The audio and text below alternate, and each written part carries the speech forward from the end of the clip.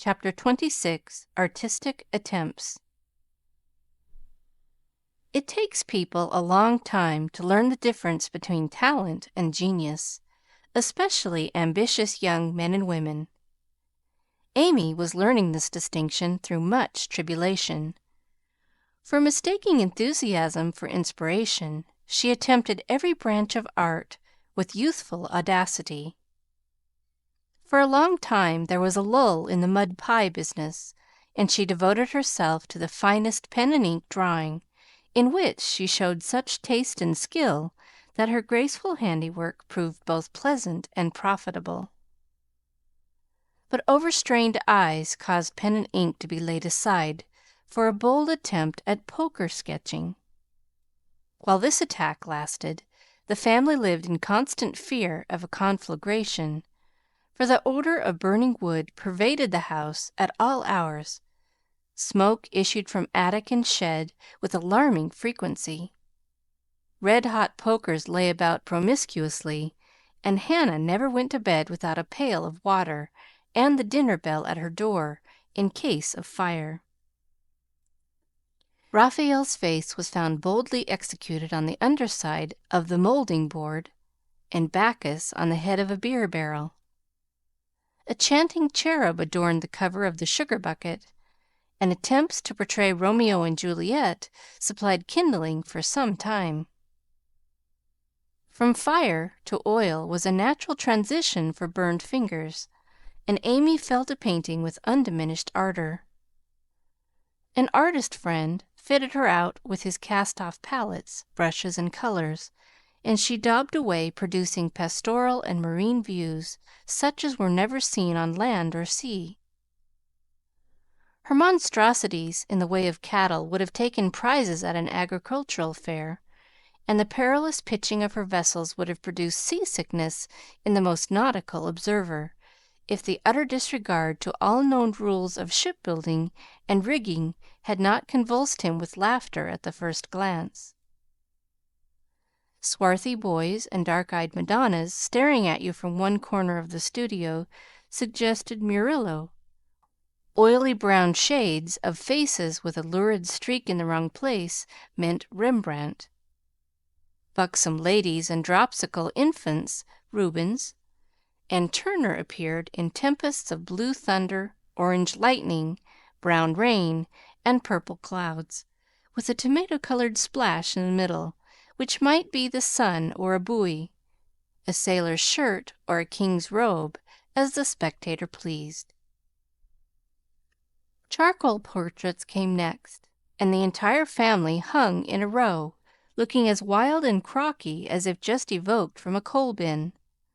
Softened into crayon sketches, they did better, for the likenesses were good, and Amy's hair, Joe's nose, and Meg's mouth, and Laurie's eyes were pronounced wonderfully fine. A return to clay and plaster followed, and ghostly casts of her acquaintances haunted corners of the house or tumbled off closet shelves onto people's heads. Children were enticed in as models, till their incoherent accounts of her mysterious doings caused Miss Amy to be regarded in the light of a young ogress. Her efforts in this line, however, were brought to an abrupt close by an untoward accident, which quenched her ardor. Other models failing her for a time, she undertook to cast her own pretty foot, and the family were one day alarmed by an unearthly bumping and screaming, and running to the rescue, found the young enthusiast hopping wildly about the shed with her foot held fast in a pan full of plaster, which had hardened with unexpected rapidity. With much difficulty and some danger she was dug out, for Joe was so overcome with laughter while she excavated that her knife went too far, cut the poor foot, and left a lasting memorial of one artistic attempt at least. After this Amy subsided, till a mania for sketching from nature set her to haunting river, field, and wood, for picturesque studies, and sighing for ruins to copy. She caught endless colds sitting on damp grass to book a delicious bit, composed of stone, a stump, one mushroom, and a broken mullein stalk, or a heavenly mass of clouds that looked like a choice display of feather beds when done. She sacrificed her complexion, floating on the river in the midsummer sun, to study light and shade, and got a wrinkle over her nose trying after points of sight, or whatever the squint and string performance is called.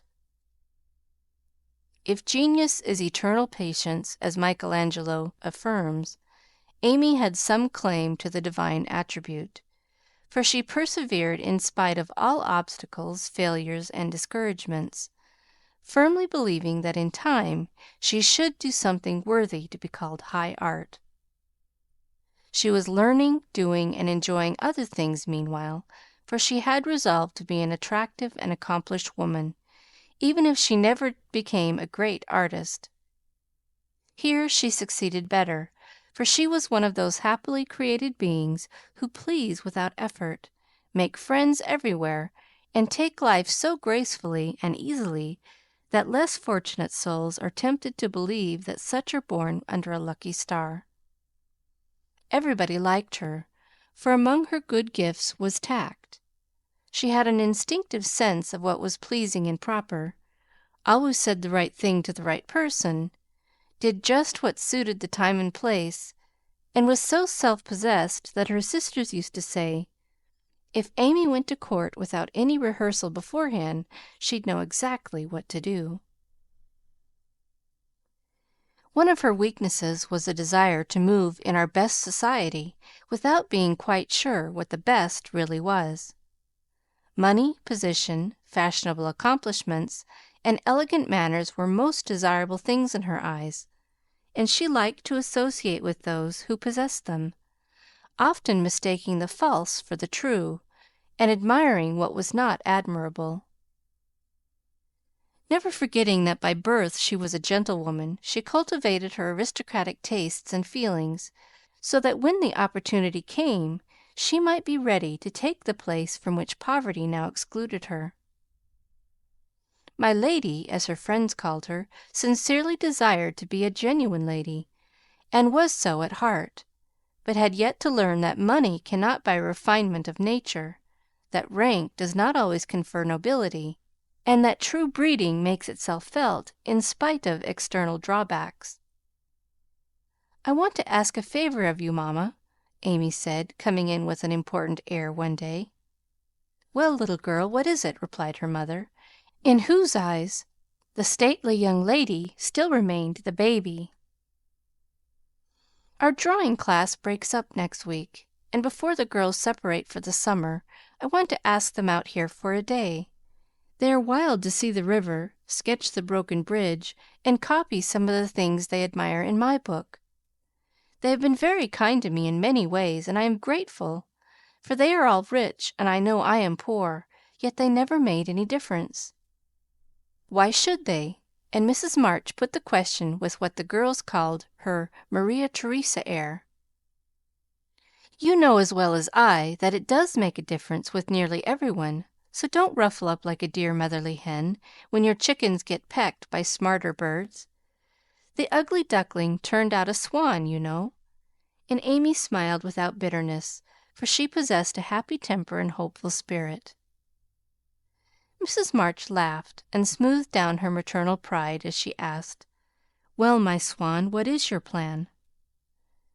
"I should like to ask the girls out to lunch next week, to take them for a drive to the places they want to see, a row on the river, perhaps, and make a little artistic fête for them."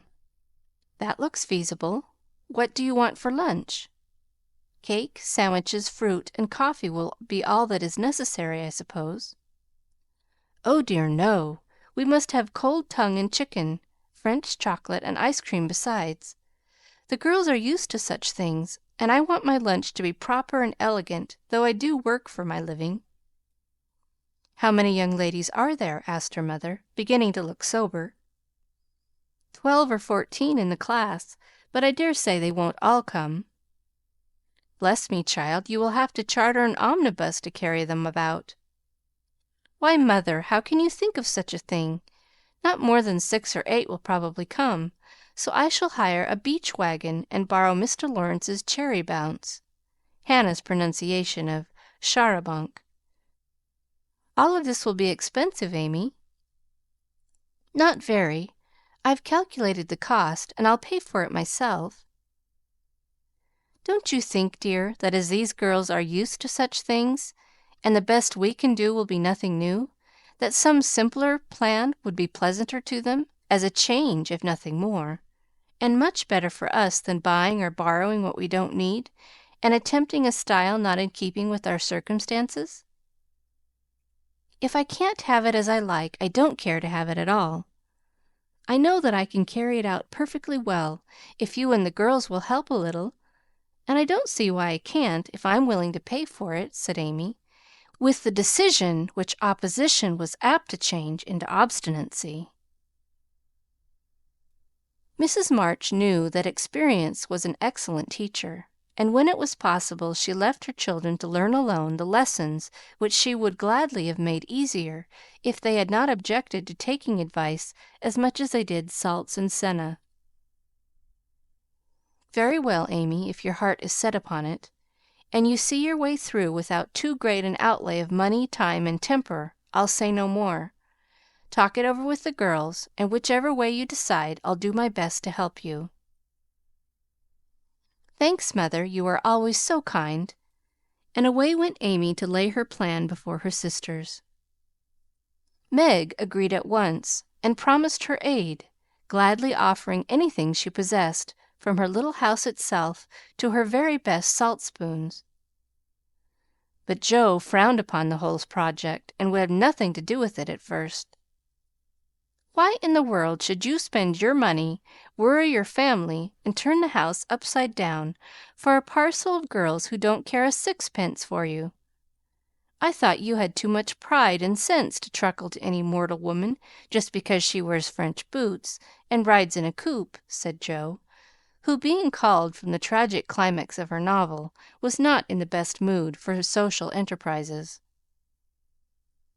"I don't truckle, and hate being patronized as much as you do," returned Amy indignantly, for the two still jangled when such questions arose.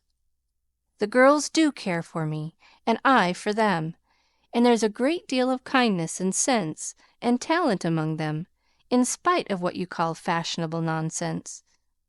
You don't care to make people like you, to go into good society and cultivate your manners and tastes. I do, and I mean to make the most of every chance that comes. You can go through the world with your elbows out and your nose in the air, and call it independence if you like. That's not my way." When Amy had wetted her tongue and freed her mind, she usually got the best of it, for she seldom failed to have common sense on her side, while Joe carried her love of liberty and hate of conventionalities to such an unlimited extent that she naturally found herself worsted in an argument. Amy's definition of Joe's idea of independence was such a good hit that both burst out laughing, and the discussion took a more amiable turn.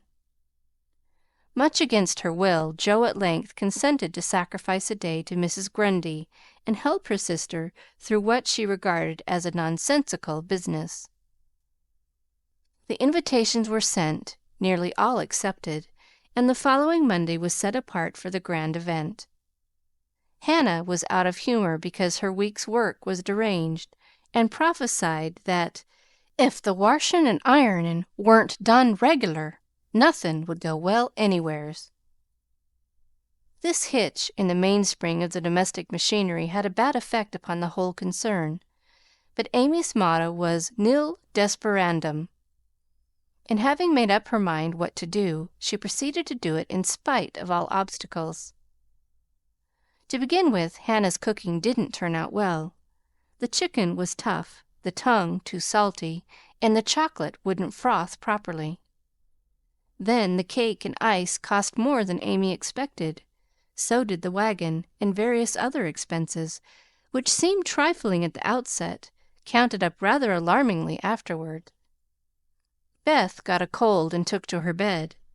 Meg had an unusual number of callers to keep her at home, and Jo was in such a divided state of mind that her breakages, accidents, and mistakes were uncommonly numerous, serious, and trying.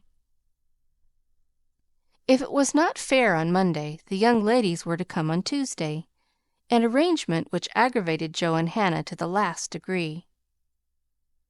On Monday morning the weather was in that undecided state which is more exasperating than a steady pour. It drizzled a little, shone a little, blew a little, and didn't make up its mind till it was too late for any one else to make up theirs.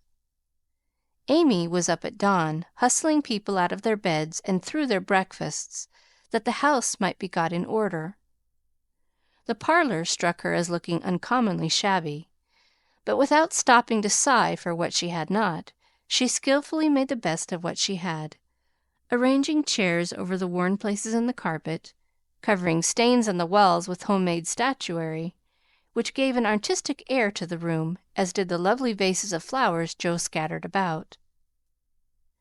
The lunch looked charming, and as she surveyed it she sincerely hoped it would taste well, and that the borrowed glass, china, and silver would get safely home again. The carriages were promised. Meg and Mother were all ready to do the honors. Beth was able to help Hannah behind the scenes.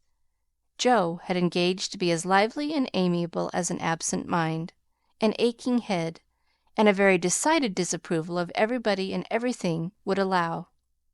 And as she wearily dressed, Amy cheered herself with anticipations of the happy moment when, lunch safely over, she should drive away with her friends for an afternoon of artistic delights, for the cherry bounce and the broken bridge were her strong points.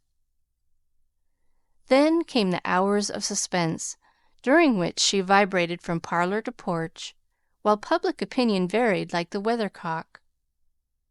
A smart shower at 11 had evidently quenched the enthusiasm of the young ladies who were to arrive at 12, for nobody came, and at 2 the exhausted family sat down in a blaze of sunshine to consume the perishable portions of the feast, that nothing might be lost.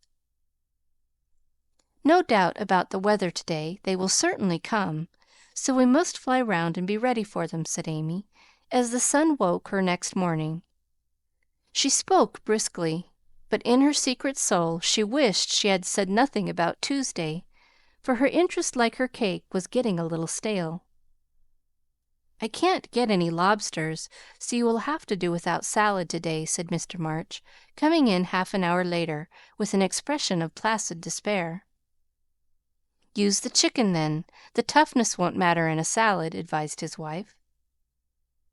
Hannah left it on the kitchen table a minute, and the kittens got at it. I'm very sorry, Amy, added Beth, who was still a patroness of cats.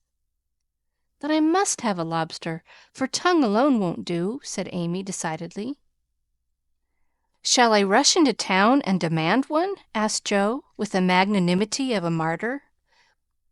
You'd come bringing it home under your arm without any paper, just to try me. I'll go myself, answered Amy, whose temper was beginning to fail. Shrouded in a thick veil, and armed with a genteel traveling basket, she departed, feeling that a cool drive would soothe her ruffled spirit and fit her for the labors of the day. After some delay, the object of her desire was procured, and likewise a bottle of dressing to prevent further loss of time at home, and off she drove again, well pleased with her own forethought. As the omnibus contained only one other passenger, a sleepy old lady, Amy pocketed her veil and beguiled the tedium of the way by trying to find out where all her money had gone to. So busy was she with her card full of refractory figures that she did not observe a newcomer who entered without stopping the vehicle, till a masculine voice said, "Good morning, Miss March," and looking up she beheld one of Laurie's most elegant college friends. Fervently hoping that he would get out before she did, Amy utterly ignored the basket at her feet, and congratulating herself that she had on her new traveling dress, returned the young man's greeting with her usual suavity and spirit. They got on excellently, for Amy's chief care was soon set at rest by learning that the gentleman would leave first, and she was chatting away in a peculiarly lofty strain when the old lady got out. In stumbling to the door she upset the basket, and oh horror, the lobster, in all its vulgar size and brilliancy, was revealed to the high-born eyes of a tutor. "By Jove, she's forgotten her dinner!" cried the unconscious youth, poking the scarlet monster into its place with his cane and preparing to hand out the basket after the old lady. "Please don't. It's mine," murmured Amy, with a face nearly as red as her fish. "Oh, really, I beg pardon. It's an uncommonly fine one, isn't it?" said Tooter, with great presence of mind, and an air of sober interest that did credit to his breeding. Amy recovered herself in a breath, set her basket boldly on the seat, and said, laughing, "Don't you wish you were to have some of the salad he's going to make, and to see the charming young ladies who are to eat it?" Now that was tact, for two of the ruling foibles of the masculine mind were touched. The lobster was instantly surrounded by a halo of pleasing reminiscences, and curiosity about the charming young ladies diverted his mind from the comical mishap. "I suppose he'll laugh and joke over it with Laurie, but I shan't see them, that's a comfort," thought Amy, as Tooter bowed and departed. She did not mention this meeting at home, though she discovered that, thanks to the upset, her new dress was much damaged by the rivulets of dressing that meandered down the skirt, but went through with the preparations which now seemed more irksome than before, and at 12 o'clock all was ready again. Feeling that the neighbors were interested in her movements, she wished to efface the memory of yesterday's failure by a grand success today, so she ordered the cherry bounce and drove away in state to meet and escort her guests to the banquet. "There's the rumble! They're coming! I'll go onto the porch and meet them. It looks hospitable, and I want the poor child to have a good time after all her trouble," said Mrs. March, suiting the action to the word. But after one glance she retired with an indescribable expression, for looking quite lost in the big carriage sat Amy and one young lady. "Run, Beth, and help Hannah clear half the things off the table. It will be too absurd to put a luncheon for 12 before a single girl," cried Joe, hurrying away to the lower regions, too excited to stop even for a laugh. In came Amy, quite calm and delightfully cordial to the one guest who had kept her promise. The rest of the family, being of a dramatic turn, played their parts equally well, and Miss Elliott found them a most hilarious set, for it was impossible to control entirely the merriment which possessed them. The remodeled lunch being gaily partaken of, the studio and garden visited, and art discussed with enthusiasm, Amy ordered a buggy, alas for the elegant cherry bounce, and drove her friend quietly about the neighborhood till sunset, when the party went out. As she came walking in, looking very tired but as composed as ever, she observed that every vestige of the unfortunate fete had disappeared, except a suspicious pucker about the corners of Joe's mouth. "You've had a loverly afternoon for your drive, dear," said her mother, as respectfully as if the whole 12 had come. "Miss Elliott is a very sweet girl, and seemed to enjoy herself, I thought," observed Beth, with unusual warmth. "Could you spare me some of your cake? I really need some. I have so much company, and I can't make such delicious stuff as yours," asked Meg soberly. "Take it all. I'm the only one here who likes sweet things, and it will mold before I can dispose of it," answered Amy, thinking with a sigh of the generous store she had laid in for such an end as this. "It's a pity Laurie isn't here to help us," began Joe, as they sat down to ice cream and salad for the second time in 2 days. A warning look from her mother checked any further remarks, and the whole family ate in heroic silence, till Mr. March mildly observed, "Salad was one of the favorite dishes of the ancients, and Evelyn—" Here a general explosion of laughter cut short the history of salads, to the great surprise of the learned gentleman. "Bundle everything into a basket and send it to the Hummels. Germans like messes. I'm sick of the sight of this, and there's no reason you should all die of a surfeit because I've been a fool," cried Amy, wiping her eyes. "I thought I should have died when I saw you two girls rattling about in the what you'll call it, like two little colonels in a very big nutshell, and mother waiting in state to receive the throng," sighed Joe, quite spent with laughter. "I'm very sorry you were disappointed, dear, but we all did our best to satisfy you," said Mrs. March, in a tone full of motherly regret. "I am satisfied. I've done what I undertook, and it's not my fault that it failed. I comfort myself with that," said Amy, with a little quiver in her voice. "I thank you all very much for helping me, and I'll thank you still more if you won't allude to it for a month at least." No one did for several months, but the word fête always produced a general smile, and Laurie's birthday gift to Amy was a tiny coral lobster in the shape of a charm for her watch guard. Chapter 27. Literary Lessons. Fortune suddenly smiled upon Jo and dropped a good-luck penny in her path. Not a golden penny, exactly, but I doubt if 500,000 would have given more real happiness than did the little sum that came to her in this wise.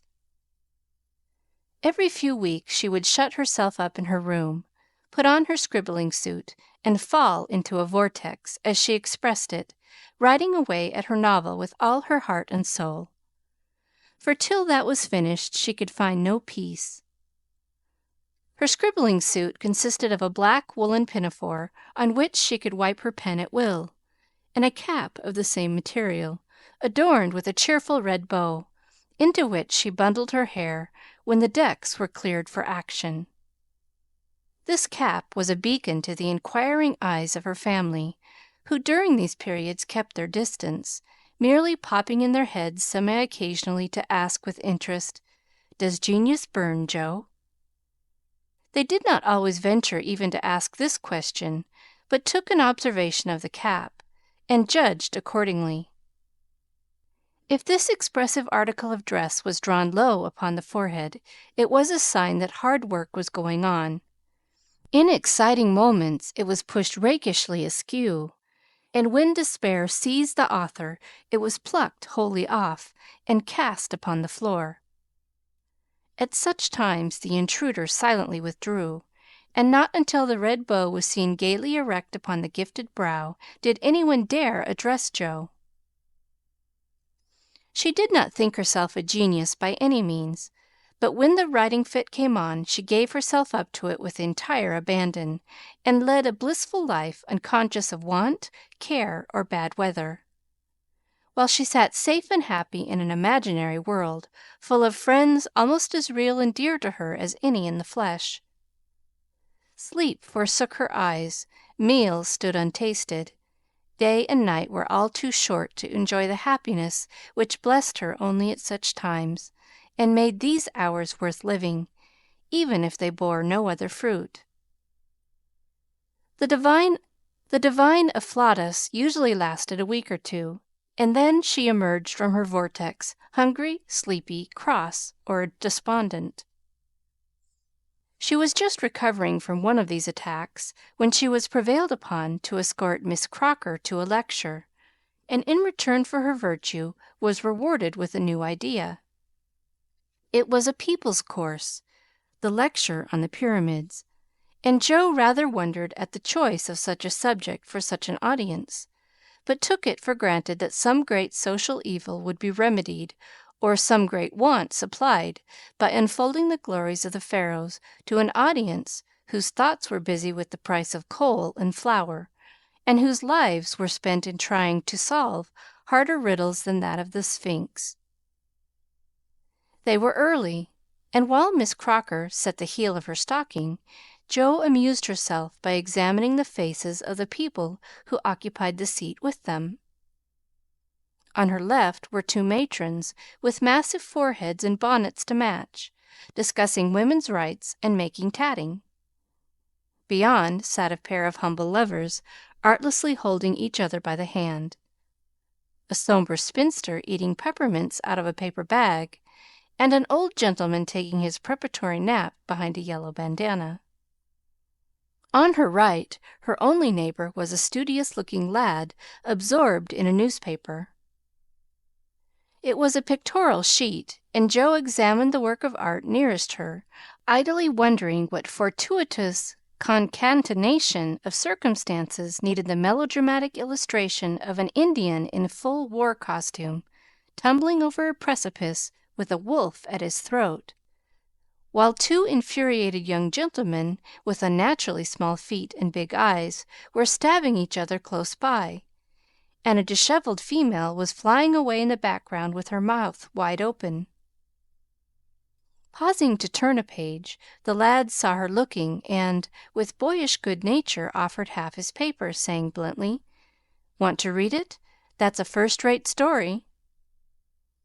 Jo accepted it with a smile, for she had never outgrown her liking for lads, and soon found herself involved in the usual labyrinth of love, mystery, and murder, for the story belonged to that class of light literature in which the passions have a holiday, and when the author's invention fails, a grand catastrophe clears the stage of one half of the dramatis personae, leaving the other half to exult over their downfall.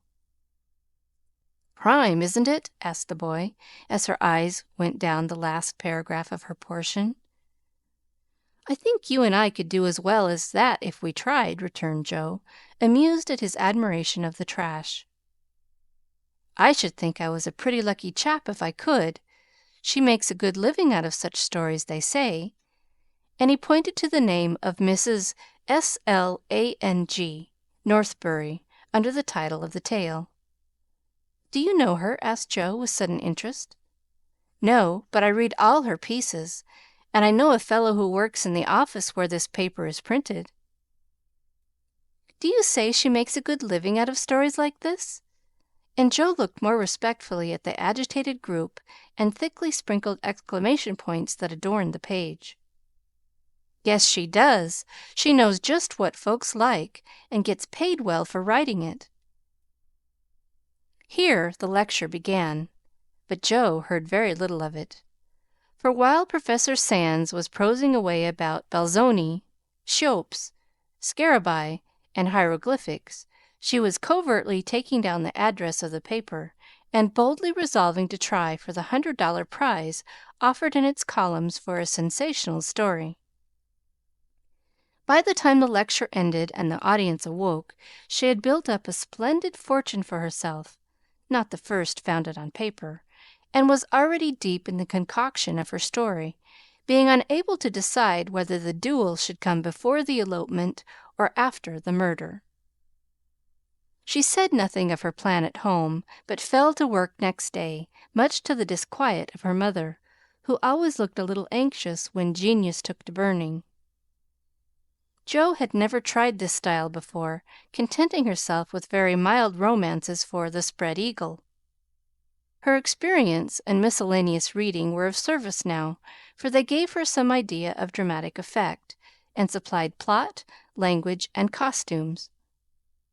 Her story was as full of desperation and despair as her limited acquaintance with those uncomfortable emotions enabled her to make it, and having located it in Lisbon, she wound up with an earthquake as a striking and appropriate denouement. The manuscript was privately dispatched, accompanied by a note, modestly saying that if the tale didn't get the prize, which the writer hardly dared expect, she would be very glad to receive any sum it might be considered worth.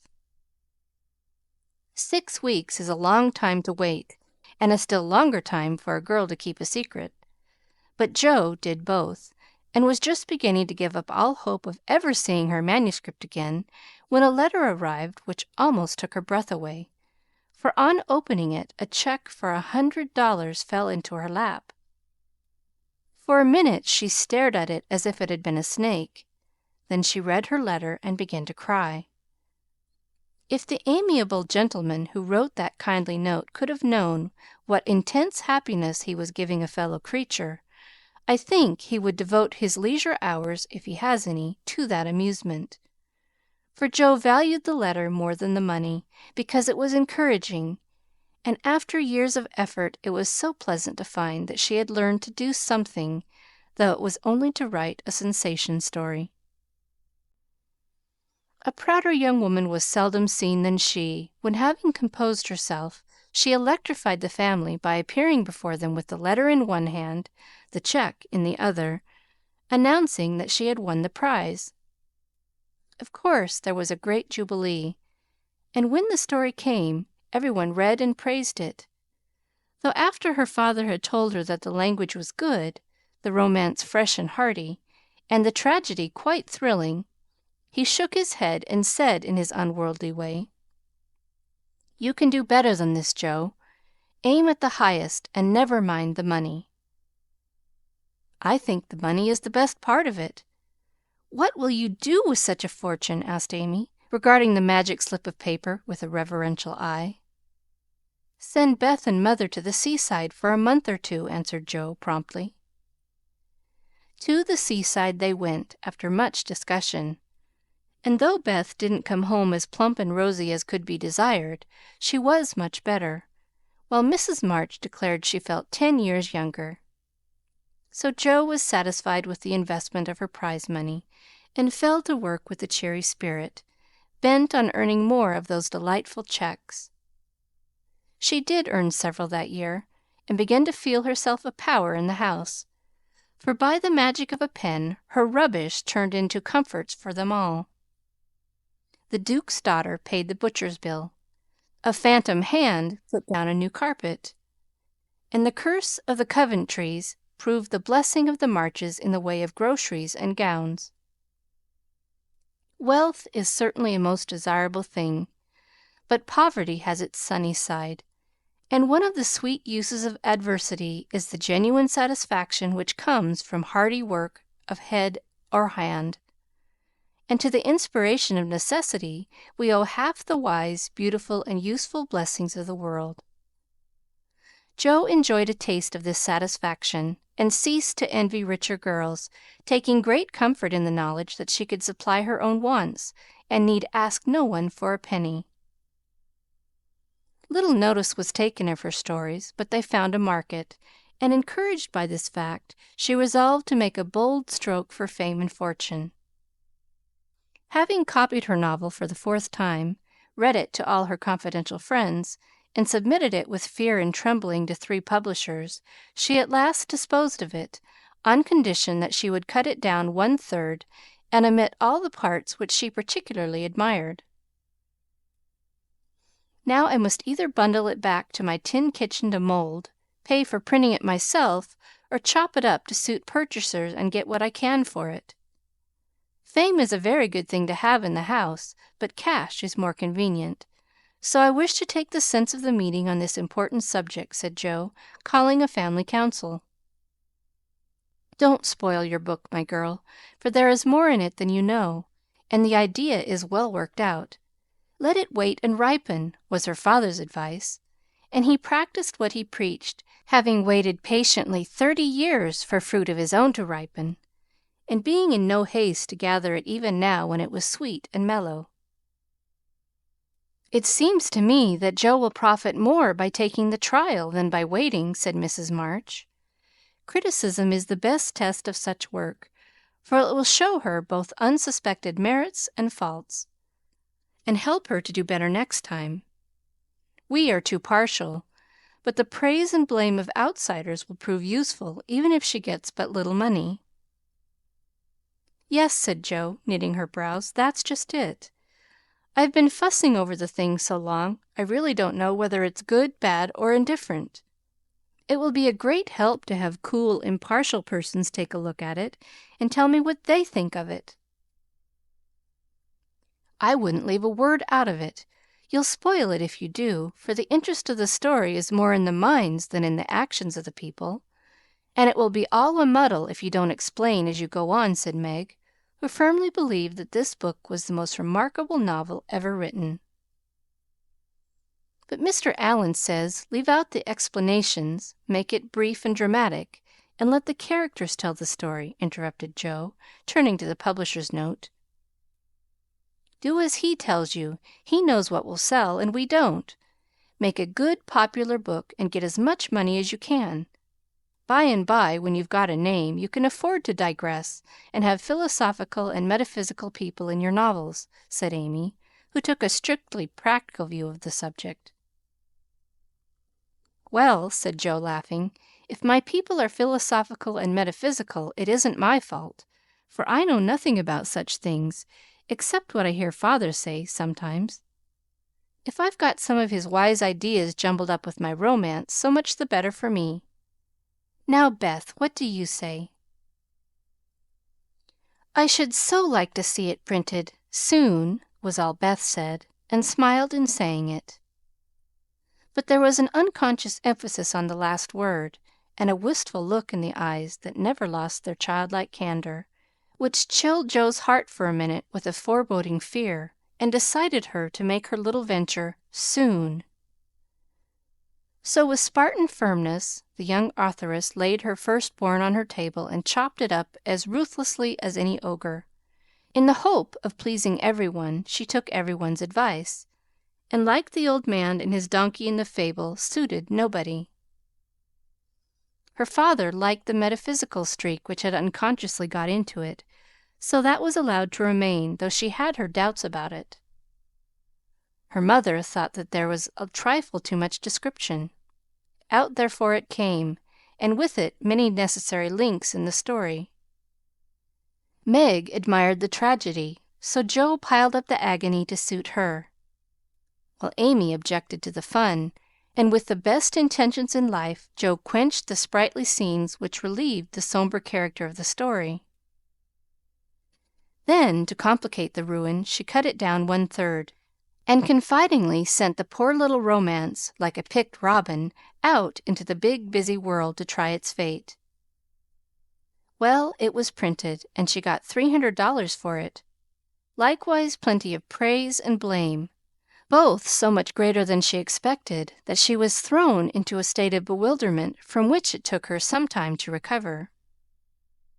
You said, Mother, that criticism would help me.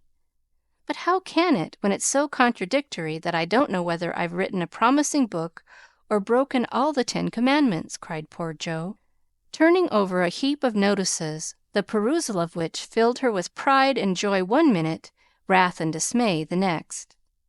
This man says, an exquisite book full of truth, beauty, and earnestness. All is sweet, pure, and healthy, continued the perplexed authoress. The next, the theory of the book is bad, full of morbid fancies, spiritualistic ideas, and unnatural characters. Now, as I had no theory of any kind, don't believe in spiritualism, and copied my characters from life, I don't see how this critic can be right. Another says it's one of the best American novels which has appeared for years. I know better than that. And the next asserts that, though it is original and written with great force and feeling, it is a dangerous book. 'Tisn't.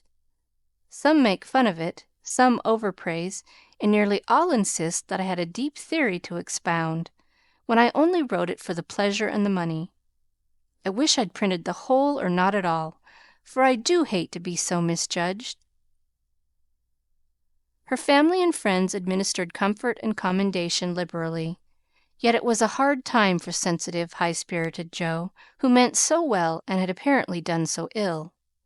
But it did her good, for those whose opinion had real value gave her the criticism which is an author's best education. And when the first soreness was over, she could laugh at her poor little book, yet believe in it still, and feel herself the wiser and stronger for the buffeting she had received. Not being a genius like Keats, it won't kill me, she said stoutly, and I've got the joke on my side after all, for the parts that were taken straight out of real life are denounced as impossible and absurd, and the scenes that I made up out of my own silly head are pronounced charmingly natural, tender, and true. So I'll comfort myself with that, and when I'm ready, I'll up again and take another. Chapter 28. Domestic Experiences. Like most other young matrons, Meg began her married life with the determination to be a model housekeeper. John should find home a paradise. He should always see a smiling face, should fare sumptuously every day, and never know the loss of a button. She brought so much love, energy, and cheerfulness to the work that she could not but succeed, in spite of some obstacles. Her paradise was not a tranquil one, for the little woman fussed, was over-anxious to please, and bustled about like a true Martha, cumbered with many cares. She was too tired, sometimes, even to smile. John grew dyspeptic after a course of dainty dishes, and ungratefully demanded plain fare. As for Buttons, she soon learned to wonder where they went, to shake her head over the carelessness of men, and to threaten to make him sew them on himself, and see if his work would stand impatient and clumsy fingers any better than hers. They were very happy, even after they discovered that they couldn't live on love alone. John did not find Meg's beauty diminished, though she beamed at him from behind the familiar coffee-pot. Nor did Meg miss any of the romance from the daily parting, when her husband followed up his kiss with the tender inquiry, "Shall I send some veal or mutton for dinner, darling?" The little house ceased to be a glorified bower, but it became a home, and the young people soon felt that it was a change for the better. At first they played keep house and frolicked over it like children. Then John took steadily to business, feeling the cares of the head of a family upon his shoulders, and Meg, laid by her cambric wrappers, put on a big apron and fell to work, as before said, with more energy than discretion. While the cooking mania lasted, she went through Mrs. Cornelius's receipt book as if it were a mathematical exercise, working out the problems with patience and care. Sometimes her family were invited in to help eat up a too bounteous feast of successes, or Lottie would be privately dispatched with a batch of failures, which were to be concealed from all eyes in the convenient stomachs of the little Hummels.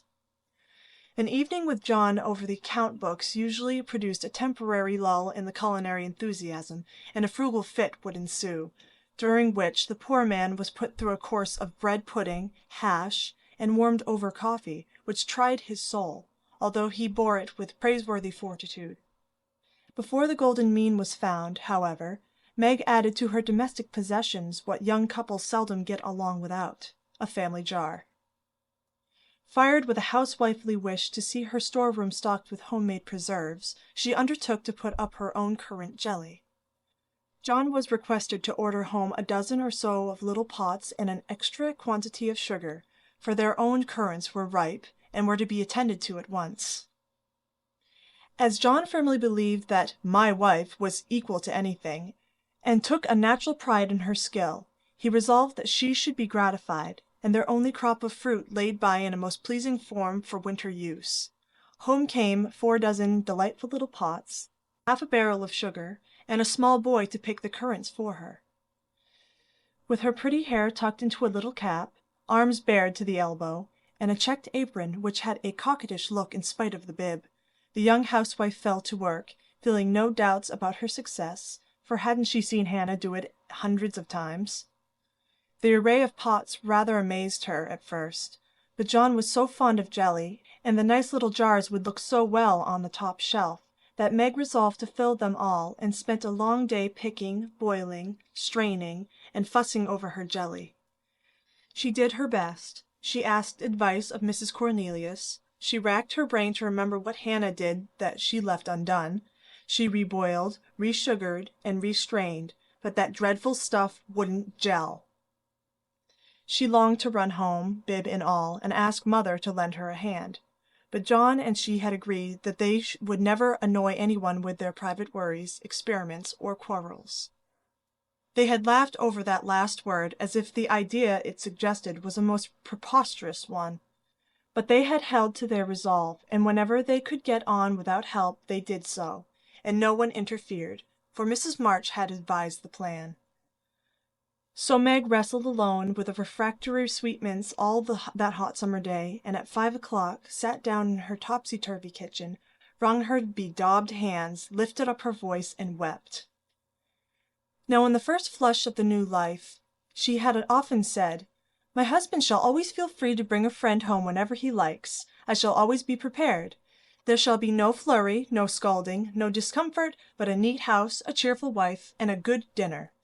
John dear, never stop to ask my leave. Invite whom you please, and be sure of a welcome from me." How charming that was, to be sure! John quite glowed with pride to hear her say it, and felt what a blessed thing it was to have a superior wife. But although they had had company from time to time, it never happened to be unexpected, and Meg had never had an opportunity to distinguish herself till now. It always happens so in this vale of tears. There is an inevitability about such things which we can only wonder at, deplore, and bear as best we can.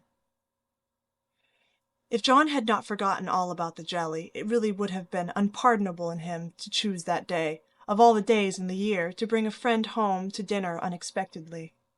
Congratulating himself that a handsome repast had been ordered that morning, feeling sure that it would be ready to the minute, and indulging in pleasant anticipations of the charming effect it would produce, when his pretty wife came running out to meet him, he escorted his friend to his mansion with irrepressible satisfaction of a young host and husband. It is a world of disappointments, as John discovered when he reached the Dovecot. The front door usually stood hospitably open. Now it was not only shut, but locked, and yesterday's mud still adorned the steps. The parlor windows were closed and curtained. No picture of the pretty wife sewing on the piazza, in white, with a distracting little bow in her hair, or a bright-eyed hostess, smiling a shy welcome as she greeted her guest. Nothing of the sort, for not a soul appeared but a sanguinary-looking boy asleep under the currant bushes. "I'm afraid something has happened. Step into the garden, Scott, while I look up Mrs. Brooke," said John, alarmed at the silence and solitude. Round the house he turned, led by a pungent smell of burned sugar, and Mr. Scott strolled after him, with a queer look on his face. He paused discreetly at a distance when Brooke disappeared, but he could both see and hear, and being a bachelor, enjoyed the prospect mightily. In the kitchen reigned confusion and despair. One edition of jelly was trickled from pot to pot, another lay upon the floor, and a third was burning gaily on the stove. Lottie, with Teutonic phlegm, was calmly eating bread and currant wine, for the jelly was still in a hopelessly liquid state, while Mrs. Brooke, with her apron over her head, sat sobbing dismally. "My dearest girl, what is the matter?" cried John, rushing in, with awful visions of scalded hands, sudden news of affliction, and secret consternation at the thought of the guest in the garden. "Oh, John, I am so tired and hot and cross and worried. I've been at it till I'm all worn out. Do come and help me, or I shall die." And the exhausted wife cast herself upon his breast, giving him a sweet welcome in every sense of the word, for her pinafore had been baptized at the same time as the floor. "What worries you, dear? Has anything dreadful happened?" asked the anxious John, tenderly kissing the crown of the little cap, which was all askew. "Yes," sobbed Meg despairingly. "Tell me quick, then. Don't cry. I can bear anything better than that. Out with it, love." The jelly won't gel, and I don't know what to do." John Brooke laughed then as he never dared to laugh afterward, and the derisive Scott smiled involuntarily as he heard the hearty peal, which put the finishing stroke to poor Meg's woe. "Is that all? Fling it out the window, and don't bother any more about it. I'll buy you quarts if you want it. But for heaven's sake don't have hysterics, for I've brought Jack Scott home to dinner, and—" John got no further, for Meg cast him off and clasped her hands, with a tragic gesture, as she fell into a chair, exclaiming in a tone of mingled indignation, reproach, and dismay, "A man to dinner and everything in a mess! John Brooke, how could you do such a thing?" "Hush, he's in the garden. I forgot the confounded jelly, but it can't be helped now," said John, surveying the prospect with an anxious eye. "You ought to have sent word, or told me this morning, and you ought to have remembered how busy I was," continued Meg petulantly, for even turtle-doves will peck when ruffled. "I didn't know it this morning, and there was no time to send word, for I met him on the way out. I never thought of asking leave, when you have always told me to do as I liked. I never tried it before, and hang me if I ever do again," added John, with an aggrieved air. "I should hope not. Take him away at once. I can't see him, and there isn't any dinner." "Well, I like that. Where's the beef and vegetables I sent home, and the pudding you promised?" cried John, rushing to the larder. "I hadn't time to cook anything. I meant to dine at Mother's. I'm sorry, but I was so busy." And Meg's tears began again. John was a mild man, but he was human, and after a long day's work to come home tired, hungry, and hopeful, to find a chaotic house, an empty table, and a cross wife, was not exactly conducive to repose of mind or matter. He restrained himself, however, and the little squall would have blown over but for one unlucky word. "It's a scrape, I acknowledge, but if you will lend a hand, we'll pull through and have a good time yet. Don't cry, dear, but just exert yourself a bit, and fix us up something to eat. We're both as hungry as hunters. We shan't mind what it is. Give us the cold meat and bread and cheese. We won't ask for jelly." He meant it to be a good-natured joke, but that one word sealed his fate. Meg thought it was too cruel to hint about her sad failure, and the last atom of patience vanished as he spoke.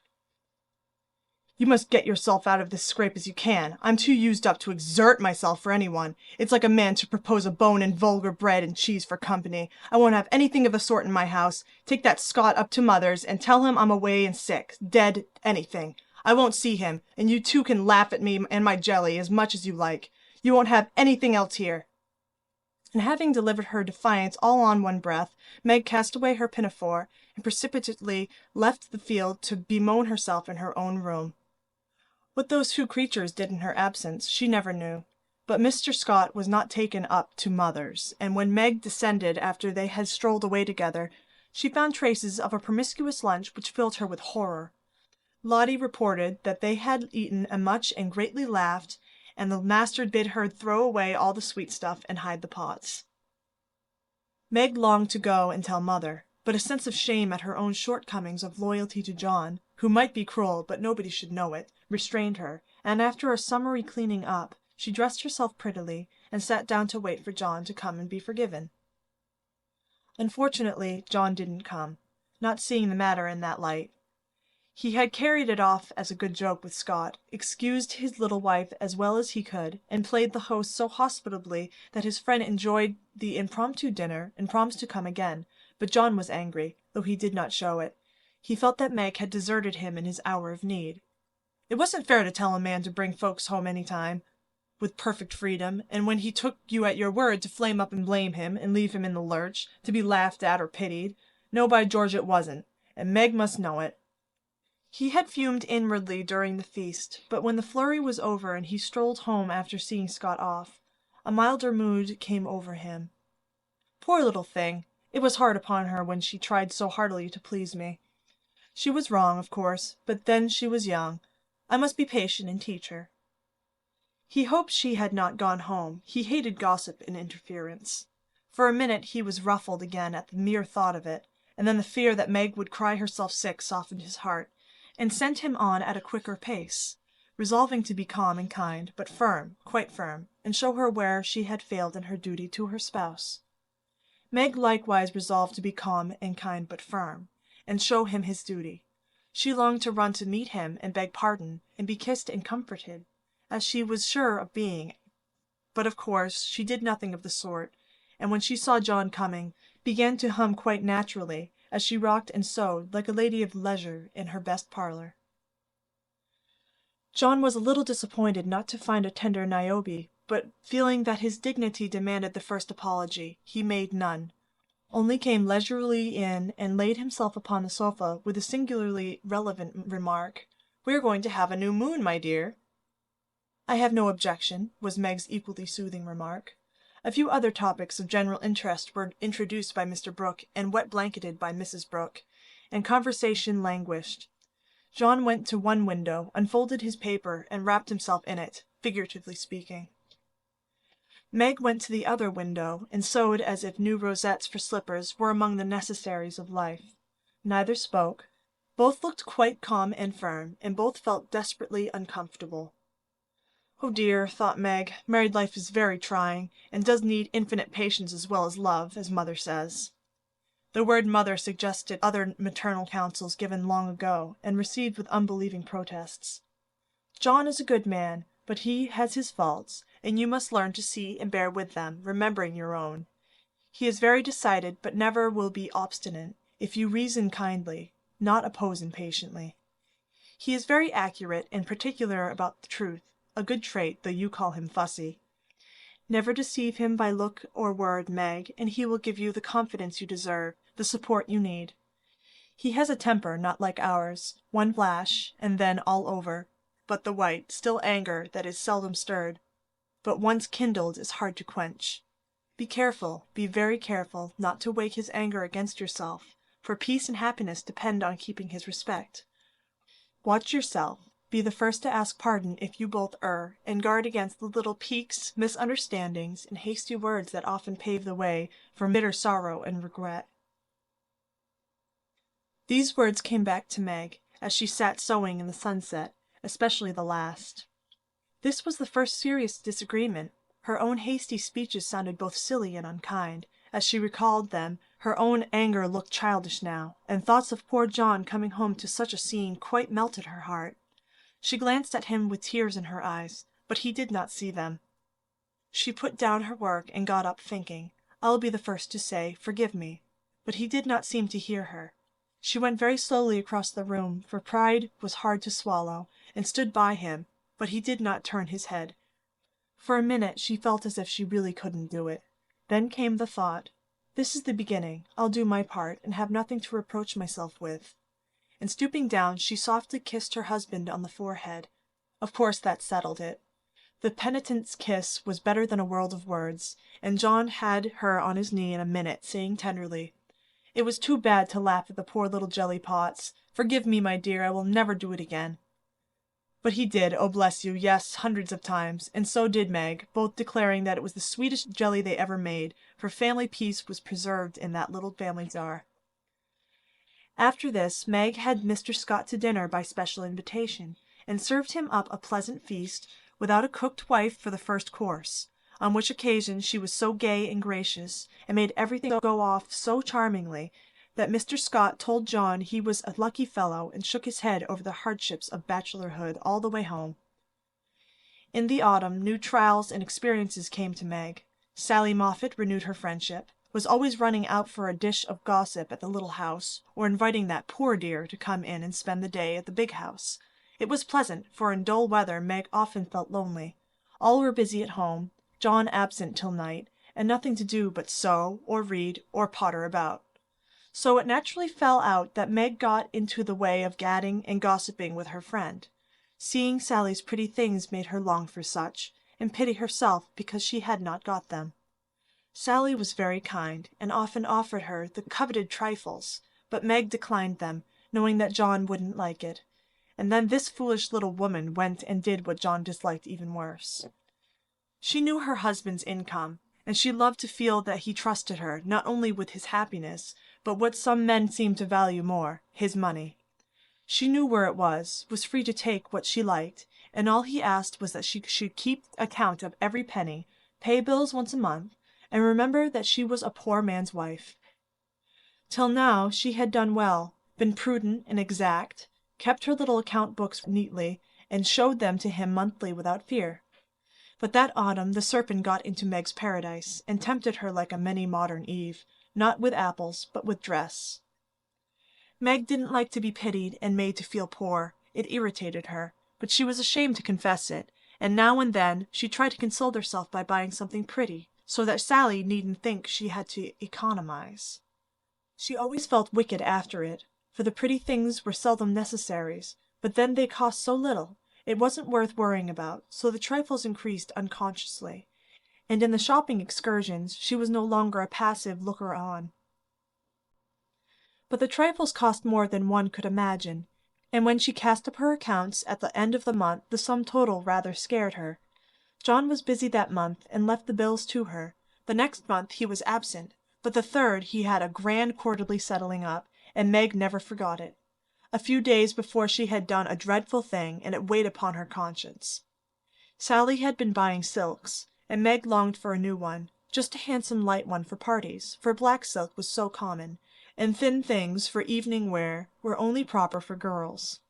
Aunt March usually gave the sisters a present of $25 apiece at New Year's. That was only a month to wait, and here was a lovely violet silk going at a bargain, and she had the money, if she only dared to take it.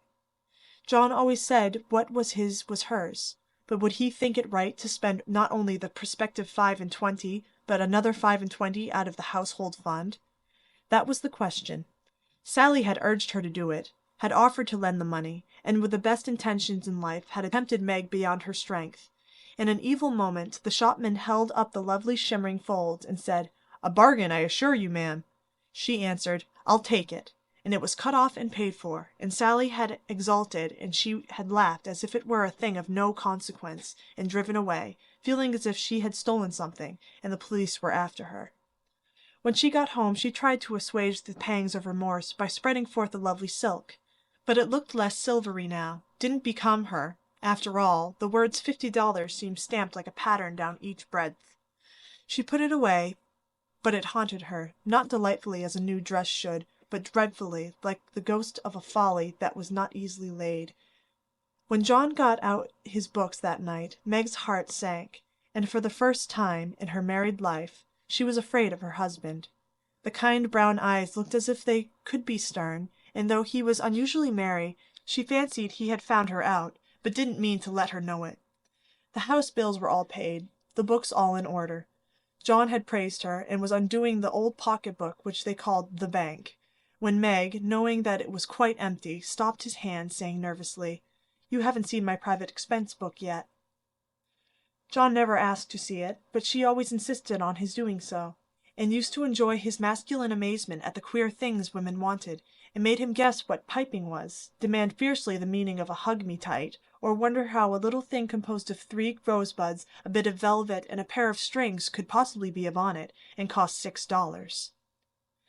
That night he looked as if he would like the fun of quizzing her figures and pretending to be horrified at her extravagance, as he often did, being particularly proud of his prudent wife.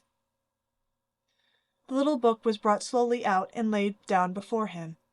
Meg got behind his chair under pretense of smoothing the wrinkles out of his tired forehead, and standing there, she said, with her panic increasing with every word, "John dear, I'm ashamed to show you my book, for I've really been dreadfully extravagant lately. I go about so much I must have things, you know, and Sally advised my getting it, so I did, and my New Year's money will partly pay for it, but I was sorry after I had done it, for I knew you'd think it wrong in me." John laughed and drew her round beside him, saying good-humoredly, "Don't go and hide. I won't beat you if you have got a pair of killing boots. I'm rather proud of my wife's feet, and don't mind if she does pay $8 or $9 for her boots, if they are good ones." That had been one of her last trifles, and John's eye had fallen on it as he spoke. "Oh, what will he say when he comes to that awful $50, thought Meg with a shiver. "It's worse than boots. It's a silk dress," she said, with the calmness of desperation, for she wanted the worst over. "Well, dear, what is the dem total, as Mr. Mantalini says?" That didn't sound like John, and she knew he was looking up at her with the straightforward look that she had always been ready to meet and answer with one as frank till now. She turned the page and her head at the same time, pointing to the sum which would have been bad enough without the 50, but which was appalling to her with that added. For a minute the room was very still. Then John said slowly, but she could feel it cost him an effort to express no displeasure, "Well, I don't know that 50 is much for a dress, with all the furbelows and notions you have to finish it off these days." "It isn't made or trimmed," sighed Meg faintly, for a sudden recollection of the cost still to be incurred quite overwhelmed her. 25 yards of silk seems a good deal to cover one small woman, but I've no doubt my wife will look as fine as Ned Moffat's when she gets it on," said John dryly. "I know you are angry, John, but I can't help it. I don't mean to waste your money, and I didn't think those little things would count up so. I can't resist them when I see Sally buying all she wants, and pitying me because I don't. I try to be contented, but it is hard, and I'm tired of being poor." The last words were spoken so low she thought he did not hear them, but he did, and they wounded him deeply, for he had denied himself many pleasures for Meg's sake. She could have bitten her tongue out the minute she had said it, for John pushed the books away and got up, saying with a little quiver in his voice, "I was afraid of this. I do my best, Meg." If he had scolded her, or even shaken her, it would not have broken her heart like those few words. She ran to him and held him close, crying with repentant tears, "Oh, John, my dear, kind, hard-working boy, I didn't mean it. It was so wicked, so untrue and ungrateful. How could I say it? Oh, how could I say it?" He was very kind, forgave her readily, and did not utter one reproach, but Meg knew that she had done and said a thing which would not be forgotten soon, although he might never allude to it again. She had promised to love him for better or worse, and then she, his wife, had reproached him with his poverty after spending his earnings recklessly. It was dreadful, and the worst of it was, John went on so quietly afterward, just as if nothing had happened, except that he stayed in town later, and worked at night when she had gone to cry herself to sleep. A week of remorse nearly made Meg sick, and the discovery that John had countermanded the order for his new greatcoat reduced her to a state of despair which was pathetic to behold. He had simply said, in answer to her surprised inquiries as to the chains, "I can't afford it, my dear." Meg said no more, but a few minutes after he found her in the hall with her face buried in the old greatcoat, crying as if her heart would break. They had a long talk that night, and Meg learned to love her husband better for his poverty, because it seemed to have made a man of him, given him the strength and courage to fight his own way, and taught him a tender patience with which to bear and comfort the natural longings and failures of those he loved. Next day she put her pride in her pocket, went to Sally, told the truth, and asked her to buy the silk as a favor. The good-natured Mrs. Moffat willingly did so, and had the delicacy not to make her a present of it immediately afterward. Then Meg ordered home the greatcoat, and when John arrived she put it on, and asked him how he liked her new silk gown. One can imagine what answer he made, how he received his present, and what a blissful state of things ensued. John came home early, Meg gadded no more, and that greatcoat was put on in the morning by a very happy husband, and taken off at night by a most devoted little wife. So the year rolled round, and at midsummer there came to Meg a new experience, the deepest and tenderest of a woman's life. Laurie came sneaking into the kitchen of the Dovecote one Saturday with an excited face, and was received with a clash of cymbals, for Hannah clapped her hands with a saucepan in one and the cover in the other. "How's the little mamma? Where is everybody? Why didn't you tell me before I came home?" began Laurie in a loud whisper. "Happy as a queen, the dear. Every soul of 'em is upstairs worshippin'. We didn't want no hurricanes round. Now you go into the parlor and I'll send 'em down to you." With which somewhat involved reply Hannah vanished, chuckling ecstatically. Presently Joe appeared, proudly bearing a flannel bundle laid forth upon a large pillow. Joe's face was very sober, but her eyes twinkled, and there was an odd sound in her voice of repressed emotion of some sort. "Shut your eyes and hold out your arms," she said invitingly. Laurie backed precipitately into a corner, and put his hands behind him with an imploring gesture. "No, thank you. I'd rather not. I shall drop it or smash it, as sure as fate." "Then you shan't see your nevy," said Joe decidedly, turning as if to go. I will, only you must be responsible for damages." And obeying orders, Laurie heroically shut his eyes while something was put into his arms. A peal of laughter from Joe, Amy, Mrs. March, Hannah, and John caused him to open them the next minute, to find himself invested with 2 babies instead of 1. No wonder they laughed, for the expression of his face was droll enough to convulse a Quaker, as he stood and stared wildly from the unconscious innocents to the hilarious spectators with such dismay that Joe sat down on the floor and screamed. "Twins, by Jupiter!" was all he said for a minute. Then turning to the women with an appealing look that was comically piteous, he said, "Take 'em quick, somebody! I'm going to laugh, and I shall drop 'em." Joe rescued his babies, and marched up and down with one on each arm, as if already initiated with mysteries of baby tending, while Laurie laughed till the tears ran down his cheeks. "It's the best joke of the season, isn't it? I wouldn't have told you, for I set my heart on surprising you, and I flatter myself I've done it," said Joe when she got her breath.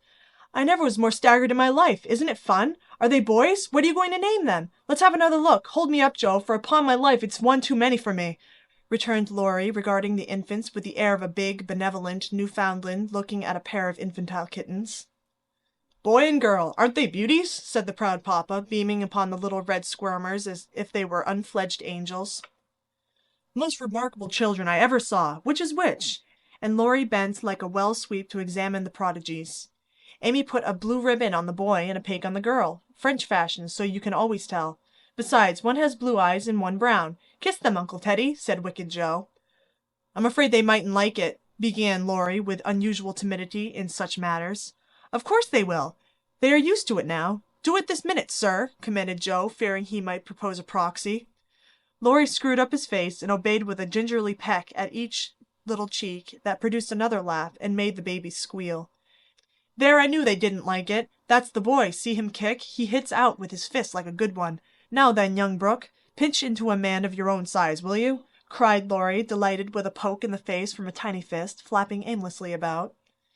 "He's to be named John Laurence, and the girl Margaret, after mother and grandmother. We shall call her Daisy, so as to not have 2 Megs, and I suppose the Manny will be Jack, unless we find a better name," said Amy with aunt-like interest. "Name him Demi, John, and call him Demi for short," said Laurie. Daisy and Demi, just the thing! I knew Teddy would do it!" cried Jo, clapping her hands. Teddy certainly had done it that time, for the babies were Daisy and Demi to the end of the chapter. Chapter 29. Calls. Come, Jo, it's time. For what? You don't mean to say you have forgotten that you promised to make half a dozen calls with me today? I've done a good many rash and foolish things in my life, but I don't think I ever was mad enough to say I'd make 6 calls in one day, when a single one upsets me for a week. Yes, you did. It was a bargain between us. I was to finish the crayon of Beth for you, and you were to go properly with me, and return our neighbours' visits. If it was fair, that was in the bond, and I stand to the letter of my bond, Shylock. There is a pile of clouds in the east. It's not fair, and I don't go. Now that's shirking. It's a lovely day, no prospect of rain, and you pride yourself on keeping promises, so be honourable, come and do your duty, and then be at peace for another 6 months. At that minute Jo was particularly absorbed in dressmaking, for she was mantua maker general to the family, and took especial credit to herself because she could use a needle as well as a pen.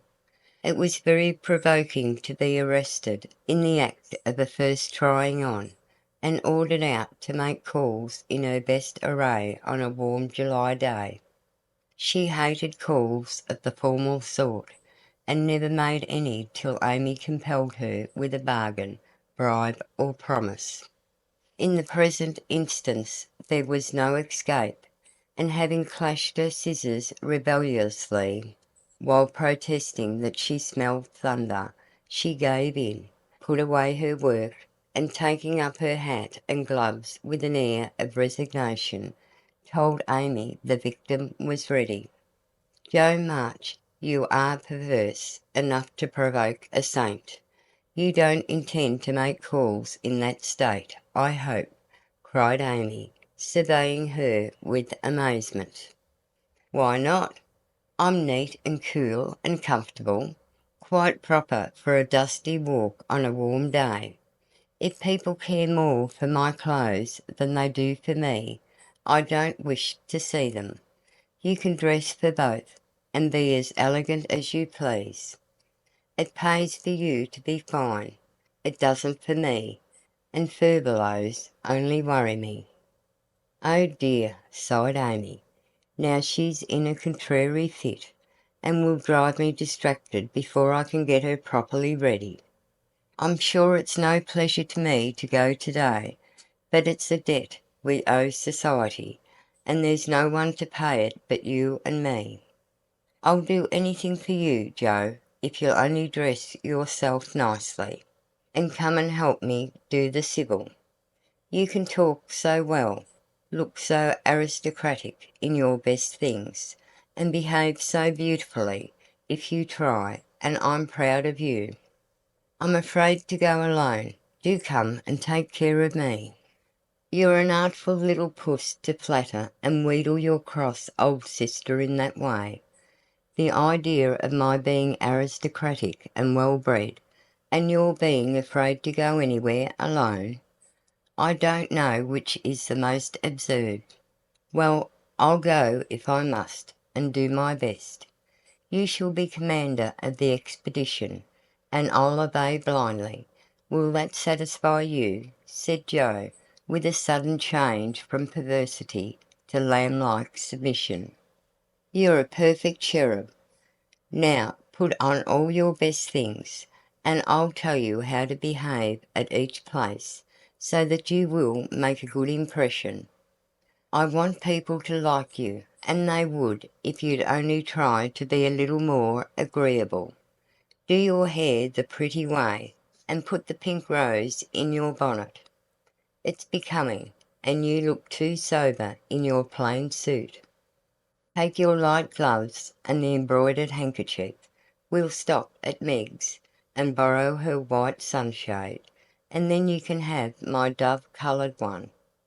While Amy dressed, she issued her orders, and Jo obeyed them, not without entering her protest, however, for she sighed as she rustled into her new organdie, frowned darkly at herself as she tied her bonnet strings in an irreproachable bow, wrestled viciously with pins as she put on her collar, wrinkled up her features generally as she shook out the handkerchief, whose embroidery was as irritating to her nose as the present mission was to her feelings, and when she had squeezed her hands into tight gloves, with 3 buttons and a tassel, as the last touch of elegance, she turned to Amy with an imbecile expression of countenance, saying meekly, "I'm perfectly miserable, but if you consider me presentable, I die happy."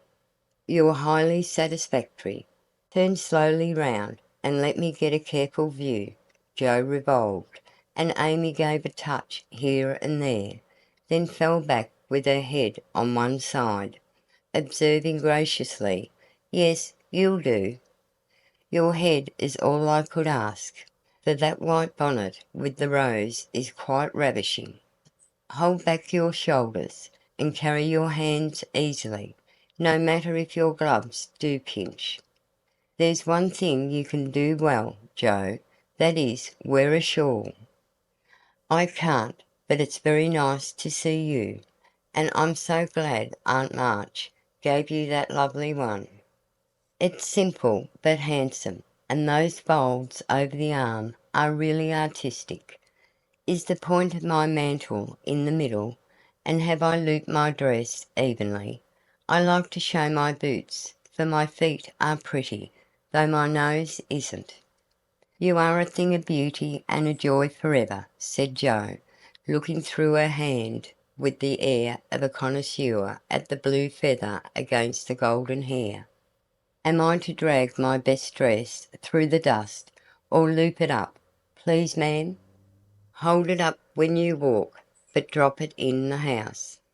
The sweeping style suits you best, and you must learn to trail your skirts gracefully. You haven't half buttoned one cuff. Do it at once. You'll never look finished if you are not careful about the little details, for they make up the pleasing whole." Jo sighed, and proceeded to burst the buttons off her glove, in doing up her cuff, but at last both were ready, and sailed away, looking as pretty as pictures, Hannah said, as she hung out of the upper window to watch them. "Now, Jo dear, the Chesters consider themselves very elegant people, so I want you to put on your best deportment. Don't make any of your abrupt remarks, or do anything odd, will you? Just be calm, cool, and quiet. That's safe and ladylike, and you can easily do it for 15 minutes," said Amy, as they approached the first place, having borrowed the white parasol and been inspected by Meg with a baby on each arm. "Let me see. Calm, cool, and quiet. Yes, I think I can promise that. I've played the part of a prim young lady on the stage, and I'll try it off. My powers are great, as you shall see, so be easy in your mind, my child." Amy looked relieved, but naughty Jo took her at her word, for during the first call she sat with every limb gracefully composed, every fold correctly draped, calm as a summer sea, cool as a snowbank, and as silent as the Sphinx. In vain Mrs. Chester alluded to her charming novel, and the Misses Chester introduced parties, picnics, the opera, and the fashions. Each and all were answered by a smile, a bow, and a demure yes or no, with the chill on. In vain Amy telegraphed the word "talk," tried to draw her out, and administered covert pokes with her foot. Jo sat as if blandly unconscious of it all, with deportment like Maud's face, icily regular, splendidly null. What a haughty, uninteresting creature that oldest Miss March is, was the unfortunately audible remark of one of the ladies as the door closed upon their guests. Joe laughed noiselessly all through the hall, but Amy looked disgusted at the failure of her instructions, and very naturally laid the blame upon Joe. "How could you mistake me so? I merely meant you to be properly dignified and composed, and you made yourself a perfect stock and stone. Try to be sociable at the Lambs. Gossip as other girls do, and be interested in dress and flirtations and whatever nonsense comes up. They move in the best society, are valuable persons for us to know, and I wouldn't fail to make a good impression there for anything. I'll be agreeable, I'll gossip and giggle, and have horrors and raptures over any trifle you like. I rather enjoy this, and now I'll imitate what is called a charming girl. I can do it, for I have made Chester as a model, and I'll improve upon her. See if the Lambs don't say, 'What a lively, nice creature that Joe March is.'" Amy felt anxious, as well she might, for when Joe turned freakish there was no knowing where she would stop. Amy's face was a study when she saw her sister skim into the next drawing-room, kiss all the young ladies with effusion, beam graciously upon the young gentlemen, and join in the chat with a spirit which amazed the beholder. Amy was taken possession of by Mrs. Lamb, with whom she was a favourite, and forced to hear a long account of Lucretia's last attack, while three delightful young gentlemen hovered near, waiting for a pause when they might rush in and rescue her. So situated, she was powerless to check Joe, who seemed possessed by a spirit of mischief, and talked away as volubly as the lady.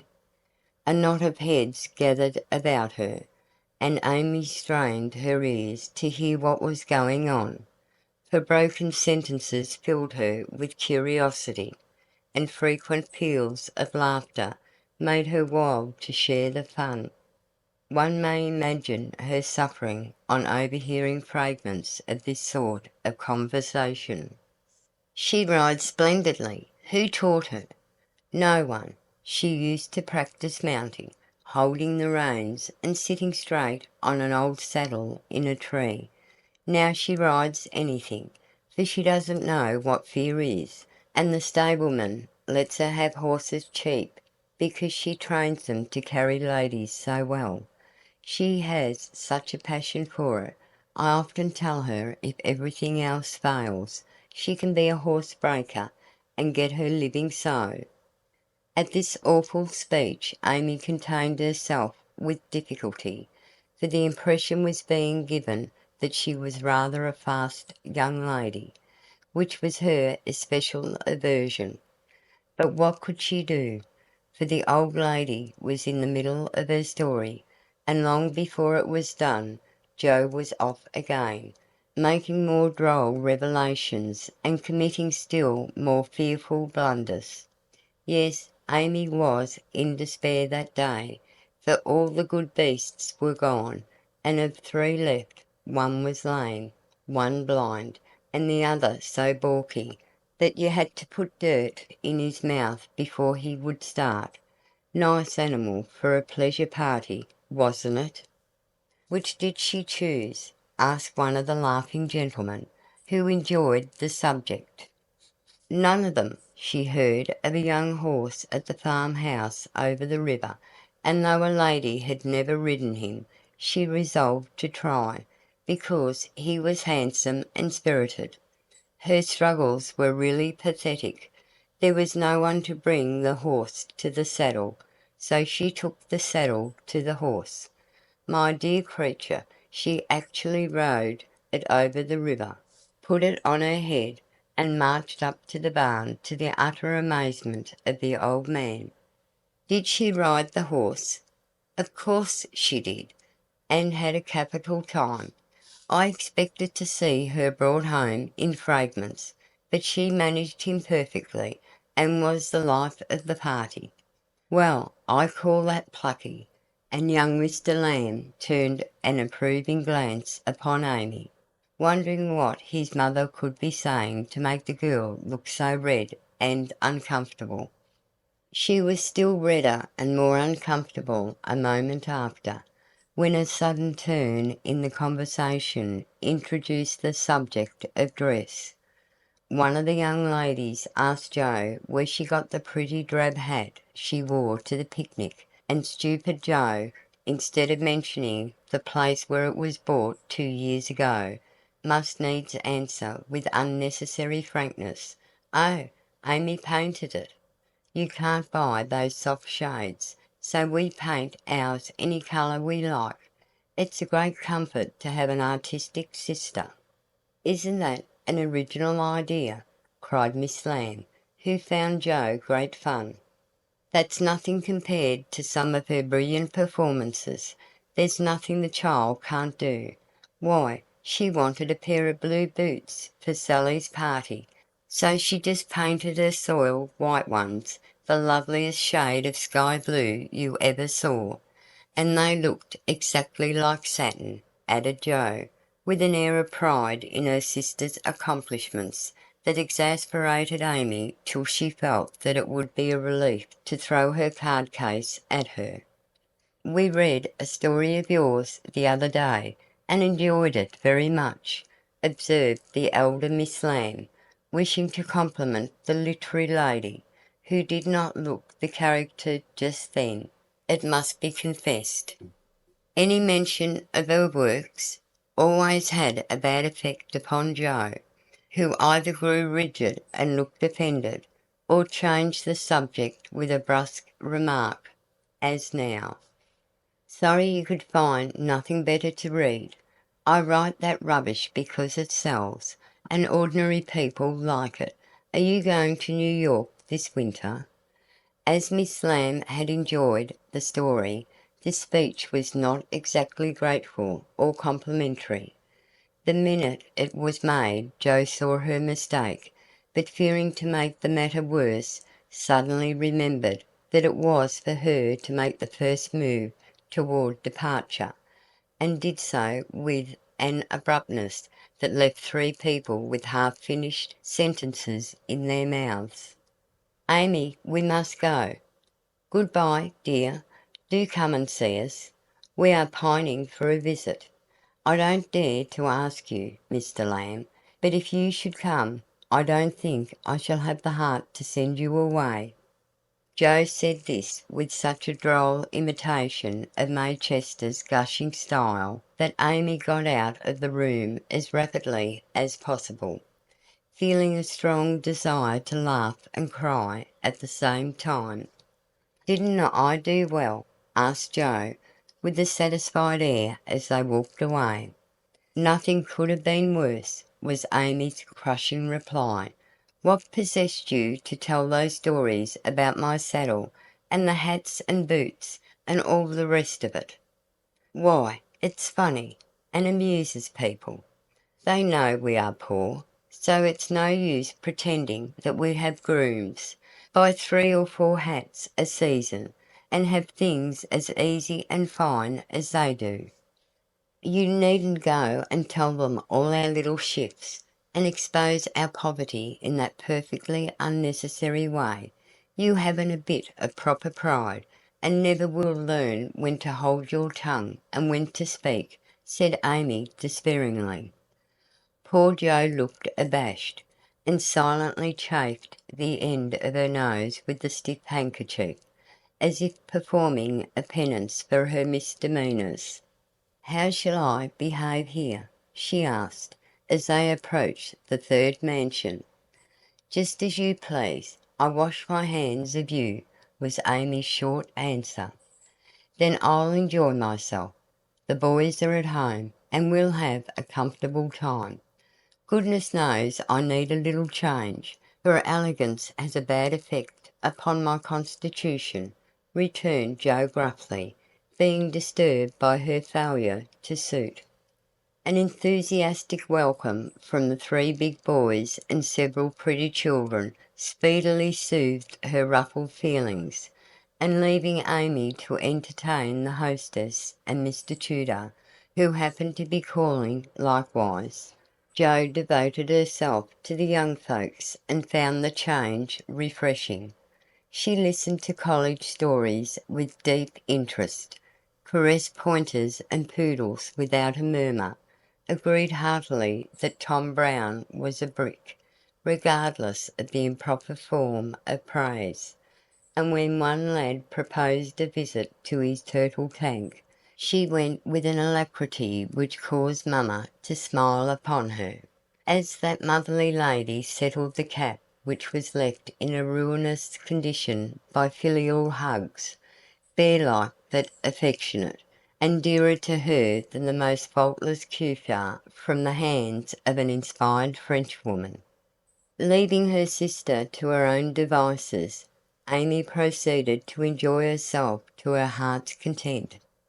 Mr. Tudor's uncle had married an English lady who was third cousin to a living lord, and Amy regarded the whole family with great respect, for in spite of her American birth and breeding, she possessed that reverence for titles which haunts the best of us, that unacknowledged loyalty to the early faith in kings which set the most democratic nation under the sun in ferment at the coming of a royal yellow-haired lady, some years ago, and which still has something to do with the love the young country bears the old, like that of a big son for an imperious little mother, who held him while she could, and let him go with a farewell scolding when he rebelled. But even the satisfaction of talking with a distant connection of the British nobility did not render Amy forgetful of time, and when the proper number of minutes had passed, she reluctantly tore herself from this aristocratic society, and looked about for Jo, fervently hoping that her incorrigible sister would not be found in any position which should bring disgrace upon the name of March. It might have been worse, but Amy considered it bad, for Jo sat on the grass, with an encampment of boys about her, and a dirty-footed dog reposing on the skirt of her state and festival dress, as she related one of Laurie's pranks to her admiring audience. One small child was poking turtles with Amy's cherished parasol, a second was eating gingerbread over Jo's best bonnet, and a third playing ball with her gloves, but all were enjoying themselves, and when Jo collected her damaged property to go, her escort accompanied her, begging her to come again. It was such fun to hear about Laurie's larks. "Capital boys, aren't they? I feel quite young and brisk again after that," said Jo, strolling along with her hands behind her, partly from habit, partly to conceal the bespattered parasol. "Why do you always avoid Mr. Tudor?" asked Amy, wisely refraining from any comment upon Jo's dilapidated appearance. "Don't like him. He puts on airs, snubs his sisters, worries his father, and doesn't speak respectfully of his mother. Laurie says he is fast, and I don't consider him a desirable acquaintance, so I let him alone." "You might treat him civilly, at least. You gave him a cool nod, and just now you bowed and smiled in the politest way to Tommy Chamberlain, whose father keeps a grocery store. If you had just reversed the nod and the bow, it would have been right," said Amy reprovingly. "No, it wouldn't," returned Jo. "I neither like, respect, nor admire Tudor, though his grandfather's uncle's nephew's niece was a third cousin to a lord. Tommy is poor and bashful, and good and very clever. I think well of him, and I like to show that I do, for he is a gentleman in spite of the brown paper parcels." "It's no use trying to argue with you," began Amy. "Not the least, my dear," interrupted Joe. "So let us look amiable, and drop a card here, as the Kings are evidently out, for which I'm deeply grateful."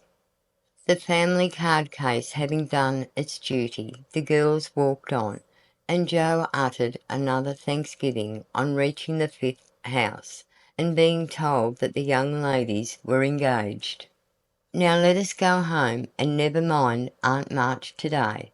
We can run down there any time, and it's really a pity to trail through the dust in our best bibs and tuckers when we are tired and cross. Speak for yourself, if you please. Aunt March likes to have us pay her the compliment of coming in style, and making a formal call. It's a little thing to do, but it gives her pleasure, and I don't believe it will hurt your things half as much as letting dirty dogs and clumping boys spoil them. Stoop down and let me take the crumbs off your bonnet." "What a good girl you are, Amy," said Joe, with a repentant glance from her own damaged costume to that of her sister, which was fresh and spotless still. "I wish it was as easy for me to do little things to please people as it is for you. I think of them, but it takes too much time to do them, so I wait for a chance to confer a great favour, and let the small ones slip, but they tell best in the end, I fancy." Amy smiled and was mollified at once, saying with a maternal air, "Women should learn to be agreeable, particularly poor ones, for they have no other way of repaying the kindness they receive. If you'd remember that, and practice it, you'd be better liked than I am, because there is more of you. I'm a crotchety old thing, and always shall be, but I'm willing to own that you are right. Only it's easier for me to risk my life for a person than to be pleasant to him when I don't feel like it. It's a great misfortune to have such strong likes and dislikes, isn't it? It's a greater not to be able to hide them. I don't mind saying that I don't approve of Tudor any more than you do, but I'm not called upon to tell him so. Neither are you, and there is no use in making yourself disagreeable because he is. But I think girls ought to show when they disapprove of young men, and how can they do it except by their manners? Preaching does not do any good, as I know to my sorrow, since I've had Teddy to manage, but there are many little ways in which I can influence him without a word, and I say we ought to do it to others if we can. Teddy is a remarkable boy, and can't be taken as a sample of other boys," said Amy, in a tone of solemn conviction, which would have convulsed the remarkable boy if he had heard it.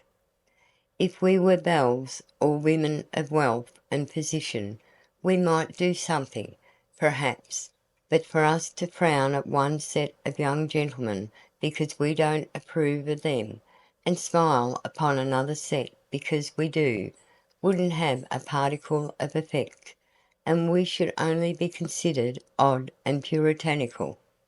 So we are to countenance things and people which we detest, merely because we are not belles and millionaires, are we? That's a nice sort of morality. I can't argue about it. I only know that it's the way of the world, and people who set themselves against it only get laughed at for their pains. I don't like reformers, and I hope you never try to be one." "I do like them, and I shall be one if I can. For in spite of the laughing, the world would never get on without them. We can't agree about that, for you belong to the old set, and I to the new. You will get on the best, but I shall have the liveliest time of it. I should rather enjoy the brickbats and hooting, I think." "Well, compose yourself now, and don't worry aunt with your new ideas." "I'll try not to, but I'm always possessed to burst out with some particularly blunt speech, or revolutionary sentiment before her. It's my doom, and I can't help it." They found Aunt Carroll with the old lady, both absorbed in some very interesting subject, but they dropped it as the girls came in, with a conscious look which betrayed that they had been talking about their nieces. Joe was not in a good humour, and the perverse fit returned. But Amy, who had virtuously done her duty, kept her temper and pleased everybody, was in a most angelic frame of mind. This amiable spirit was felt at once, and both aunts "my deared" her affectionately, looking what they afterwards said emphatically, "That child improves every day." "Are you going to help about the fair, dear?" asked Mrs. Carroll, as Amy sat down beside her with the confiding air elderly people like so well in the young. "Yes, aunt. Mrs. Chester asked me if I would, and I offered to tend a table, as I have nothing but my time to give." "I'm not," put in Joe decidedly. "I hate to be patronised, and the Chesters think it's a great favour to allow us to help with their highly connected fair. I wonder you consented, Amy. They only want you to work." "I am willing to work. It's for the freedmen as well as the Chesters, and I think it very kind of them to let me share the labour and the fun. Patronage does not trouble me when it is well meant." "Quite right and proper. I like your grateful spirit, my dear. It's a pleasure to help people who appreciate our efforts. Some do not, and that is trying," observed Aunt March, looking over her spectacles at Joe, who sat apart, rocking herself with a somewhat morose expression. If Joe had only known what a great happiness was wavering in the balance for one of them, she would have turned dove-like in a minute. But unfortunately we don't have windows in our breasts, and cannot see what goes on in the minds of our friends. Better for us that we cannot as a general thing, but now and then it would be such a comfort, such a saving of time and temper. By her next speech, Jo deprived herself of several years of pleasure, and received a timely lesson in the art of holding her tongue. "I don't like favours. They oppress and make me feel like a slave. I'd rather do everything for myself and be perfectly independent." "Ahem," coughed Aunt Carroll softly, with a look at Aunt March. "I told you so," said Aunt March, with a decided nod to Aunt Carroll. Mercifully unconscious of what she had done, Jo sat with her nose in the air, and a revolutionary aspect which was anything but inviting. "Do you speak French, dear?" asked Mrs. Carroll, laying a hand on Amy's. "Pretty well, thanks to Aunt March, who lets Esther talk to me as often as I like," replied Amy, with a grateful look, which caused the old lady to smile affably. "How are you about languages?" asked Mrs. Carroll of Joe. "Don't know a word. I'm very stupid about studying anything.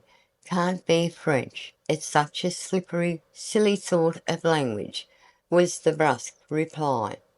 Another look passed between the ladies, and Aunt March said to Amy, "You are quite strong and well now, dear, I believe. Eyes don't trouble you any more, do they?"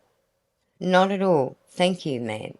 I'm very well, and mean to do great things next winter, so that I may be ready for Rome whenever that joyful time arrives."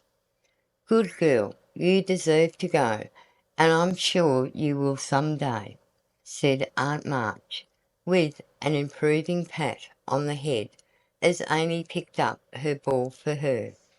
"Cross patch, draw the latch, sit by the fire and spin," squalled Polly, bending down from his perch on the back of her chair to peep into Joe's face, with such a comical air of impertinent inquiry that it was impossible to help laughing.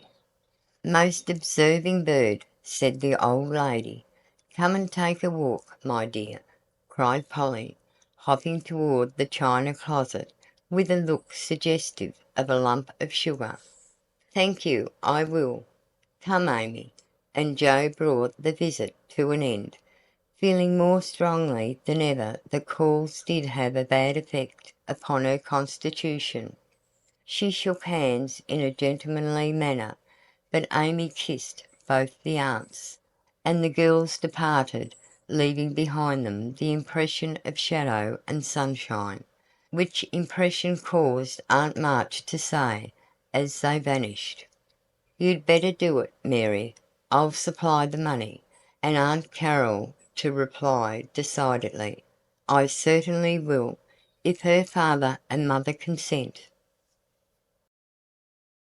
Chapter 30. Consequences. Mrs. Chester's fare was so very elegant and select that it was considered a great honor by the young ladies of the neighborhood to be invited to take a table, and everyone was much interested in the matter. Amy was asked, but Joe was not, which was fortunate for all parties, as her elbows were decidedly akimbo at this period of her life, and it took a good many hard knocks to teach her how to get on easily. The haughty, uninteresting creature was let severely alone, but Amy's talent and taste were duly complimented by the offer of the art table, and she exerted herself to prepare and secure appropriate and valuable contributions to it. Everything went on smoothly till the day before the fair opened. Then there occurred one of the little skirmishes which it is almost impossible to avoid, when some 25 women, old and young, with all their private piques and prejudices, tried to work together. May Chester was rather jealous of Amy, because the latter was a greater favorite than herself, and just at this time several trifling circumstances occurred to increase the feeling. Amy's dainty pen and ink work entirely eclipsed May's painted vases. That was one thorn. Then the all-conquering tutor had danced 4 times with Amy at a light party, and only once with May. That was thorn number 2. But the chief grievance that rankled in her soul and gave an excuse for her unfriendly conduct was a rumor which some obliging gossip had whispered to her, that the March girls had made fun of her at the Lambs.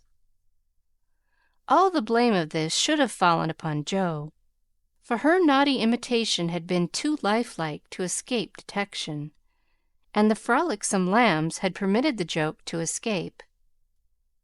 No hint of this had reached the culprits, however, and Amy's dismay can be imagined when, the very evening before the fair, as she was putting the last touches to her pretty table, Mrs. Chester, who, of course, resented the supposed ridicule of her daughter, said in a bland tone, but with a cold look, "I find, dear, that there is some feeling among the young ladies about my giving this table to anyone but my girls, as this is the most prominent, and some say the most attractive table of all, and they are the chief getters-up of the fair.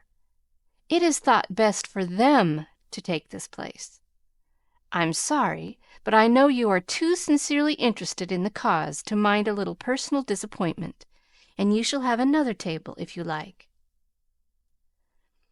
Mrs. Chester fancied beforehand that it would be easy to deliver this little speech, but when the time came she found it rather difficult to utter it naturally, with Amy's unsuspicious eye looking straight at her, full of surprise and trouble. Amy felt that there was something behind this, but could not guess what, and said quietly, feeling hurt, and showing that she did, "Perhaps you would rather I took no table at all? Now, my dear, don't have any ill feeling, I beg. It's merely a matter of expediency. You see, my girls will naturally take the lead, and this table is considered their proper place. I think it very appropriate to you, and feel very grateful for your efforts to make it so pretty. But we must give up our private wishes, of course, and I will see that you have a good place elsewhere. Wouldn't you like the flower table? The little girls undertook it, but they are discouraged. You can make a charming thing of it, and the flower table is always attractive, you know." "Especially to gentlemen," added May, with a look which enlightened Amy as to one cause of her sudden fall from favor. She colored angrily, but took no other notice of that girlish sarcasm, and answered with unexpected amiability, "It shall be as you please, Mrs. Chester. I'll give up my place here at once and attend to the flowers, if you like." "You can put your own things on your own table, if you prefer," began May, feeling a little conscience stricken as she looked at the pretty racks, the painted shells, and quaint illuminations Amy had so carefully made and so gracefully arranged. She meant it kindly, but Amy mistook her meaning and said quickly, "Oh, certainly, if they are in your way," and sweeping her contributions into her apron pell-mell, she walked off, feeling that herself and her works of art had been insulted past forgiveness. "Now she's mad. Oh, dear, I wish I hadn't asked you to speak, Mamma," said May, looking disconsolately at the empty spaces on her table. "Girls' quarrels are soon over," returned her mother, feeling a trifle ashamed of her own part in this one, as well she might. The little girls hailed Amy and her treasures with delight, which cordial reception somewhat soothed her perturbed spirit, and she fell to work, determined to succeed florally if she could not artistically. But everything seemed against her. It was late, and she was tired. Everyone was too busy with their own affairs to help her, and the little girls were only hindrances, for the dears fussed and chattered like so many magpies, making a great deal of confusion in their artless efforts to preserve the most perfect order. The evergreen arch wouldn't stay firm after she got it up, but wiggled and threatened to tumble down on her head when the hanging baskets were filled. Her best tile got a splash of water which left a sepia tear on the Cupid's cheek.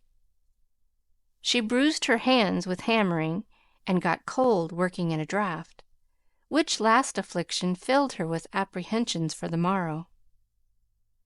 Any girl reader who has suffered like afflictions will sympathize with poor Amy, and wish her well through her task.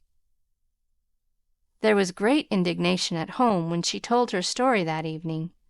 Her mother said it was a shame, but told her she had done right. Beth declared she wouldn't go to the fair at all, and Joe demanded why she didn't take all her pretty things and leave those mean people to get on without her. "Because they are mean is no reason why I should be. I hate such things, and though I think I've a right to be hurt, I don't intend to show it. They will feel that more than angry speeches or huffy actions, won't they, Marmee?" "That's the right spirit, my dear. A kiss for a blow is always best, though it's not very easy to give it sometimes," said her mother, with the air of one who had learned the difference between preaching and practicing. In spite of various very natural temptations to resent and retaliate, Amy adhered to her resolution all the next day, bent on conquering her enemy by kindness. She began well, thanks to a silent reminder that came to her unexpectedly but most opportunely. As she arranged her table that morning, while the little girls were in the anteroom filling the baskets, she took up her pet production, a little book, the antique cover of which her father had found among his treasures, and in which, on leaves of vellum, she had beautifully illuminated different texts. As she turned the pages, rich in dainty devices, with very pardonable pride, her eye fell upon one verse that made her stop and think. Framed in a brilliant scroll-work of scarlet, blue, and gold, with little spirits of good will helping one another up and down among the thorns and flowers, were the words, "Thou shalt love thy neighbor as thyself." "I ought, but I don't," thought Amy, as her eye went from the bright page to May's discontented face behind the big vases, that could not hide the vacancies her pretty work had once filled. Amy stood a minute, turning the leaves in her hand, reading on each some sweet rebuke for all the heart-burnings and uncharitableness of spirit. Many wise and true sermons are preached us every day by unconscious ministries in street, school, office, or home. Even a fair table may become a pulpit, if it can offer the good and helpful words which are never out of season. Amy's conscience preached her a little sermon from that text, then and there, and she did what many of us do not always do, took the sermon to heart and straightway put it into practice. A group of girls were standing about May's table, admiring the pretty things and talking over this change of saleswomen. They dropped their voices, but Amy knew they were speaking of her, hearing one side of the story and judging accordingly. It was not pleasant, but a better spirit had come over her, and presently a chance offered for proving it. She heard May say sorrowfully, "It's too bad, for there is no time to make other things, and I don't want to fill up with odds and ends. The table was just complete then. Now it's spoiled." "I dare say she'd put them back if you asked her," suggested someone. "How could I, after all the fuss?" began May. But she did not finish, for Amy's voice came across the hall, saying pleasantly, "You may have them, and welcome, without asking if you want them. I was just thinking I'd offer to put them back, for they belong to your table rather than mine. Here they are. Please take them, and forgive me if I was hasty in carrying them away last night." As she spoke, Amy returned her contribution with a nod and a smile, and hurried away again, feeling that it was easier to do a friendly thing than it was to stay and be thanked for it. "Now I call that lovely of her, don't you?" cried one girl. May's answer was inaudible, but another young lady, whose temper was evidently a little soured by making lemonade, added, with a disagreeable laugh, "Very lovely, for she knew she wouldn't sell them at her own table." Now that was hard. When we make little sacrifices, we like to have them appreciated at least, and for a minute Amy was sorry she had done it, feeling that virtue was not always its own reward. But it is, as she presently discovered, for her spirits began to rise and her table to blossom under her skillful hands. The girls were very kind, and that one little act seemed to have cleared the atmosphere amazingly. It was a very long day and a hard one for Amy, as she sat behind her table, often quite alone, for the little girls deserted very soon. Few cared to buy flowers in summer, and her bouquets began to droop long before night. The art table was the most attractive in the room. There was a crowd about it all day long, and the tenders were constantly flying to and fro with important vases and rattling money boxes. Amy often looked wistfully across, longing to be there, where she felt at home and happy, instead of in a corner with nothing to do. It might seem no hardship to some of us, but to a pretty, blithe young girl it was not only tedious, but very trying, and the thought of Laurie and his friends made it a real martyrdom.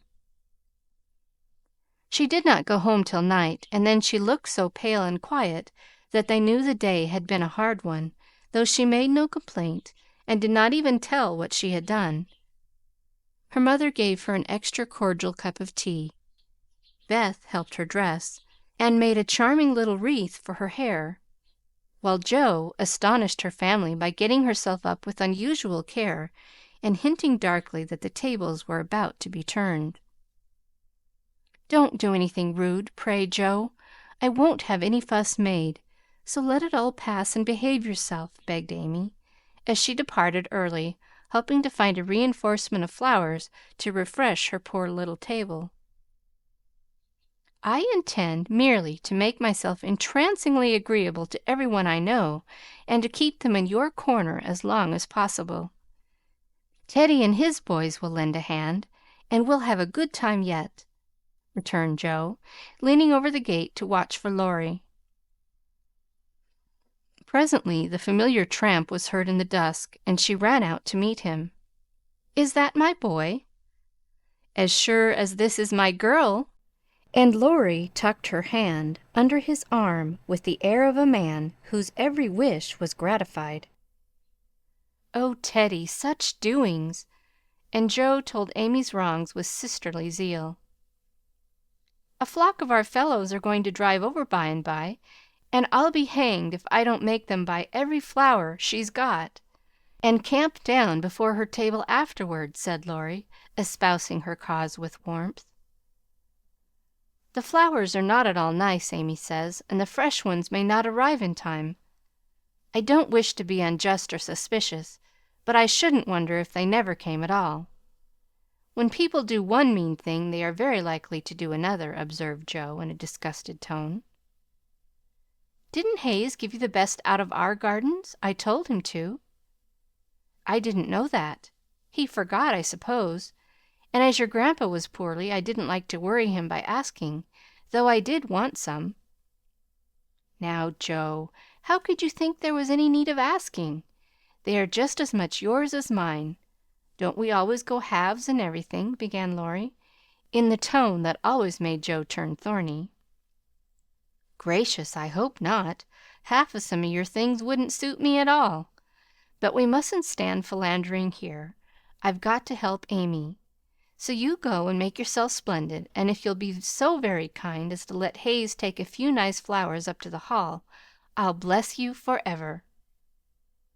"Couldn't you do it now?" asked Laurie, so suggestively that Joe shut the gate in his face with inhospitable haste, and called through the bars, "Go away, Teddy, I'm busy." Thanks to the conspirators, the tables were turned that night, for Hayes sent up a wilderness of flowers, with a loverly basket arranged in his best manner for a centerpiece. Then the March family turned out en masse, and Jo exerted herself to some purpose, for people not only came, but stayed, laughing at her nonsense, admiring Amy's taste, and apparently enjoying themselves very much.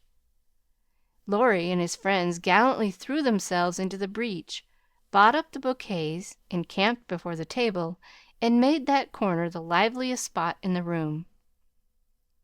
Amy was in her element now, and out of gratitude, if nothing more, was as sprightly and gracious as possible, coming to the conclusion about that time that virtue was its own reward after all. Jo behaved herself with exemplary propriety, and when Amy was happily surrounded by her guard of honor, Jo circulated about the hall, picking up various bits of gossip, which enlightened her upon the subject of the Chester change of base. She reproached herself for her share of the ill feeling, and resolved to exonerate Amy as soon as possible. She also discovered what Amy had done about the things in the morning, and considered her a model of magnanimity. As she passed the art table, she glanced over it for her sister's things, but saw no sign of them. Tucked away out of sight, I dare say, thought Jo, who could forgive her own wrongs, but hotly resented an insult offered her family. "Good gracious, Miss Jo, how does Amy get on?" asked May with a conciliatory air, for she wanted to show that she also could be generous. "She has sold everything she had that was worth selling, and now she is enjoying herself. The flower table is always attractive, you know, especially to gentlemen." Jo couldn't resist giving that little slap, but May took it so meekly she regretted it a minute after, and fell to praising the great vases which still remained unsold. "Is Amy's illumination anywhere about? I took a fancy to buy that for father," said Jo, very anxious to learn the fate of her sister's work. "Everything of Amy's sold long ago. I took care that the right people saw them, and they made a nice little sum of money for us," returned May, who had overcome sundry small temptations as well as Amy had that day. Much gratified, Jo rushed back to tell the good news, and Amy looked both touched and surprised by the report of May's word and manner. "Now, gentlemen, I want you to go and do your duty by the other tables as generously as you have by mine. especially the art table, she said, ordering out Teddy's own, as the girls called the college friends. "Charge, Chester, charge!" is the motto for that table. But do your duty like men, and you'll get your money's worth of art in every sense of the word, said the irrepressible Joe, as the devoted phalanx prepared to take the field. To hear is to obey, but March is fairer far than May, said little Parker, making a frantic effort to be both witty and tender, and getting promptly quenched by Laurie, who said, "Very well, my son, for a small boy," and walked him off with a paternal pat on the head. "By the vases," whispered Amy to Laurie, as a final heaping of coal of fires on her enemy's head. To May's great delight, Mr. Laurence not only bought the vases, but pervaded the hall with one under each arm. The other gentlemen speculated with equal rashness in all sorts of frail trifles, and wandered helplessly about afterwards, burdened with wax flowers, painted fans, filigree portfolios, and other useful and appropriate purchases. Aunt Carol was there, heard the story, looked pleased, and said something to Mrs. March in a corner, which made the latter lady beam with satisfaction, and watch Amy with a face full of mingled pride and anxiety, though she did not betray the cause of her pleasure till several days later. The fair was pronounced a success, and when May bade Amy good night, she did not gush as usual, but gave her an affectionate kiss, and a look which said, "Forgive and forget." That satisfied Amy, and when she got home she found the vases paraded on the parlor chimney-piece with a great bouquet in each. The reward of merit for a magnanimous March, as Laurie announced with a flourish. "You've a deal more principle and generosity and nobleness of character than I ever gave you credit for, Amy. You've behaved sweetly, and I respect you with all my heart," said Joe warmly, as they brushed their hair together late that night. "Yes, we all do, and love her for being so ready to forgive. It must have been dreadfully hard, after working so long and setting your heart on selling your own pretty things. I don't believe I could have done it as kindly as you did," added Beth from her pillow. "Why, girls, you needn't praise me so. I only did as I'd be done by. You laugh at me when I say I want to be a lady, but I mean a true gentlewoman in mind and manners, and I try to do it as far as I know how.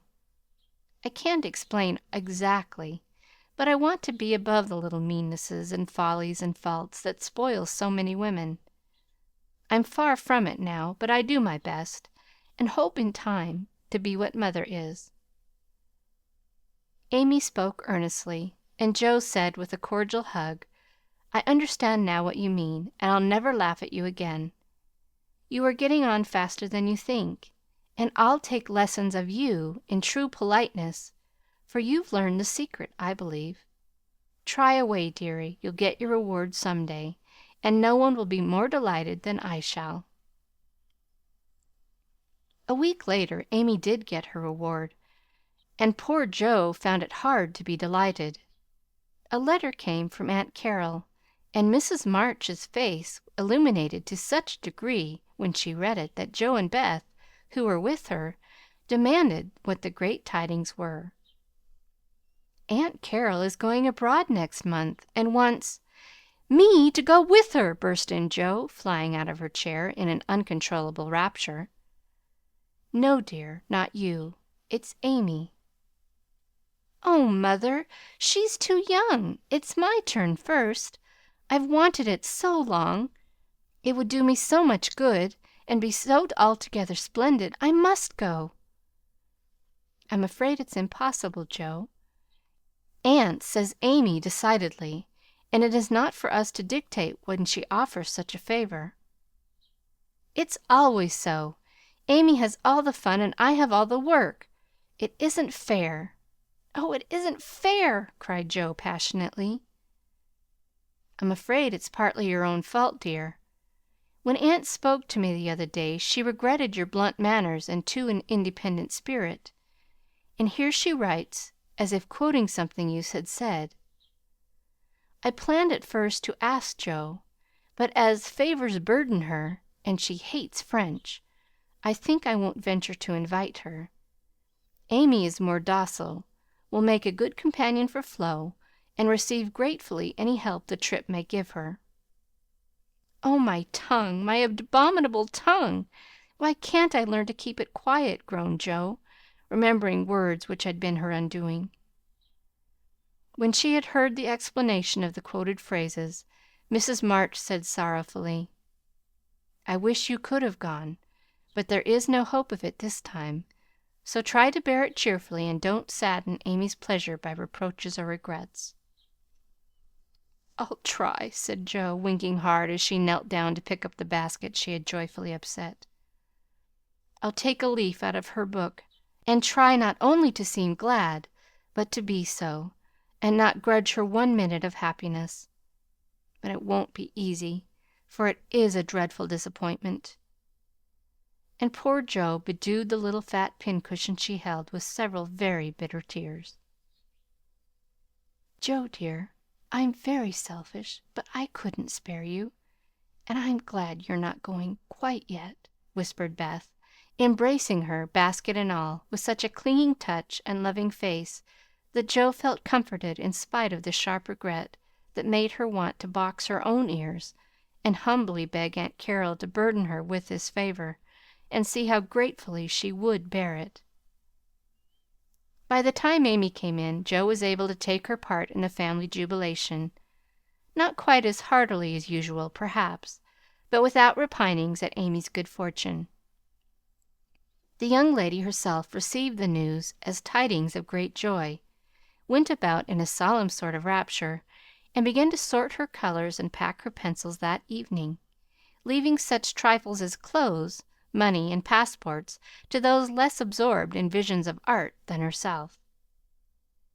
"It isn't a mere pleasure trip to me, girls," she said impressively, as she scraped her best palette.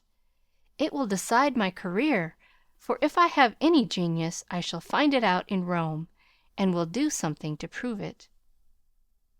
"Suppose you haven't," said Joe, sewing away with red eyes at the new collars which were to be handed over to Amy.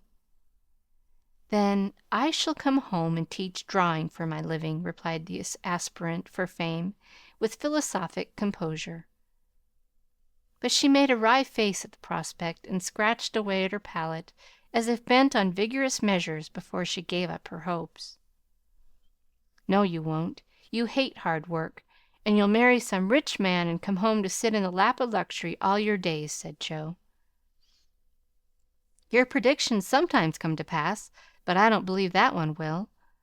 I'm sure I wish it would, for if I can't be an artist myself, I should like to be able to help those who are," said Amy, smiling as if the part of Lady Bountiful would suit her better than of a poor drawing teacher.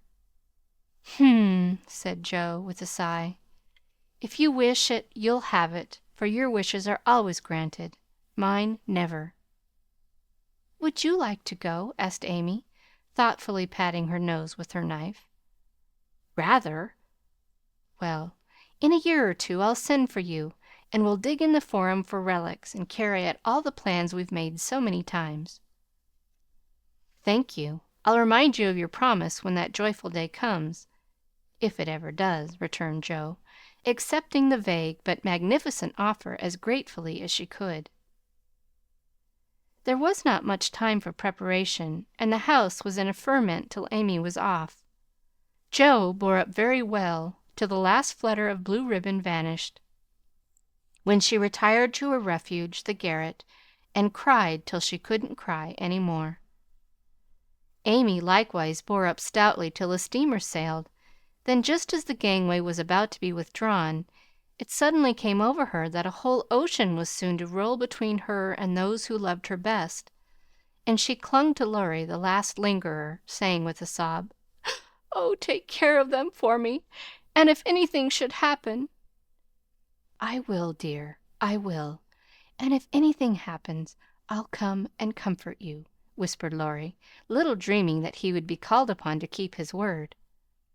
So Amy sailed away to find the Old World, which is always new and beautiful to young eyes, while her father and friend watched her from the shore, fervently hoping that none but gentle fortunes would befall the happy-hearted girl, who waved her hand to them till they could see nothing but the summer sunshine dazzling on the sea. Chapter 31. Our Foreign Correspondent. London. Dearest people, here I really sit at a front window of the Bath Hotel, Piccadilly. It's not a fashionable place, but Uncle stopped here years ago and won't go anywhere else. However, we don't mean to stay long, so it's no great matter. Oh, I can't begin to tell you how I enjoy it all. I never can, so I'll only give you bits out of my notebook, for I've done nothing but sketch and scribble since I started.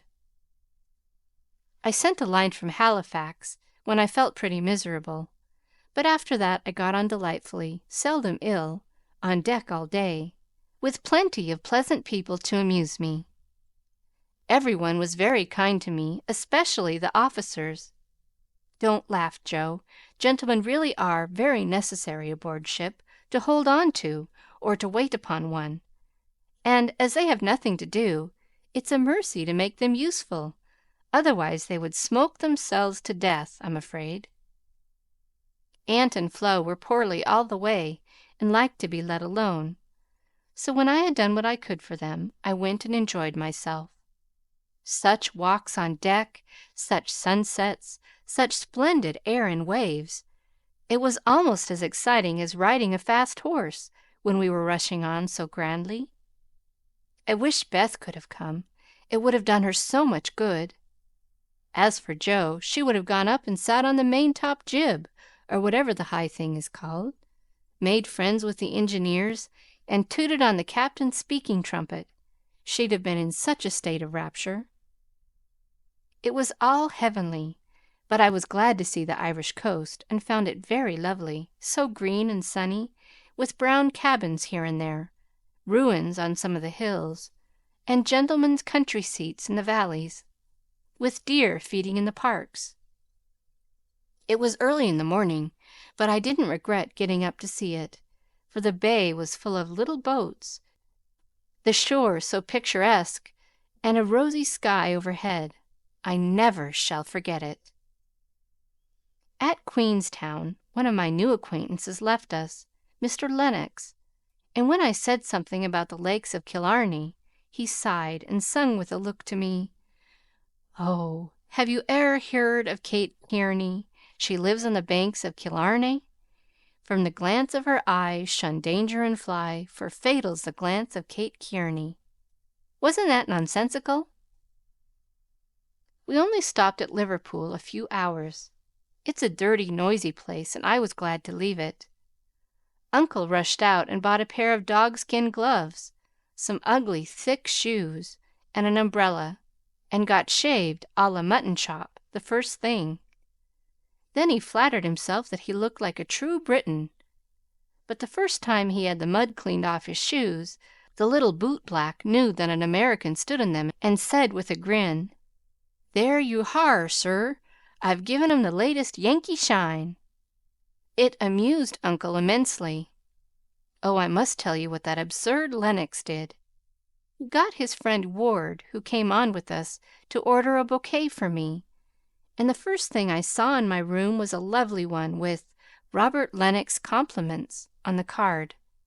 Wasn't that fun, girls? I like traveling. I never shall get to London if I don't hurry. The trip was like riding through a long picture gallery, full of lovely landscapes. The farmhouses were my delight, with thatched roofs, ivy up to the eaves, latticed windows, and stout women with rosy children at the doors. The very cattle looked more tranquil than ours, as they stood knee-deep in clover, and the hens had a contented cluck, as if they never got nervous like Yankee biddies. Such perfect color I never saw, the grass so green, skies so blue, grain so yellow, woods so dark. I was in a rapture all the way. So was Flo, and we kept bouncing from one side to the other, trying to see everything while we were whisking along at the rate of 60 miles an hour. Aunt was tired and went to sleep, but Uncle read his guidebook, and wouldn't be astonished at anything. This is the way we went on.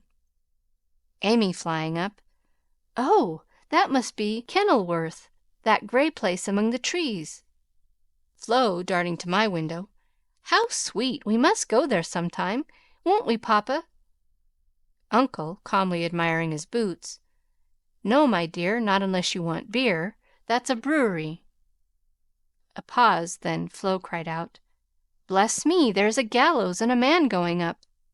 "Where? Where?" shrieks Amy, staring out at 2 tall posts with a crossbeam and some dangling chains. "A colliery," remarks Uncle with a twinkle of the eye. "Here's a lovely flock of lambs all lying down," says Amy. "See, papa, aren't they pretty?" added Flo sentimentally. "Geese, young lady," returns Uncle, in a tone that keeps us quiet till Flo settles down to enjoy the flirtations of Captain Cavendish, and I have the scenery all to myself. Of course it rained when we got to London, and there was nothing to be seen but fog and umbrellas. We rested, unpacked, and shopped a little between the showers. Aunt Mary got me some new things, for I came off in such a hurry I wasn't half ready. A white hat and blue feather, a muslin dress to match, and the loveliest mantle you ever saw. Shopping in Regent Street is perfectly splendid. Things seem so cheap. Nice ribbons only 6d. a yard. I laid in a stock, but shall get my gloves in Paris. Doesn't that sound sort of elegant and rich? Flo and I, for the fun of it, ordered a hansom cab while Aunt and Uncle were out, and went for a drive, though we learned afterward that it wasn't the thing for young ladies to ride in them alone. It was so droll, for when we were shut in by the wooden apron, the man drove so fast that Flo was frightened and told me to stop him, but he was up outside behind somewhere and I couldn't get at him. He didn't hear me call nor see me flap my parasol in front, and there we were quite helpless, rattling away and whirling around corners at a breakneck pace. At last, in my despair, I saw a little door in the roof, and in poking it open a red eye appeared and a beery voice said, "Now then, Mum?" I gave my order as soberly as I could, and slamming down the door with an "Aye, aye, Mum," the man made his horse walk as if going to a funeral. I poked again and said, "A little faster."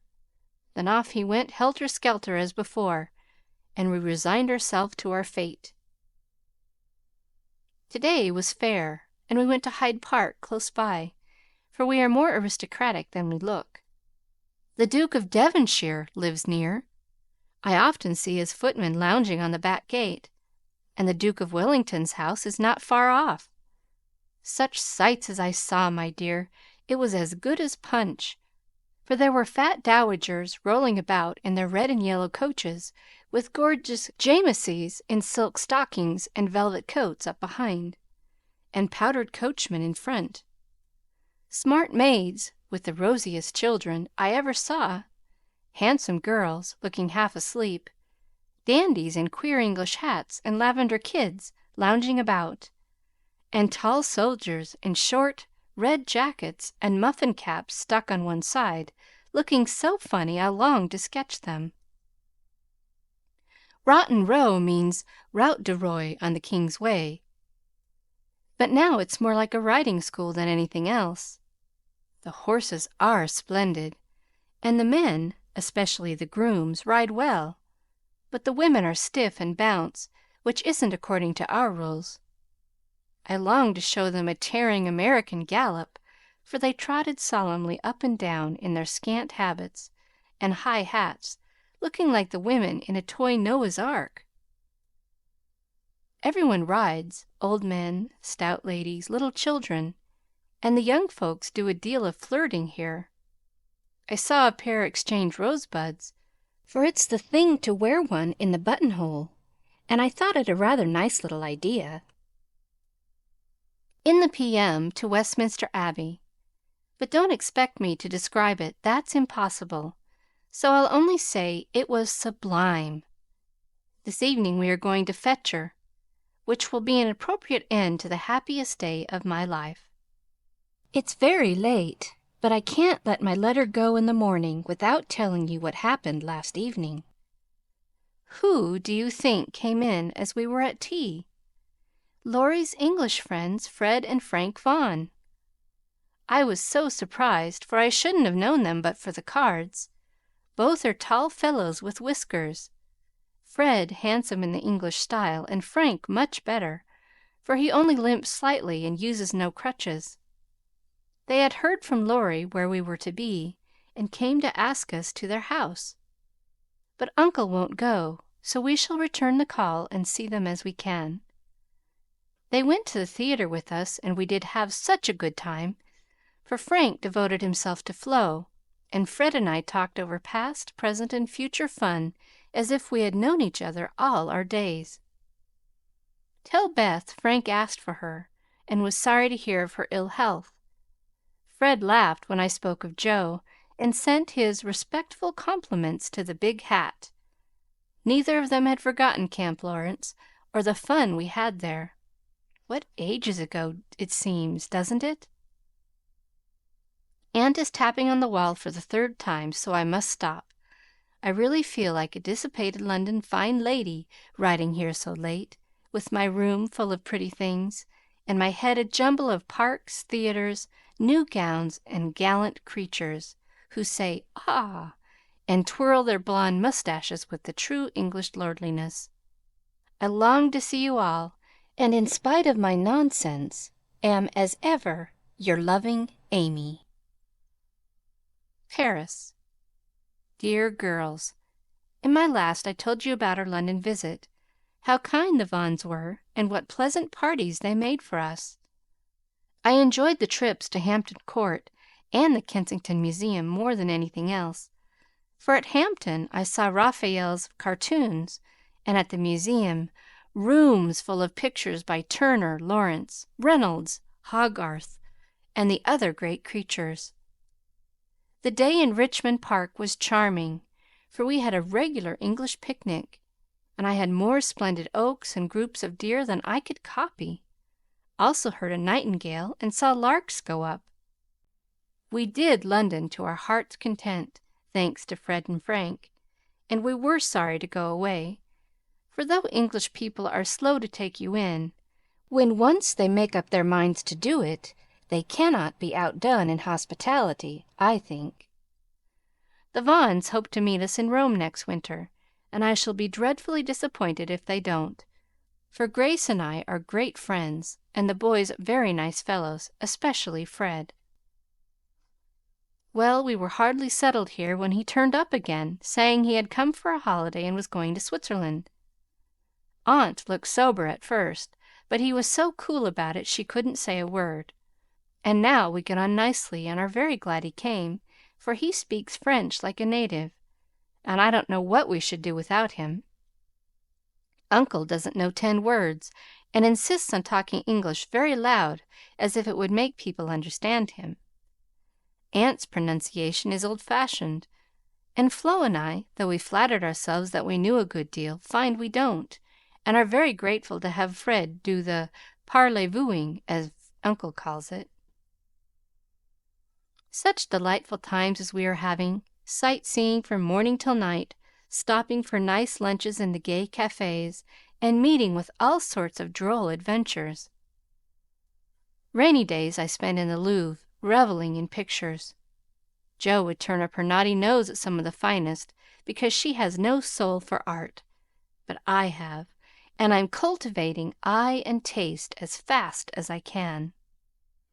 She would like the relics of great people better, for I've seen her Napoleon's cocked hat and gray coat, his baby's cradle, and his old toothbrush, also Marie Antoinette's little shoe, the ring of St. Denis, Charlemagne's sword, and many other interesting things. I'll talk for hours about them when I come, but I haven't time to write. The Palais Royal is a heavenly place, so full of bijouterie and lovely things that I'm nearly distracted because I can't buy them. Fred wanted to get me some, but of course I didn't allow it. Then the Bois and Champs-Élysées are très magnifiques. I've seen the imperial family several times. The emperor, an ugly, hard-looking man. The empress, pale and pretty, but dressed in bad taste, I thought. Purple dress, green hat, and yellow gloves. Little Nap is a handsome boy who sits chatting to his tutor, and kisses his hand to the people as he passes in his 4-horse barouche with postilions in red satin jackets and a mounted guard before and behind. We often walk in the Tuileries gardens, for they are lovely, though the antique Luxembourg gardens suit me better. Père Lachaise is very curious, for many of the tombs are like small rooms, and looking in one sees a table with images or pictures of the dead, and chairs for the mourners to sit when they come to lament. That is so Frenchy. Our rooms are in the Rue de Rivoli, and sitting on the balcony we look up and down the long brilliant street. It is so pleasant that we spend our evenings talking there when too tired with our day's work to go out. Fred is very entertaining and is almost the most agreeable young man I ever knew, except Laurie, whose manners are more charming. I wish Fred was dark, for I don't fancy light men. However, the Vaughans are very rich and come of an excellent family, so I won't find fault with their yellow hair, as my own is yellower. Next week we are off to Germany and Switzerland, and as we shall travel fast, I shall only be able to give you hasty letters. I keep my diary and try to remember correctly and describe clearly all that I see and admire as Father advised. It is good practice for me, and with my sketch-book will give you a better idea of my tour than these scribbles. Adieu. I embrace you tenderly. Votre aimée. Heidelberg. My dear Mamma, having a quiet hour before we leave for Bern, I'll try to tell you what has happened, for some of it is very important, as you will see. The sail up the Rhine was perfect, and I just sat and enjoyed it with all my might. Get Father's old guidebooks and read about it.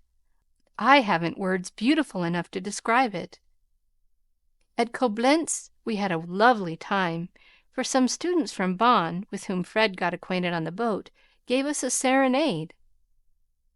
It was a moonlit night, and about 1 o'clock Flo and I were waked by the most delicious music under our windows. We flew up and hid behind the curtains, but sly peeps showed us Fred and the students singing away down below. It was the most romantic thing I ever saw. The river, the bridge of boats, the great fortress opposite, moonlight everywhere, and music fit to melt a heart of stone. When they were done, we threw down some flowers and saw them scramble for them, kiss their hands to the invisible ladies, and go laughing away to smoke and drink beer, I suppose. Next morning Fred showed me one of the crumpled flowers in his vest pocket and looked very sentimental. I laughed at him and said I didn't throw it, but Flo, who seemed to disgust him, for he had tossed it out of the window and turned sensible again. I'm afraid I'm going to have trouble with that boy. It begins to look like it. The baths at Nassau were very gay. So was Baden-Baden, where Frank lost some money and I scolded him. He needs someone to look after him when Frank is not with him.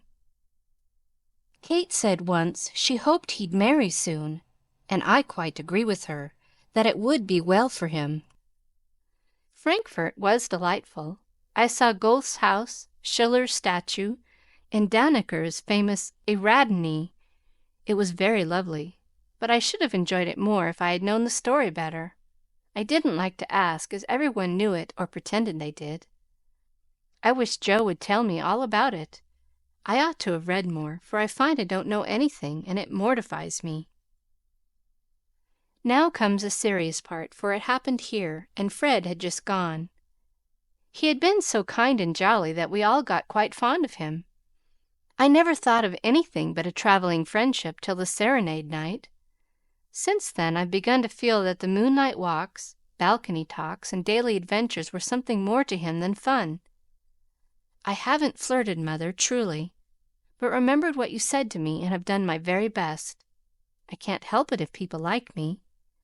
I don't try to make them, and it worries me if I don't care for them, though Joe says I haven't got any heart. Now I know Mother will shake her head, and the girls say, "Oh, the mercenary little wretch!"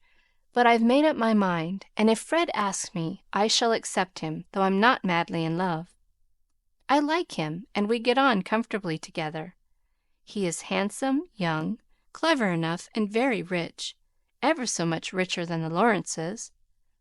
I don't think his family would object, and I should be very happy, for they are all kind, well-bred, generous people, and they like me. Fred, as the eldest twin, will have the estate, I suppose, and such a splendid one it is. A city house in a fashionable street, not so showy as our big houses, but twice as comfortable, and full of solid luxury such as English people believe in. I like it, for it's genuine. I've seen the plate, the family jewels, the old servants, and pictures of the country place, with its park, great house, lovely grounds, and fine horses. Oh, it would be all I should ask, and I'd rather have it than any title such as girls snap up so readily and find nothing behind. I may be mercenary, but I hate poverty, and I don't mean to bear it a minute longer than I can help. One of us must marry well. Meg didn't, Joe won't, Beth can't yet, so I shall, and make everything O.K. all round. I wouldn't marry a man I hated or despised, you may be sure of that. And though Fred is not my model hero, he does very well, and in time I should get fond enough of him, if he was very fond of me, and let me do just as I liked. So I've been turning the matter over in my mind the last week, for it was impossible to help seeing that Fred liked me. He said nothing, but little things showed it. He never goes with Flo, always gets on my side of the carriage, table, or promenade, looks sentimental when we are alone, and frowns at anyone else who ventures to speak to me. Yesterday at dinner, when an Austrian officer stared at us and then said something to his friend, a rakish-looking baron, about ein wunderschönes Blondchen, Fred looked as fierce as a lion and cut his meat so savagely it nearly flew off his plate. He isn't one of the cool, stiff Englishmen, but is rather peppery, for he has Scotch blood in him, as one might guess from his bonny blue eyes. Well, last evening we went up to the castle about sunset, at least all of us but Fred, who was to meet us there after going to the poste restante for letters. We had a charming time poking about the ruins, the vaults where the monster Tun is, and the beautiful gardens made by the Elector long ago for his English wife. I liked the great terrace best, for the view was divine. So while the rest went to see the rooms inside, I sat there trying to sketch the gray stone lion's head on the wall, with scarlet woodbine sprays hanging round it.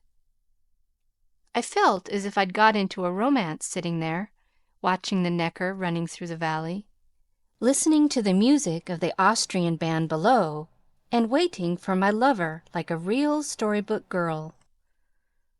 I had a feeling that something was going to happen, and I was ready for it. I didn't feel blushy or quaky, but quite cool and only a little excited.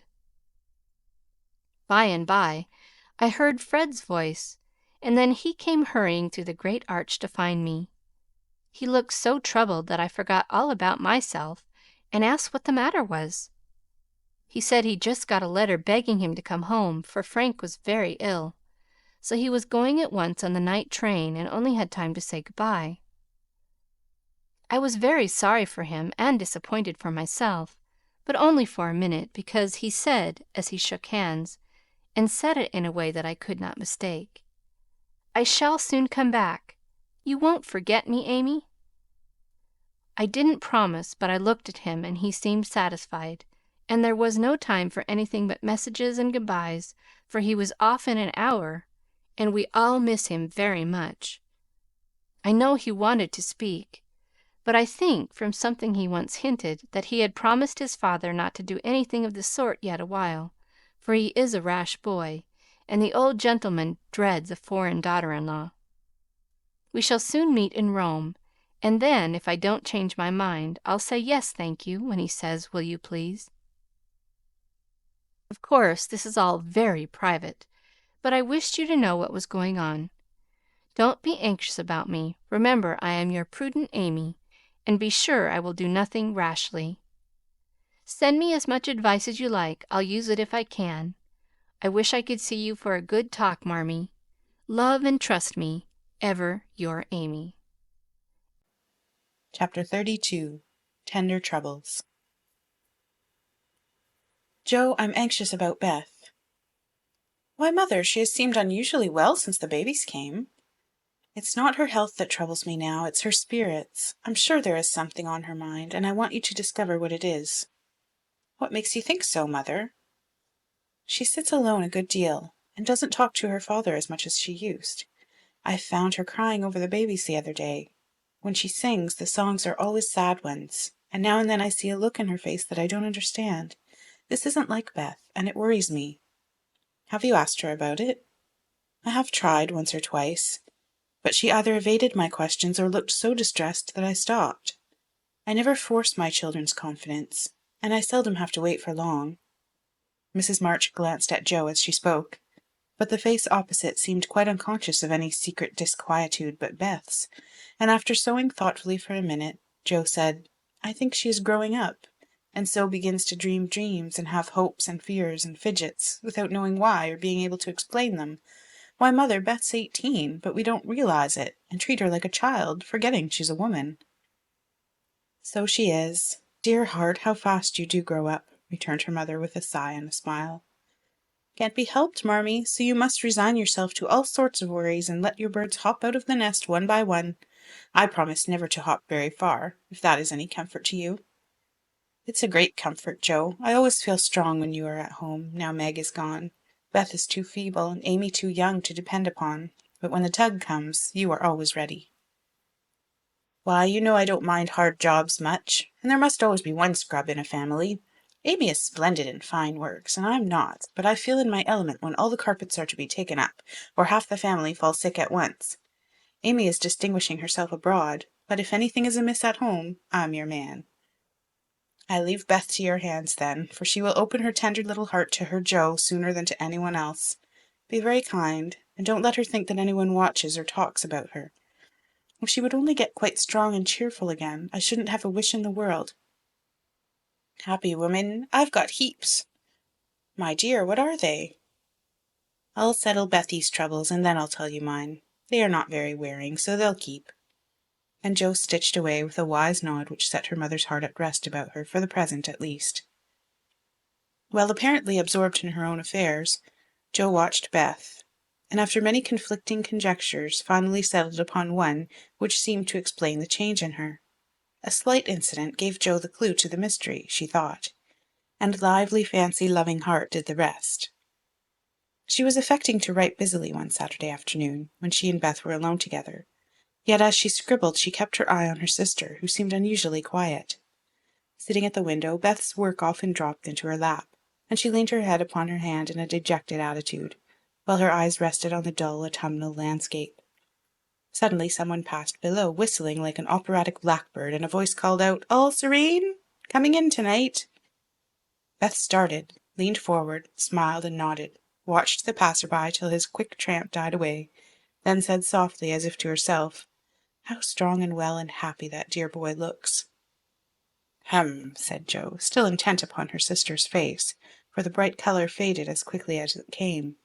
The smile vanished, and presently a tear lay shining on the window-ledge. Beth whisked it off, and in her half-averted face read a tender sorrow that made her own eyes fill. Fearing to betray herself, she slipped away, murmuring something about needing more paper.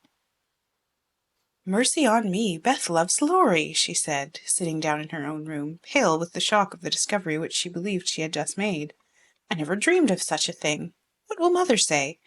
I wonder if her—" There Joe stopped and turned scarlet with a sudden thought. "If he shouldn't love back again, how dreadful it would be! He must! I'll make him!" And she shook her head threateningly at the picture of the mischievous-looking boy laughing at her from the wall. "Oh dear, we are growing up with a vengeance. Here's Meg married and a mamma. Amy flourishing away at Paris, and Beth in love. I'm the only one that has sense enough to keep out of mischief." Jo thought intently for a minute with her eyes fixed on the picture. Then she smoothed out her wrinkled forehead and said, with a decided nod at the face opposite, "No, thank you, sir. You're very charming, but you've no more stability than a weathercock. So you needn't write touching notes and smile in that insinuating way, for it won't do a bit of good, and I won't have it." Then she sighed, and fell into a reverie from which she did not wake till the early twilight sent her down to take new observations, which only confirmed her suspicion.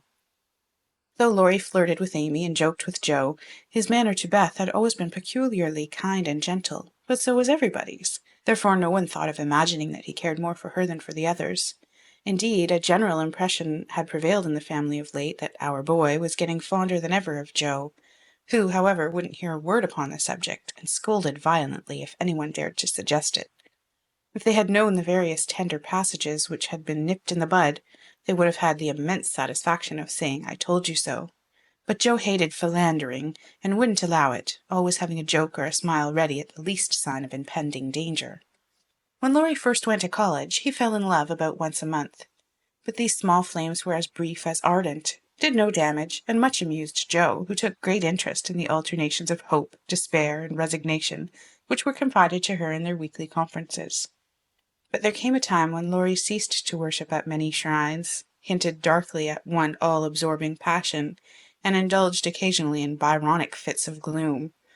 Then he avoided the tender subject altogether, wrote philosophical notes to Jo, turned studious, and gave out that he was going to dig, intending to graduate in a blaze of glory. This suited the young lady better than twilight confidences, tender pressures of the hand, and eloquent glances of the eye. For with Jo, brain developed earlier than heart, and she preferred imaginary heroes to real ones, because when tired of them, the former could be shut up in the tin kitchen till called for, and the latter were less manageable. Things were in this state when the grand discovery was made, and Jo watched Laurie that night as she had never done before. If she had not got the new idea into her head, she would have seen nothing unusual in the fact that Beth was very quiet, and Laurie very kind to her. But having given the rein to her lively fancy, it galloped away with her at great pace, and common sense, being rather weakened by a long course of romance writing, did not come to the rescue. As usual, Beth lay on the sofa, and Laurie sat in a low chair close by, amusing her with all sorts of gossip, for she depended on her weekly spin, and he never disappointed her. But that evening Jo fancied that Beth's eyes rested on the lively dark face beside her with peculiar pleasure, and that she listened with intense interest to an account of some exciting cricket match, though the phrases "caught off a tice," "stumped off his ground," and "the leg hit for 3" were as intelligible to her as Sanskrit. She also fancied, having set her heart upon seeing it, that she saw a certain increase of gentleness in Laurie's manner, that he dropped his voice now and then, laughed less than usual, was a little absent-minded, and settled the afghan over Beth's feet with an assiduity that was really almost tender. "Who knows? Stranger things have happened," thought Jo as she fussed about the room. "She will make quite an angel of him, and he will make life delightfully easy and pleasant for the dear, if they only love each other. I don't see how he can help it, and I do believe he would if the rest of us were out of the way." As everyone was out of the way but herself, Jo began to feel that she ought to dispose of herself with all speed. But where should she go? And burning to lay herself upon the shrine of sisterly devotion, she sat down to settle that point. Now, the old sofa was a regular patriarch of a sofa, long, broad, well-cushioned, and low, a trifle shabby, as well it might be, for the girls had slept and sprawled on it as babies, fished over the back, rode on the arms, and had menageries under it as children, and rested tired heads, dreamed dreams, and listened to tender talk on it as young women. They all loved it, for it was a family refuge, and one corner had always been Jo's favourite lounging place. Among the many pillows that adorned the venerable couch was one hard round, covered with prickly horsehair, and furnished with a knobby button at each end. This repulsive pillow was her especial property, being used as a weapon of defence, a barricade, or a stern preventive of too much slumber. Laurie knew this pillow well, and had cause to regard it with deep aversion, having been unmercifully pummelled with it in former days when romping was allowed, and now frequently debarred by it from the seat he most coveted next to Jo in the sofa corner. If the sausage, as they called it, stood on end, it was a sign that he might approach and repose. But if it lay flat across the sofa, woe to man, woman, or child who dared disturb it. That evening Jo forgot to barricade her corner, and had not been in her seat 5 minutes before a massive form appeared beside her, and with both arms spread over the sofa back, both long legs stretched out before him, Laurie exclaimed with a sigh of satisfaction, "Now, this is filling at the price." "No slang," snapped Jo, slamming down the pillow. But it was too late. There was no room for it, and coasting onto the floor it disappeared in a most mysterious manner. "Come, Jo, don't be thorny. After studying himself to a skeleton all the week, a fellow deserves petting, and ought to get it. Beth will pet you. I'm busy." "No, she's not to be bothered with me. But you like that sort of thing. Unless you've suddenly lost your taste for it. Have you? Do you hate your boy, and want to fire pillows at him?" Anything more wheedlesome than that touching appeal was seldom heard, but Jo quenched her boy by turning on him with a stern query. "How many bouquets have you sent Miss Randall this week?" "Not one, upon my word. She's engaged. Now then." "I'm glad of it. That's one of your foolish extravagances, sending flowers and things to girls for whom you don't care 2 pins," continued Jo reprovingly. "Sensible girls, for whom I do care whole papers of pins, won't let me send them flowers and things. So what can I do? My feelings need a vent. Mother doesn't approve of flirting even in fun, and you do flirt desperately, Teddy." "I'd give anything if I could answer 'so do you.' As I can't, I'll merely say that I don't see any harm in that pleasant little game, if all parties understand that it's only play."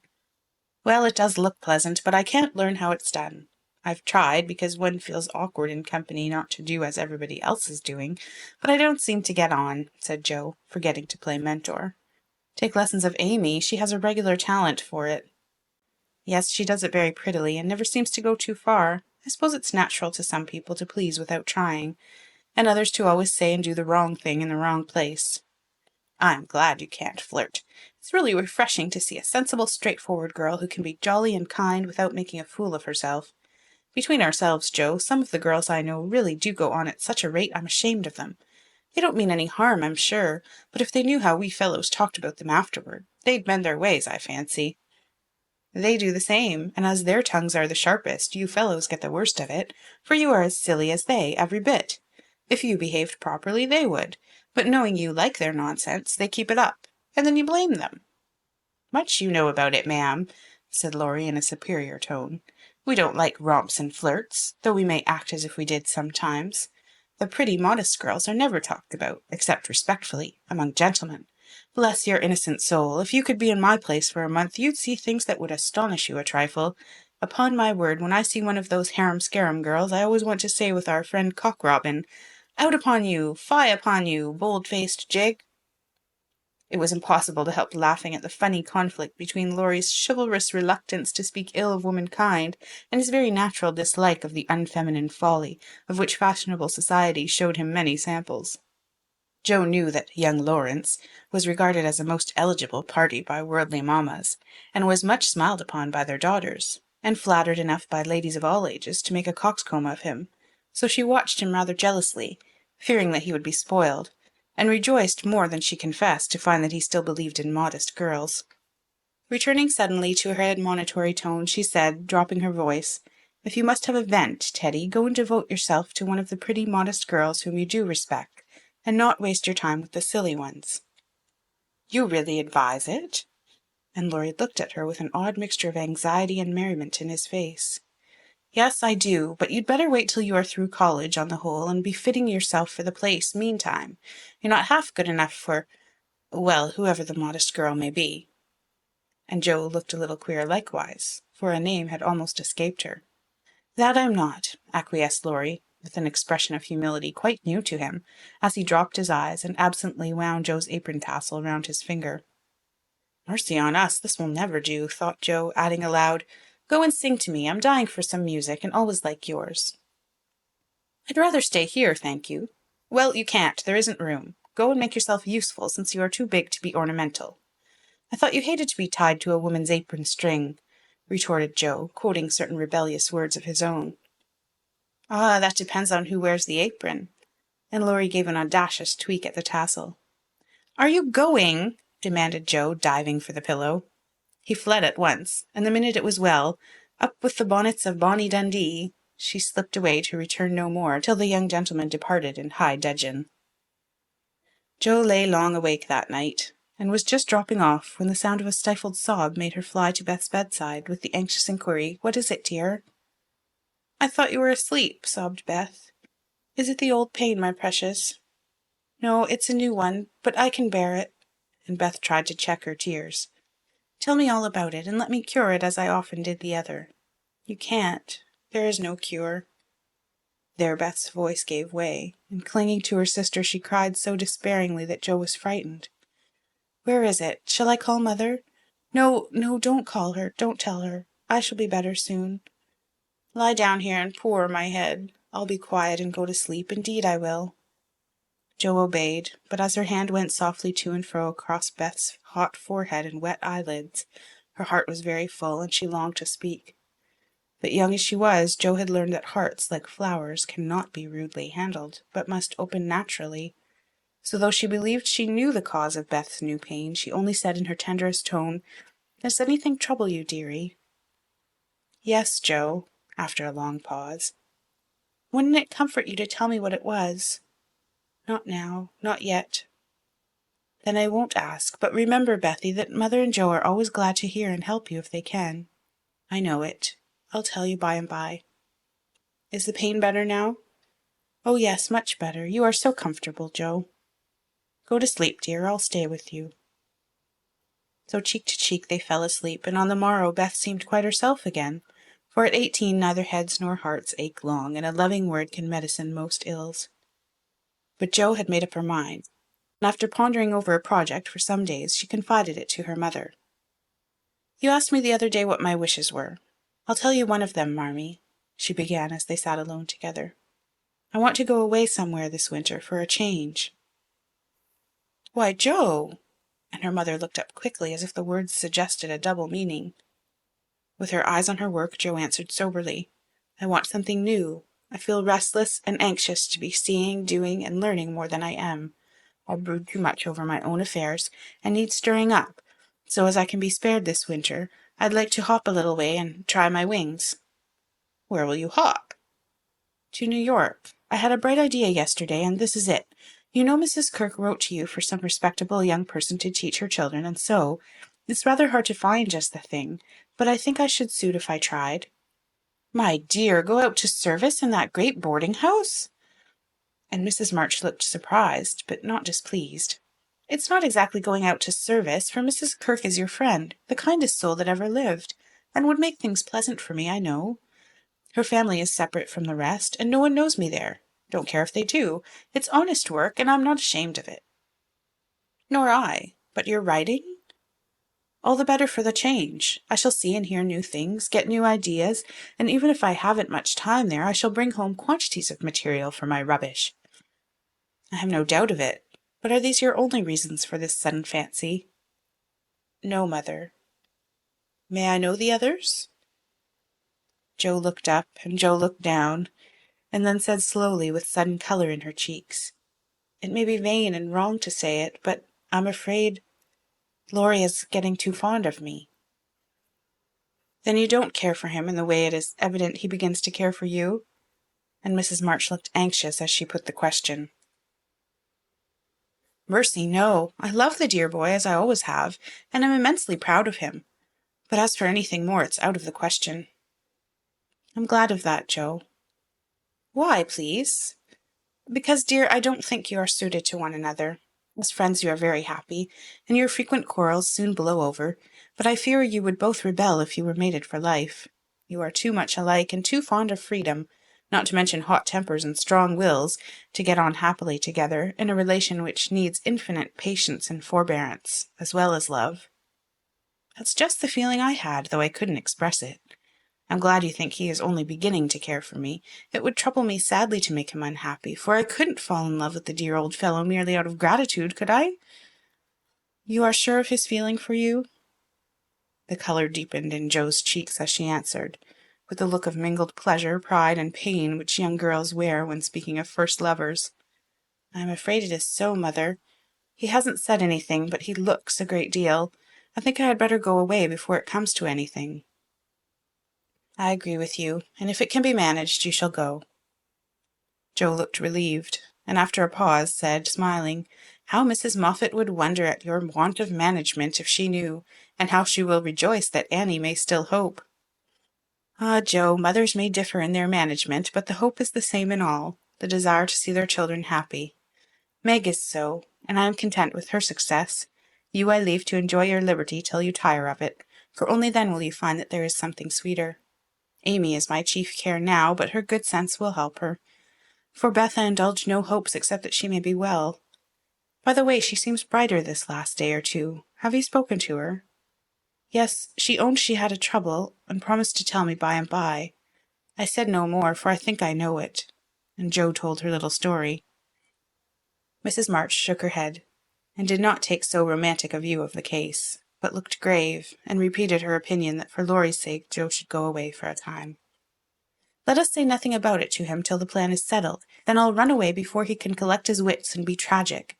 Beth must think I'm going to please myself, as I am, for I can't talk about Laurie to her. But she can pet and comfort him after I'm gone, and so cure him of this romantic notion. He's been through so many little trials of the sort, he's used to it, and will soon get over his lovelornity." Jo spoke hopefully, but could not rid herself of the foreboding fear that this little trial would be harder than the others, and that Laurie would not get over his lovelornity as easily as heretofore. The plan was talked over in a family council and agreed upon, for Mrs. Kirke gladly accepted Jo and promised to make a pleasant home for her. The teaching would render her independent, and such leisure as she got might be made profitable by writing, while the new scenes and society would be both useful and agreeable. Jo liked the prospect and was eager to be gone, for the home nest was growing too narrow for her restless nature and adventurous spirit. When all was settled, with fear and trembling, she told Laurie, but to her surprise he took it very quietly. He had been graver than usual of late, but very pleasant, and when jokingly accused of turning over a new leaf, he answered soberly, "So I am, and I mean this one shall stay turned." Jo was very much relieved that one of his virtuous fits should come on just then, and made her preparations with a lightened heart, for Beth seemed more cheerful, and hoped she was doing the best for all. "One thing I leave in your especial care," she said the night before she left. "You mean your papers?" asked Beth. "No, my boy. Be very good to him, won't you?" "Of course I will, but I can't fill your place, and he'll miss you sadly." "It won't hurt him, so remember I leave him in your charge to beg, pet, and keep in order." "I'll do my best for your sake," promised Beth, wondering why Jo looked at her so queerly. When Laurie said goodbye, he whispered significantly, "It won't do a bit of good, Jo. My eye is on you. So mind what you do, or I'll come and bring you home." Chapter 33. Jo's Journal. New York, November. Dear Marmee and Beth, I'm going to write you a regular volume, for I've heaps to tell, though I'm not a fine young lady traveling on the continent.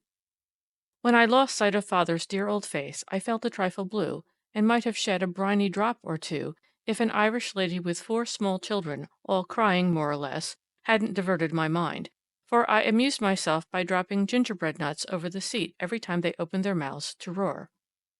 Soon the sun came out, and taking it as a good omen, I cleared up likewise, and enjoyed my journey with all my heart.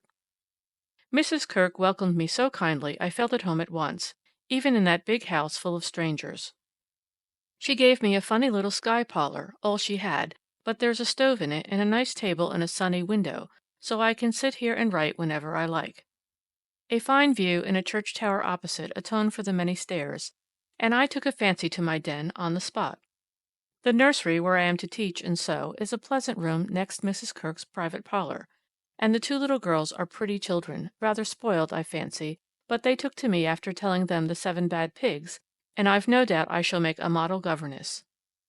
I am to have my meals with the children, if I prefer it to the great table, and for the present I do, for I am bashful, though no one will believe it. "Now, my dear, make yourself at home," said Mrs. K. in her motherly way. "I'm on the drive from morning to night, as you may suppose with such a family, but a great anxiety will be off my mind if I know the children are safe with you. My rooms are always open to you, and your own shall be as comfortable as I can make it. There are some pleasant people in the house if you feel sociable, and your evenings are always free. Come to me if anything goes wrong, and be as happy as you can. There's the tea bell. I must run and change my cap. and off she bustled, leaving me to settle myself in my new nest. As I went downstairs soon after, I saw something I liked. The flights are very long in this tall house, and as I stood at the head of the third one for our little servant girl to lumber up, I saw a gentleman come along behind her, take the heavy hod of coal out of her hand, carry it all the way up, put it down at a door near by, and walk away, saying, with a kind nod and a foreign accent, "It goes better so. The little back is too young for half such heaviness." Wasn't that good of him? I like such things, for as father says, trifles show character. When I mentioned it to Mrs. K that evening, she laughed and said, "That must have been Professor Bear. He is always doing things of that sort." Mrs. K told me he was from Berlin, very learned and good, but poor as a church mouse, and gives lessons to support himself and two little orphan nephews, whom he is educating here, according to the wishes of his sister, who married an American. Not a very romantic story, but it interested me, and I was glad to hear that Mrs. K lends him her parlor for some of his scholars. There is a glass door between it and the nursery, and I mean to peep at him, and then I'll tell you how he looks. He's almost 40, so it's no harm, Marmee. After tea and a go-to-bed romp with the little girls, I attacked the big work-basket, and had a quiet evening chatting with my new friend. I shall keep a journal letter and send it once a week, so good night, and more tomorrow. Tuesday Eve. Had a lively time in my seminary this morning, for the children acted like Sancho, and at one time I really thought I should shake them all round. Some good angel inspired me to try gymnastics, and I kept it up till they were glad to sit down and keep still. After luncheon, the girl took them out for a walk, and I went to my needlework like little Mabel with a willing mind. I was thanking my stars that I'd learned to make nice buttonholes, when the parlor door opened and shut, and someone began to hum "Kennst du das Land?" like a big bumblebee. It was dreadfully improper, I know, but I couldn't resist the temptation, and lifting one end of the curtain before the glass door, I peeped in. Professor Bear was there, and while he arranged his books I took a good look at him. A regular German, rather stout, with brown hair tumbled all over his head, a bushy beard, good nose, the kindest eyes I ever saw, and a splendid big voice that does one's ears good, after our sharp or slipshod American gabble.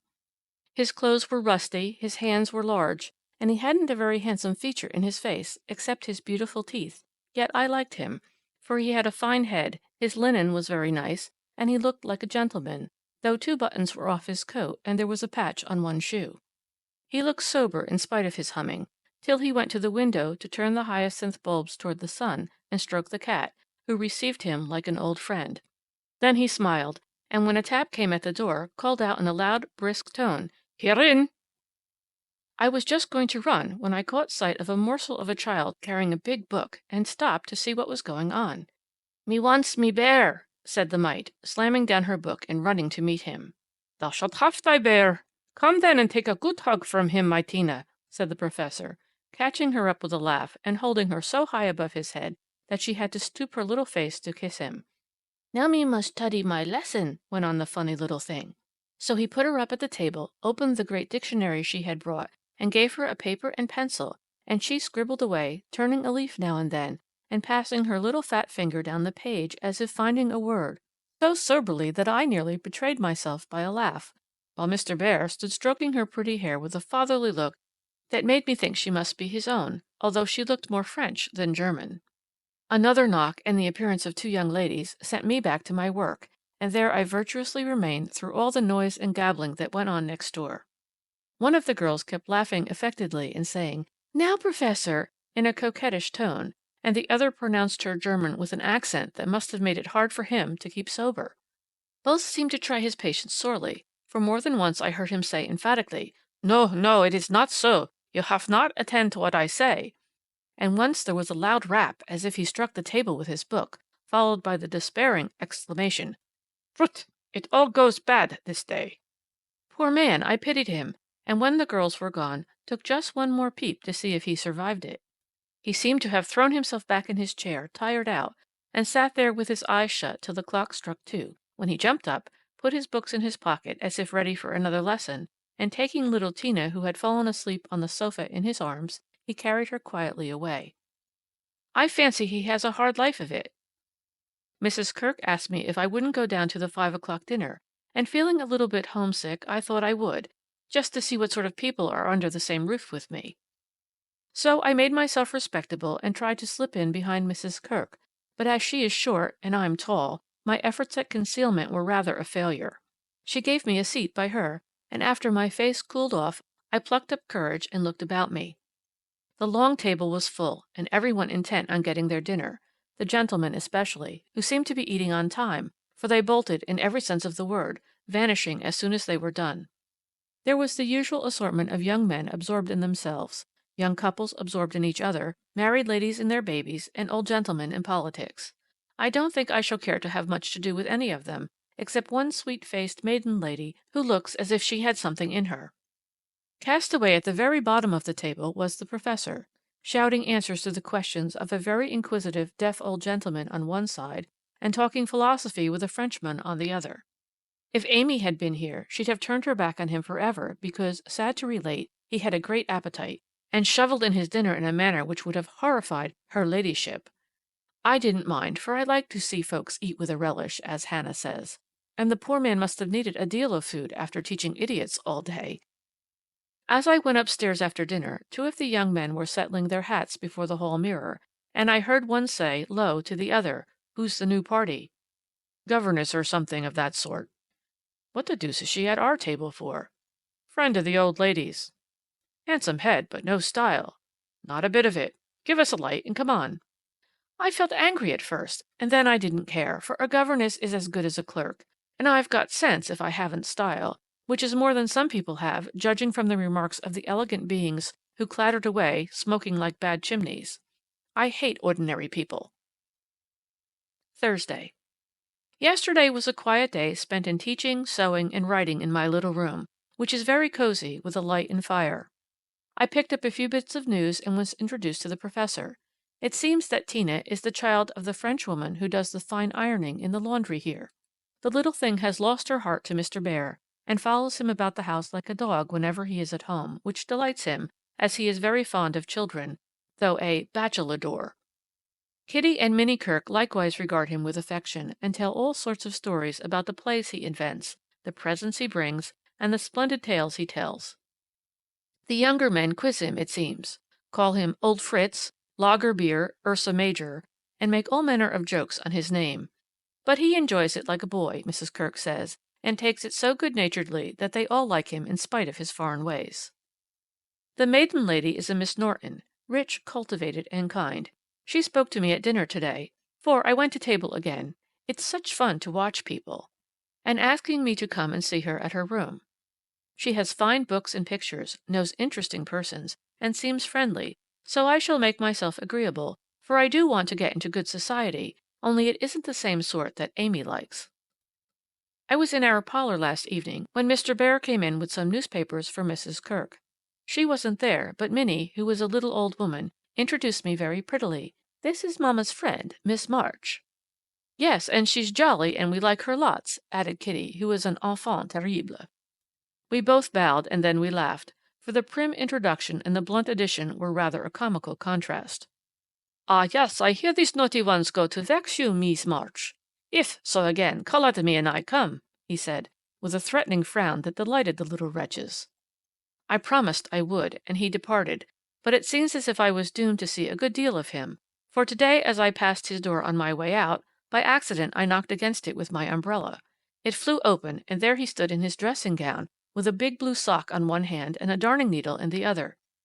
He didn't seem at all ashamed of it, for when I explained and hurried on, he waved his hand, sock and all, saying in his loud, cheerful way, "You have a fine day to make your walk. Bon voyage, mademoiselle." I laughed all the way downstairs, but it was a little pathetic also to think of the poor man having to mend his own clothes.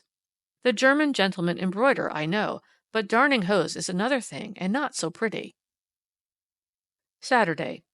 Nothing has happened to write about except a call on Miss Norton, who has a room full of pretty things, and who was very charming, for she showed me all her treasures and asked me if I would sometimes go with her to lectures and concerts as her escort, if I enjoyed them.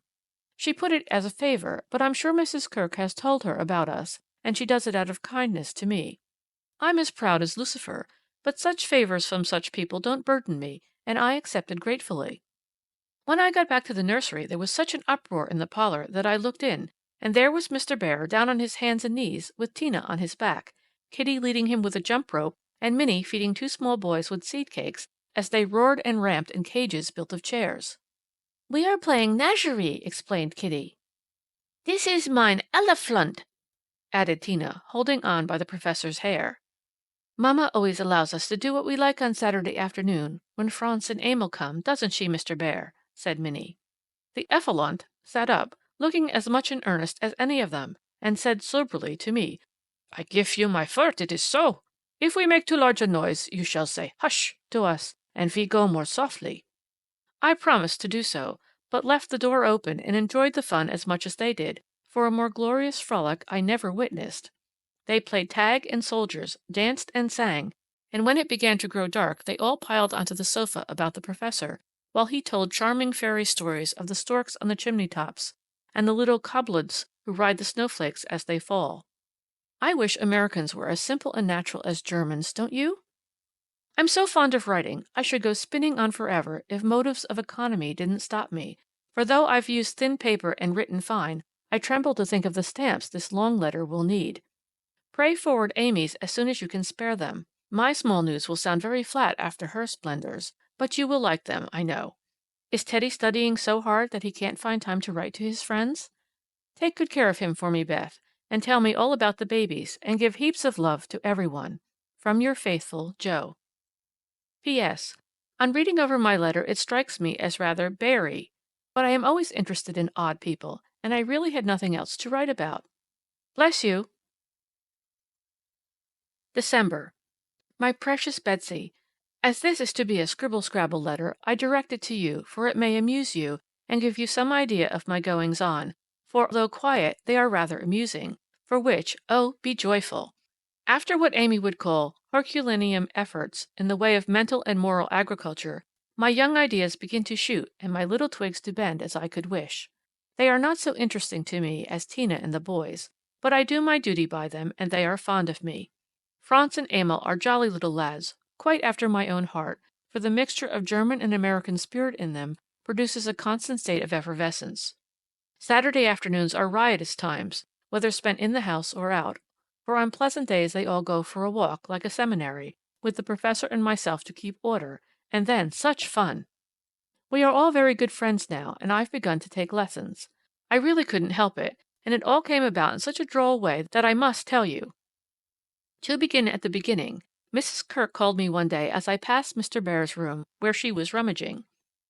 "Did you ever see such a den, my dear? Just come and help me put these books to rights, for I've turned everything upside down, trying to discover what he has done with the 6 new handkerchiefs I gave him not long ago." I went in, and while we worked I looked about me, for it was a den to be sure.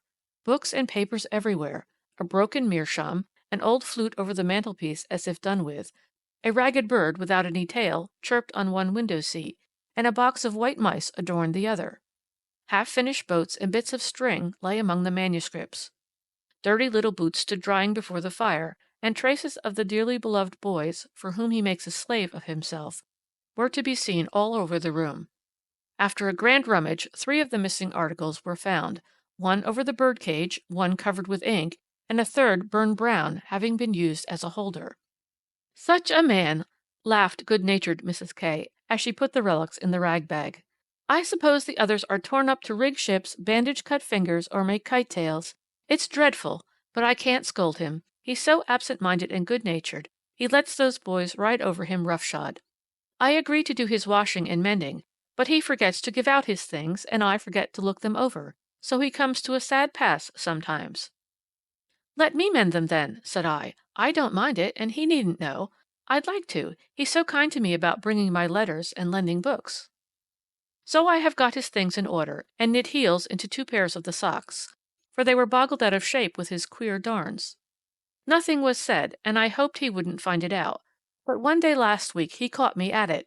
Hearing the lessons he gives to others has interested and amused me so much that I took a fancy to learn, for Tina runs in and out, leaving the door open, and I can hear. I had been sitting near this door, finishing off the last sock, and trying to understand what he said to a new scholar, who was as stupid as I am. The girl had gone, and I thought he had also, it was so still. and I was busily gabbling over a verb and rocking to and fro in a most absurd manner, when a little crow made me look up, and there was Mr. Bear, looking and laughing quietly, while he made signs to Tina not to betray him. "So," he said, as I stopped and stared like a goose, "you peep at me, I peep at you, and this is not bad. But see, I am not pleasanting when I say, have you a wish for German?"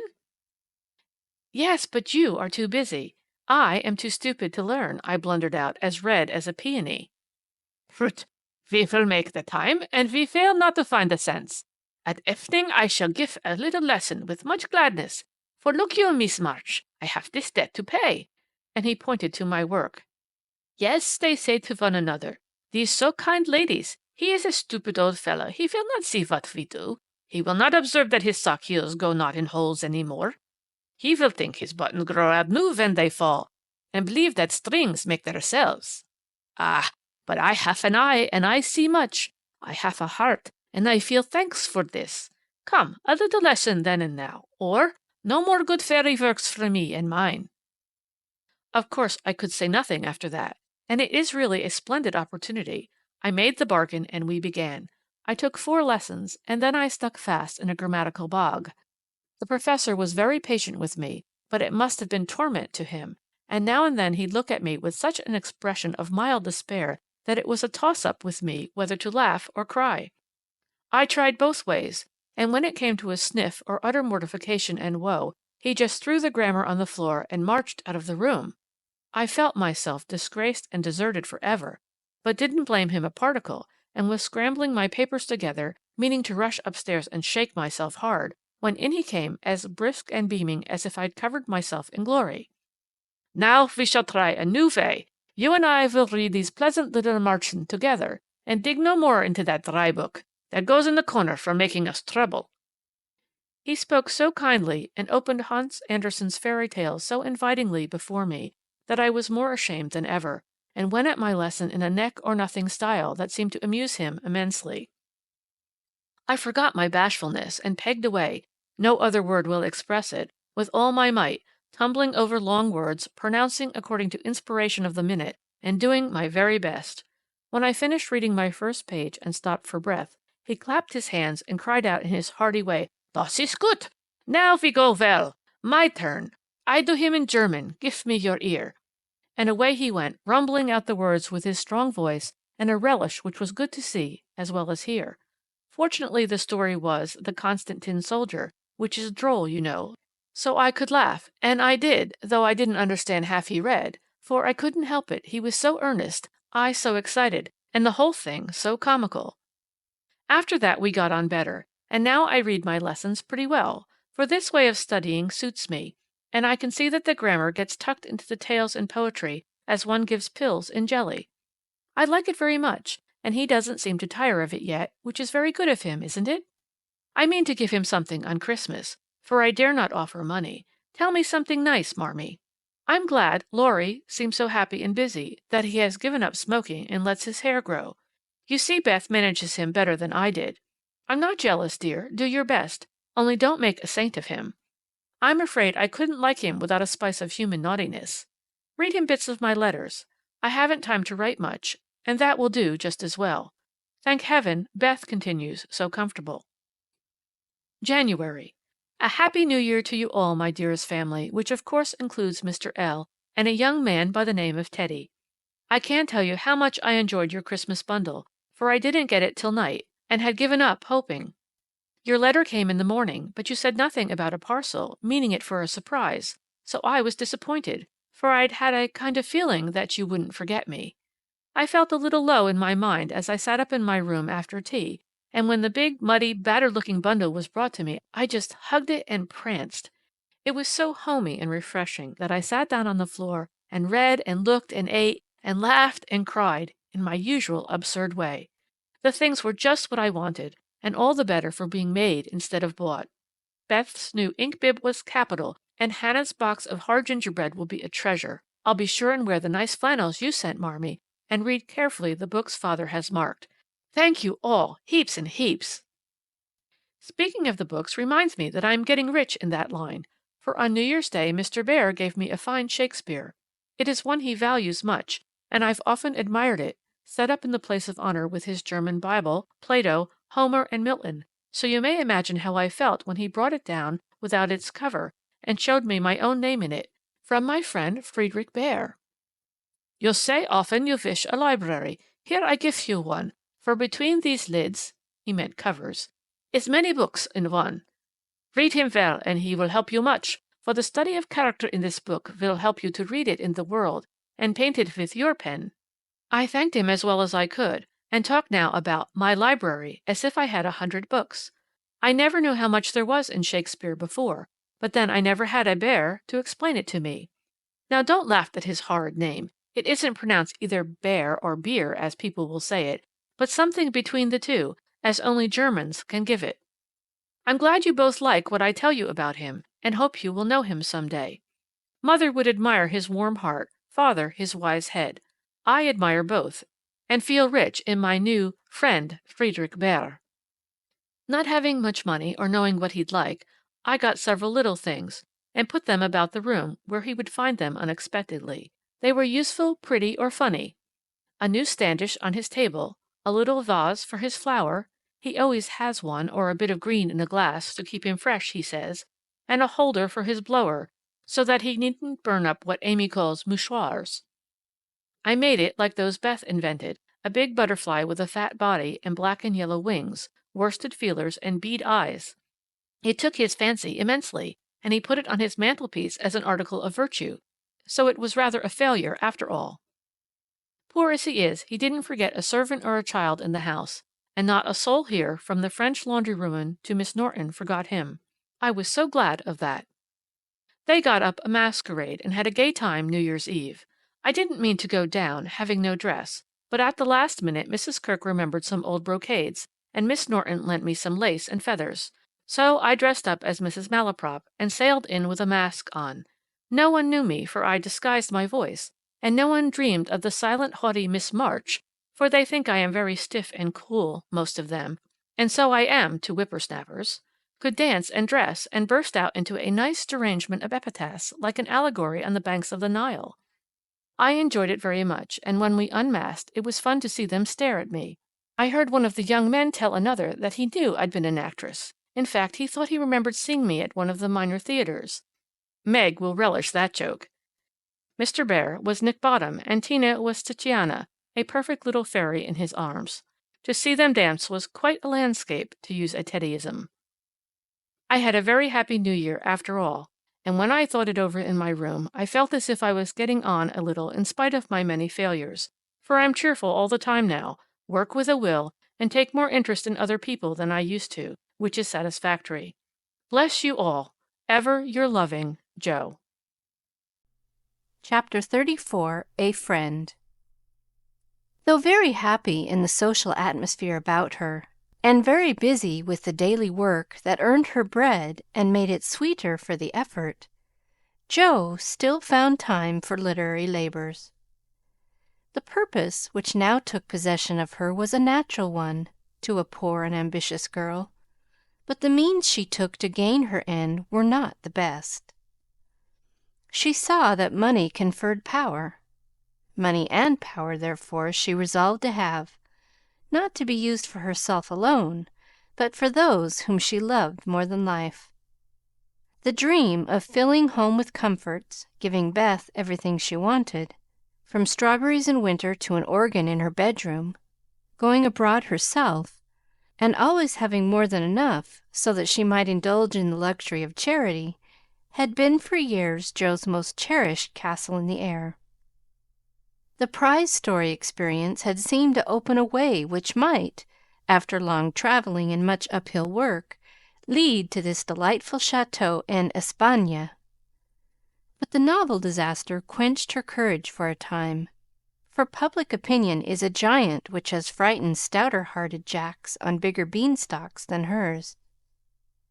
Like that immortal hero, she reposed a while after the first attempt, which resulted in a tumble, and the least lovely of the giant's treasures, if I remember rightly.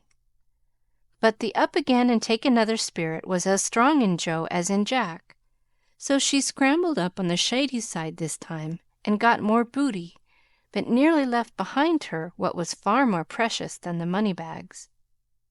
She took to writing sensation stories, for in those dark ages even all-perfect America read rubbish.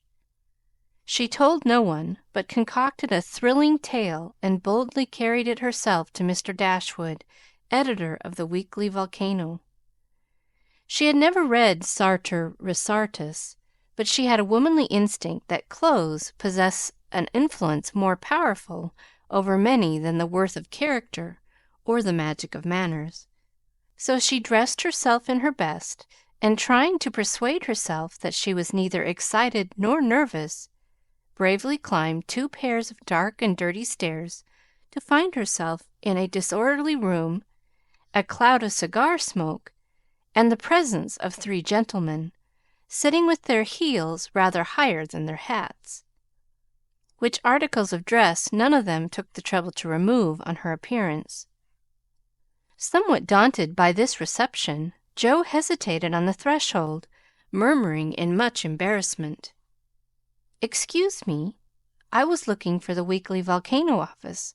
I wished to see Mr. Dashwood." Down went the highest pair of heels. Up rose the smokiest gentleman, and carefully cherishing his cigar between his fingers, he advanced with a nod and a countenance expressive of nothing but sleep. Feeling that she must get through the matter somehow, Jo produced her manuscript, and blushing redder and redder with each sentence, blundered out fragments of the little speech carefully prepared for the occasion. "A friend of mine desired me to offer a story just as an experiment. Would like your opinion. Be glad to write more if this suits." While she blushed and blundered, Mr. Dashwood had taken the manuscript and was turning over the leaves with a pair of rather dirty fingers, and casting critical glances up and down the neat pages. "Not a first attempt, I take it?" observing that the pages were numbered, covered only on one side, and not tied up with a ribbon, sure sign of a novice. "No, sir. She has had some experience, and got a prize for a tale in the Blarney Stone Banner." "Oh, did she?" And Mr. Dashwood gave Jo a quick look, which seemed to take note of everything she had on, from the bow in her bonnet to the buttons on her boots. "Well, you can leave it if you like. We've more of this sort of thing on hand than we know what to do with at present, but I'll run my eye over it and give you an answer next week." Now Jo did not like to leave it, for Mr. Dashwood didn't suit her at all. But under the circumstances there was nothing for her to do but bow and walk away, looking particularly tall and dignified, as she was apt to do when nettled or abashed. Just then she was both, for it was perfectly evident from the knowing glances exchanged among the gentlemen that her little fiction of "my friend" was considered a good joke, and a laugh produced by some inaudible remark of the editor as he closed the door completed her discomfiture. Half resolving never to return, she went home and worked off her irritation by stitching pinafores vigorously, and in an hour or two was cool enough to laugh over the scene and long for next week. When she went again, Mr. Dashwood was alone, whereat she rejoiced. Mr. Dashwood was much wider awake than before, which was agreeable, and Mr. Dashwood was not too deeply absorbed in a cigar to remember his manners, so the second interview was much more comfortable than the first. "We'll take this. Editors never say I. If you don't object to a few alterations. It's too long, but omitting the passages I've marked will make it just the right length," he said in a businesslike tone.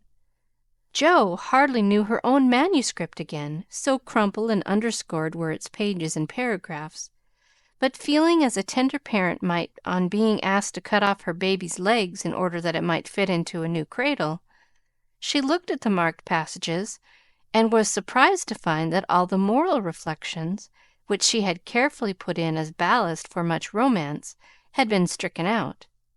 "But, sir, I thought every story should have some sort of a moral." so I took care to have a few of my sinners repent." Mr. Dashwood's editorial gravity relaxed into a smile, for Jo had forgotten her friend and spoken as only an author could. "People want to be amused, not preached at, you know. Morals don't sell nowadays," which is not quite a correct statement, by the way. "You think it would do with these alterations, then?" "Yes. It's a new plot, and pretty well worked up. Language good, and so on," was Mr. Dashwood's affable reply. "What do you that is, what compensation?" began Jo, not exactly knowing how to express herself. "Oh, yes. Well, we give from 25 to 30 for things of this sort. Pay when it comes out," returned Mr. Dashwood, as if that point had escaped him. Such trifles do escape the editorial mind, it is said. "Very well, you can have it," said Jo, handing back the story with a satisfied air, for after the $1 a column work, even 25 seemed good pay. "Shall I tell my friend you will take another if she has one better than this?" asked Jo, unconscious of her little slip of the tongue, and emboldened by her success. "Well, we'll look at it. Can't promise to take it. Tell her to make it short and spicy, and never mind the moral. What name would your friend like to put on it?" in a careless tone. "None at all, if you please. She doesn't wish her name to appear, and has no nom de plume," said Jo, blushing in spite of herself. "Just as she likes, of course. The tale will be out next week. Will you call for the money, or shall I send it?" asked Mr. Dashwood, who felt a natural desire to know who his new contributor might be. "I'll call. Good morning, sir." As she departed, Mr. Dashwood put up his feet, with the graceful remark, "Poor and proud as usual, but she'll do." Following Mr. Dashwood's directions, and making Mrs. Northberry her model, Jo rashly took a plunge into the frothy sea of sensational literature. But thanks to the life preserver thrown by a friend, she came up again not much the worse for her ducking. Like most young scribblers, she went abroad for her characters and scenery, and banditti. Counts, gypsies, nuns, and duchesses appeared upon her stage, and played their parts with as much accuracy and spirit as could be expected.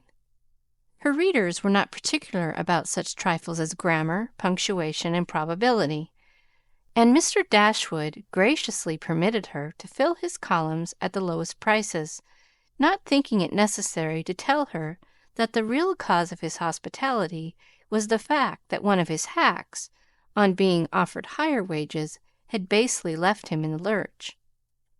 She soon became interested in her work, for her emaciated purse grew stout, and the little hoard she was making to take Beth to the mountains next summer grew slowly but surely as the weeks passed.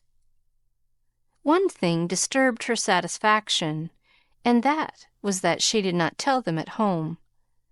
She had a feeling that father and mother would not approve, and preferred to have her own way first and beg pardon afterward. It was easy to keep her secret, for no name appeared with her stories. Mr. Dashwood had of course found it out very soon, but promised to be dumb, and for a wonder kept his word.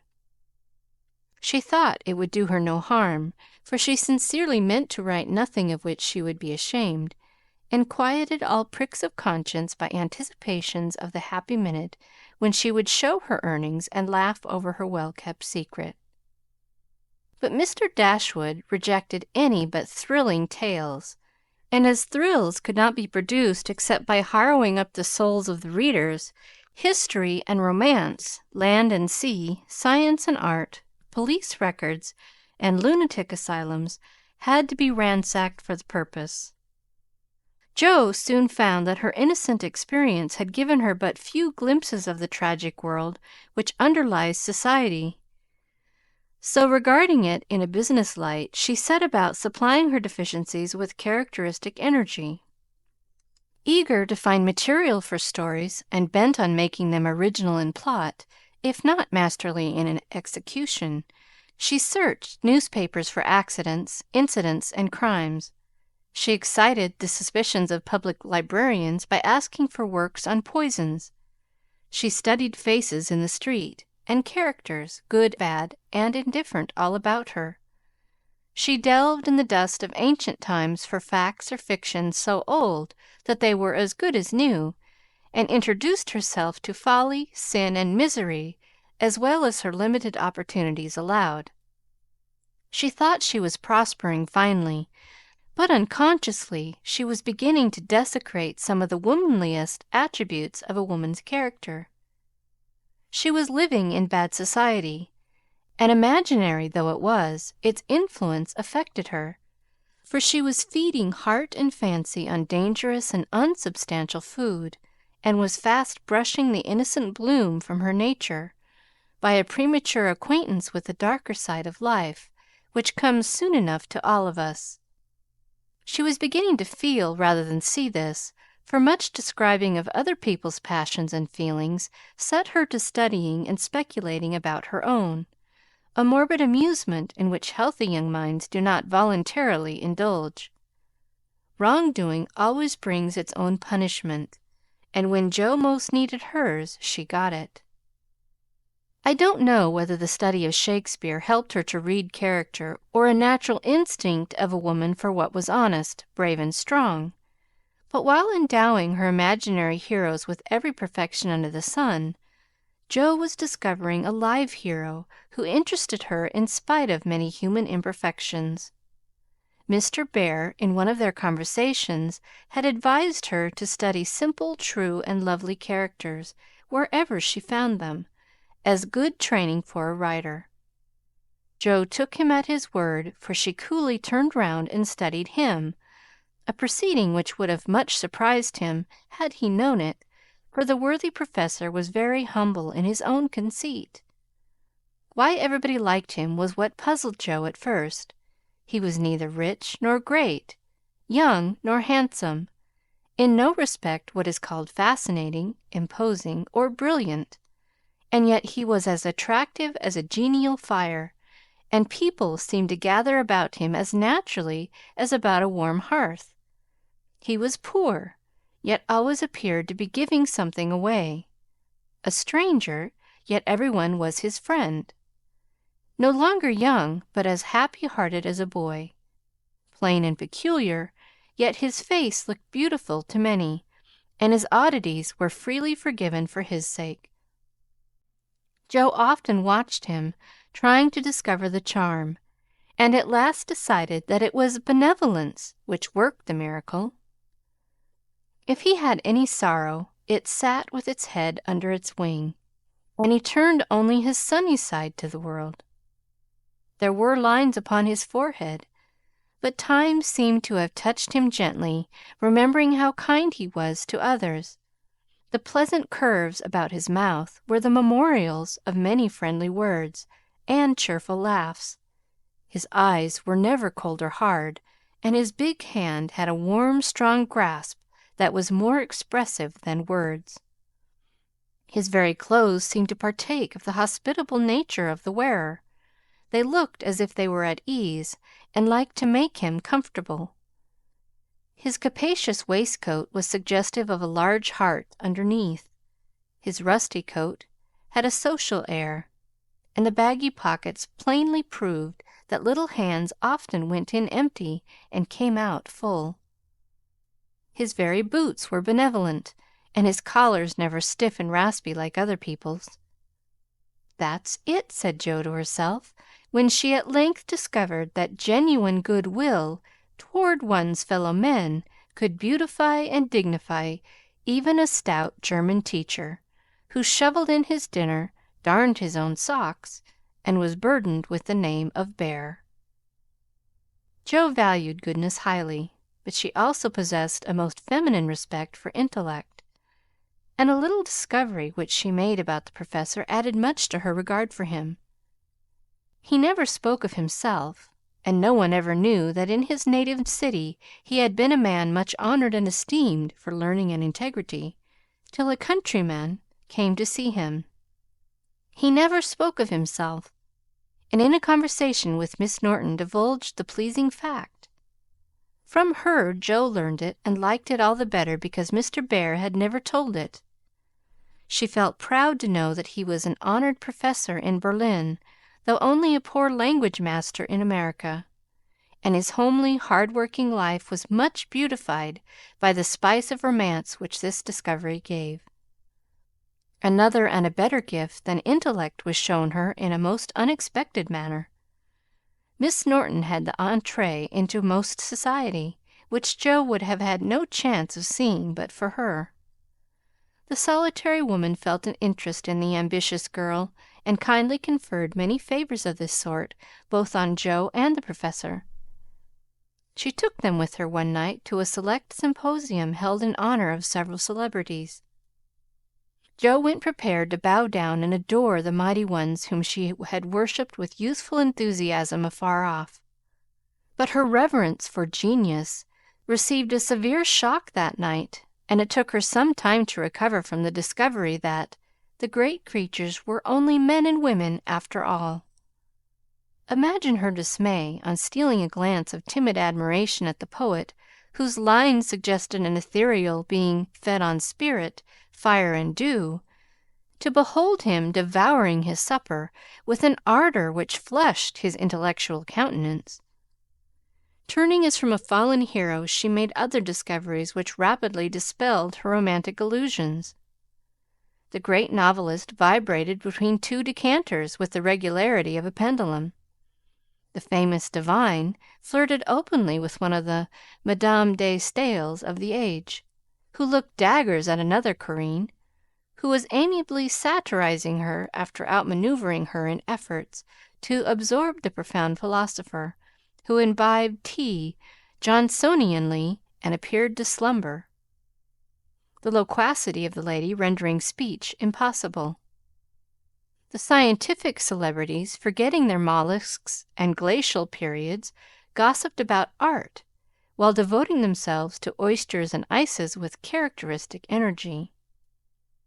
The young musician, who was charming the city like a second Orpheus, talked horses, and the specimen of the British nobility present happened to be the most ordinary men of the party. Before the evening was half over, Jo felt so completely disillusioned that she sat down in a corner to recover herself. Mr. Bear soon joined her, looking rather out of his element, and presently several of the philosophers, each mounted on his hobby, came ambling up to hold an intellectual tournament in the recess. The conversations were miles beyond Jo's comprehension, but she enjoyed it, though Kant and Hegel were unknown gods, the subjective and the objective unintelligible terms, and the only thing evolved from her inner consciousness was a bad headache after it was all over. It dawned upon her gradually that the world was being picked to pieces and put together on new and, according to the talkers, on infinitely better principles than before; that religion was in a fair way to be reasoned into nothingness, and intellect was to be the only God.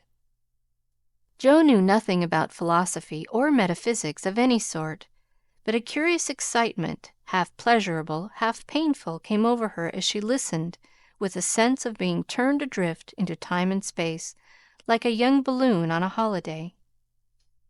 She looked round to see how the Professor liked it, and found him looking at her with the grimmest expression she had ever seen him wear.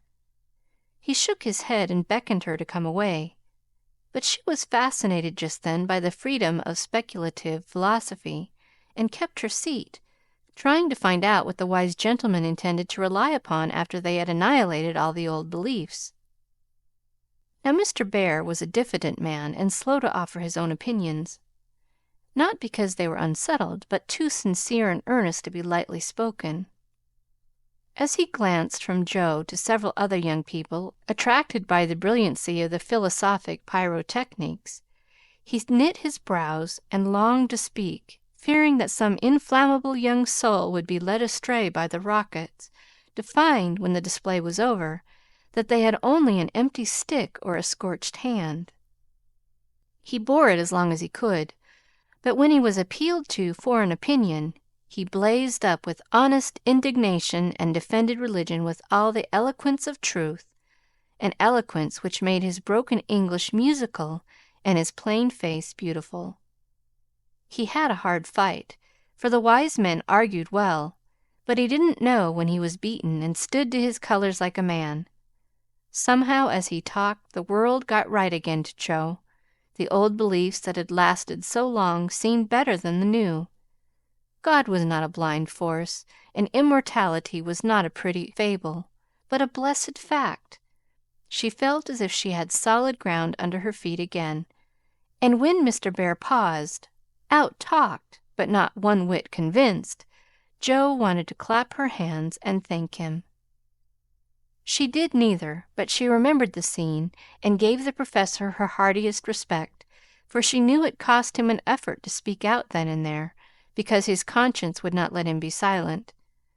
She began to see that character is a better position than money, rank, intellect, or beauty, and to feel that if greatness is what a wise man has defined it to be, truth, reverence, and goodwill, then her friend Frederick Bear was not only good, but great.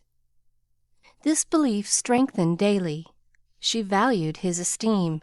She coveted his respect. She wanted to be worthy of his friendship. And just when the wish was sincerest, she came near to losing everything. It all grew out of a cocked hat. For one evening the Professor came in to give Joe her lesson with a paper soldier cap on his head, which Tina had put there and he had forgotten to take off. It's evident he doesn't look in his glass before coming down, thought Joe with a smile, as he said, "Good evening," and sat soberly down, quite unconscious of the ludicrous contrast between his subject and his headgear, for he was going to read her The Death of Wallenstein. She said nothing at first, for she liked to hear him laugh out his big, hearty laugh when anything funny happened, so she left him to discover it for himself, and presently forgot all about it, for to hear a German read Schiller is rather an absorbing occupation. After the reading came the lesson, which was a lively one, for Joe was in a gay mood that night, and the cocked hat kept her eyes dancing with merriment. The Professor didn't know what to make of her, and stopped at last to ask with an air of mild surprise that was irresistible, "Miss Marsh, for what do you laugh in your master's face? Have you no respect for me, that you go on so bad?" "How can I be respectful, sir, when you forget to take your hat off?" said Joe. Lifting his hand to his head, the absent-minded Professor gravely felt and removed the little cocked hat, looked at it a minute, and then threw back his head and laughed like a merry bass viol. "Ah, I see him now. It is that imp Tina who makes me a fool with my cap. Well, it is nothing, but see you, if this lesson goes not well, you too shall wear him." But the lesson did not go at all for a few minutes, because Mr. Bear caught sight of a picture on the hat, and unfolding it, said with great disgust, "I wish these papers did not come in the house. They are not for children to see, nor young people to read. It is not well. I have no patience with those who make this harm." Joe glanced at the sheet and saw a pleasing illustration composed of a lunatic, a corpse, a villain, and a viper. She did not like it, but the impulse that made her turn it over was not one of displeasure but fear, because for a minute she fancied the paper was the volcano. It was not, however, and her panic subsided as she remembered that even if it had been, and one of her own tales in it, there would have been no name to betray her. She had betrayed herself, however, by a look and a blush, for though an absent man, the Professor saw a good deal more than people fancied. He knew that Joe wrote, and had met her down among the newspaper offices more than once. But as she never spoke of it, he asked no questions, in spite of a strong desire to see her work. Now it occurred to him that she was doing what she was ashamed to own, and it troubled him. He did not say to himself, "It is none of my business. I've no right to say anything," as many people would have done. He only remembered that she was young and poor, a girl far away from mother's love and father's care, and he was moved to help her with an impulse as quick and natural as that which would prompt him to put out his hand to save a baby from a puddle. All this flashed through his mind in a minute, but not a trace of it appeared in his face, and by the time the paper was turned and Joe's needle threaded, he was ready to say quite naturally but very gravely, "Yes, you are right to put it from you. I do not think that good young girls should see such things. They are made pleasant to some, but I would more rather give my boys gunpowder to play with than this bad trash." "All may not be bad, only silly, you know, and if there is a demand for it, I don't see any harm in supplying it. Many very respectable people make an honest living out of what are called sensation stories," said Joe, scratching gathers so energetically that a row of little slits followed her pen. "There is a demand for whiskey, but I think you and I do not care to sell it. If the respectable people know what harm they did, they would not feel that the living was honest. They have no right to put the poison in the sugar plum and let the small ones eat it. No, they should think a little and sweep mud in the street before they do this thing." Mr. Bear spoke warmly and walked to the fire, crumpling the paper in his hands. Joe sat still, looking as if the fire had come to her, for her cheeks burned long after the cocked hat had turned to smoke and gone harmlessly up the chimney. "I should like much to send all the rest after him," muttered the Professor, coming back with a relieved air. Joe thought what a blaze her pile of papers upstairs would make, and her hard-earned money lay rather heavily on her conscience at that minute. Then she thought consolingly to herself, "Mine are not like that. They are only silly, never bad, so I won't be worried." And taking up her book, she said with a studious face, "Shall we go on, sir? I'll be very good and proper now." "I shall hope so," was all he said, but he meant more than she imagined, and the grave, kind look he gave her made her feel as if the words "Weekly Volcano" were printed in large type on her forehead. As soon as she went to her room, she got out her papers and carefully reread every one of her stories, being a little short-sighted. Mr. Bear sometimes used eye-glasses, and Joe had tried them once, smiling to see how they magnified the fine print of her book. Now she seemed to have on the Professor's mental or moral spectacles also, for the faults of these poor stories glared at her dreadfully and filled her with dismay. "They are trash, and will soon be worse trash if I go on, for each is more sensational than the last. I've gone blindly on, hurting myself and other people for the sake of money. I know it's so, for I can't read this stuff in sober earnest without being horribly ashamed of it. And what should I do if they were seen at home, or Mr. Bear got hold of them?" Joe turned hot at the bare idea, and stuffed the whole bundle into her stove, nearly setting the chimney afire with the blaze. "Yes, that's the best place for such inflammable nonsense. I'd better burn the house down, I suppose, than let other people blow themselves up with my gunpowder," she thought, as she watched the Demon of Jura whisk away, a little black cinder with fiery eyes. But when nothing remained of all her 3 months' work except a heap of ashes and the money in her lap, Joe looked sober, as she sat on the floor wondering what she ought to do about her wages. "I think I haven't done much harm yet, and may keep this to pay for my time," she said, after a long meditation, adding impatiently, "I almost wish I hadn't any conscience. It's so inconvenient. If I didn't care about doing right, and didn't feel uncomfortable when doing wrong, I should get on capitally. I can't help wishing sometimes that Mother and Father hadn't been so particular about such things." Ah, Joe, instead of wishing that, thank God that Father and Mother were particular, and pity from your heart those who have no such guardians to hedge them round with principles which may seem like prison walls to impatient youth, but which will prove sure foundations to build character upon in womanhood. Joe wrote no more sensational stories, deciding that the money did not pay for her share of the sensation. But going to the other extreme, as is the way with people of her stamp, she took a course of Mrs. Sherwood's, Miss Edgeworth, and Hannah More, and then produced a tale which might have been more properly called an essay or a sermon, so intensely moral was it. She had her doubts about it from the beginning, for her lively fancy and girlish romance felt as ill at ease in the new style as she would have done masquerading in the stiff and cumbersome costume of the last century. She sent this didactic gem to several markets, but it found no purchaser, and she was inclined to agree with Mr. Dashwood that morals didn't sell. Then she tried a children's story, which she could easily have disposed of if she had not been mercenary enough to demand filthy lucre for it. The only person who offered enough to make it worth her while to try juvenile literature was a worthy gentleman who felt it his mission to convert all the world to his particular belief.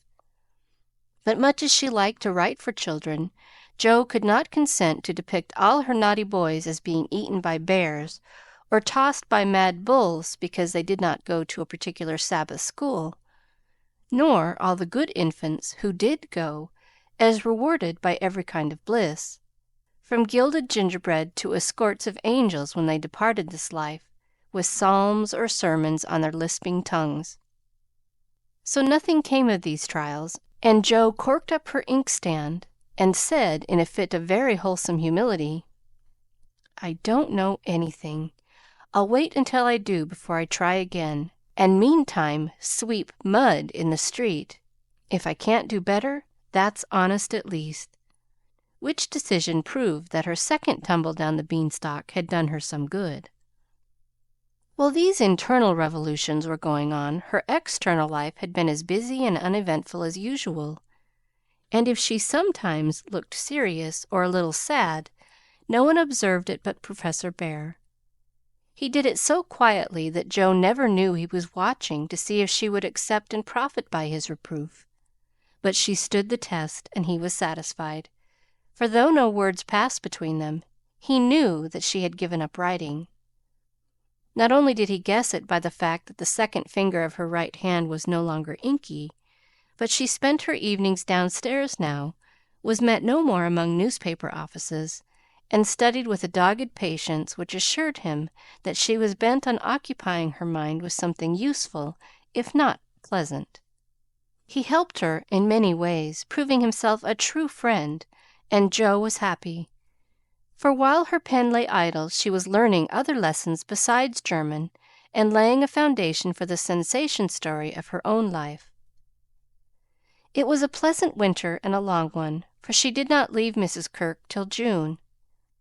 Everyone seemed sorry when the time came.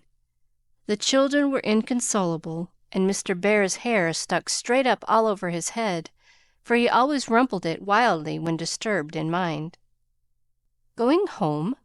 Ah, you are happy that you have a home to go in," he said, when she told him, and sat silently pulling his beard in the corner, while she held a little levee on that last evening.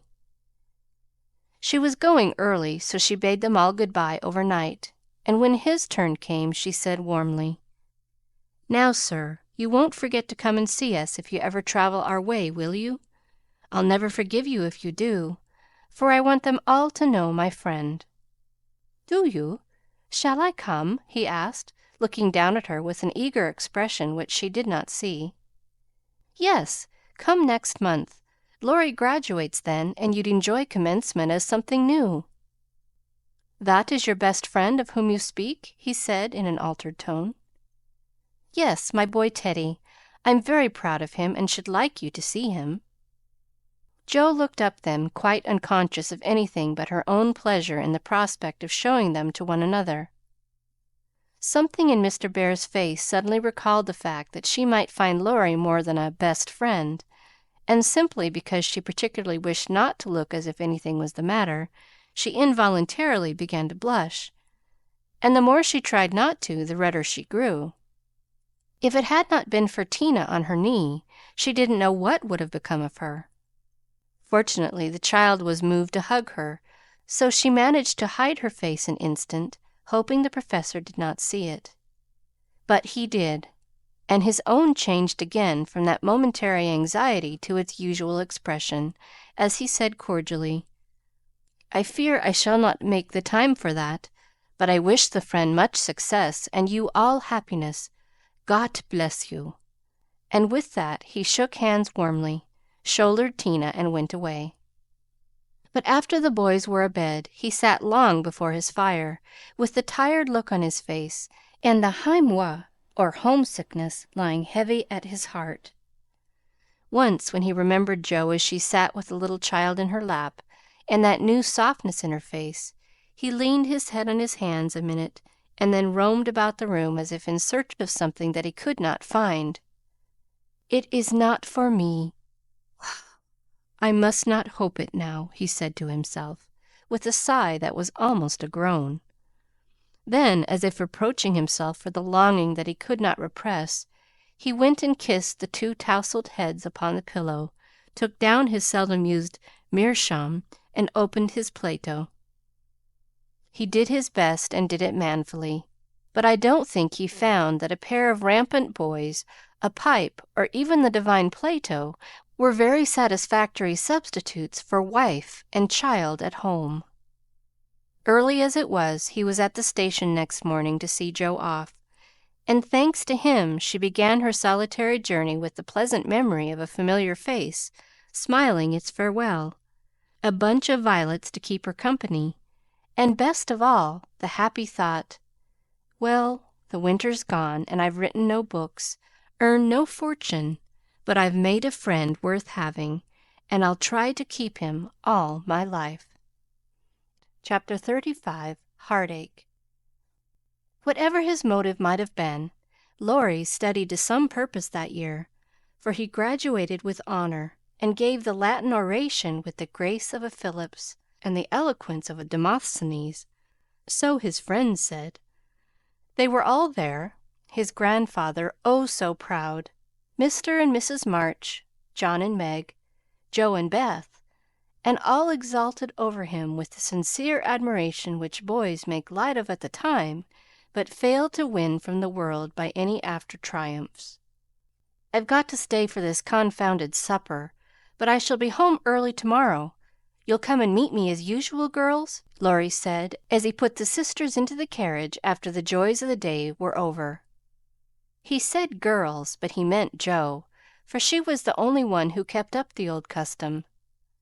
She had not the heart to refuse her splendid, successful boy anything, and answered warmly, "I'll come, Teddy, rain or shine, and march before you playing 'Hail, the Conquering Hero Comes' on a Jew's harp." Laurie thanked her with a look that made her think in a sudden panic, "Oh, dearie me, I know he'll say something, and then what shall I do?" Evening meditation and morning work somewhat allayed her fears, and having decided that she wouldn't be vain enough to think people were going to propose when she had given them every reason to know what her answer would be, she set forth at the appointed time, hoping Teddy wouldn't do anything to make her hurt his poor feelings. A call at Meg's and a refreshing sniff and sip at the Daisy and Demi John still further fortified her for the tête-à-tête. But when she saw a stalwart figure looming in the distance, she had a strong desire to turn about and run away. "Where's the Jew's harp, Jo?" cried Laurie, as soon as he was within speaking distance. "I forgot it." And Jo took heart again, for that salutation could not be called lover-like. She always used to take his arm on these occasions. Now she did not, and he made no complaint, which was a bad sign, but talked on rapidly about all sorts of far-away subjects, till they turned from the road into the little path that led homeward through the grove. Then he walked more slowly, suddenly lost his fine flow of language, and now and then a dreadful pause occurred.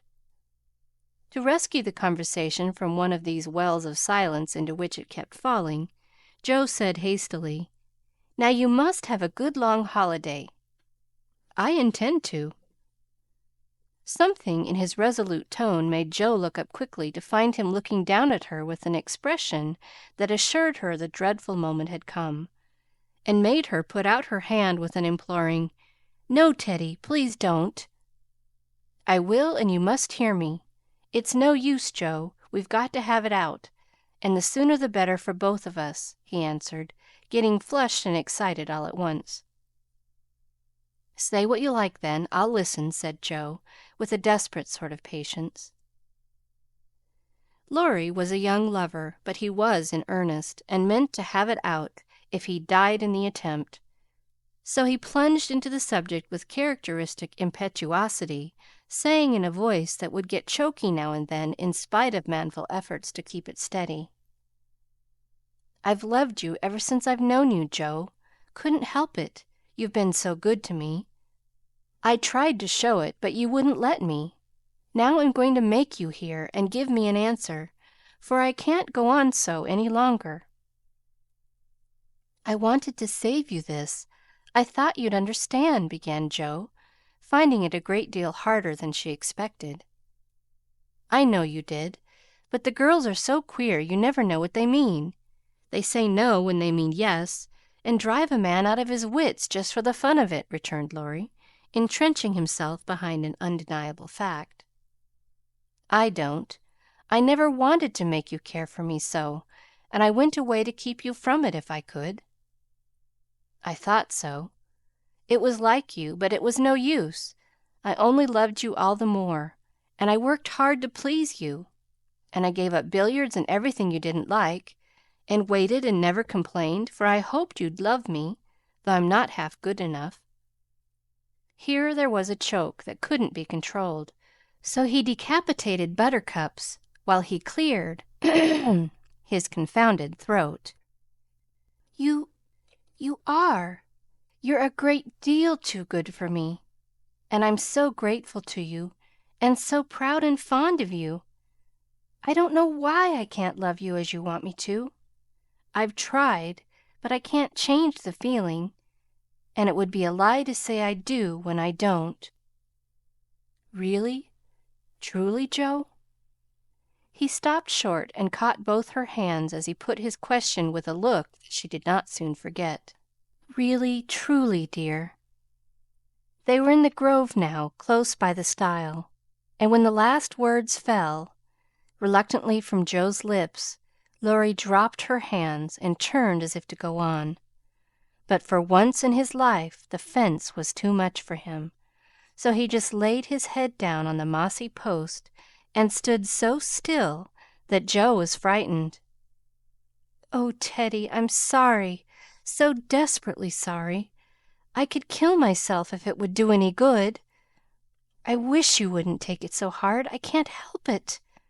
You know it's impossible for people to make themselves love other people if they don't," cried Joe, inelegantly but remorsefully, as she softly patted his shoulder, remembering the time when he had comforted her so long ago.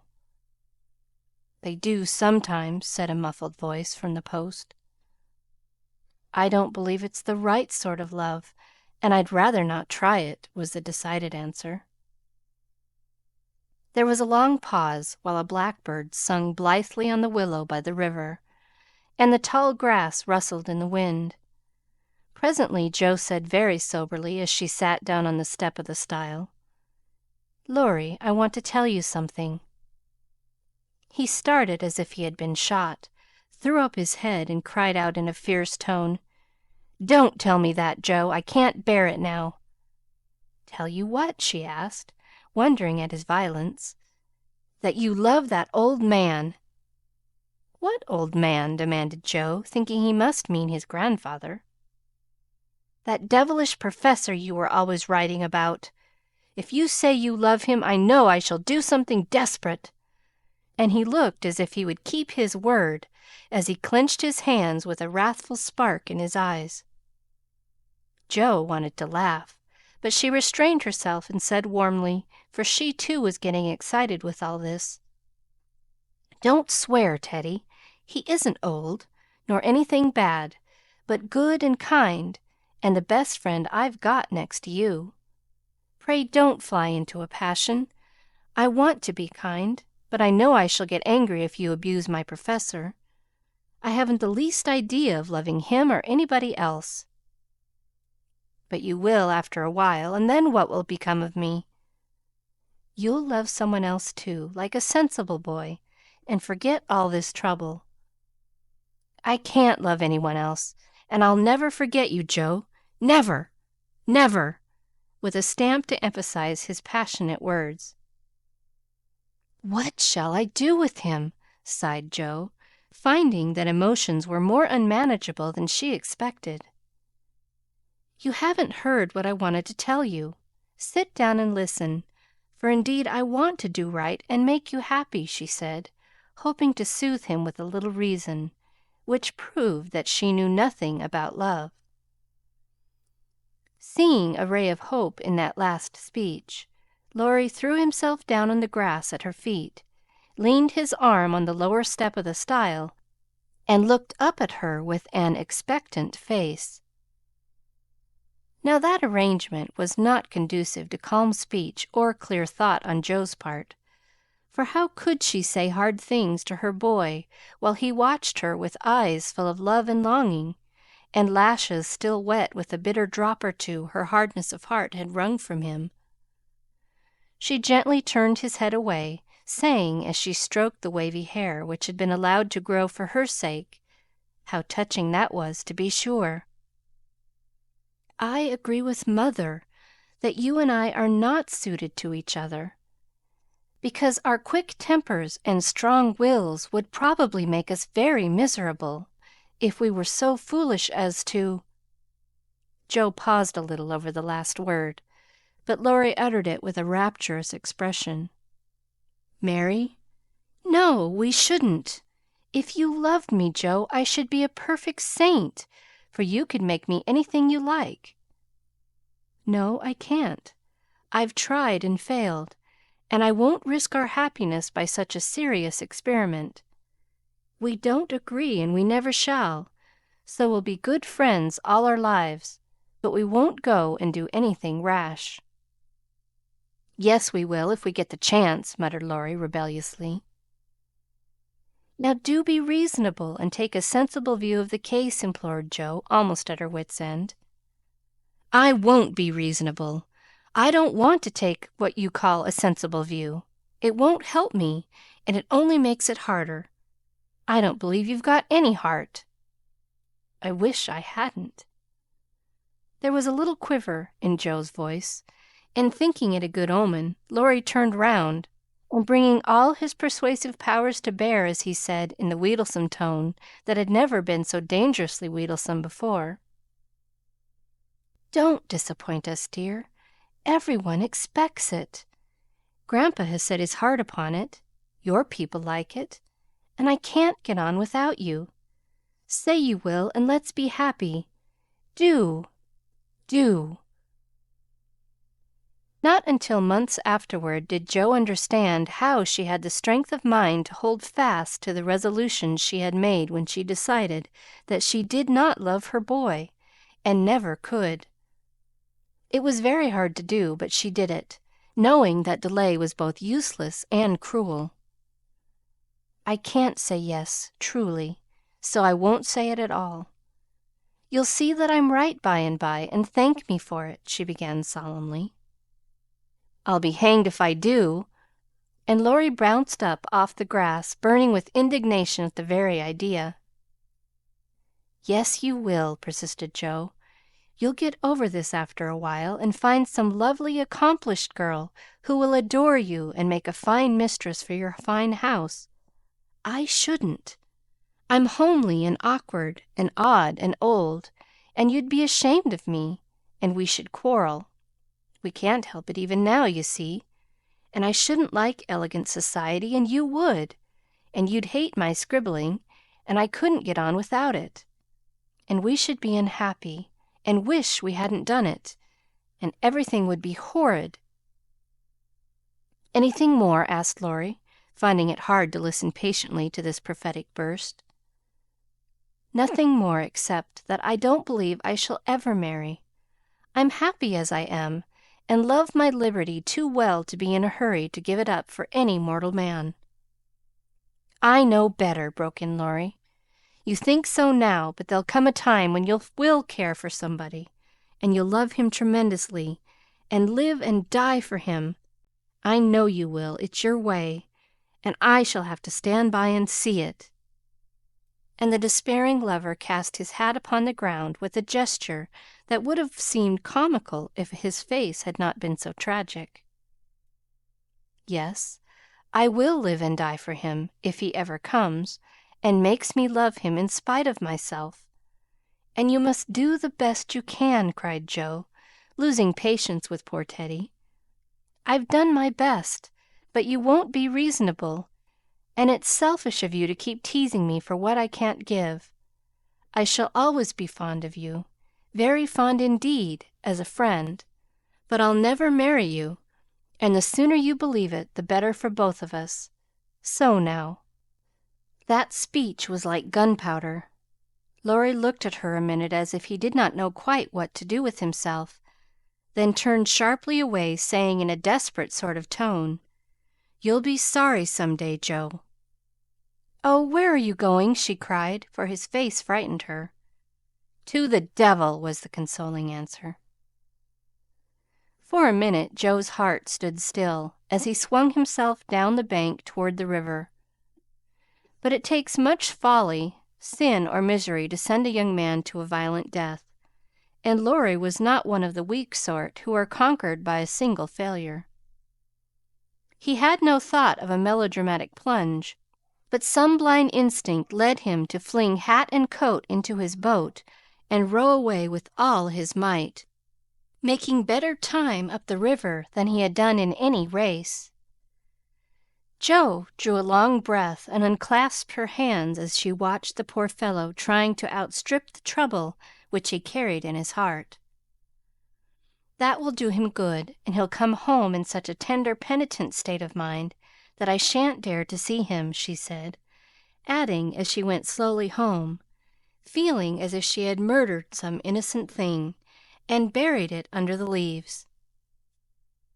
"Now I must go and prepare Mr. Laurence to be very kind to my poor boy. I wish he'd loved Beth. Perhaps he may in time, but I begin to think I was mistaken about her. Oh, dear, how can girls like to have lovers and refuse them? I think it's dreadful."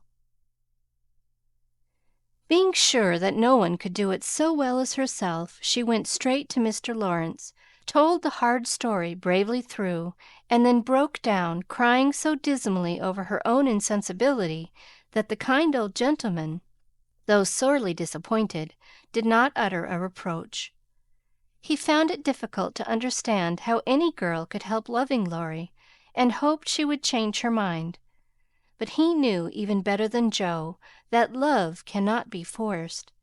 So he shook his head sadly and resolved to carry his boy out of harm's way, for young impetuosity's parting words to Joe disturbed him more than he would confess. When Laurie came home, dead tired but quite composed, his grandfather met him as if he knew nothing, and kept up the delusion very successfully for an hour or two.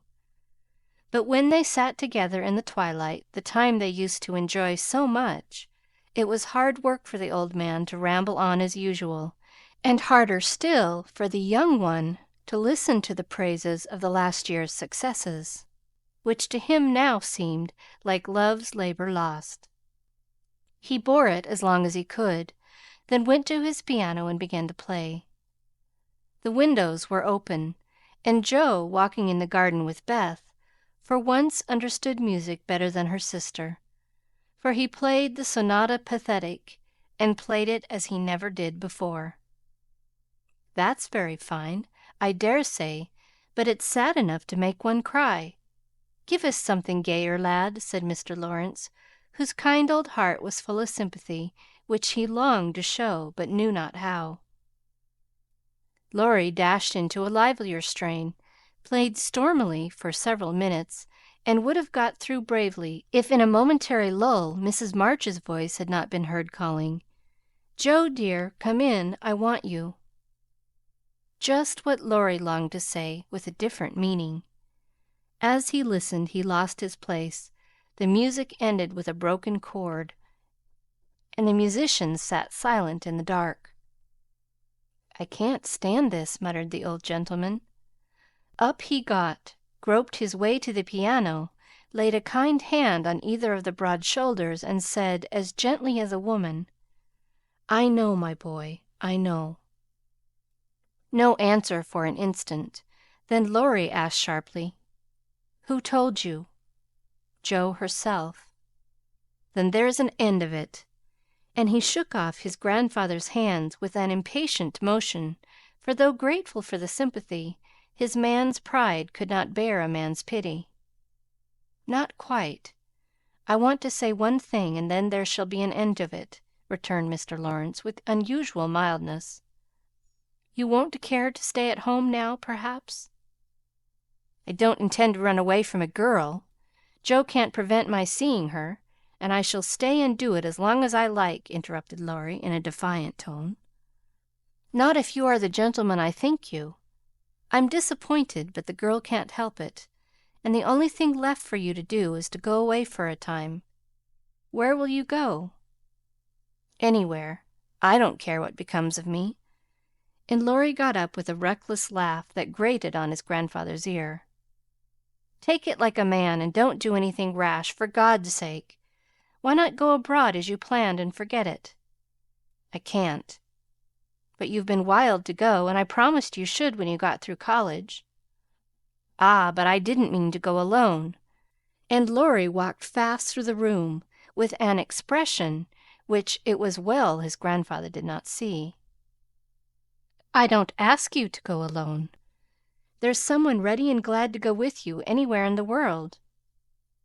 "Who, sir?" stopping to listen. "Myself." Laurie came back as quickly as he went, and put out his hand, saying huskily, "I'm a selfish brute, but you know, grandfather." "Lord help me, yes, I do know, for I've been through it all before, once in my own young days, and then with your father. Now, my boy, just sit quietly down and hear my plan. It's all settled and can be carried out at once," said Mr. Laurence, keeping hold of the young man, as if fearful that he would break away as his father had done before him. "Well, sir, what is it?" And Laurie sat down without a sign of interest in face or voice. "There is business in London that needs looking after. I meant you should attend to it, but I can do it better myself, and things here will get on very well with Brooke to manage them. My partners do almost everything. I'm merely holding on until you take my place and can be off at any time." "But you hate traveling, sir. I can't ask it of you at your age," began Laurie, who was grateful for the sacrifice, but much preferred to go alone if he went at all. The old gentleman knew that perfectly well, and particularly desired to prevent it, for the mood in which he found his grandson assured him that it would not be wise to leave him to his own devices. So, stifling a natural regret at the thought of the home comforts he would leave behind him, he said stoutly, "Bless your soul, I'm not superannuated yet. I quite enjoy the idea. It will do me good, and my own bones won't suffer, for traveling nowadays is almost as easy as sitting in a chair." A restless movement from Laurie suggested that his chair was not easy, or that he did not like the plan, and made the old man add hastily, "I don't mean to be a marplot or a burden. I go because I think you'd feel happier than if I was left behind. I don't intend to gad about with you, but leave you free to go where you like, while I amuse myself in my own way. I've friends in London and Paris, and should like to visit them. Meantime, you can go to Italy, Germany, Switzerland, where you will, and enjoy pictures, music, scenery, and adventures to your heart's content." Now Laurie felt just then that his heart was entirely broken, and the world a howling wilderness. But at the sound of certain words which the old gentleman artfully introduced into his closing sentence, the broken heart gave an unexpected leap, and a green oasis or two suddenly appeared in the howling wilderness. He sighed, and then said in a spiritless tone, "Just as you like, sir. It doesn't matter where I go or what I do." It does to me. Remember that, my lad. I give you entire liberty, but I trust you to make honest use of it. Promise me that, Laurie." "Anything you like, sir." "Good," thought the old gentleman. "You don't care now, but there'll come a time when that promise will keep you out of mischief, or I'm much mistaken." Being an energetic individual, Mr. Laurence struck while the iron was hot, and before the blighted being recovered spirit enough to rebel, they were off. During the time necessary for preparation, Laurie bore himself as young gentlemen usually do in such cases. He was moody, irritable, and pensive by turns, lost his appetite, neglected his dress, and devoted much time playing tempestuously on his piano, avoided Jo, but consoled himself by staring at her from his window, with a tragic face that haunted her dreams by night and oppressed her with a heavy sense of guilt by day. Unlike some sufferers, he never spoke of his unrequited passion, and would allow no one, not even Mrs. March, to attempt consolation or offer sympathy. On some accounts this was a relief to his friends, but the weeks before his departure were very uncomfortable, and everyone rejoiced that the poor dear fellow was going away to forget his trouble and come home happy. Of course he smiled darkly at their delusion, but passed it by with the sad superiority of one who knew that his fidelity, like his love, was unalterable. When the parting came, he affected high spirits to conceal certain inconvenient emotions which seemed inclined to assert themselves. This gaiety did not impose upon anybody, but they tried to look as if it did for his sake, and he got on very well till Mrs. March kissed him with a whisper full of motherly solicitude. Then, feeling that he was going very fast, he hastily embraced them all round, not forgetting the afflicted Hannah, and ran downstairs as if for his life. Jo followed a minute after, to wave her hand to him if he looked round.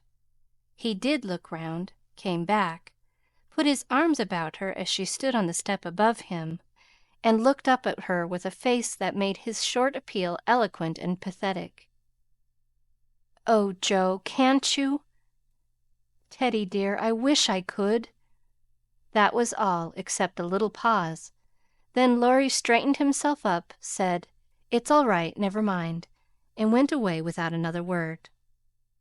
Ah, but it wasn't all right, and Jo did mind, for while the curly head lay on her arm a minute after her hard answer, she felt as if she had stabbed her dearest friend, and when he left her without a look behind him, she knew that the boy Laurie never would come again. Chapter 36. Beth's Secret. When Jo came home that spring, she had been struck with the change in Beth. No one spoke of it or seemed aware of it, for it had come too gradually to startle those who saw her daily. But to eyes sharpened by absence, it was very plain, and a heavy weight fell on Jo's heart as she saw her sister's face. It was no paler, and but little thinner than in the autumn, yet there was a strange, transparent look about it, as if the mortal was being slowly refined away, and the immortal shining through the frail flesh with an indescribably pathetic beauty. Jo saw and felt it, but said nothing at the time, and soon the first impression lost much of its power, for Beth seemed happy. No one appeared to doubt that she was better, and presently, in other cares, Jo for a time forgot her fear. But when Laurie was gone, and peace prevailed again, the vague anxiety returned and haunted her. She had confessed her sins and been forgiven, but when she showed her savings and proposed a mountain trip, Beth had thanked her heartily, but begged not to go so far away from home.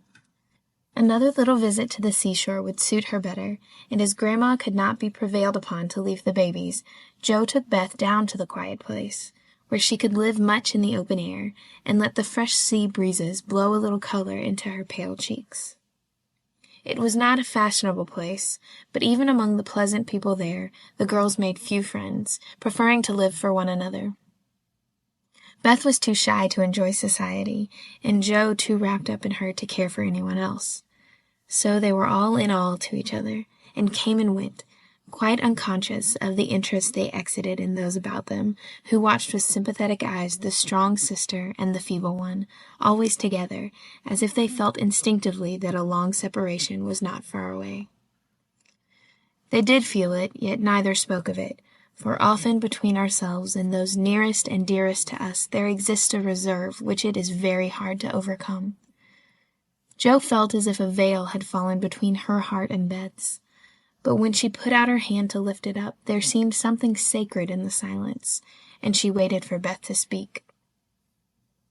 She wondered, and was thankful also, that her parents did not seem to see what she saw, and during the quiet weeks when the shadows grew so plain to her, she said nothing of it to those at home, believing that it would tell itself when Beth came back no better. She wondered still more if her sister really guessed the hard truth, and what thoughts were passing through her mind during the long hours when she lay on the warm rocks, with her head in Jo's lap, while the winds blew healthfully over her and the sea made music at her feet. One day, Beth told her, Jo thought she was asleep, she lay so still, and putting down her book, sat looking at her with wistful eyes, trying to see signs of hope in the faint color on Beth's cheeks. But she could not find enough to satisfy her, for the cheeks were very thin, and the hands seemed too feeble to hold even the rosy little shells they had been collecting. It came to her then more bitterly than ever that Beth was slowly drifting away from her, and her arms instinctively tightened their hold upon the dearest treasure she possessed. For a minute her eyes were too dim for seeing, and when they cleared, Beth was looking up at her so tenderly that there was hardly any need for her to say, "Jo, dear, I'm glad you know it. I've tried to tell you, but I couldn't." There was no answer except her sister's cheek against her own, not even tears, for when most deeply moved, Jo did not cry. She was the weaker then, and Beth tried to comfort and sustain her, with arms about her and the soothing words she whispered in her ear. "I've known it for a good while, dear, and now I'm used to it. It isn't hard to think of or to bear. Try to see it so, and don't be troubled about me, because it's best, indeed it is." "Is this what made you so unhappy in the autumn, Beth? You did not feel it then and keep it to yourself so long, did you?" asked Jo, refusing to see or say that it was best, but glad to know that Laurie had no part in Beth's trouble. "Yes, I gave up hoping then, but I didn't like to own it. I tried to think it was a sick fancy, and would not let it trouble anyone. But when I saw you all so well and strong and full of happy plans, it was hard to feel that I could never be like you, and then I was miserable, Jo." "Oh, Beth, and you didn't tell me? Didn't let me comfort and help you? How could you shut me out, bear it all alone?" Jo's voice was full of tender reproach, and her heart ached to think of the solitary struggle that must have gone on while Beth learned to say goodbye to health, love, and life, and take up her cross so cheerfully. "Perhaps it was wrong, but I tried to do right. I wasn't sure, no one said anything, and I hoped I was mistaken.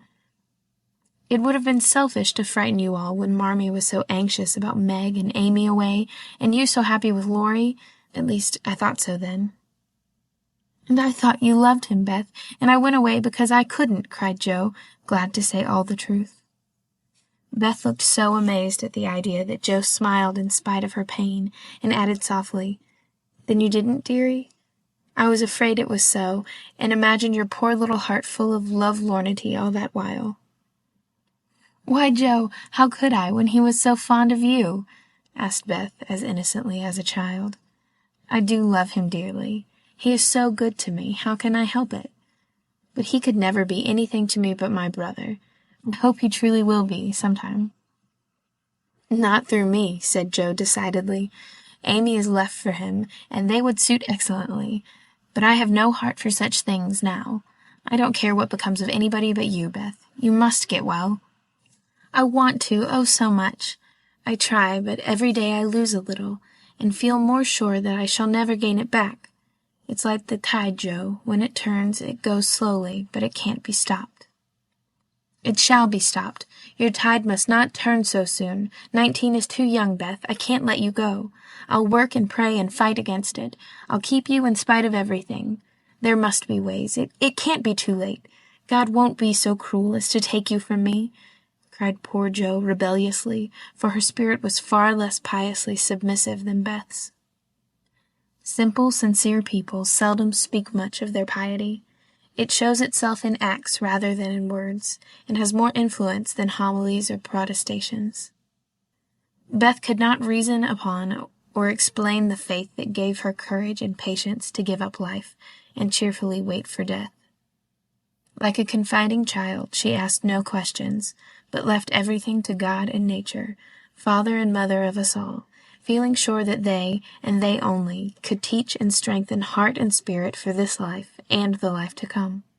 She did not rebuke Jo with saintly speeches, only loved her better for her passionate affection, and clung more closely to the dear human love from which our Father never means us to be weaned, but through which he draws us closer to himself. She could not say, "I'm glad to go," for life was very sweet for her. She could only sob out, "I try to be willing," while she held fast to Jo as the first bitter wave of this great sorrow broke over them together. By and by Beth said, with recovered serenity, "You'll tell them this when we go home?" "I think they will see it without words," sighed Jo, for now it seemed to her that Beth changed every day. "Perhaps not. I've heard that the people who love best are often blindest to such things. If they don't see it, you will tell them for me. I don't want any secrets, and it's kinder to prepare them. Meg has John and the babies to comfort her, but you must stand by Father and Mother, won't you, Jo?" "If I can. But, Beth, I don't give up yet. I'm going to believe that it is a sick fancy and not let you think it's true," said Jo, trying to speak cheerfully. Beth lay a minute thinking, and then said in her quiet way, "I don't know how to express myself, and shouldn't try to anyone but you, because I can't speak out except to my Jo. I only mean to say that I have a feeling that it never was intended I should live long. I'm not like the rest of you. I never made any plans about what I'd do when I grew up. I never thought of being married, as you all did. I couldn't seem to imagine myself anything but stupid little Beth, trotting about at home, of no use anywhere but there. I never wanted to go away, and the hard part now is leaving you all. I'm not afraid, but it seems as if I should be homesick for you even in heaven." Jo could not speak, and for several minutes there was no sound but the sigh of the wind and the lapping of the tide. A white-winged gull flew by, with the flash of sunshine on its silvery breast. Beth watched it till it vanished, and her eyes were full of sadness. A little gray-coated sandbird came tripping over the beach, peeping softly to itself, as if enjoying the sun and the sea. It came quite close to Beth, and looked at her with a friendly eye, and sat upon a warm stone, dressing its wet feathers, quite at home. Beth smiled and felt comforted, for the tiny thing seemed to offer its small friendship, and remind her that a pleasant world was still to be enjoyed. "Dear little bird, see, Jo, how tame it is. I like Peeps better than the gulls. They are not so wild and handsome, but they seem happy, confiding little things. I used to call them my birds last summer, and Mother said they reminded her of me. Busy, Quaker-colored creatures, always near the shore and always chirping that contented little song of theirs. You are the gull, Jo, strong and wild, fond of the storm and the wind, flying far out to sea, and happy all alone. Meg is the turtle-dove, and Amy is like the lark she writes about, trying to get up among the clouds, but always dropping down into its nest again. Dear little girl! She's so ambitious, but her heart is good and tender, and no matter how high she flies, she never will forget home. I hope I shall see her again, but she seems so far away. She is coming in the spring, and I mean that you shall be all ready to see and enjoy her. I'm going to have you well and rosy by that time," began Jo, feeling that all of the changes in Beth, the talking change was the greatest, for it seemed to cost no effort now, and she thought aloud in a way quite unlike bashful Beth. "Jo, dear, don't hope any more. It won't do any good. I'm sure of that. We won't be miserable, but enjoy being together while we wait. We'll have happy times, for I don't suffer much, and I think the tide will go out easily if you help me." Jo leaned down to kiss the tranquil face, and with that silent kiss she dedicated herself soul and body to Beth. She was right. There was no need of any words when they got home, for father and mother saw plainly now what they had prayed to be saved from seeing. Tired with her short journey, Beth went at once to bed, saying how glad she was to be home. When Jo went down, she found that she would be spared the hard task of telling Beth's secret. Her father stood leaning his head on the mantelpiece, and did not turn as she came in, but her mother stretched out her arms as if for help, and Jo went to comfort her without a word. Chapter 37. New Impressions. At 3 o'clock in the afternoon, all the fashionable world at Nice may be seen on the Promenade des Anglais, a charming place for the wide walk, bordered with palms, flowers, and tropical shrubs, is bounded on one side by the sea, on the other by the Grand Drive, lined with hotels and villas, while beyond lie orange orchards and the hills. Many nations are represented, many languages spoken, many costumes worn, and on a sunny day the spectacle is as gay and brilliant as a carnival. Haughty English, lively French, sober Germans, handsome Spaniards, ugly Russians, meek Jews, free and easy Americans, all drive, sit, or saunter here, chatting over the news, and criticizing the latest celebrity who has arrived. Ristori, or Dickens, Victor Emmanuel, or the Queen of the Sandwich Islands. The equipages are as varied as the company and attract as much attention, especially the low basket barrages, in which ladies drive themselves, with a pair of dashing ponies, gay nets, to keep their voluminous flounces from overflowing the diminutive vehicles, and little grooms on the perch behind. Along this walk on Christmas Day, a tall young man walked slowly with his hands behind him, and a somewhat absent expression of countenance. He looked like an Italian, was dressed like an Englishman, and had the independent air of an American, a combination which caused sundry pairs of feminine eyes to look approvingly after him, and sundry dandies in black velvet suits, with rose-colored neckties, buff gloves, and orange flowers in their buttonholes, to shrug their shoulders and then envy him his inches. There were plenty of pretty faces to admire, but the young man took little notice of them, except to glance now and then at some blonde girl in blue. Presently he strolled out of the promenade and stood a moment at the crossing, as if undecided whether to go and listen to the band in the Jardin Public, or to wander along the beach toward Castle Hill. The quick trot of Boney's feet made him look up as one of the little carriages, containing a single young lady, came rapidly down the street. The lady was young, blonde, and dressed in blue.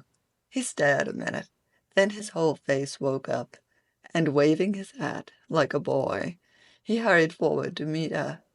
"Oh, Laurie, is it really you? I thought you'd never come," cried Amy, dropping the reins and holding out both hands, to the great scandalization of a French mamma, who hastened her daughter's steps, lest she should be demoralized by beholding the free manners of these mad English.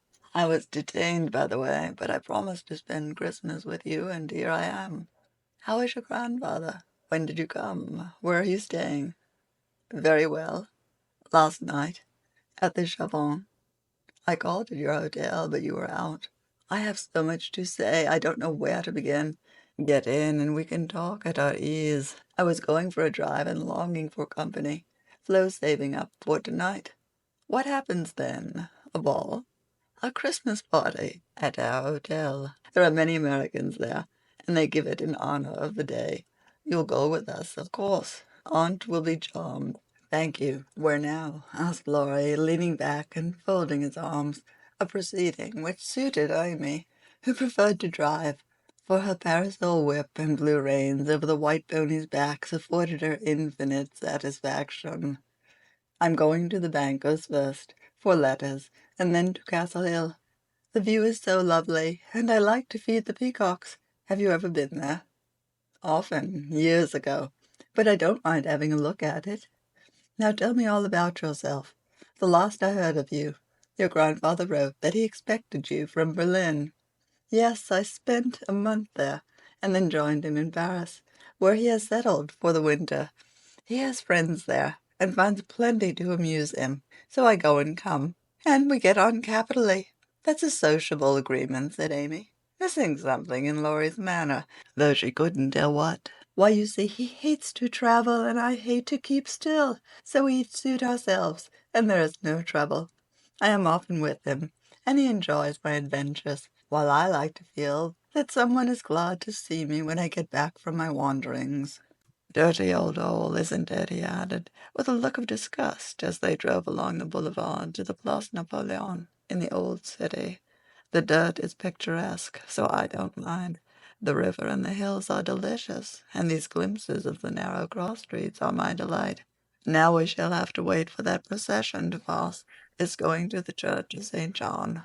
While Laurie listlessly watched the procession of priests under their canopies, white-veiled nuns bearing lighted tapers, and some brotherhood in blue chanting as they walked, Amy watched him and felt a new sort of shyness steal over her, for he was changed, and she could not find the merry-faced boy she left in the moody-looking man beside her. He was handsomer than ever, and greatly improved, she thought. But now that the flush of pleasure at meeting her was over, he looked tired and spiritless. Not sick, not exactly unhappy, but older and graver than a year or two of prosperous life should have made him. She couldn't understand it, and did not venture to ask questions, so she shook her head and touched up her ponies as the procession wound away across the arches of the Baglioni Bridge and vanished in the church. "Que pensez-vous?" she said, airing her French, which had improved in quantity if not in quality since she came abroad. "That mademoiselle has made good use of her time, and the result is charming," replied Laurie, bowing with his hand on his heart and an admiring look. She blushed with pleasure, but somehow the compliment did not satisfy her, like the blunt praises he used to give her at home, when he promenaded round her on festival occasions and told her she was altogether jolly, with a hearty smile and an improving pat on the head. She didn't like the new tone, for though not blasé, it sounded indifferent in spite of the look. "If that's the way he's going to grow up, I wish he'd stay a boy," she thought, with a curious sense of disappointment and discomfort, trying meantime to seem quite easy and gay. At Avigdor she found the precious home letters, and giving the reins to Laurie, read them luxuriously as they wound up the shady road between green hedges, where tea roses bloomed as freshly as in June. "Beth is very poorly, mother says. I often think I ought to go home, but they all say stay, so I do. For I shall never have another chance like this," said Amy, looking sober over one page. "I think you are right there.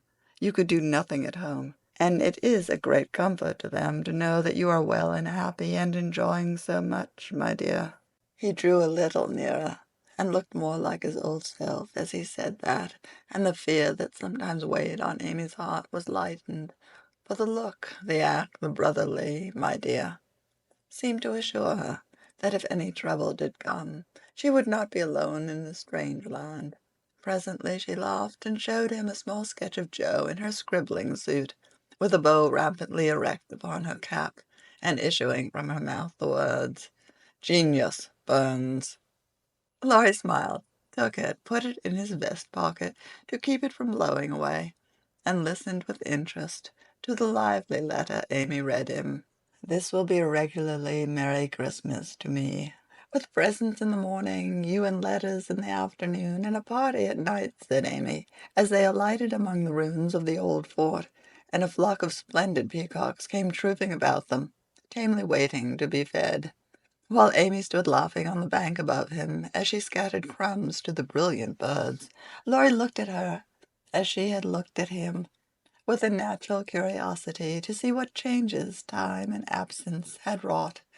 He found nothing to perplex or disappoint, much to admire and approve, for overlooking a few little affectations of speech and manner, she was as sprightly and graceful as ever, with the addition of that indescribable something in dress and bearing which we call elegance. Always mature for her age, she had gained a certain aplomb in both carriage and conversation, which made her seem more of a woman of the world than she was. But her old petulance now and then showed itself. her strong will still held its own, and her native frankness was unspoiled by foreign polish.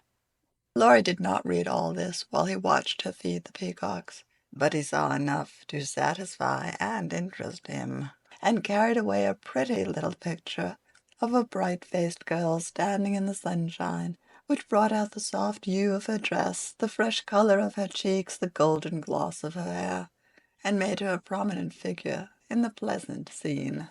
As they came up onto the stone plateau that crowns the hill, Amy waved her hand as if welcoming him to her favorite haunt, and said, pointing here and there, "Do you remember the cathedral and the Corso, the fishermen dragging their nets in the bay, and the lovely road to Villafranca, Schubbert's tower, just below, and best of all, that speck far out to sea which they say is Corsica?"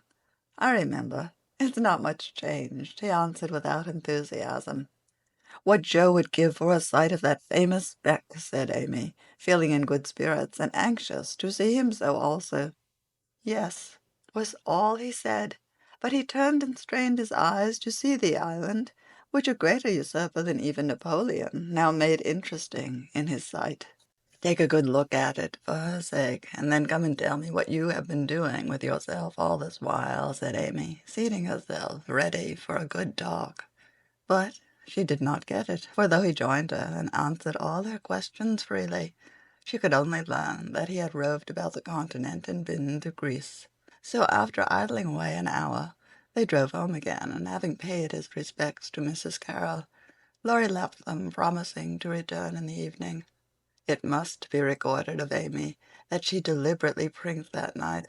Time and absence had done its work on both the young people.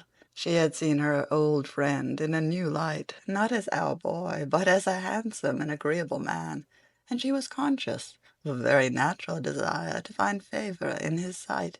Amy knew her good points and made the most of them with the taste and skill which is a fortune to a poor and pretty woman. Tarleton and tulle were cheap at Nice, so she enveloped herself in them on such occasions, and following the sensible English fashion of simple dress for young girls, got up charming little toilettes with fresh flowers, a few trinkets, and all manner of dainty devices, which were both inexpensive and effective. It must be confessed that the artist sometimes got possession of the woman, and indulged in antique coiffures, statuesque attitudes, and classic draperies.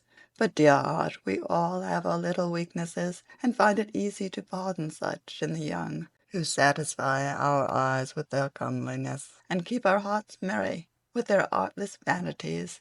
"I do want him to think I look well, and tell them so at home," said Amy to herself, as she put on Flo's old white silk ball dress, and covered it with a cloud of fresh illusion, out of which her white shoulders and golden head emerged with a most artistic effect. Her hair she had the sense to let alone, after gathering up the thick waves and curls into a heap-like knot at the back of her head. "It's not the fashion, but it's becoming, and I can't afford to make a fright of myself," she used to say, when advised to frizzle, puff, or braid as the latest style commanded. Having no ornaments fine enough for this important occasion, Amy looped her fleecy skirts with rosy clusters of azalea, and framed the white shoulders in delicate green vines. Remembering the painted boots, she surveyed her white satin slippers with girlish satisfaction, and chased down the room, admiring her aristocratic feet all by herself. "My new fan just matches my flowers. My gloves fit to a charm, and the real lace on Aunt's machine gives an air to my whole dress. If I only had a classical nose and mouth I should be perfectly happy," she said, surveying herself with a critical eye, and a candle in each hand. In spite of this affliction, she looked unusually gay and graceful as she glided away. She seldom ran. It did not suit her style, she thought, for being tall. The stately and Junoesque was more appropriate than the sportive or piquant. She walked up and down the long saloon while waiting for Laurie, and once arranged herself under the chandelier, which had a good effect upon her hair. Then she thought better of it, and went away to the other end of the room, as if ashamed of the girlish desire to have the first view a propitious one. It so happened that she could not have done a better thing, for Laurie came in so quietly she did not hear him, and as she stood at the distant window, with her head half turned and one hand gathering up her dress, the slender white figure against the red curtains was as effective as a well-placed statue. "Good evening, Diana," said Laurie, with a look of satisfaction she liked to see in his eyes when they rested on her. "Good evening, Apollo," she answered, smiling back at him, for he too looked unusually debonair, and the thought of entering the ballroom on the arm of such a personable man caused Amy to pity the foreplain Mrs. Davis from the bottom of her heart. "Here are your flowers. I arranged them myself, remembering that you didn't like what Hannah calls a sot bouquet," said Laurie, handing her a delicate nosegay in a holder that she had long coveted as she daily passed it in Cardiclia's window. "How kind you are!" she exclaimed gracefully. "If I'd known you were coming, I'd have had something ready for you today, though not as pretty as this, I'm afraid." "Thank you. It isn't what it should be, but you have improved it," he added, as she snapped the silver bracelet on her wrist. "Please don't. I thought you liked that sort of thing. Not from you. It doesn't sound natural, and I like your old bluntness better." "I'm glad of it," he answered, with a look of relief, then buttoned her gloves for her, and asked if his tie was straight, just as he used to do when they went to parties together at home. The company assembled in the long salle à manger that evening was such as one sees now nowhere but on the continent. The hospitable Americans had invited every acquaintance they had in Nice, and having no prejudice against titles, secured a few to add lustre to their Christmas ball. A Russian prince condescended to sit in a corner for an hour and talk with a massive lady, dressed like Hamlet's mother in black velvet, with a pearl bridle under her chin. A Polish count, aged 18, devoted himself to the ladies, who pronounced him a fascinating dear, and a German serene something, having come to supper alone, roamed vaguely about, seeking what he might devour. Baron Rothschild's private secretary, a large-nosed Jew in tight boots, affably beamed upon the world, as if his master's name crowned him with a golden halo. A stout Frenchman who knew the emperor came to indulge his mania for dancing, and Lady de Jones, a British matron, adorned the scene with her little family of 8. Of course, there were many light-footed, shrill-voiced American girls, handsome, lifeless-looking English ditto, and a few plain but piquant French demoiselles. Likewise the usual set of traveling young gentlemen who disported themselves gaily, while mammas of all nations lined the walls and smiled upon them benignly when they danced with their daughters. Any young girl can imagine Amy's state of mind when she took the stage that night, leaning on Laurie's arm. She knew she looked well, she loved to dance, she felt that her foot was on her native heath in a ballroom, and enjoyed the delightful sense of power which comes when young girls first discover the new and lovely kingdom they are born to rule, by virtue of beauty, youth, and womanhood. She did pity the Davis girls, who were awkward, plain, and destitute of escort, except a grim papa and 3 grimmer maiden aunts, and she bowed to them in her friendliest manner as she passed, which was good of her, as it permitted them to see her dress and burn with curiosity to know who her distinguished-looking friend might be. With the first burst of the band, Amy's color rose, her eyes began to sparkle, and her feet to tap the floor impatiently, for she danced well and wanted Laurie to know it. Therefore the shock she received can better be imagined than described when he said in a perfectly tranquil tone, "Do you care to dance? One usually does at a ball." Her amazed look and quick answer caused Laurie to repair his error as fast as possible. "I meant the first dance. May I have the honor? I can give you one if you put off the count. He dances divinely, but he will excuse me, as you are an old friend," said Amy, hoping that the name would have a good effect and show Laurie that she was not to be trifled with. Nice little boy, but rather a short pole to support. A daughter of the gods, divinely tall and most divinely fair, was all the satisfaction she got, however. The set in which they found themselves was composed of English, and Amy was compelled to walk decorously through a cotillion, feeling all the while as if she could dance the tarantella with relish. Laurie resigned her to the nice little boy, and went to do his duty to Flo, without securing Amy for the joys to come, which reprehensible want of forethought was properly punished, for she immediately engaged herself till supper, meaning to relent if he gave any signs of penitence. She showed him her ball book with demure satisfaction when he strolled instead of rushed up to claim her for the next, a glorious polka redowa. But his polite regrets didn't impose upon her, and when she galloped away with the Count, she saw Laurie sit down by her aunt with an actual expression of relief. That was unpardonable, and Amy took no more notice of him for a long while, except a word now and then when she came to her chaperon between the dances for a necessary pin or a moment's rest. Her anger had a good effect, however, for she hid it under a smiling face and seemed unusually blithe and brilliant. Laurie's eyes followed her with pleasure, for she neither romped nor sauntered, but danced with spirit and grace, making the delightsome pastime what it should be. He very naturally fell to studying her from this new point of view, and before the evening was half over, had decided that little Amy was going to make a very charming woman. It was a lively scene, for soon the spirit of the social season took possession of every one, and Christmas merriment made all faces shine, hearts happy, and heels light.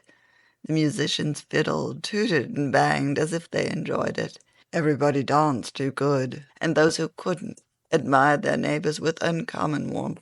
The air was dark with Davises, and many Joneses gamboled like a flock of young giraffes. The golden secretary darted through the room like a meteor with a dashing French woman who carpeted the floor with her pink satin train. The serene Juden found the supper table and was happy, eating steadily through the bill of fare, and dismayed the garçons by the ravages he committed. But the emperor's friend covered himself with glory, for he danced everything, whether he knew it or not, and introduced impromptu pirouettes when the figures bewildered him. The boyish abandon of that stout man was charming to behold, for though he carried weight, he danced like an india-rubber ball.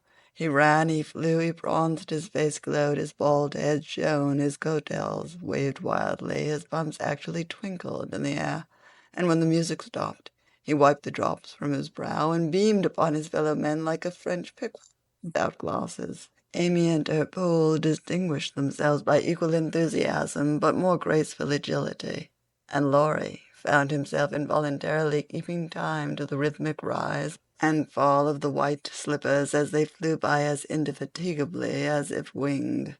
When little Vladimir finally relinquished her with assurances that he was desolated to leave so early, she was ready to rest and see how her recreant knight had borne his punishment.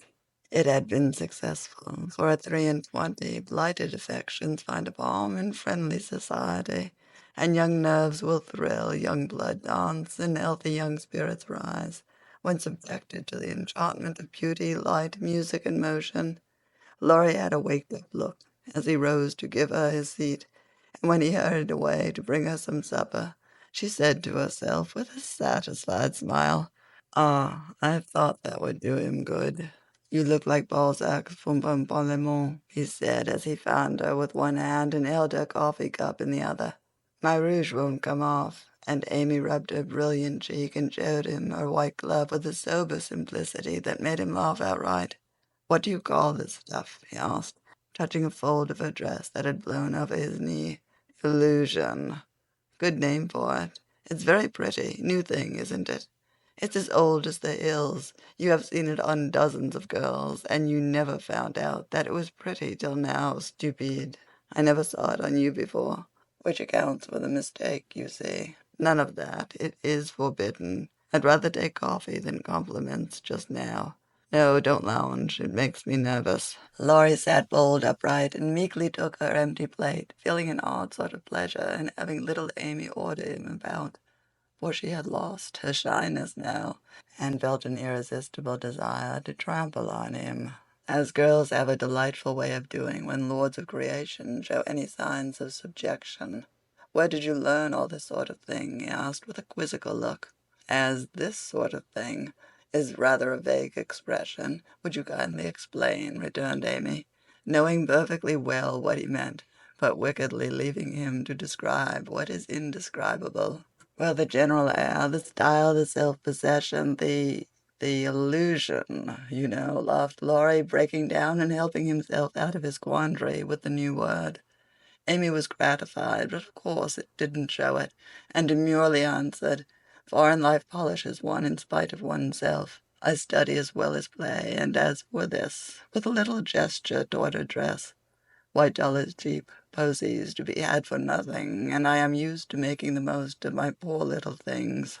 Amy rather regretted that last sentence, fearing it wasn't in good taste, but Laurie liked her better for it, and found himself both admiring and respecting the brave patience that made the most of opportunity, and the cheerful spirit that covered poverty with flowers. Amy did not know why he looked at her so kindly, nor why he filled up her book with his own name, and devoted himself to her for the rest of the evening in the most delightful manner. But the impulse that wrought this agreeable change was the result of one of the new impressions which both of them were unconsciously giving and receiving. Chapter 38 On the Shelf. In France, the young girls have a dull time of it till they are married, when "Vive la liberté" becomes their motto. In America, as everyone knows, girls early sign the Declaration of Independence and enjoy their freedom with republican zest. But the young matrons usually abdicate with the first heir to the throne and go into a seclusion almost as close as a French nunnery, though by no means as quiet.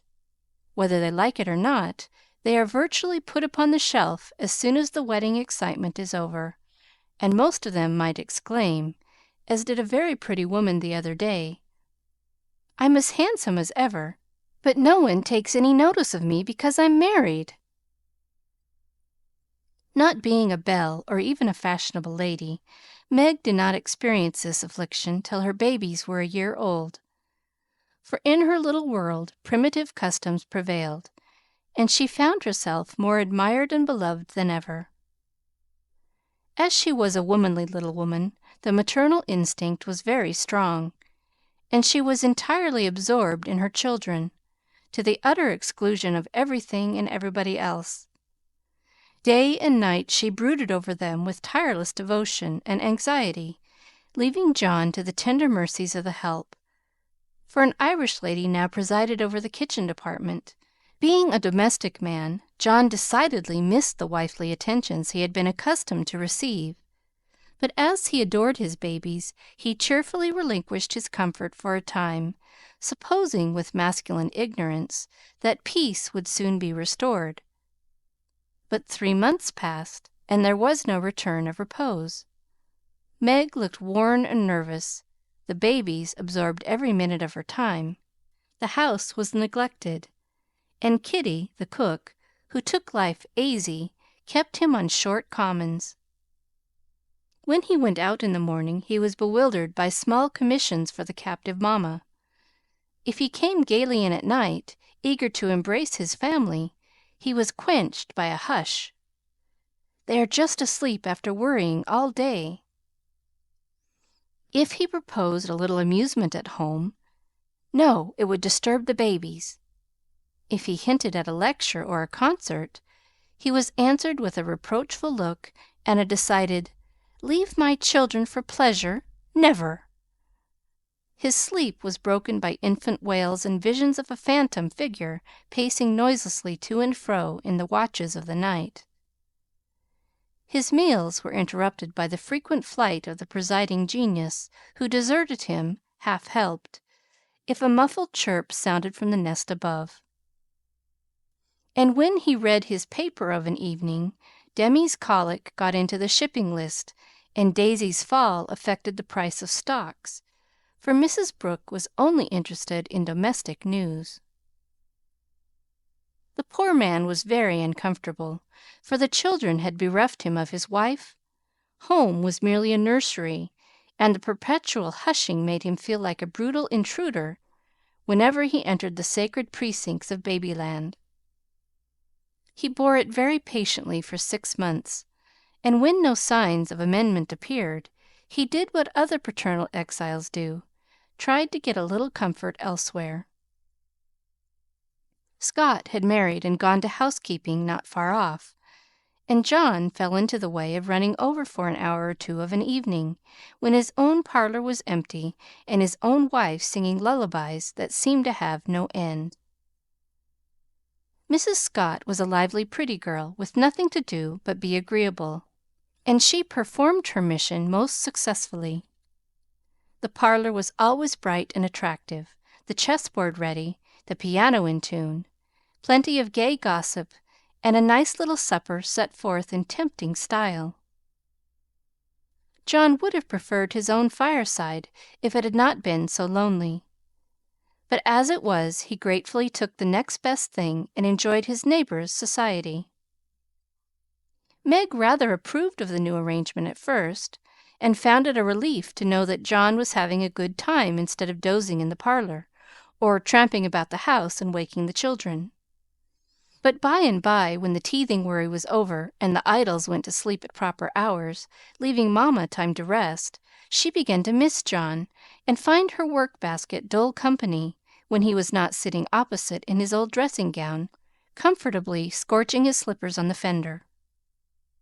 She would not ask him to stay at home, but felt injured because he did not know that she wanted him without being told, entirely forgetting the many evenings he had waited for her in vain.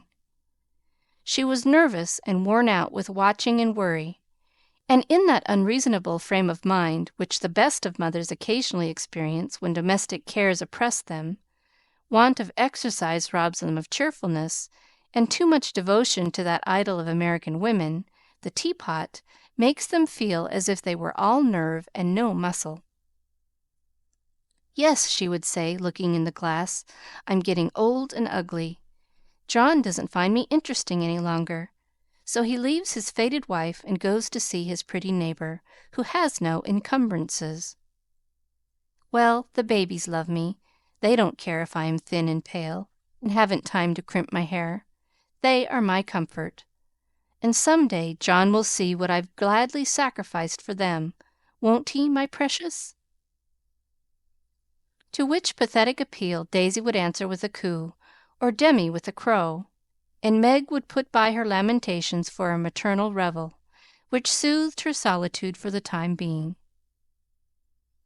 But the pain increased as politics absorbed John, who was always running over to discuss interesting points with Scott, quite unconscious that Meg missed him.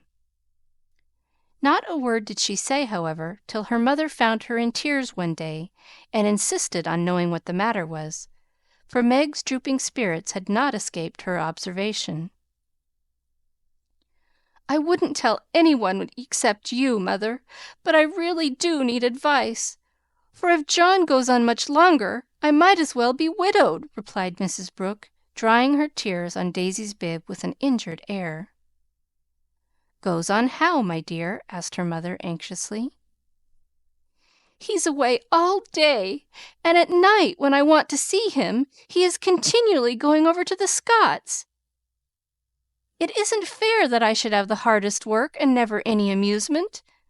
Men are very selfish, even the best of them." "So are women, but don't blame John till you see where you are wrong yourself." "But it can't be right for him to neglect me." "Don't you neglect him." "Why, Mother, I thought you'd take my part." "So I do, as far as sympathizing goes, but I think the fault is yours, Meg." "I don't see how." "Let me show you. Did John ever neglect you, as you call it, while you made it a point to give him your society of an evening, his only leisure time?" "No, but I can't do it now, with 2 babies to tend." "I think you could, dear, and I think you ought. May I speak quite freely, and will you remember that it's Mother who blames as well as Mother who sympathizes?" "Indeed I will.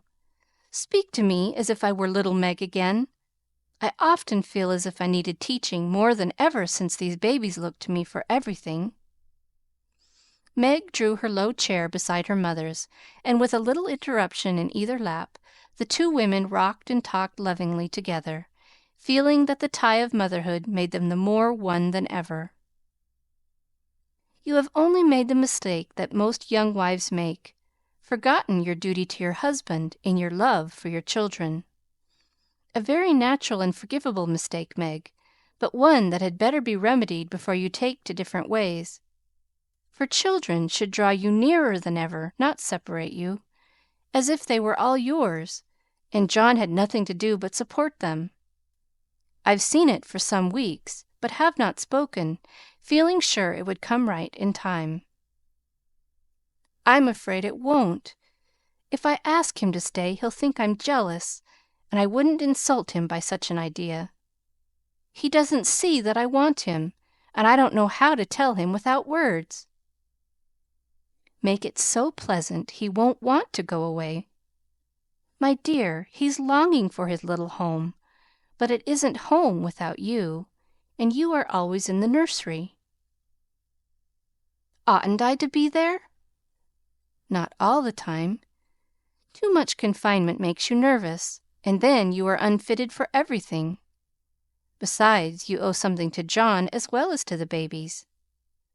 Don't neglect husband for children. Don't shut him out of the nursery, but teach him how to help in it. His place is there as well as yours, and the children need him. Let him feel that he has a part to do, and he will do it gladly and faithfully, and it will be better for you all." "You really think so, Mother?" "I know it, Meg, for I've tried it, and I seldom give advice unless I've proved its practicability. When you and Joe were little, I went on just as you are, feeling as if I didn't do my duty unless I devoted myself wholly to you. Poor father took to his books, after I had refused all offers of help, and left me to try my experiment alone. I struggled along as well as I could, but Joe was too much for me. I nearly spoiled her by indulgence. You were poorly, and I worried about you till I fell sick myself. Then father came to the rescue, quietly managed everything, and made himself so helpful that I saw my mistake, and never have been able to get on without him since. That is the secret of our home happiness. He does not let business wean him from the little cares and duties that affect us all, and I try not to let domestic worries destroy my interest in his pursuits. Each do our own part alone in many things, but at home we work together always." It is so, Mother. It is so, Mother, and my great wish is to be to my husband and children what you have been to yours. Show me how. I'll do anything you say. You always were my docile daughter. Well, dear, if I were you, I'd let John have more to do with the management of Demi, for the boy needs training, and it's none too soon to begin. Then I'd do what I have often proposed. Let Hannah come and help you. She is a capital nurse, and you may trust the precious babies to her while you do more housework. You need the exercise. Hannah would enjoy the rest, and John would find his wife again. Go out more. Keep cheerful as well as busy, for you are the sunshine maker of the family, and if you get dismal, there is no fair weather. Then I'd try to take an interest in whatever John likes. Talk with him, let him read to you, exchange ideas, and help each other in that way. Don't shut yourself up in a bandbox because you are a woman, but understand what is going on, and educate yourself to take your part in the world's work, for it all affects you and yours. John is so sensible, I'm afraid he will think I'm stupid if I ask questions about politics and things. I don't believe he would. Love covers a multitude of sins, and of whom could you ask more freely than of him? Try it, and see if he doesn't find your society far more agreeable than Mrs. Scott's suppers. I will. Poor John! I'm afraid I have neglected him sadly, but I thought I was right, and he never said anything. He tried not to be selfish, but he has felt rather forlorn, I fancy.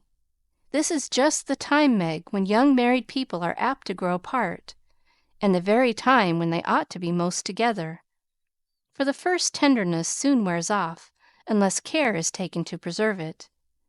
And no time is so beautiful and precious to parents, as the first years of the little lives given to them to train. Don't let John be a stranger to the babies, for they will do more to keep him safe and happy in this world of trial and temptation than anything else. And through them you will learn to know and love one another as you should. Now, dear, good-bye. Think over Mother's preachment, act upon it if it seems good, and God bless you all. Meg did think it over, found it good, and acted upon it, though the first attempt was not made exactly as she planned to have it. Of course the children tyrannized over her, and ruled the house as soon as they found out that kicking and squalling brought them whatever they wanted. Mamma was an abject slave to their caprices, but Papa was not so easily subjugated, and occasionally afflicted his tender spouse by an attempt at paternal discipline with his obstreperous son. For Demi inherited a trifle of his sire's firmness of character. We won't call it obstinacy. And when he made up his little mind to have or do anything, all the king's horses and all the king's men could not change that pertinacious little mind. Mamma thought the dear too young to be taught to conquer his prejudices, but Papa believed that it never was too soon to learn obedience. So Master Demi early discovered that when he undertook to wrastle with Parpar, he always got the worst of it. Yet, like the Englishman, Baby respected the man who conquered him, and loved the father whose grave "No, no" was more impressive than all Mamma's love-pats. A few days after the talk with her mother, Meg resolved to try a social evening with John. So she ordered a nice supper, set the parlor in order, dressed herself prettily, and put the children to bed early, that nothing should interfere with her experiment. But unfortunately Demi's most unconquerable prejudice was against going to bed, and that night he decided to go on a rampage. So poor Meg sang and rocked, told stories, and tried every sleep-provoking wile she could devise, but all in vain. The big eyes wouldn't shut, and long after Daisy had gone to bye low, like the chubby little bunch of good nature she was, naughty Demi lay staring at the light with the most discouragingly wide-awake expression of countenance. "Will Demi lie still like a good boy while Mamma runs down and gives poor Papa his tea?" asked Meg, as the hall door softly closed, and the well-known step went tiptoeing into the dining-room. "Me has tea," said Demi, preparing to join in the revel. "No, but I'll save you some little cakeys for breakfast, if you'll go bye-bye like Daisy. Will you, lovey?" "Iss," and Demi shut his eyes tight, as if to catch sleep and hurry the desired day. Taking advantage of the propitious moment, Meg slipped away and ran down to greet her husband with a smiling face and the little blue bow in her hair which was his especial admiration. He saw it at once, and said with pleased surprise, "Why, little mother, how gay we are to-night! Do you expect company?" "Only you, dear." "Is it a birthday, anniversary, or anything?" "No, I'm tired of being dowdy, so I dressed up as a change. You always make yourself nice for table, no matter how tired you are, so why shouldn't I when I have the time?" "I do it out of respect for you, my dear," said old-fashioned John. "Ditto, ditto, Mr. Brooke," laughed Meg, looking young and pretty again as she nodded to him over the teapot. "Well, it's altogether delightful and like old times. This tastes right. I drink your health, dear." And John sipped his tea with an air of reposeful rapture, which was of very short duration, however, for as he put down his cup, the door-handle rattled mysteriously, and a little voice was heard saying impatiently, "Opie doy, me's tumin'." "It's that naughty boy. I told him to go to sleep alone, and here he is, downstairs, getting his death a cold, pattering over that canvas," said Meg, answering the call. "Mornin' now," announced Demi in joyful tone as he entered, with his long nightgown gracefully festooned over his arm, and every curl bobbing gaily as he pranced about the table, eyeing the "cakies" with loving glances. "No, it isn't morning yet. You must go to bed and not trouble poor mamma. Then you can have the little cake with sugar on it." "Me loves Parpar," said the artful one, preparing to climb the paternal knee and revel in forbidden joys. But John shook his head and said to Meg, "If you told him to stay up there and go to sleep alone, make him do it, or he will never learn to mind you." "Yes, of course. Come, Demi." And Meg led her son away, feeling a strong desire to spank the little marplot, who hopped beside her, laboring under the delusion that the bribe was to be administered as soon as they reached the nursery. Nor was he disappointed, for that short-sighted woman actually gave him a lump of sugar, tucked him into his bed, and forbade any more promenades till morning. "Is," said Demi, the perjured, blissfully sucking his sugar, and regarding his first attempt as eminently successful. Meg returned to her place, and supper was progressing pleasantly when the little ghost walked again, and exposed the maternal delinquencies by boldly demanding, "More shugar, Marmar." "Now this won't do," said John, hardening his heart against the engaging little sinner. "We shall never know any peace till that child learns to go to bed properly. You have made a slave of yourself long enough. Give him one lesson, and then there will be an end of it. Put him in his bed and leave him, Meg." "He won't stay there. He never does unless I sit by him." "I'll manage him. Demi, go upstairs and get into your bed, as Mamma bids you." "S'ant," replied the young rebel, helping himself to the coveted cakey, and beginning to eat the same with calm audacity. "You must never say that to Papa. I shall carry you if you don't go yourself." "Go 'way! Me don't love Parpar." And Demi retired to his mother's skirts for protection. But even that refuge proved unavailing, for he was delivered over to the enemy with a "Be gentle with him, John," which struck the culprit with dismay, for when Mamma deserted him, then the judgment day was at hand. Bereft of his cake, defrauded of his frolic, and borne away by a strong hand to that detested bed, poor Demi could not restrain his wrath, but openly defied Papa, and kicked and screamed lustily all the way upstairs. The minute he was put into bed on one side, he rolled out on the other, and made for the door, only to be ignominiously caught up by the tail of his little toga and put back again, which lively performance was kept up till the young man's strength gave out, when he devoted himself to roaring at the top of his voice. This vocal exercise usually conquered Meg, but John sat as unmoved as the post, which is popularly believed to be deaf. No coaxing, no sugar, no lullaby, no story. Even the light was put out, and only the red glow of the fire enlivened the big dark, which Demi regarded with curiosity rather than fear. This new order of things disgusted him, and he howled dismally for "Mar!" as his angry passions subsided and recollections of his tender bondwoman returned to the captive autocrat. The plaintive wail which succeeded the passionate roar went to Meg's heart, and she ran up to say beseechingly, "Let me stay with him. He'll be good now, John." "No, my dear. I've told him he must go to sleep, as you bid him, and he must, if I stay here all night." "But he'll cry himself sick," pleaded Meg, reproaching herself for deserting her boy. "No, he won't. He's so tired he will soon drop off, and then the matter is settled, for he will understand that he has got to mind. Don't interfere. I'll manage him." "He's my child, and I can't have his spirit broken by harshness."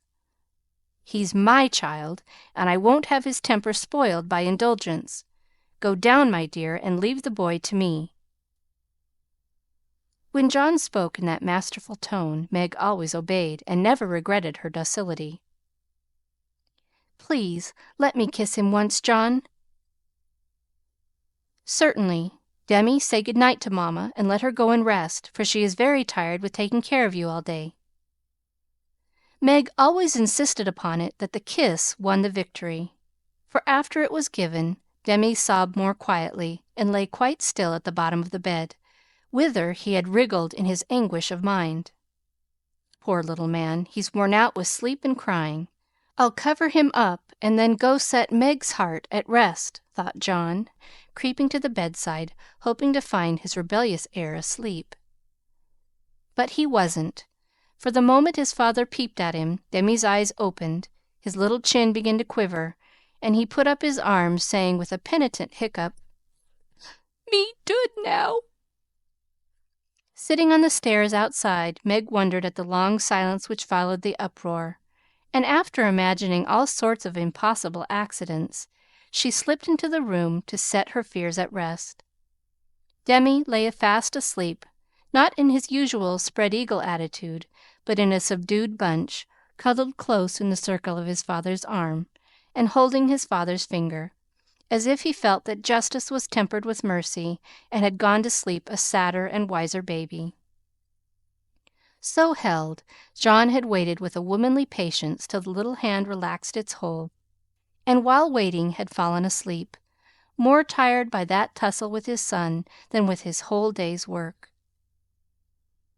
As Meg stood watching the two faces on the pillow, she smiled to herself, and then slipped away again, saying in a satisfied tone, "I never need fear that John will be too harsh with my babies. He does know how to manage them, and will be a great help, for Demi is getting too much for me." When John came down at last, expecting to find a pensive or reproachful wife, he was agreeably surprised to find Meg placidly trimming a bonnet, and to be greeted with the request to read something about the election, if he was not too tired. John saw in a minute that a revolution of some kind was going on, but wisely asked no questions, knowing that Meg was such a transparent little person she couldn't keep a secret to save her life, and therefore the clue would soon appear. He read a long debate with the most amiable readiness, and then explained it in his most lucid manner, while Meg tried to look deeply interested, to ask intelligent questions, and keep her thoughts from wandering from the state of the nation to the state of her bonnet. In her secret soul, however, she decided that politics were as bad as mathematics, and that the mission of politicians seemed to be calling each other names. But she kept these feminine ideas to herself, and when John paused, shook her head and said, with what she thought diplomatic ambiguity, "Well, I really don't see what we are coming to." John laughed and watched her for a minute as she poised a pretty little preparation of lace and flowers on her hand, and regarded it with the genuine interest which his harangue had failed to waken. "She is trying to like politics for my sake, so I'll try and like millinery for hers. That's only fair," thought John the Just, adding aloud, "That's very pretty. Is it what you call a breakfast cap?" "My dear man, it's a bonnet, my very best go-to-concert and theatre bonnet." "I beg your pardon. It was so small I naturally mistook it for one of the fly-away things you sometimes wear. How do you keep it on?" "These bits of lace are fastened under the chin with a rosebud, so." And Meg illustrated by putting on the bonnet and regarding him with an air of calm satisfaction that was irresistible.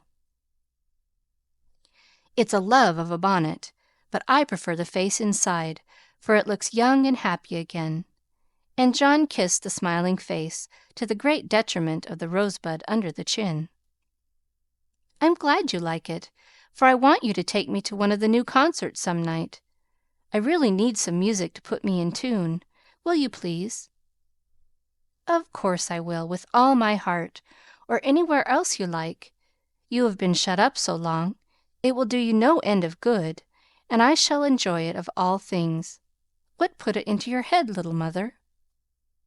"Well, I had a talk with Marmee the other day, and told her how nervous and cross and out of sorts I felt, and she said I needed change and less care. So Hannah is to help me with the children, and I'm to see to things about the house more, and now and then have a little fun, just to keep me from getting to be a fidgety, broken-down old woman before my time. It's only an experiment, John, and I want to try it for your sake as much as for mine, because I've neglected you shamefully lately, and I'm going to make home what it used to be, if I can. You don't object, I hope?" Never mind what John said, or what a very narrow escape the little bonnet had from utter ruin. All that we have any business to know is that John did not appear to object, judging from the changes which gradually took place in the house and its inmates. It was not all paradise by any means, but every one was better for the division of labor system. The children throve under the paternal rule, for accurate, steadfast John brought order and obedience into babydom, while Meg recovered her spirits and composed her nerves by plenty of wholesome exercise, a little pleasure, and much confidential conversation with her sensible husband. Home grew homelike again, and John had no wish to leave it, unless he took Meg with him. The Scotts came to the Brooks now, and everyone found the little house a cheerful place, full of happiness, content, and family love. Even Sally Moffett liked to go there. "It is always so quiet and pleasant here. It does me good, Meg," she used to say, looking about her with wistful eyes, as if trying to discover the charm that she might use it in her great house, full of splendid loneliness. For there were no riotous, sunny-faced babies there, and Ned lived in a world of his own, where there was no place for her. This household happiness did not come all at once, but John and Meg had found the key to it, and each year of married life taught them how to use it, unlocking the treasuries of real home love and mutual helpfulness, which the poorest may possess and the richest cannot buy. This is the sort of shelf on which young wives and mothers may consent to be laid, safe from the restless fret and fever of the world, finding loyal lovers in the little sons and daughters who cling to them, undaunted by sorrow, poverty, or age, walking side by side through fair and stormy weather, with a faithful friend who is, in the true sense of the good old Saxon word, the house band, and learning, as Meg learned, that a woman's happiest kingdom is home, her highest honor the art of ruling it, not as a queen, but as a wise wife and mother. Chapter 39. Lazy Laurence. Laurie went to Nice, intending to stay a week, and remained a month. He was tired of wandering about alone, and Amy's familiar presence seemed to give a homelike charm to the foreign scenes in which she bore a part. He rather missed the petting he used to receive, and enjoyed a taste of it again, for no attentions, however flattering from strangers, were half so pleasant as the sisterly adoration of the girls at home. Amy never would pet him like the others, but she was very glad to see him now, and quite clung to him, feeling that he was the representative of the dear family for whom she longed more than she would confess. They naturally took comfort in each other's society, and were much together, riding, walking, dancing, or dawdling, for at Nice no one can be very industrious during the gay season. But while apparently amusing themselves in the most careless fashion, they were half consciously making discoveries and forming opinions about each other. Amy rose daily in the estimation of her friend, but he sank in hers, and each felt the truth before a word was spoken.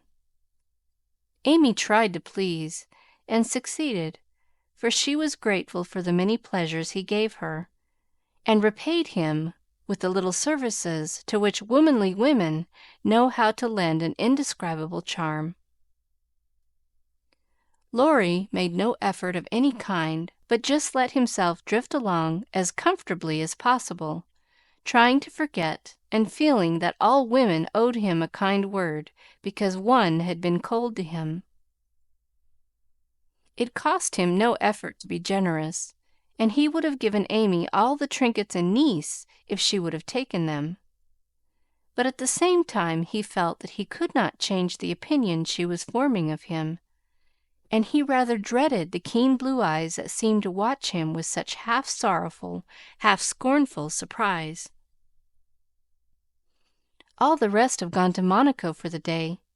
I preferred to stay at home and write letters. They are done now, and I am going to Valrosa to sketch. Will you come?" said Amy, as she joined Laurie one lovely day when he lounged in as usual about noon. "Well, yes, but isn't it rather warm for such a long walk?" he answered slowly, for the shaded salon looked inviting after the glare without. "I'm going to have the little carriage, and Baptiste can drive, so you'll have nothing to do but hold your umbrella and keep your gloves nice," returned Amy, with a sarcastic glance at the immaculate kids, which were a weak point with Laurie. "Then I'll go with pleasure," and he put out his hand for her sketch book, but she tucked it under her arm with a sharp, "Don't trouble yourself. It's no exertion to me, but you don't look equal to it." Laurie lifted his eyebrows and followed at a leisurely pace as she ran downstairs. But when they got into the carriage, he took the reins himself, and left little Baptiste nothing to do but fold his arms and fall asleep on his perch. The two never quarreled. Amy was too well bred, and just now Laurie was too lazy, so in a minute he peeped under her hat brim with an inquiring air. She answered him with a smile, and they went on together in the most amicable manner. It was a lovely drive, along winding roads rich in the picturesque scenes that delight beauty-loving eyes. Here an ancient monastery, whence the solemn chanting of the monks came down to them; there a bare-legged shepherd in wooden shoes, pointed hat, and rough jacket over one shoulder, sat piping on a stone while his goat skipped among the rocks or lay at his feet. Meek, mouse-colored donkeys laden with panniers of freshly cut grass passed by, with a pretty girl in a capelin sitting between the green piles, or an old woman spinning with a distaff as she went. Brown, soft-eyed children ran out from the quaint stone hovels to offer nosegays or bunches of oranges still on the bough. Gnarled olive trees covered the hills with their dusky foliage, fruit hung golden in the orchard, and great scarlet anemones fringed the roadside, while beyond green slopes and craggy heights the maritime Alps rose sharp and white against the blue Italian sky. Valrosa well deserved its name, for in that climate of perpetual summer roses blossomed everywhere. They overhung the archway, thrust themselves between the bars of the great gate with a sweet welcome to passers-by, and lined the avenue, winding through lemon trees and feathery palms up to the villa on the hill. Every shadowy nook where seats invited one to stop and rest was a mass of bloom. Every cool grotto had its marble nymph smiling from a veil of flowers, and every fountain reflected crimson, white, or pale pink roses, leaning down to smile at their own beauty.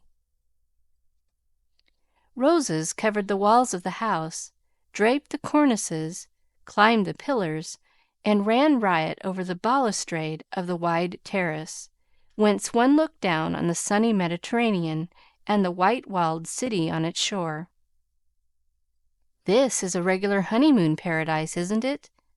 Did you ever see such roses?" asked Amy, pausing on the terrace to enjoy the view and a luxurious whiff of perfume that came wandering by. "No, nor felt such thorns," returned Laurie, with his thumb in his mouth, after a vain attempt to capture a solitary scarlet flower that grew just beyond his reach. "Try lower down and pick those that have no thorns," said Amy, gathering 3 of the tiny cream-colored ones that starred the wall behind her. She put them in his buttonhole as a peace offering, and he stood a minute looking down at them with a curious expression. for in the Italian part of his nature there was a touch of superstition, and he was just then in that state of half-sweet, half-bitter melancholy when imaginative young men find significance in trifles and food for romance everywhere. He had thought of Jo in reaching after the thorny red rose, for vivid flowers became her, and she had often worn ones like that from the greenhouse at home. The pale roses Amy gave him were the sort that the Italians lay in dead hands, never in bridal wreaths, and for a moment he wondered if the omen was for Jo or for himself. But the next instant his American common sense got the better of his sentimentality, and he laughed a heartier laugh than Amy had heard since he came. "It's good advice. You'd better take it and save your fingers," she said, thinking her speech amused him. "Thank you, I will," he answered in jest, and a few months later he did it in earnest. "Laurie, when are you going to your grandfather?" she asked presently, as she settled herself on a rustic seat. "Very soon." "You have said that a dozen times within the last 3 weeks." "I dare say. Short answers save trouble." "He expects you, and you really ought to go." "Hospitable creature! I know it." "Then why don't you do it?" "Natural depravity, I suppose." "Natural indolence, you mean. It's really dreadful!" and Amy looked severe. "Not so bad as it seems, for I should only plague him if I went, so I might as well stay and plague you a little longer. You can bear it better. In fact, I think it agrees with you excellently." And Laurie composed himself for a lounge on the broad ledge of the balustrade. Amy shook her head and opened her sketch book with an air of resignation. But she had made up her mind to lecture that boy, and in a minute she began again. "What are you doing just now?" "Watching lizards." "No, no. I mean, what do you intend and wish to do?" "Smoke a cigarette, if you'll allow me." "How provoking you are! I don't approve of cigars, and I will only allow it on condition that you let me put you into my sketch. I need a figure." "With all the pleasure in life. How will you have me? Full length, or 3/4, or my head or my heels?" "I should respectfully suggest a recumbent posture." "Then put yourself in also, and call it dolce far niente." "Stay as you are and go to sleep if you like. I intend to work hard," said Amy in her most energetic tone. "What delightful enthusiasm!" And he leaned against a tall urn with an air of entire satisfaction. "What would Jo say if she saw you now?" asked Amy impatiently, hoping to stir him up by the mention of her still more energetic sister's name. "As usual. Go away, Teddy. I'm busy," he laughed as he spoke, but the laugh was not natural, and a shade passed over his face, for the utterance of the familiar name touched the wound that was not healed yet. Both tone and shadow struck Amy, for she had seen and heard them before, and now she looked up in time to catch a new expression on Laurie's face, a hard, bitter look, full of pain, dissatisfaction, and regret. It was gone before she could study it, and the listless expression back again. She watched him for a moment with artistic pleasure, thinking how like an Italian he looked, as he lay basking in the sun with uncovered head and eyes full of southern dreaminess, for he seemed to have forgotten her and fallen into a reverie. "You look like the effigy of a young knight asleep on his tomb," she said, carefully tracing the well-cut profile defined against the dark stone. "Wish I was." "That's a foolish wish, unless you have spoiled your life. You are so changed. I sometimes think—" There Amy stopped, with a half-timid, half-wistful look, more significant than her unfinished speech. Laurie saw and understood the affectionate anxiety which she hesitated to express. and looking straight into her eyes, said, just as he used to say it to her mother, "It's all right, ma'am." That satisfied her and set at rest the doubts that had begun to worry her lately. It also touched her, and she showed that it did by the cordial tone in which she said, "I'm glad of that. I didn't think you'd been a very bad boy, but I fancied you might have wasted money at that wicked Baden, lost your heart to some charming Frenchwoman with a husband, or got into some of the scrapes that young men seem to consider a necessary part of a foreign tour. Don't stay out there in the sun. Come and lie on the grass here, and let us be friendly, as Joe used to say when we got into the sofa corner and told secrets." Laurie obediently threw himself down on the turf and began to amuse himself by sticking daisies into the ribbons of Amy's hat that lay there. "I'm all ready for the secrets," and he glanced up with a decided expression of interest in his eyes.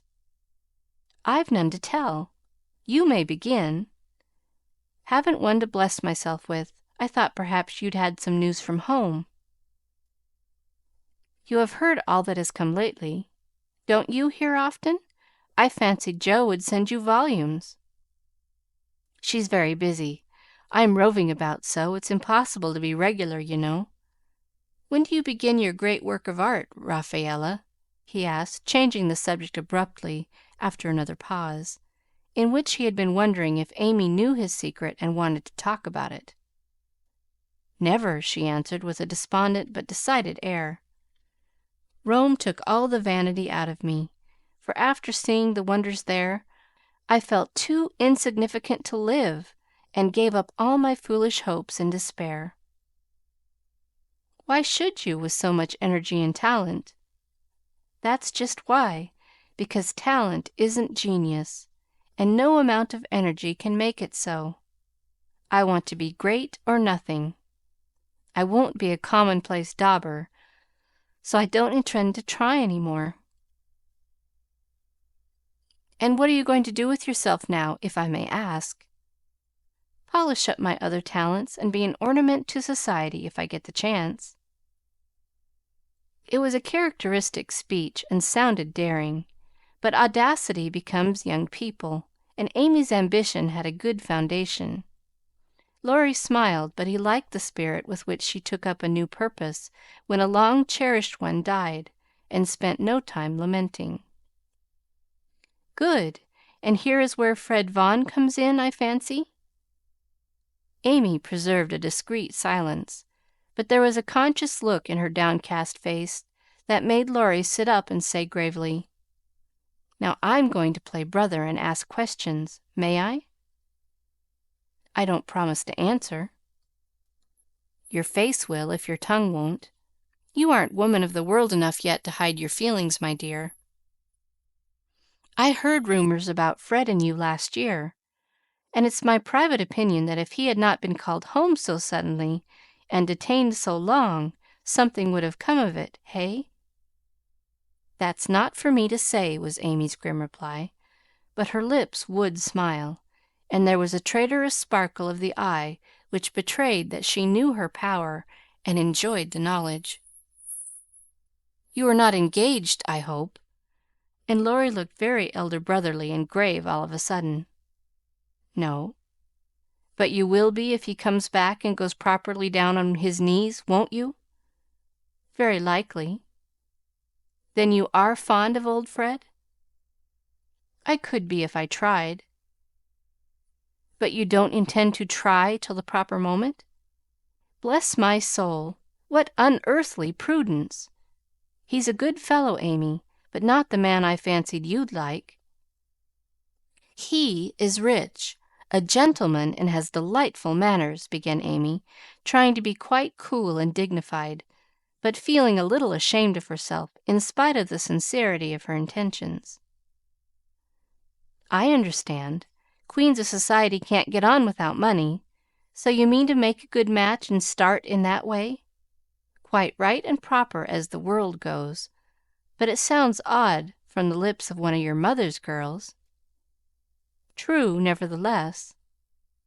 A short speech, but the quiet decision with which it was uttered contrasted curiously with the young speaker.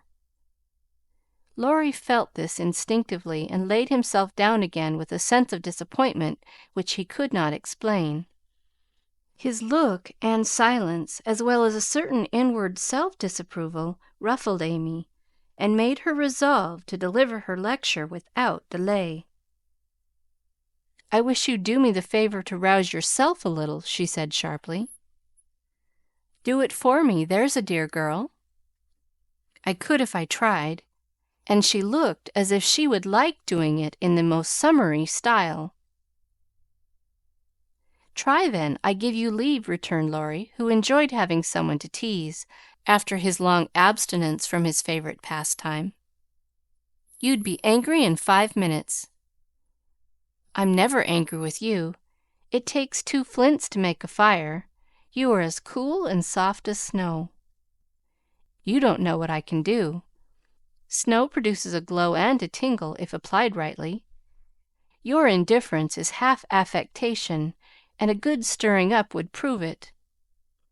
"Stir away. It won't hurt me, and it may amuse you, as the big man said when his little wife beat him.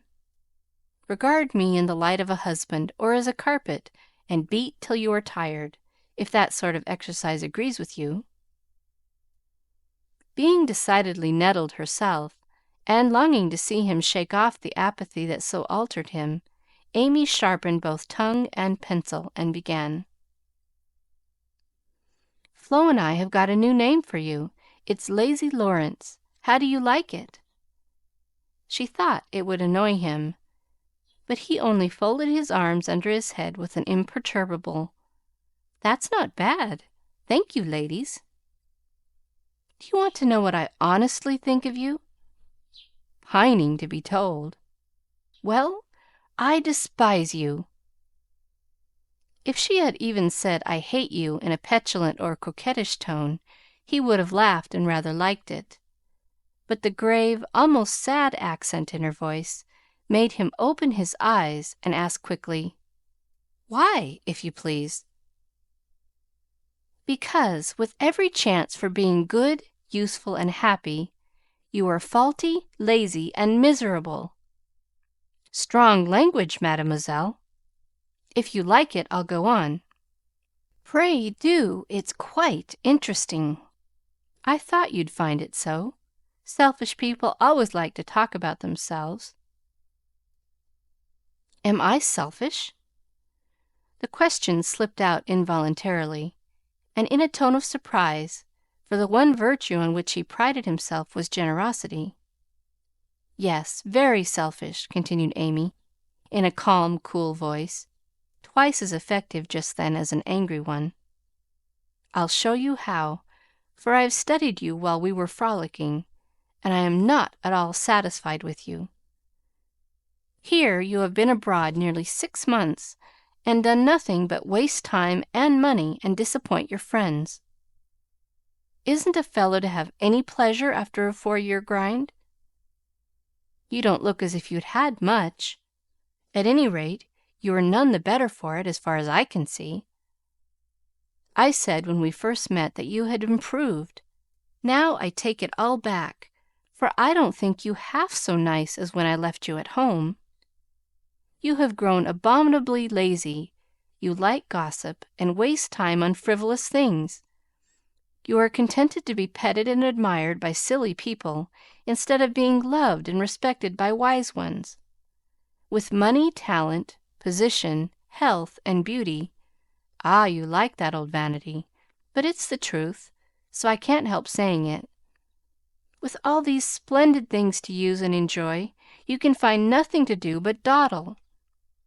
And instead of being the man you ought to be, you are only—" There she stopped, with a look that had both pain and pity in it. "St. Laurence on a gridiron," added Laurie, blandly finishing the sentence. But the lecture began to take effect, for there was a wide-awake sparkle in his eyes now, and a half-angry, half-injured expression replaced the former indifference. "I supposed you'd take it so. You men tell us we are angels, and say we can make you what we will. But the instant we honestly try to do you good, you laugh at us and won't listen, which proves how much your flattery is worth." Amy spoke bitterly, and turned her back on the exasperating martyr at her feet. In a minute a hand came down over the page, so that she could not draw, and Laurie's voice said, with a droll imitation of a penitent child, "I will be good. Oh, I will be good." But Amy did not laugh, for she was in earnest, and tapping on the outspread hand with her pencil, said soberly, "Aren't you ashamed of a hand like that? It's as soft and white as a woman's, and looks as if it never did anything but wear Jovin's best gloves and pick flowers for ladies. You are not a dandy, thank heaven, so I'm glad to see there are no diamonds or big seal rings on it. Only the little old one Joe gave you so long ago. Dear soul, I wish she was here to help me." "So do I." The hand vanished as suddenly as it came, and there was energy enough in the echo of her wish to suit even Amy. She glanced down at him with a new thought in her mind, but he was lying with his hat half over his face, as if for shade, and his mustache hid his mouth. She only saw his chest rise and fall, with a long breath that might have been a sigh, and the hand that wore the ring nestled down into the grass, as if to hide something too precious or too tender to be spoken of. All in a minute various hints and trifles assumed shape and significance in Amy's mind, and told her what her sister never had confided to her. She remembered that Laurie never spoke voluntarily of Joe. She recalled the shadow on his face just now, the change in his character, and the wearing of the little old ring, which was no ornament to a handsome hand.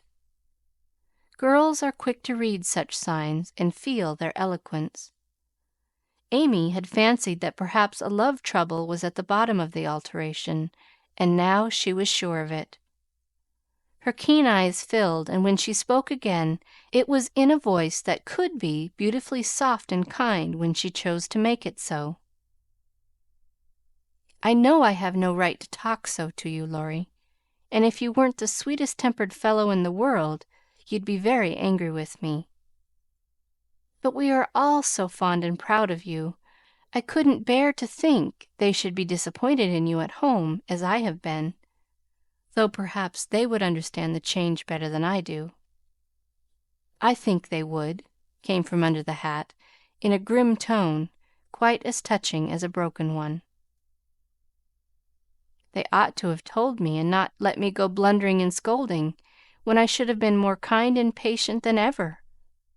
I never did like that Miss Randall, and now I hate her," said artful Amy, wishing to be sure of her facts this time. "Hang Miss Randall!" And Laurie knocked the hat off his face with a look that left no doubt of his sentiments toward that young lady. "I beg pardon, I thought," and there she paused diplomatically. "No, you didn't. You knew perfectly well I never cared for any one but Joe," Laurie said in his old impetuous tone, and turned his face away as he spoke. "I did think so, but as they never said anything about it, and you came away, I supposed I was mistaken. And Joe wouldn't be kind to you? Why, I was sure she loved you dearly." "She was kind, but not in the right way. And it's lucky for her she didn't love me, if I'm the good for nothing fellow you think me. It's her fault, though, and you may tell her so." The hard, bitter look came back again as he said that, and it troubled Amy, for she did not know what balm to apply. "I was wrong. I didn't know. I'm very sorry I was so cross. But I can't help wishing you'd bear it better, Teddy dear." "Don't! That's her name for me." And Laurie put up his hand with a quick gesture to stop the words spoken in Joe's half kind, half reproachful tone. "Wait till you've tried it," he added in a low voice, as he pulled up the grass by the handful. "I'd take it manfully and be respected if I couldn't be loved," said Amy, with the decision of one who knew nothing about it. Now, Laurie flattered himself that he had borne it remarkably well, making no moan, asking no sympathy, and taking his trouble away to live it down alone. Amy's lecture put the matter in a new light, and for the first time it did look weak and selfish to lose heart at the first failure and shut himself up in moody indifference. He felt as if suddenly shaken out of a pensive dream and found it impossible to go to sleep again. Presently he sat up and asked slowly, "Do you think Jo would despise me as you do?" "Yes, if she saw you now. She hates lazy people. Why don't you do something splendid and make her love you?" "I did my best, but it was no use." "Graduating well, you mean? That was no more than you ought to have done, for your grandfather's sake. It would have been shameful to fail after spending so much time and money, when every one knew that you could do well." "I did fail, say what you will, for Jo wouldn't love me," began Laurie, leaning his head on his hand in a despondent attitude. "No, you didn't, and you'll say so in the end, for it did you good, and proved that you could do something if you tried. If you'd only set about another task of some sort, you'd soon be your hearty, happy self again, and forget your trouble." "That's impossible." "Try it and see. You needn't shrug your shoulders and think, 'Much she knows about such things.' I don't pretend to be wise, but I am observing, and I see a great deal more than you'd imagine. I'm interested in other people's experiences and inconsistencies, and though I can't explain, I remember and use them for my own benefit.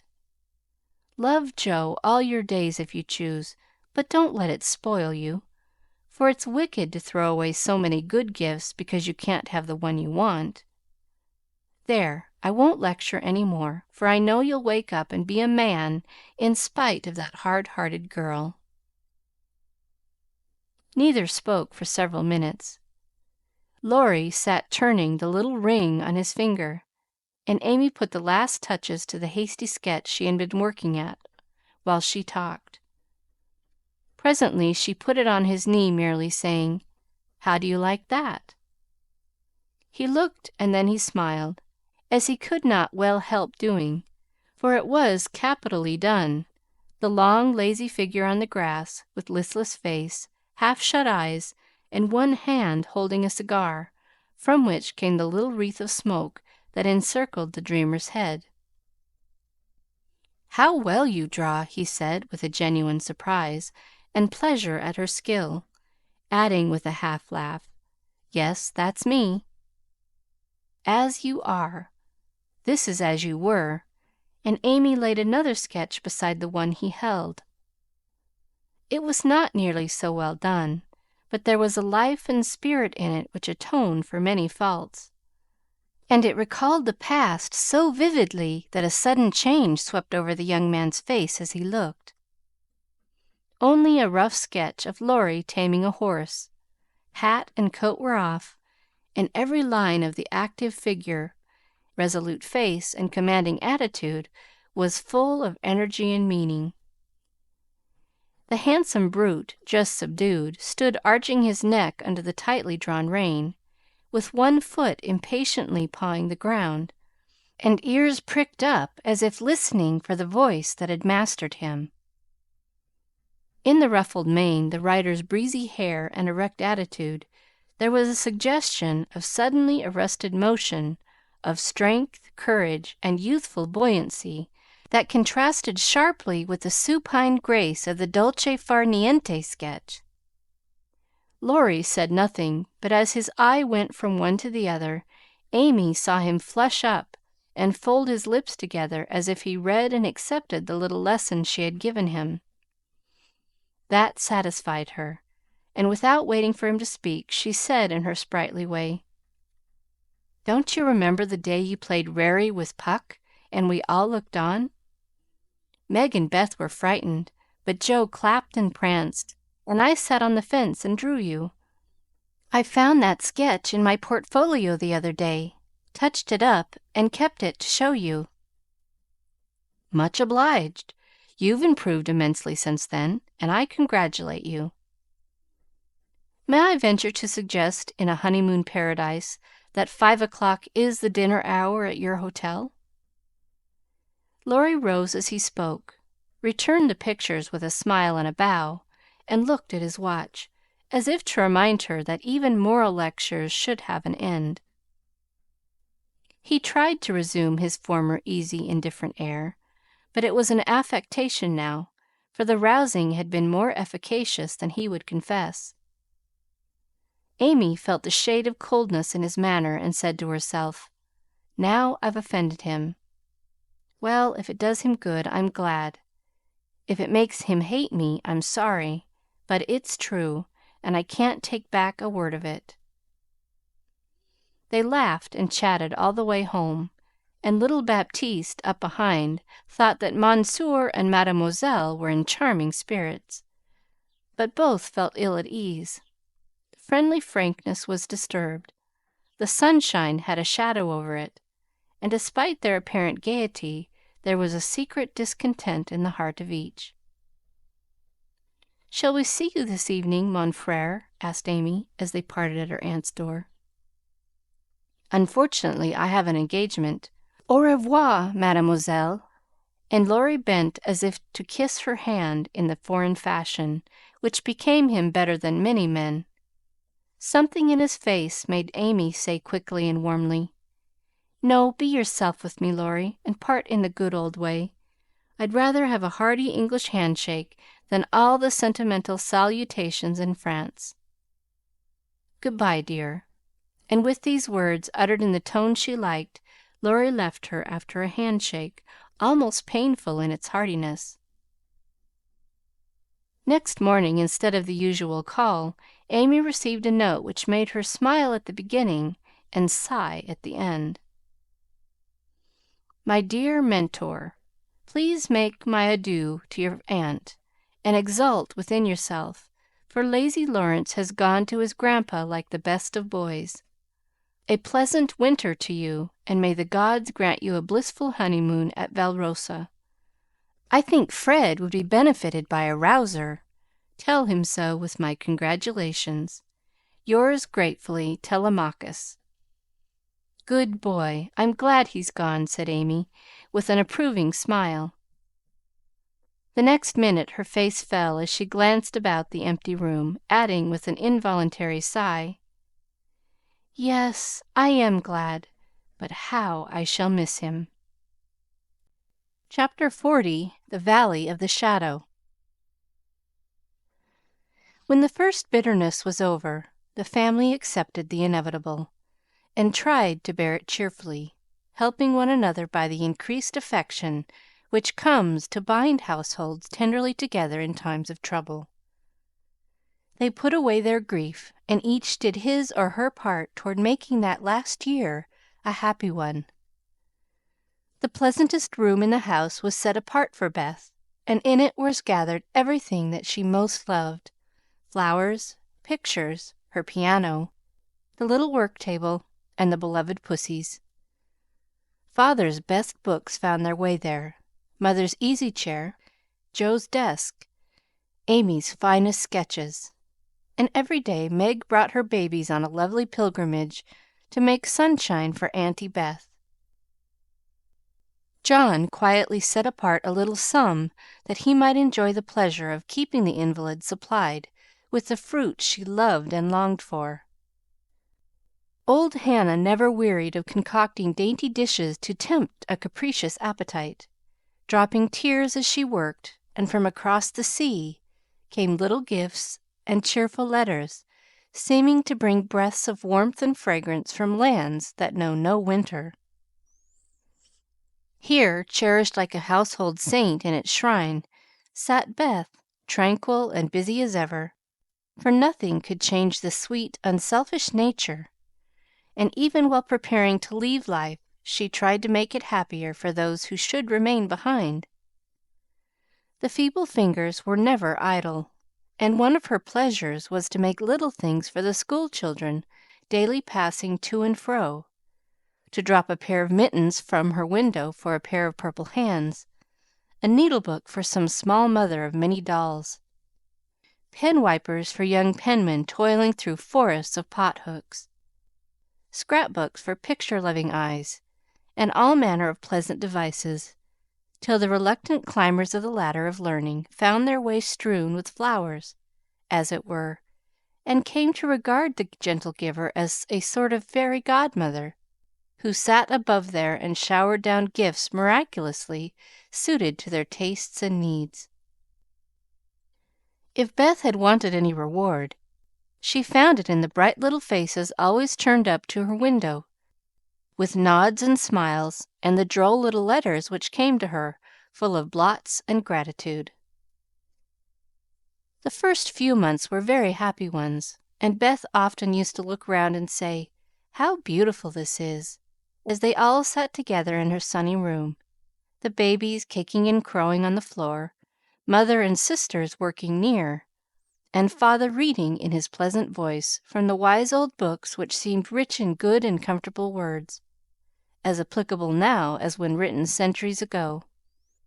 A little chapel where a paternal priest taught his flock the hard lessons all must learn, trying to show them that hope can comfort love, and faith make resignation possible.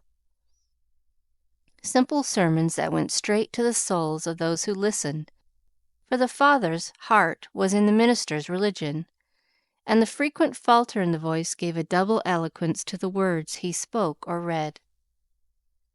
It was well for all that this peaceful time was given them as preparation for the sad hours to come, for by and by Beth said the needle was so heavy, and put it down forever. Talking wearied her, faces troubled her, pain claimed her for its own, and her tranquil spirit was sorrowfully perturbed by the ills that vexed her feeble flesh. Ah me, such heavy days, such long, long nights, such aching hearts and imploring prayers, when those who loved her best were forced to see the thin hands stretched out to them beseechingly, to hear the bitter cry, "Help me! Help me!" and to feel that there was no help. A sad eclipse of the serene soul, a sharp struggle of the young life with death, but both were mercifully brief, and then the natural rebellion over. The old peace returned more beautiful than ever. With the wreck of her frail body, Beth's soul grew strong, and though she said little, those about her felt that she was ready, saw that the first pilgrim called was likewise the fittest, and waited with her on the shore, trying to see the shining ones coming to receive her when she crossed the river. Joe never left her for an hour, since Beth had said, "I feel stronger when you are here." She slept on a couch in the room, waking often to renew the fire, to feed, lift, or wait upon the patient creature, who seldom asked for anything, and tried not to be a trouble. All day she haunted the room, jealous of any other nurse, and prouder of being chosen than of any honor her life ever brought her. Precious and helpful hours to Joe, for now her heart received the teaching that it needed. Lessons in patience were so sweetly taught her that she could not fail to learn them. Charity for all, the lovely spirit that can forgive and truly forget unkindness, the loyalty to duty that makes the hardest easy, and the sincere faith that fears nothing but trusts undoubtingly. Often when she woke, Joe found Beth reading in her well-worn little book, heard her singing softly to beguile the sleepless night, or saw her lean face upon her hands, while slow tears dropped through the transparent fingers. And Joe would lie watching her with thoughts too deep for tears, feeling that Beth, in her simple, unselfish way, was trying to wean herself from the dear old life, and fit herself for the life to come. By sacred words of comfort, quiet prayers, and the music she loved so well. Seeing this did more for Joe than the wisest sermons, the saintliest hymns, the most fervent prayers that any voice could utter. For with eyes made clear by many tears, and a heart softened by the tenderest sorrow, she recognized the beauty of her sister's life, uneventful, unambitious, yet full of the genuine virtues which smell sweet and blossom in the dust. The self-forgetfulness that makes the humblest on earth remembered soonest in heaven, the true success which is possible to all. One night when Beth looked among the books upon her table to find something to make her forget the mortal weariness that was almost as hard to bear as pain, as she turned the leaves of her old favorite Pilgrim's Progress, she found a little paper scribbled over in Joe's hand. The name caught her eye, and the blurred look of the lines made her sure that tears had fallen on it. Poor Jo, she's fast asleep, so I won't wake her to ask leave. She shows me all her things, and I don't think she'll mind if I look at this, thought Beth, with a glance at her sister who lay on the rug, with the tongs beside her, ready to wake up the minute the log fell apart. My Beth, sitting patient in the shadow till the blessed light shall come, a serene and saintly present sanctifies our troubled home. Earthly joys and hopes and sorrows break like ripples on the strand of the deep and solemn river where her willing feet now stand. O my sister, passing from me out of human care and strife, leave me as a gift those virtues which have beautified your life. Dear, bequeath me that great patience which has power to sustain a cheerful, uncomplaining spirit in its prison house of pain. Give me, for I need it sorely, of that courage wise and sweet, which has made the path of duty green beneath your willing feet. Give me that unselfish nature that with charity divine can pardon wrong for love's dear sake. Meek heart, forgive me mine. Thus our parting daily loseth something of its bitter pain, and while learning this hard lesson, my great loss becomes my gain. For the touch of grief will render my wild nature more serene, give to life new aspirations, a new trust in the unseen. Henceforth, safe across the river, I shall see for evermore a beloved household spirit waiting for me on the shore. Hope and faith, born of my sorrow, guardian angels shall become, and the sister gone before me by their hands shall lead me home. Blurred and blotted, faulty and feeble as the lines were, they brought a look of inexpressible comfort to Beth's face, for her one regret had been that she had done so little, and this seemed to assure her that her life had not been useless, that her death would not bring the despair she feared. As she sat with the paper folded between her hands, the charred log fell asunder. Jo started up, revived the blaze, and crept to the bedside, hoping Beth slept. Not asleep, but so happy, dear. See, I found this and read it. I knew you wouldn't care. Have I been all that to you, Jo? She asked with wistful, humble earnestness. Oh, Beth, so much, so much. And Jo's head went down upon the pillow beside her sister's. Then I don't feel as if I'd wasted my life. I'm not so good as you make me, but I have tried to do right. And now, when it's too late to begin even to do better, it's such a comfort to know that someone loves me so much and feels as if I'd helped them. More than anyone in the world, Beth. I used to think I couldn't let you go, but I'm learning to feel that I don't lose you, that you'll be more to me than ever, and death can't part us, though it seems to. I know it cannot, and I don't fear it any longer, for I'm sure I shall be your Beth still, to love and help you more than ever. You must take my place, Jo, and be everything to Father and Mother when I'm gone. They will turn to you. Don't fail them. And if it's hard to work alone, remember that I don't forget you, and you'll be happier doing that than writing splendid books or seeing all the world. For love is the only thing that we can carry with us when we go, and it makes the end so easy. I'll try, Beth. And then and there Jo renounced her old ambition, pledged herself to a new and better one, acknowledging the poverty of other desires, and feeling the blessed solace of a belief in the immortality of love. So the spring days came and went. The sky grew clearer, the earth greener.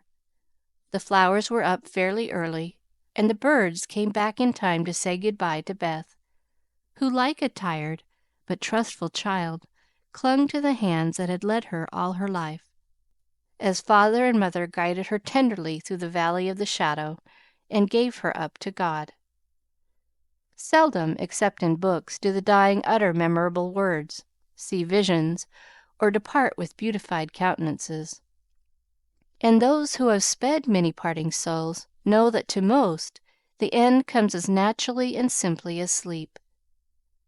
As Beth had hoped, the tide went out easily, and in the dark hour before dawn, on the bosom where she had drawn her first breath, she quietly drew her last, with no farewell but one loving look, one little sigh.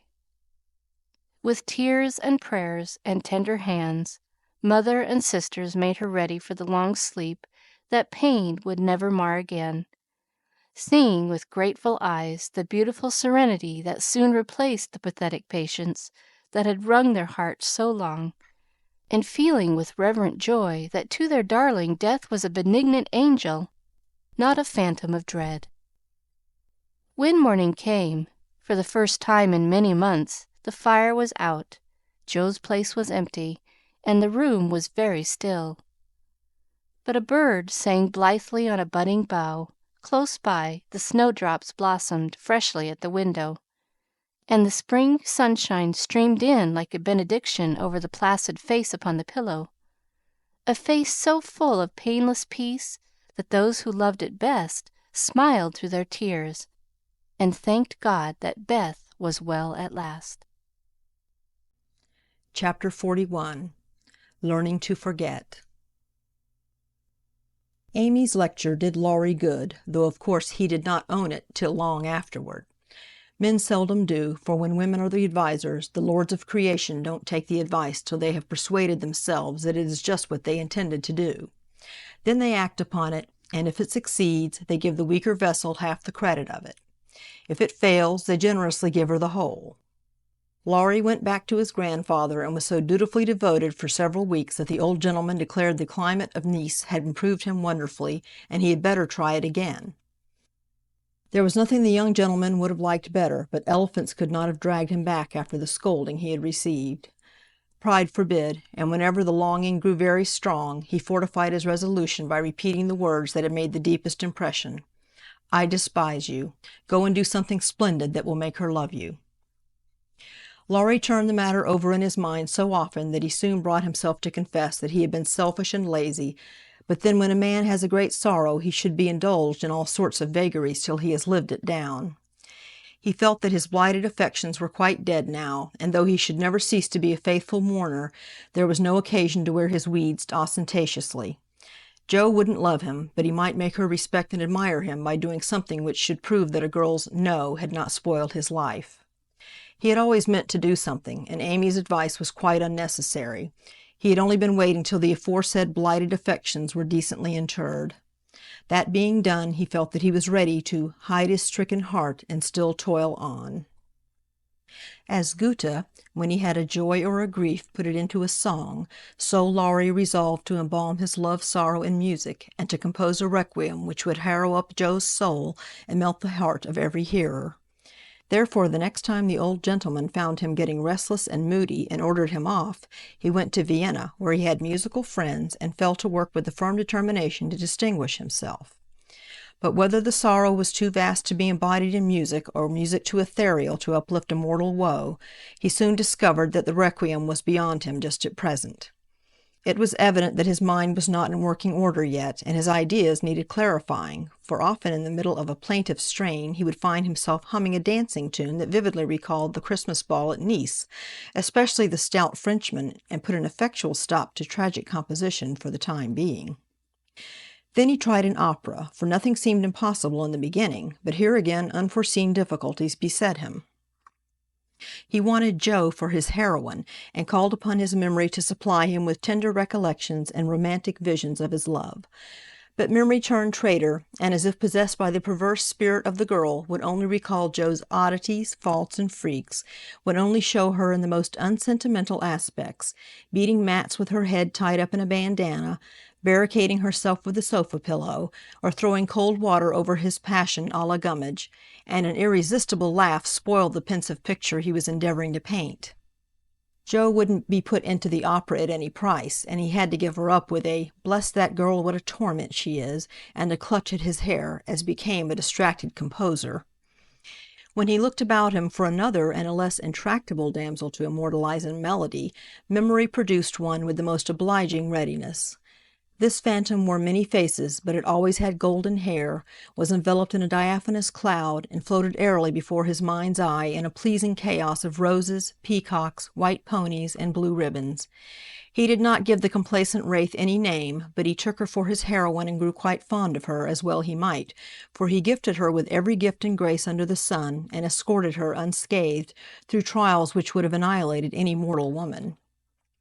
Thanks to this inspiration, he got on swimmingly for a time, but gradually the work lost its charm, and he forgot to compose, while he sat musing, pen in hand, or roamed about the gay city to get some new ideas and refresh his mind, which seemed to be in a somewhat unsettled state that winter. He did not do much, but he thought a great deal and was conscious of a change of some sort going on in spite of himself. "It's genius simmering, perhaps. I'll let it simmer and see what comes of it," he said, with a secret suspicion all the while that it wasn't genius, but something far more common. Whatever it was, it simmered to some purpose, for he grew more and more discontented with his desultory life, began to long for some real and earnest work to go at, soul and body, and finally came to the wise conclusion that every one who loved music was not a composer. Returning from one of Mozart's grand operas, splendidly performed at the Royal Theatre, he looked over his own, played a few of the best parts, sat staring at the busts of Mendelssohn, Beethoven, and Bach, who stared benignly back again.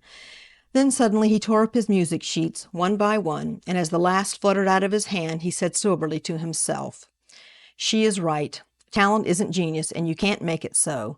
That music has taken the vanity out of me as Rome took it out of her, and I won't be a humbug any longer. Now what shall I do?" That seemed a hard question to answer, and Laurie began to wish he had to work for his daily bread.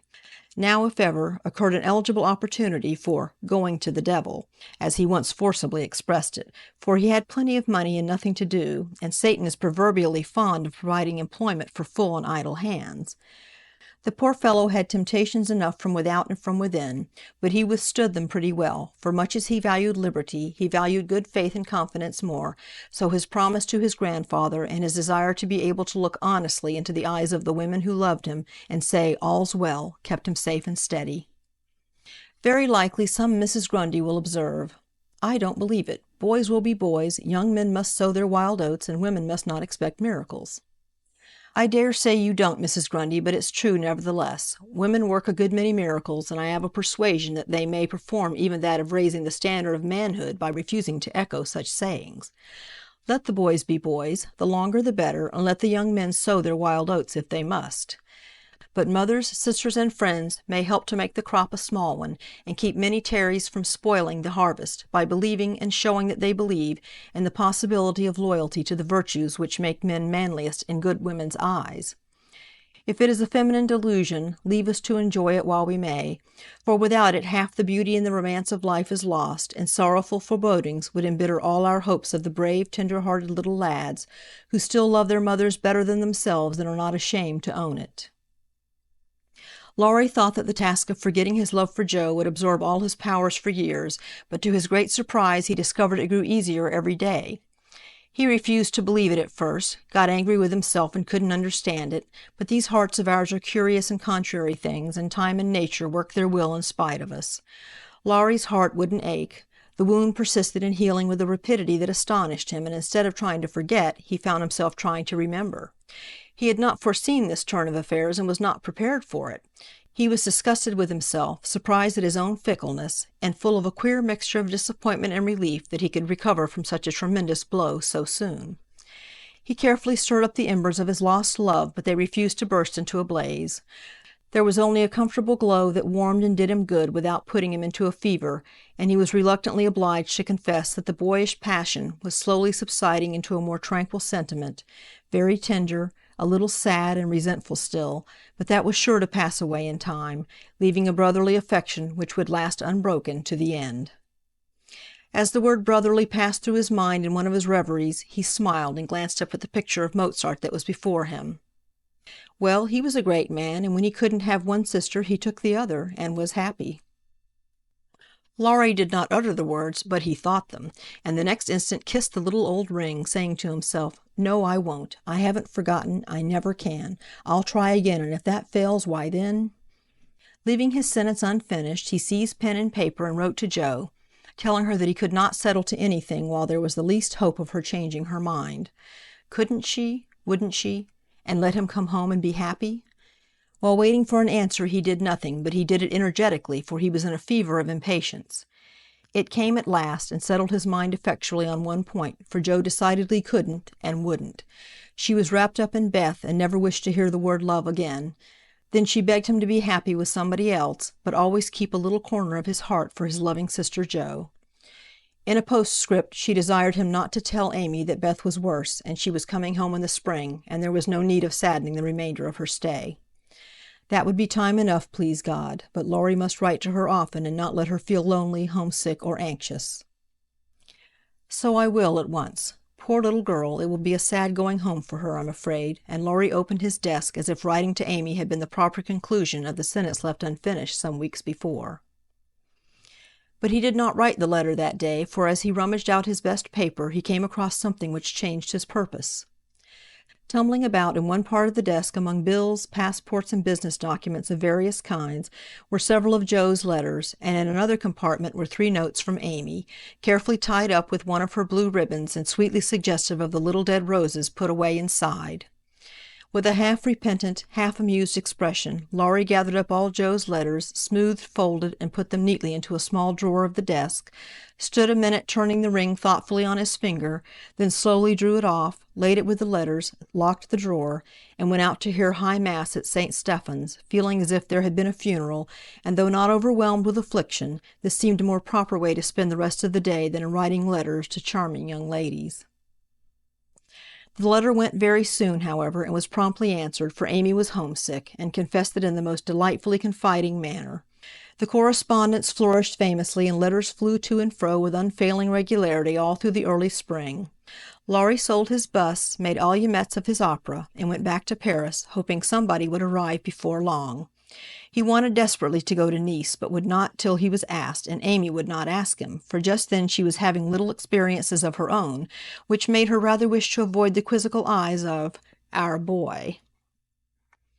Fred Vaughan had returned, and put the question to which she had once decided to answer, "Yes, thank you," but now she said, "No, thank you," kindly but steadily, for when the time came her courage failed her, and she found that something more than money and position was needed to satisfy the new longing that filled her heart so full of tender hopes and fears. The words, "Fred is a good fellow, but not at all the man I fancied you would ever like," and Laurie's face when he uttered them kept returning to her as pertinaciously as her own did when she said in look, if not in words, "I shall marry for money." It troubled her to remember that now. She wished she could take it back, it sounded so unwomanly. She didn't want Laurie to think her a heartless, worldly creature. She didn't care to be a queen of society now half so much as she did to be a lovable woman. She was so glad he didn't hate her for the dreadful things she said, but took them so beautifully and was kinder than ever. His letters were such a comfort, for the home letters were very irregular and not half so satisfactory as his when they did come. It was not only a pleasure but a duty to answer them, for the poor fellow was forlorn and needed petting, since Jo persisted in being stony-hearted. She ought to have made an effort and tried to love him. It couldn't be very hard. Many people would be proud and glad to have such a dear boy care for them. But Jo never would act like other girls, so there was nothing to do but be very kind and treat him like a brother. If all brothers were treated as well as Laurie was at this period, they would be a much happier race of beings than they are. Amy never lectured now. She asked his opinion on all subjects, she was interested in everything he did, made charming little presents for him, and sent him 2 letters a week, full of lively gossip, sisterly confidences, and captivating sketches of the lovely scenes about her. As few brothers are complimented by having their letters carried about in their sisters' pockets, read and reread diligently, cried over when short, kissed when long, and treasured carefully, we will not hint that Amy did any of these fond and foolish things. But she certainly did grow a little pale and pensive that spring, lost much of her relish for society, and went out sketching alone a good deal. She never had much to show when she came home, but was studying nature, I dare say, while she sat for hours, with her hands folded, on the terrace at Valrosa, or absently sketched any fancy that occurred to her, a stalwart knight carved on a tomb, a young man asleep in the grass, with his hat over his eyes, or a curly-haired girl in gorgeous array promenading down a ballroom on the arm of a tall gentleman, both faces being left a blur according to the last fashion in art, which was safe but not altogether satisfactory. Her aunt thought that she regretted her answer to Fred, and finding denials useless and explanations impossible, Amy left her to think what she liked, taking care that Laurie should know that Fred had gone to Egypt. That was all, but he understood it and looked relieved, as he said to himself with a venerable air, "I was sure she would think better of it. Poor old fellow! I've been through it all, and I can sympathize." With that he heaved a great sigh, and then, as if he had discharged his duty to the past, put his feet up on the sofa and enjoyed Amy's letters luxuriously. While these changes were going on abroad, trouble had come at home. But the letter telling that Beth was failing never reached Amy, and when the next found her at Vevey, for the heat had driven them from Nice in May, and they had travelled solely to Switzerland by way of Genoa and the Italian lakes. She bore it very well and quietly submitted to the family decree that she should not shorten her visit, for since it was too late to say good-bye to Beth, she had better stay and let absence soften her sorrow. But her heart was very heavy. She longed to be at home, and every day looked wistfully across the lake, waiting for Laurie to come and comfort her. He did come very soon, for the same mail brought letters to them both, but he was in Germany, and it took some days to reach him. The moment he read it, he packed his knapsack, bade adieu to his fellow pedestrians, and was off to keep his promise, with a heart full of joy and sorrow, hope and suspense. He knew Vevey well, and as soon as the boat touched the little quay, he hurried along the shore to La Tour, where the Carrolls were living en pension. The garçon was in despair that the whole family had gone to take a promenade on the lake. But no, the blonde mademoiselle might be in the chateau garden. If monsieur would give himself the pain of sitting down, a flash of time should present her. But monsieur could not wait even a flash of time, and in the middle of the speech departed to find mademoiselle himself.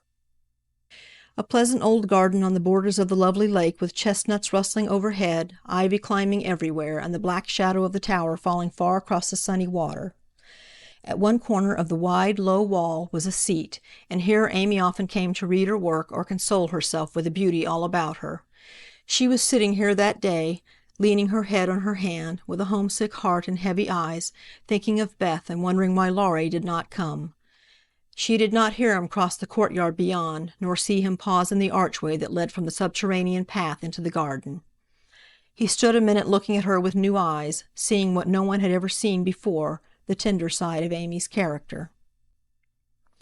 Everything about her mutely suggested love and sorrow, the blotted letters in her lap, the black ribbon that tied up her hair, the womanly pain and patience in her face. Even the little ebony cross at her throat seemed pathetic to Laurie, for he had given it to her, and she wore it as her only ornament. If he had any doubts about the reception she would give him, they were set at rest the minute she looked up and saw him, for dropping everything, she ran to him, exclaiming in a tone of unmistakable love and longing, "Oh, Laurie, Laurie, I knew you'd come to me." I think everything was said and settled then, for as they stood together quite silent for a moment, with the dark head bent down protectingly over the light one, Amy felt that no one could comfort and sustain her so well as Laurie, and Laurie decided that Amy was the only woman in the world who could fill Joe's place and make him happy. He did not tell her so, but she was not disappointed, for both felt the truth, were satisfied, and gladly left the rest to silence. In a minute Amy went back to her place, and while she dried her tears, Laurie gathered up the scattered papers, finding in the sight of sundry well-worn letters and suggestive sketches good omens for the future. As he sat down beside her, Amy felt shy again, and turned rosy red at the recollection of her impulsive greeting. "I couldn't help it. I felt so lonely and sad, and was so very glad to see you. It was such a surprise to look up and find you, just as I was beginning to fear you wouldn't come," she said, trying in vain to speak quite naturally. I came the minute I heard. I wish I could say something to comfort you for the loss of dear little Beth, but I can only feel and—" He could not get any further, for he too turned bashful all of a sudden and did not quite know what to say. He longed to lay Amy's head down on his shoulder and tell her to have a good cry, but he did not dare, so took her hand instead and gave it a sympathetic squeeze that was better than words. "You needn't say anything, this comforts me," she said softly. "Beth is well and happy, and I mustn't wish her back, but I dread the going home, much as I long to see them all. We won't talk about it now, for it makes me cry, and I want to enjoy you while you stay. You needn't go right back, need you?" "Not if you want me, dear." "I do, so much. Aunt and Flo are very kind, but you seem like one of the family, and it would be so comfortable to have you for a little while." Amy spoke and looked so like a homesick child whose heart was full that Laurie forgot his bashfulness all at once, and gave her just what she wanted, the petting she was used to and the cheerful conversations she needed. "Poor little soul, you look as if you'd grieved yourself half sick.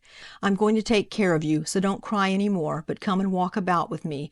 The wind is too chilly for you to sit still," he said, in the half-caressing, half-commanding way that Amy liked, as he tied on her hat, drew her arm through his, and began to pace up and down the sunny walk under the new-leaved chestnuts. He felt more at ease upon his legs, and Amy found it pleasant to have a strong arm to lean upon, a familiar face to smile at her, and a kind voice to talk delightfully for her alone. The quaint old garden had sheltered many pairs of lovers, and seemed expressly made for them, so sunny and secluded was it, with nothing but the tower to overlook them, and the wide lake to carry away the echo of their words as it rippled by below. For an hour this new pair walked and talked, or rested on the wall, enjoying the sweet influences which gave such a charm to time and place, and when an unromantic dinner bell warned them away, Amy felt as if she left her burden of loneliness and sorrow behind her in the chateau garden. The moment Mrs. Carroll saw the girl's altered face, she was illuminated with a new idea, and exclaimed to herself, "Now I understand it all. The child has been pining for young Laurence. Bless my heart, I never thought of such a thing." With praiseworthy discretion, the good lady said nothing, and betrayed no sign of enlightenment, but cordially urged Laurie to stay, and begged Amy to enjoy his society, for it would do her more good than so much solitude. Amy was a model of docility, and as her aunt was a good deal occupied with Flo, she was left to entertain her friend, and did it with more than her usual success. At Nice, Laurie had lounged and Amy had scolded. At Vevey, Laurie was never idle, but always walking, riding, boating, or studying in the most energetic manner, while Amy admired everything he did and followed his example as far and as fast as she could. He said the change was owing to the climate, and she did not contradict him, being glad of a like excuse for her own recovered health and spirits.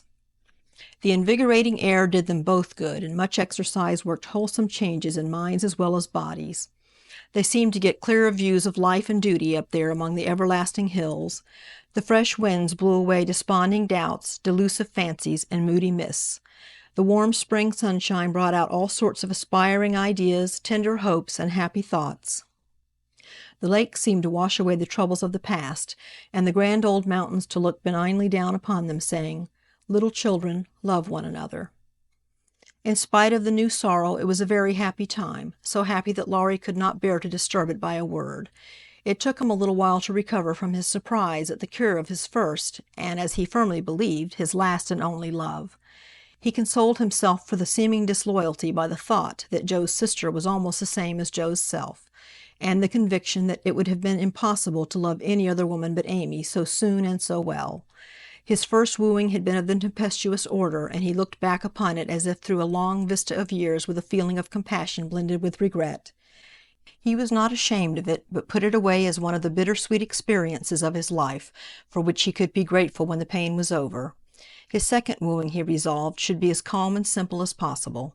There was no need of having a scene, hardly any need of telling Amy that he loved her. She knew it without words, and had given him his answer long ago. It all came about so naturally that no one could complain, and he knew that everybody would be pleased, even Joe. But when our first little passion has been crushed, we are apt to be wary and slow in making a second trial. So Laurie let the days pass, enjoying every hour, and leaving to chance the utterance of the word that would put an end to the first and sweetest part of his new romance. He had rather imagined that the denouement would take place in the chateau garden by moonlight, and in the most graceful and decorous manner. But it turned out exactly the reverse. for the matter was settled on the lake at noonday in a few blunt words. They had been floating about all the morning from gloomy St. Gingolph to sunny Montreux, with the Alps of Savoy on one side, Mont St. Bernard and the Dent du Midi on the other, pretty Vevey in the valley, and Lausanne upon the hill beyond, a cloudless blue sky overhead, and the bluer lake below, dotted with the picturesque boats that looked like white-winged gulls. They had been talking of Bonivard as they glided past Chillon, and of Rousseau as they looked up at Clarens, where he wrote his Heloise. Neither had read it, but they knew it was a love story, and each privately wondered if it was half as interesting as their own. Amy had been dabbling her hand in the water during the little pause that fell between them, and when she looked up, Laurie was leaning on his oars, with an expression in his eyes that made her say hastily, merely for the sake of saying something, "You must be tired. Rest a little and let me row. It will do me good, for since you came I have been altogether lazy and luxurious." "I'm not tired, but you may take an oar if you like.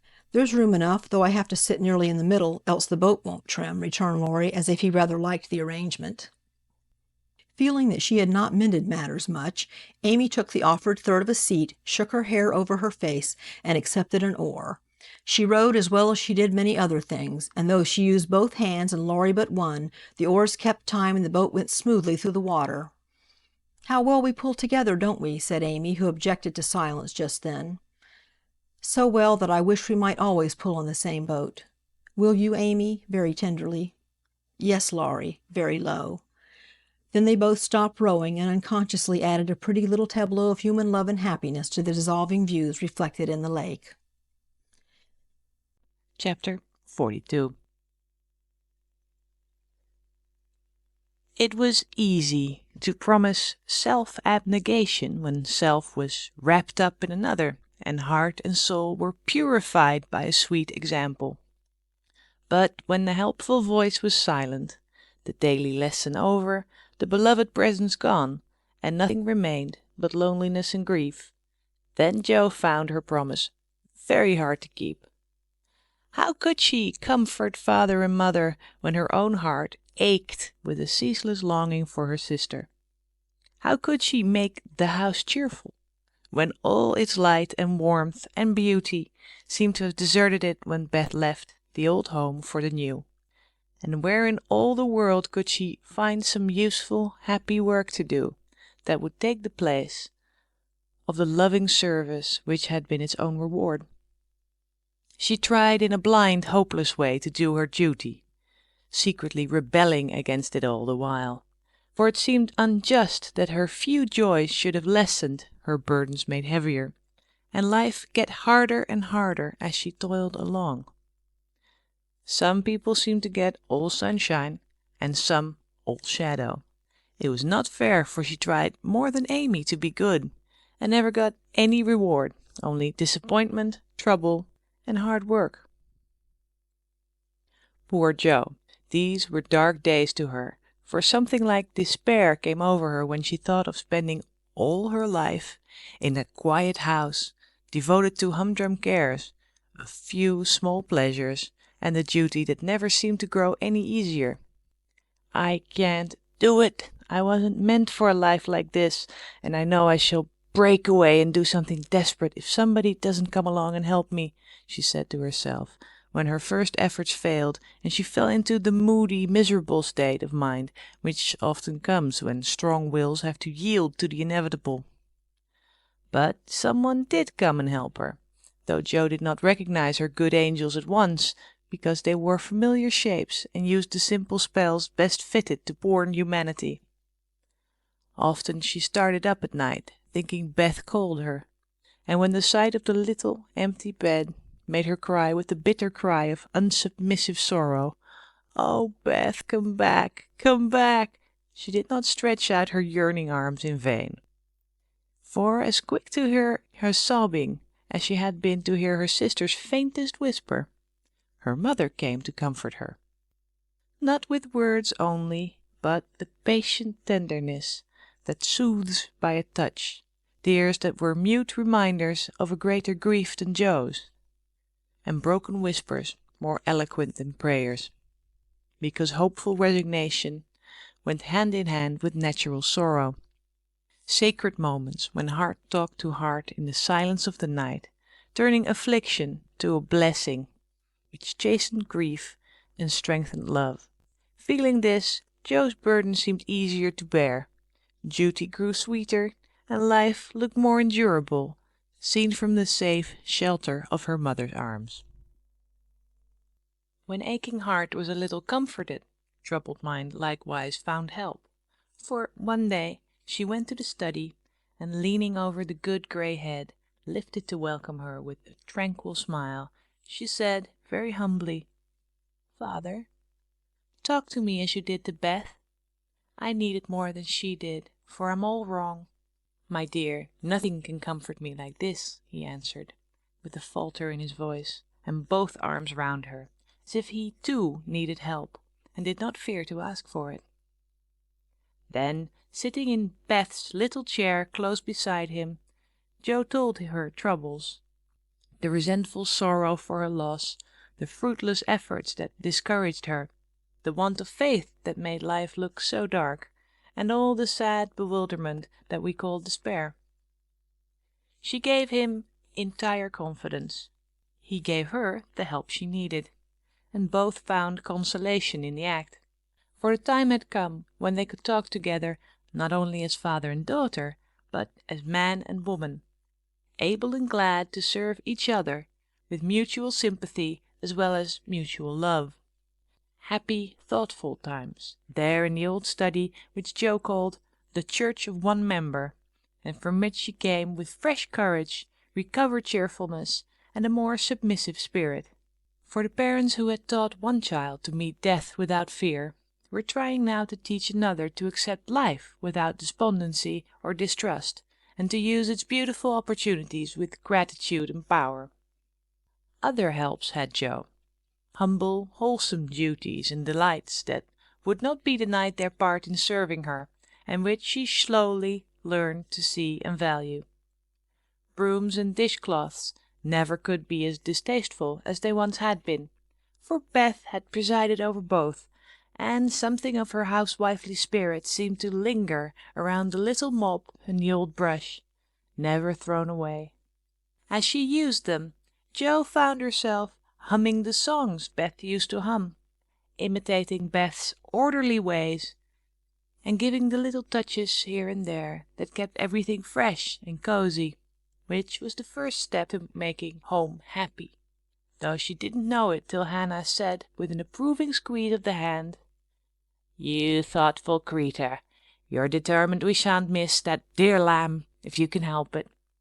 We don't say much, but we see it, and the Lord will bless you for it, see if he don't."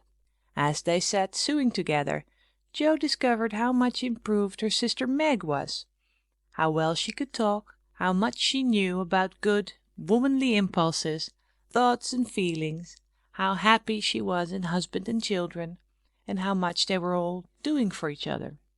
Marriage is an excellent thing after all. I wonder if I should blossom out half as well as you have if I tried it? Always provising I could, said Jo, as she constructed a kite for Demi in the topsy-turvy nursery.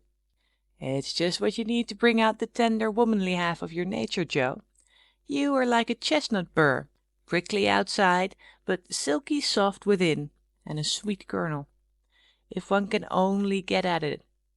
Love will make you show your heart one day, and then the rough burr will fall off.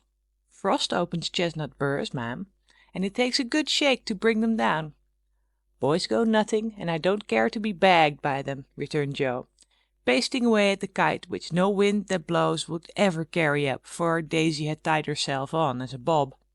Meg laughed, for she was glad to see a glimmer of Jo's old spirit, but she felt it her duty to enforce her opinion by every argument in her power.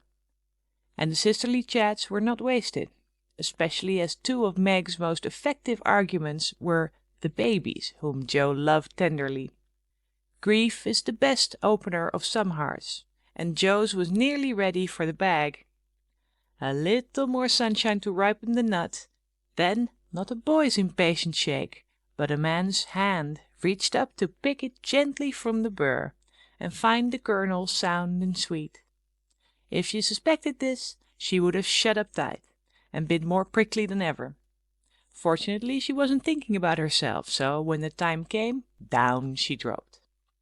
Now, if she had been the heroine of a moral storybook, she ought at this period of her life to have become quite saintly, renounced the world, and gone about doing good in a mortified bonnet, with tracts in her pocket.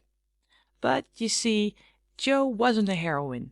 She was only a struggling human girl like hundreds of others, and she just acted out her nature, being sad, cross, listless, or energetic as the mood suggested. It's highly virtuous to say we'll be good, but we can't do it all at once, and it takes a long pull, a strong pull, and a pull altogether before some of us even get our feet set in the right way. Jo had got so far. She was learning to do her duty and to feel unhappy if she did not. But to do it cheerfully, that was another thing. She had often said she wanted to do something splendid, no matter how hard, and now she had her wish, for what could be more beautiful than to devote her life to father and mother, trying to make home as happy to them as they had to her. And if difficulties were necessary to increase the splendor of the effort, what could be harder for a restless, ambitious girl than to give up her own hopes, plans, and desires, and cheerfully live for others? Providence had taken her at her word. Here was a task, not what she expected, but better because self had no part in it. Now, how could she do it? She decided that she would try, and in her first attempt she found the helps I have suggested. Still another was given her, and she took it, not as a reward, but as a comfort, as Christian took the refreshment afforded by the little arbor where he rested as he climbed the hill called Difficulty. "Why don't you write? That always used to make you happy," said her mother once, when the desponding fit overshadowed Jo. "I've no heart to write, and if I had, nobody cares for my things." "Well, we do. Write something for us, and never mind the rest of the world. Try it, dear. I'm sure it would do you good, and please us very much." "Don't believe I can." But Jo got out her desk and began to overhaul her half-finished manuscripts. An hour afterward her mother peeped in, and there she was, scratching away, with her black pinafore on, and an absorbed expression, which caused Mrs. March to smile and slip away, well pleased with the success of her suggestion. Jo never knew how it happened, but something got into that story that went straight to the hearts of those who read it, for when her family had laughed and cried over it, her father sent it, much against her will, to one of the popular magazines, and to her utter surprise it was not only paid for, but others requested. Letters from several persons, whose praise was honor, followed the appearance of the little story. Newspapers copied it, and strangers as well as friends admired it. For a small thing it was a great success, and Jo was more astonished than when her novel was commended and condemned all at once. "I don't understand it. What can there be in a simple little story like that to make people praise it so?" she said, quite bewildered. "There is truth in it, Jo. That's the secret. Humor and pathos make it alive, and you have found your style at last. You wrote with no thoughts of fame or money, and put your heart into it, my daughter. As you have had the bitter, now comes the sweet. Do your best and grow as happy as we are in your success." "If there's anything good or true in what I write, it isn't mine. I owe it all to you and Mother and Beth," said Jo, more touched by her father's words than by any amount of praise from the world.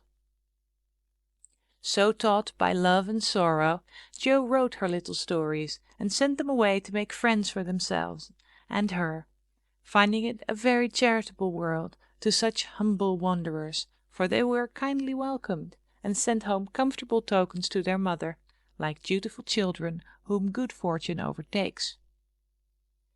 When Amy and Laurie wrote of their engagement, Mrs. March feared that Jo would find it difficult to rejoice over it, but her fears were soon set at rest, for though Jo looked grave at first, she took it very quietly, and was full of hopes and plans for the children before she read the letter twice. It was a sort of written duet wherein each glorified the other in lover-like fashion, very pleasant to read and satisfactory to think of, for no one had any objection to make. "You like it, Mother?" said Joe, as they laid down the closely written sheets and looked at one another. Yes, I hoped it would be so, ever since Amy wrote that she had refused Fred. I felt sure then that something better than what you call the mercenary spirit had come over her, and a hint here and there in her letters made me suspect that love and Laurie would win the day. "How sharp you are, Marmee, and how silent! You never said a word to me. Mothers have need of sharp eyes and discreet tongues when they have girls to manage. I was half afraid to put the idea into your head, lest you should write and congratulate them before the thing was settled. I am not the scatterbrain I was, you may trust me. I'm sober and sensible enough for anyone's confidant now." "So you are, my dear, and I should have made you mine, only I fancied it might pain you to learn that your Teddy loved someone else." "Now, Mother, did you really think I could be so silly and selfish after I'd refused his love when it was freshest, if not best?" "I knew you were sincere then, Joe, but lately I have thought that if he came back and asked again, you might perhaps feel like giving another answer.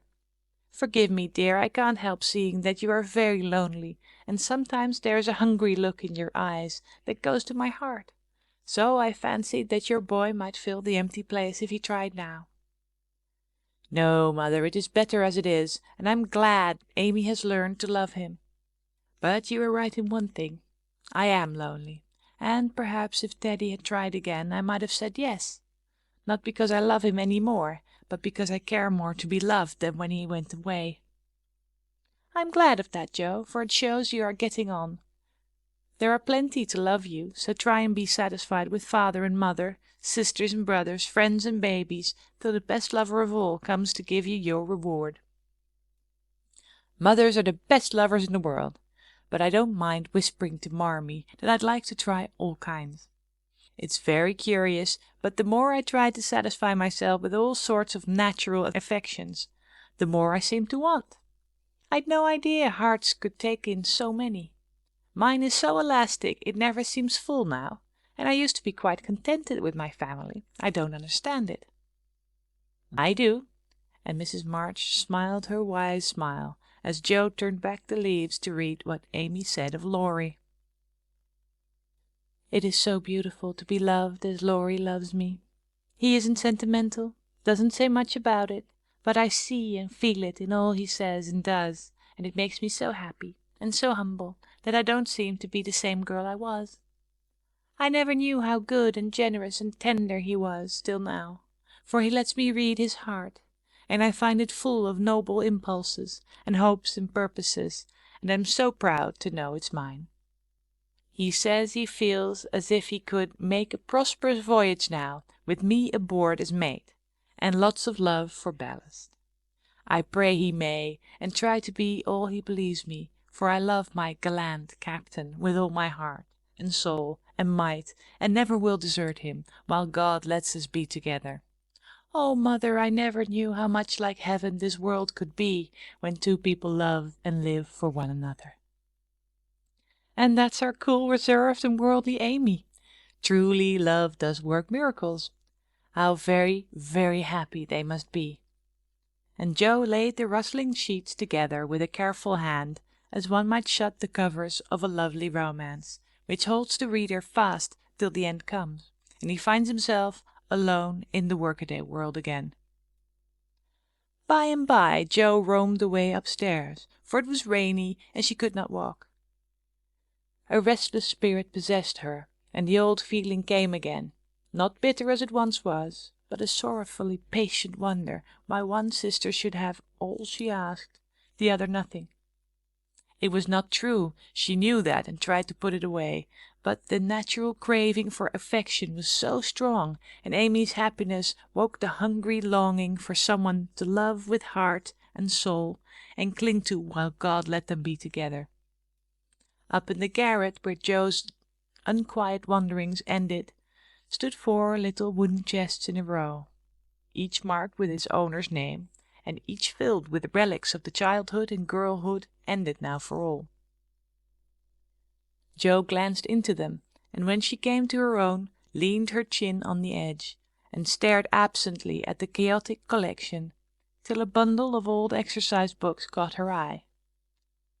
She drew them out, turned them over, and relived that pleasant winter at kind Mrs. Kirk's. She had smiled at first, then she looked thoughtful, next sad, and when she came to a little message written in the professor's hand, her lips began to tremble, the book slid out of her lap, and she sat looking at the friendly words as it took a new meaning and touched a tender spot in her heart. "Wait for me, my friend. I may be a little late, but I shall surely come." Oh, if only he would! So kind, so good, so patient with me always, my dear old Fritz. I didn't value him half enough when I had him, but now how I should love to see him, for everyone seems going away from me, and I'm all alone.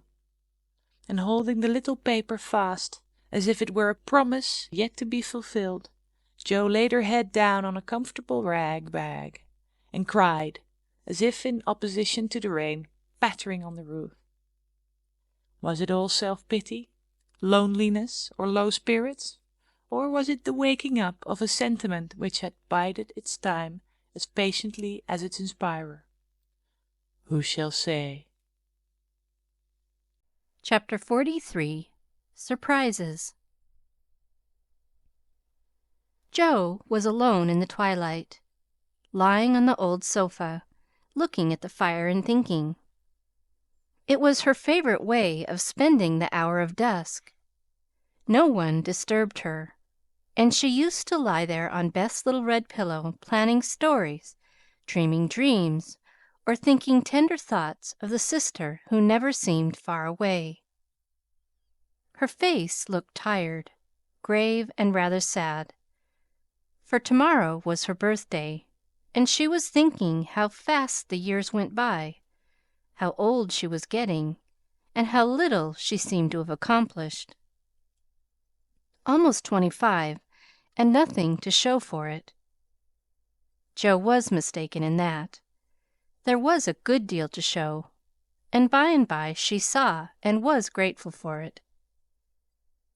An old maid, that's what I'm to be. A literary spinster, with a pen for a spouse, a family for children, and 20 years hence a morsel of fame, perhaps, when, like poor Johnson, I'm old and can't enjoy it, solitary and can't share it, independent and don't need it. Well, I needn't be a sour saint nor a selfish sinner, and, I dare say, old maids are very comfortable when they get used to it. But and there Jo sighed, as if the prospect was not inviting. It seldom is, at first, and 30 seems the end of all things to 5 and 20. But it's not as bad as it looks, and no one can get on quite happily if one has something in one's self to fall back upon. At 25, girls begin to talk about being old maids, but secretly resolve that they never will be. At 30, they say nothing about it, but quietly accept the fact, and if sensible, console themselves by remembering that they have 20 more useful, happy years in which they may be learning to grow old gracefully. Don't laugh at the spinsters, dear girls, for often very tender, tragic romances are hidden away in the hearts that beat so quietly under the sober gowns, and many silent sacrifices of youth, health, ambition, love itself, make the faded faces beautiful in God's sight. Even the sad, sour sisters should be kindly dealt with, because they have missed the sweetest part of life, if for no other reason. And looking at them with compassion, not contempt, girls in their bloom should remember that they too may miss the blossom time, that rosy cheeks don't last forever, that silver threads will come in the bonny brown hair, and that by and by kindness and respect will be as sweet as love and admiration now. Gentlemen, which means boys, Be courteous to the old maids, no matter how poor and plain and prim. For the only chivalry worth having is that which is the readiest to pay deference to the old, protect the feeble, and serve womankind regardless of rank, age, or color. Just recollect the good aunts who have not only lectured and fussed, but nursed and petted, too often without thanks, the scrapes they have helped you out of, the tips they have given you from their small store, the stitches the patient old fingers have set for you, the steps the willing old feet have taken, and gratefully pay the dear old ladies the little attentions that women love to receive as long as they live. The bright-eyed girls are quick to see such traits and will like you all the better for them. And if death, almost the only power that can part mother and son, should rob you of yours, you will be sure to find a tender welcome and maternal cherishing from some Aunt Priscilla, who has kept the warmest corner of her lonely old heart for the best nevy in the world. Joe must have fallen asleep, as I dare say my reader has during this little homily, for suddenly Laurie's ghost seemed to stand before her, a substantial, lifelike ghost, leaning over her with the very look he used to wear when he felt a good deal and didn't like to show it. But like Jenny in the ballad, she could not think it he, and lay staring up at him in startled silence till he stooped and kissed her. Then she knew him and flew up, crying joyfully, "Oh, my Teddy! Oh, my Teddy! Dear Joe, you are glad to see me, then?" "Glad? My blessed boy, words can't express my gladness. Where's Amy?" "Your mother has got her down at Meg's. We stopped there by the way, and there was no getting my wife out of their clutches." "Your what?" cried Joe, for Laurie uttered those two words with an unconscious pride and satisfaction which betrayed him. "Oh, the dickens! Now I've done it!" And he looked so guilty that Joe was down on him like a flash. "You've gone and got married!" "Yes, please, but I never will again." And he went down upon his knees with a penitent clasping of hands, and a face full of mischief, mirth, and triumph. "Actually married?" "Very much so, thank you." "Mercy on us! What dreadful thing will you do next?" And Joe fell into her seat with a gasp. "A characteristic but not exactly complimentary congratulation," returned Laurie, still in an abject attitude, but beaming with satisfaction. "What can you expect when you take one's breath away, creeping in like a burglar and letting cats out of bags like that? Get up, you ridiculous boy, and tell me all about it." "Not a word unless you let me come in my old place and promise not to barricade." Joe laughed at that, as she had not done for many a long day, and patted the sofa invitingly as she said in a cordial tone, "The old pillow is up garret, and we don't need it now, so come and fess, Teddy." How good it sounds to hear you say Teddy! No one ever calls me that but you. And Laurie sat down with an air of great content. "What does Amy call you?" "My lord." "That's like her. Well, you look it." And Joe's eye plainly betrayed that she found her boy comelier than ever. The pillow was gone, but there was a barricade nevertheless, a natural one raised by time, absence, and change of heart. Both felt it, and for a minute looked at one another as if that invisible barrier cast a shadow over them. It was gone directly, however, for Laurie said with a vain attempt at dignity, "Don't I look like a married man and the head of a family?" "Not a bit, and you never will. You've grown bigger and bonnier, but you are the same scapegrace as ever." "Now, really, Joe, you ought to treat me with more respect," began Laurie, who enjoyed it all immensely. "How can I, when the mere idea of you married and settled is so irresistibly funny that I can't keep sober?" answered Joe, smiling all over her face so infectiously that they had another laugh. and then settled down for a good talk, quite in the pleasant old fashion. "It's no use your going out in the cold to get Amy, for they are all coming up presently. I couldn't wait. I wanted to be the one to tell you the grand surprise, and have first skim, as we used to say when we squabbled about the cream." "Of course you did, and spoiled your story by beginning the wrong end.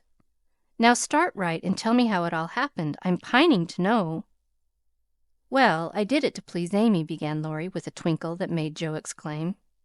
"Fib number 1. Amy did it to please you. Go on and tell the truth, if you can, sir." "Now she's beginning to marmot. Isn't it jolly to hear her?" said Laurie to the fire, and the fire glowed and sparkled as if it quite agreed. "It's all the same, you know, she and I being one. We planned to come home with the Carrolls a month or more ago. They suddenly changed their minds and decided to pass another winter in Paris. But Grandpa wanted to come home. He went to please me, and I couldn't let him go alone. Neither could I leave Amy. And Mrs. Carroll had got English notions about chaperones and such nonsense, and wouldn't let Amy come with us. So I just settled the difficulty by saying, 'Let's be married, and then we can do as we like.' Of course you did. You always have things to suit you." "Not always." And something in Laurie's voice made Joe say hastily, "How did you ever get Aunt to agree?" "It was hard work, but between us we talked her over, for we had heaps of good reasons on our side. There wasn't time to write and ask leave, but you all liked it, had consented to it by and by, and it was only taking time by the fetlock, as my wife says." "Aren't we proud of those 2 words, and don't we like to say them?" interrupted Joe, addressing the fire in her turn, and watching with delight the happy light it seemed to kindle in the eyes that had been so tragically gloomy when she saw them last.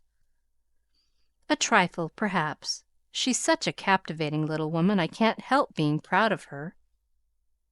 "Well, then Uncle and Aunt were there to play propriety. We were so absorbed in one another we were of no mortal use apart, and that charming arrangement would make everything easy all round, so we did it." "When, where, how?" asked Joe, in a fever of feminine interest and curiosity, for she could not realize it a particle. "6 weeks ago, at the American Consul's in Paris. A very quiet wedding, of course, for even in our happiness we didn't forget dear little Beth." Joe put her hand in his as he said that, and Laurie gently smoothed the little red pillow, which he remembered well. "Why didn't you let us know afterward?" asked Joe, in a quieter tone, when they had sat quite still a minute. "We wanted to surprise you. We thought we were coming directly home at first, but the dear old gentleman, as soon as we were married, found he couldn't be ready under a month at least, and sent us off to spend our honeymoon wherever we liked. Amy had once called Valrosa a regular honeymoon home, so we went there, and were as happy as people are but once in their lives. My faith, wasn't it love among the roses?" Laurie seemed to forget Joe for a minute, and Joe was glad of it, for the fact that he told her these things so freely and so naturally assured her that he had quite forgiven and forgotten. She tried to draw away her hand, but as if he guessed the thought that prompted the half involuntary impulse, Laurie held it fast, and said, with a manly gravity she had never seen in him before, "Joe, dear, I want to say one thing, and then we'll put it by forever. As I told you in my letter, when I wrote that Amy had been so kind to me, I never shall stop loving you, but the love is altered, and I have learned to see that it is better as it is. Amy and you changed places in my heart, that's all. I think it was meant to be so, and would have come about naturally if I had waited, as you tried to make me. But I never could be patient, and so I got a heartache. I was a boy then, headstrong and violent, and it took a hard lesson to show me my mistake. For it was one, Joe, as you said, and I found it out after making a fool of myself. Upon my word, I was so tumbled up in my mind at one time that I didn't know which I loved best, you or Amy. and tried to love you both alike, but I couldn't. And when I saw her in Switzerland, everything seemed to clear up all at once. You both got into your right places, and I felt sure that it was well off with the old love before it was on with the new, that I could honestly share my heart between Sister Joe and wife Amy, and love them dearly. Will you believe it and go back to the happy old times when we first knew one another? I'll believe it with all my heart. But, Teddy, we never can be boy and girl again. The happy old times can't come back, and we mustn't expect it. We are man and woman now, with sober work to do, for playtime is over, and we must give up frolicking. I'm sure you feel this. I see the change in you, and you'll find it in me. I shall miss my boy, but I shall love the man as much, and admire him more, because he means to be what I hoped he would. We can't be little playmates any longer, but we will be brother and sister, to love and help one another all our lives, won't we, Laurie? He did not say a word, but took the hand she offered him and laid his face down on it for a minute, feeling that out of the grave of a boyish passion there had risen a beautiful, strong friendship to bless them both. Presently Joe said cheerfully, for she didn't want the coming home to be a sad one, "I can't make it true that you children are really married and going to set up housekeeping. Why, it seems only yesterday that I was buttoning Amy's pinafore and pulling your hair when you teased. Mercy me, how time does fly!" "As one of the children is older than yourself, you needn't talk so like a grandma. I flatter myself I'm a gentleman growed, as Peggotty said of David, and when you see Amy you'll find her rather a precocious infant," said Laurie, looking amused at her maternal air. "You may be a little older in years, but I'm ever so much older in feeling, Teddy. Women always are, and this last year has been such a hard one that I feel 40. Poor Joe! We left you to bear it alone, while we went pleasuring. You are older. Here's a line and there's another. Unless you smile, your eyes look sad. And when I touched the cushion just now, I found a tear on it. You've had a great deal to bear, and had to bear it all alone. What a selfish beast I've been!" And Laurie pulled his own hair with a remorseful look.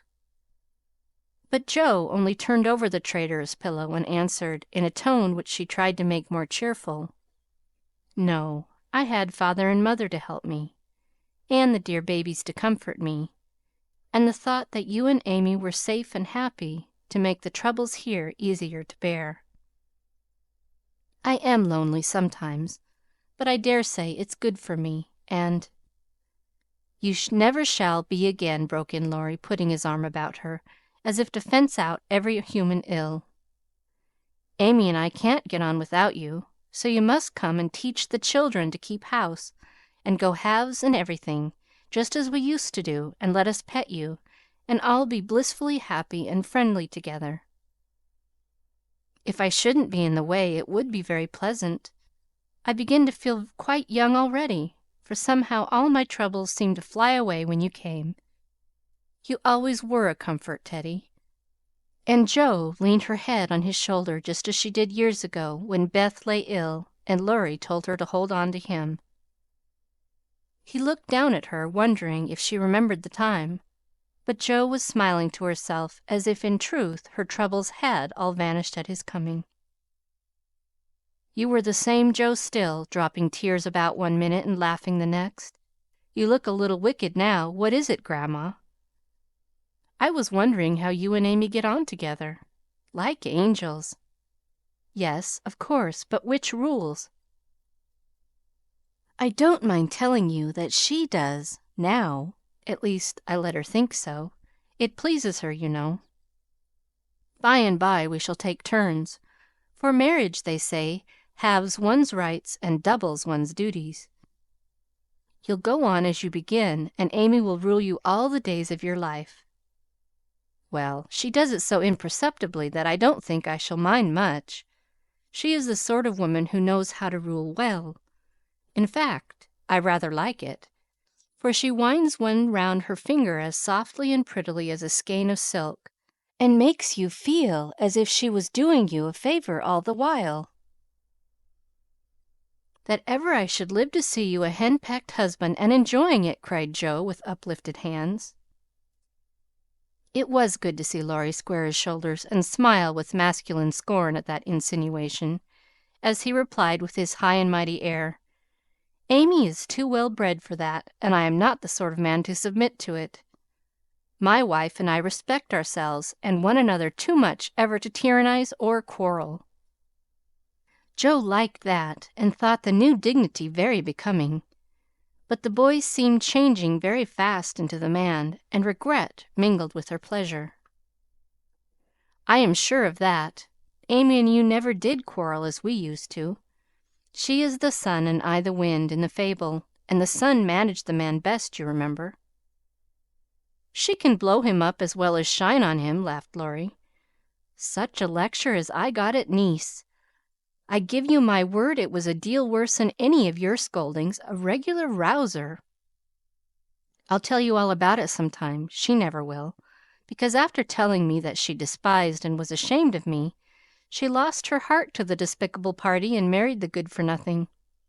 What baseness! If she abuses you, come to me and I'll defend you." "I look as if I needed it, don't I?" said Laurie, getting up and striking an attitude which suddenly changed from the imposing to the rapturous, as Amy's voice was heard calling, "Where is she? Where's my dear old Joe?" In trooped the whole family, and every one was hugged and kissed all over again, and after several vain attempts, the three wanderers were set down to be looked at and exulted over. Mr. Laurence, hale and hearty as ever, was quite as much improved as the others by his foreign tour, for the crustiness seemed to be nearly gone, and the old-fashioned courtliness had received a polish which made it kindlier than ever. It was good to see him beam at "my children," as he called the young pair. It was better still to see Amy pay him the daughterly duty and affection which completely won his old heart, and best of all, to watch Laurie revolve about the two, as if never tired of enjoying the pretty picture they made. The minute she put her eyes upon Amy, Meg became conscious that her own dress hadn't a Parisian air, that young Mrs. Moffat would be entirely eclipsed by young Mrs. Laurence, and that her ladyship was altogether a most elegant and graceful woman. Jo thought, as she watched the pair, "How well they look together! I was right, and Laurie has found the beautiful, accomplished girl who will become his home better than clumsy old Joe, and be a pride, not a torment to him." Mrs. March and her husband smiled and nodded at each other with happy faces, for they saw that their youngest had done well, not only in worldly things, but the better wealth of love, confidence, and happiness. For Amy's face was full of the soft brightness which betokens a peaceful heart. Her voice had a new tenderness in it, and the cool, prim carriage was changed to a gentle dignity, both womanly and winning. No little affectations marred it, and the cordial sweetness of her manner was more charming than the new beauty or the old grace, for it stamped her at once with the unmistakable sign of the true gentlewoman she had hoped to become. "Love has done much for our little girl," said her mother softly. "She had a good example before her all her life, my dear," Mr. March whispered back, with a loving look at the worn face and gray head beside him. Daisy found it impossible to keep her eyes off her pitty auntie, but attached herself like a lapdog to the wonderful chatelaine full of delightful charms. Demi paused to consider the new relationship before he compromised himself by the rash acceptance of a bribe, which took the tempting form of a family of wooden bears from Berne. A flank movement produced an unconditional surrender, however, for Laurie knew where to have him. "Young man, when I first had the honor of making your acquaintance, you hit me in the face. Now I demand the satisfaction of a gentleman." And with that The tall uncle proceeded to toss and tousle the small nephew in a way that damaged his philosophical dignity as much as it delighted his boyish soul. "Blest if she ain't in silk from head to foot! Ain't it a relishin' sight to see her settin' there as fine as a fiddle, and hear folks calling little Amy Miss Laurence?" muttered old Hannah, who could not resist frequent peeks through the slide as she set the table in a most decidedly promiscuous manner. Mercy on us, how they did talk! First one, then the other, then all burst out together, trying to tell the history of 3 years in half an hour. It was fortunate that tea was at hand, to produce a lull and provide refreshment, for they would have been hoarse and faint if they had gone on much longer. Such a happy procession as filed away into the little dining room! Mr. March proudly escorted Mrs. Laurence. Mrs. March as proudly leaned on the arm of "my son." The old gentleman took Joe with a whispered, "You must be my girl now," and a glance at the empty corner by the fire that made Joe whisper back, "I'll try to fill her place, sir." The twins pranced behind, feeling that the millennium was at hand, for everyone was so busy with the newcomers that they were left to revel at their own sweet will, and you may be sure they made the most of the opportunity. Didn't they steal sips of tea, stuff gingerbread ad libitum, get a hot biscuit apiece? And as a crowning trespass, didn't they each whisk a captivating little tart into their tiny pockets, there to stick and crumble treacherously, teaching them that both human nature and a pastry are frail? Burdened with the guilty consciences of the sequestered tarts, and fearing that Dodo's sharp eyes would pierce the thin disguise of cambric and merino which hid their booty, the little sinners attached themselves to "Dran'pa," who hadn't his spectacles on. Amy, who was handed about like refreshments, returned to the parlor on Father Lawrence's arm. The others paired off as before, and this arrangement left Joe companionless. She did not mind it at the minute, for she lingered to answer Hannah's eager inquiry. "Will Miss Amy ride in the coop, and use all them lovely silver dishes that's stored away over yonder?"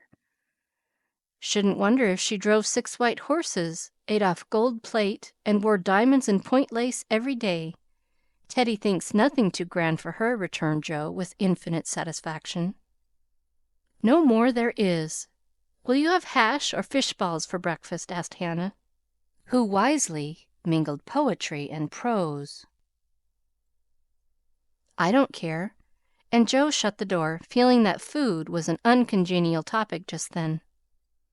She stood a minute looking at the party vanishing above, and as Demi's short plaid legs toiled up the last stair, a sudden sense of loneliness came over her so strongly that she looked about her with dim eyes, as if to find something to lean upon, for even Teddy had deserted her. If she had known what birthday gift was coming every minute nearer and nearer, she would not have said to herself, "I'll weep a little weep when I go to bed.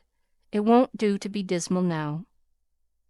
Then she drew her hand over her eyes, for one of her boyish habits was never to know where her handkerchief was, and had just managed to call up a smile when there came a knock at the porch door.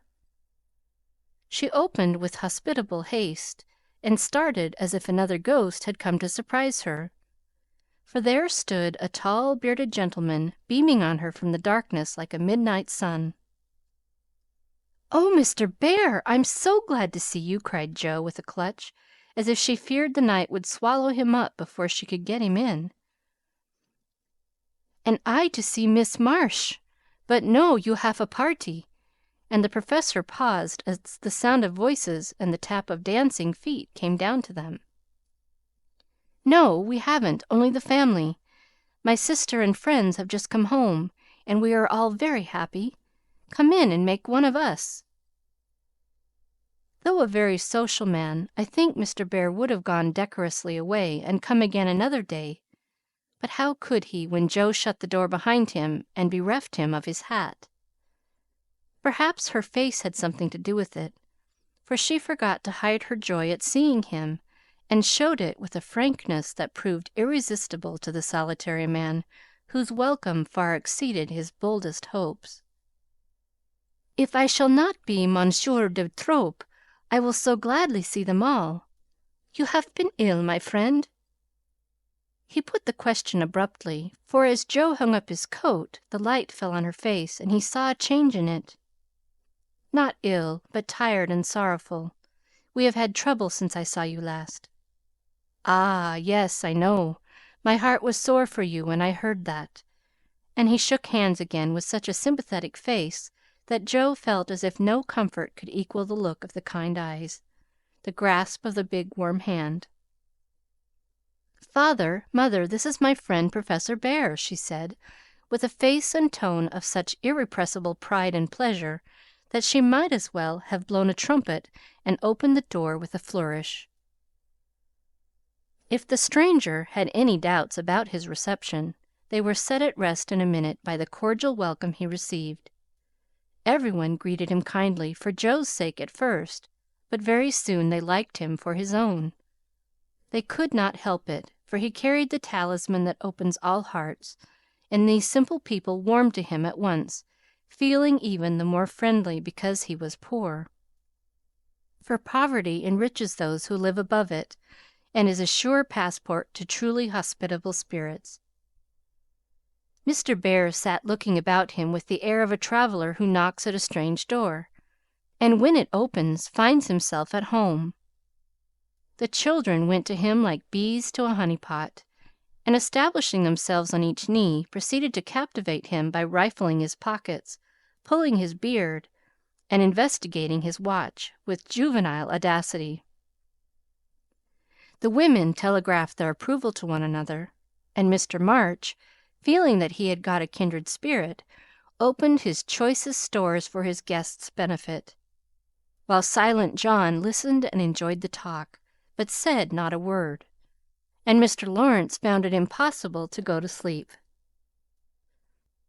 If Joe had not been otherwise engaged, Laurie's behavior would have amused her, for a faint twinge, not of jealousy, but something like suspicion, caused that gentleman to stand aloof at first, and observe the newcomer with brotherly circumspection. But it did not last long. He got interested in spite of himself, and before he knew it, was drawn into the circle. For Mr. Bear talked well in this genial atmosphere, and did himself justice. He seldom spoke to Laurie, but he looked at him often, and a shadow would pass across his face as if regretting his own lost youth, as he watched the young man in his prime.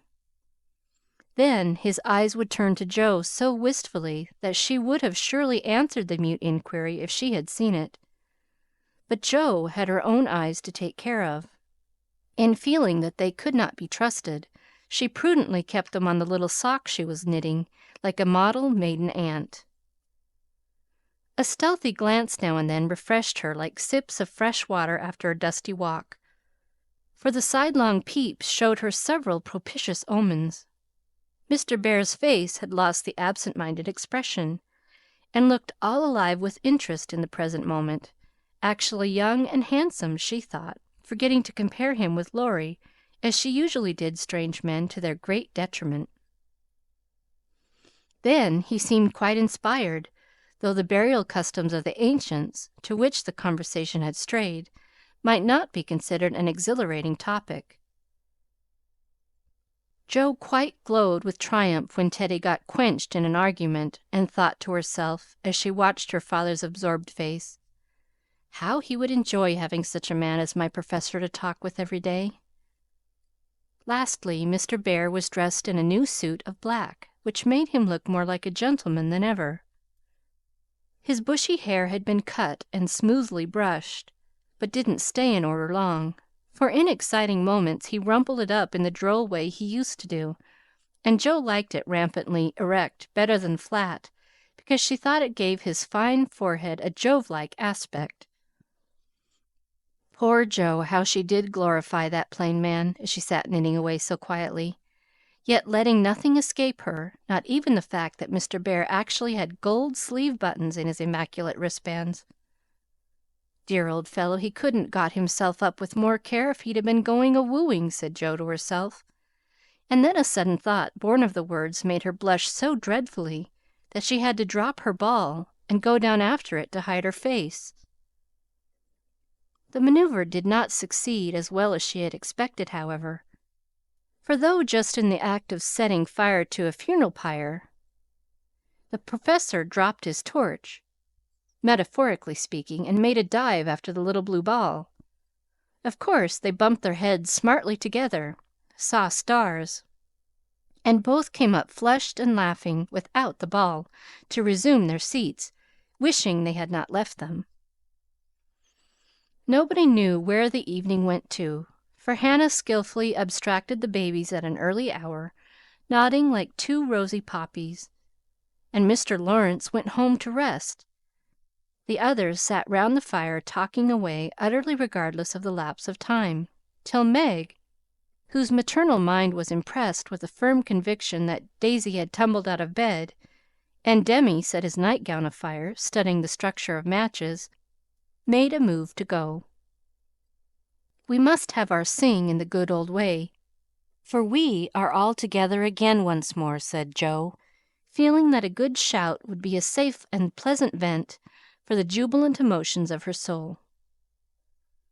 They were not all there, but no one found the words thoughtless or untrue, for Beth still seemed among them, a peaceful presence, invisible but dearer than ever, since death could not break the household league that love made dissoluble. The little chair stood in its old place. The tidy basket, with the bit of work she left unfinished when the needle grew so heavy, was still on its accustomed shelf. The beloved instrument, seldom touched now, had not been moved, and above it Beth's face, serene and smiling as in the early days, looked down upon them, seeming to say, "Be happy, I am here." "Play something, Amy. Let them hear how much you have improved," said Laurie, with a pardonable pride in his promising pupil. But Amy whispered with full eyes as she twirled the faded stool, "Not tonight, dear. I can't show off tonight." But she did show something better than brilliancy or skill, for she sang Beth's songs with a tender music in her voice which the best master could not have taught, and touched the listeners' hearts with a sweeter power than any other inspiration could have given her. The room was very still when the clear voice failed suddenly at the last line of Beth's favorite hymn. It was hard to say, "Earth hath no sorrow that heaven cannot heal," and Amy leaned against her husband, who stood behind her, feeling that her welcome home was not quite perfect without Beth's kiss. "Now we must finish with Mignon's song, for Mr. Bear sings that," said Jo, before the pause grew painful. And Mr. Bear cleared his throat with a gratified "Ahem!" as he stepped into the corner where Jo stood, saying, "You will sing it with me. We go excellently well together." A pleasing fiction, by the way, for Jo had no more idea of music than a grasshopper. But she would have consented if he had proposed to sing a whole opera and warbled away, blissfully regardless of time and tune. It didn't much matter, for Mr. Bear sang like a true German, heartily and well, and Jo soon subsided into a subdued hum, that she might listen to the mellow voice that seemed to sing for her alone. "Know'st thou the land where the citron blooms?" used to be the Professor's favorite line, for Das Land meant Germany to him. But now he seemed to dwell with peculiar warmth and melody upon the words, "There or there might I with thee, O my beloved, go." And one listener was so thrilled by the tender invitation that she longed to say she did know the land and would joyfully depart thither whenever he liked. The song was considered a great success, and the singer retired covered with laurels. But a few minutes afterward he forgot his manners entirely, and stared at Amy putting on her bonnet, for she had been introduced simply as "my sister," and no one had called her by her new name since he came. He forgot himself still further when Laurie said, in his most gracious manner at parting, My wife and I are very glad to meet you, sir. Please remember that there is always a welcome waiting for you over the way." Then the Professor thanked him so heartily and looked so suddenly illuminated with satisfaction that Laurie thought him the most delightfully demonstrative old fellow he ever met. "I too shall go, but I shall gladly come again, if you will gif me leave, dear madame, for a little business in the city will keep me here some days." He spoke to Mrs. March, but he looked at Joe, and the mother's voice gave as cordial an assent as did the daughter's eyes, for Mrs. March was not so blind to her children's interests as Mrs. Moffat supposed.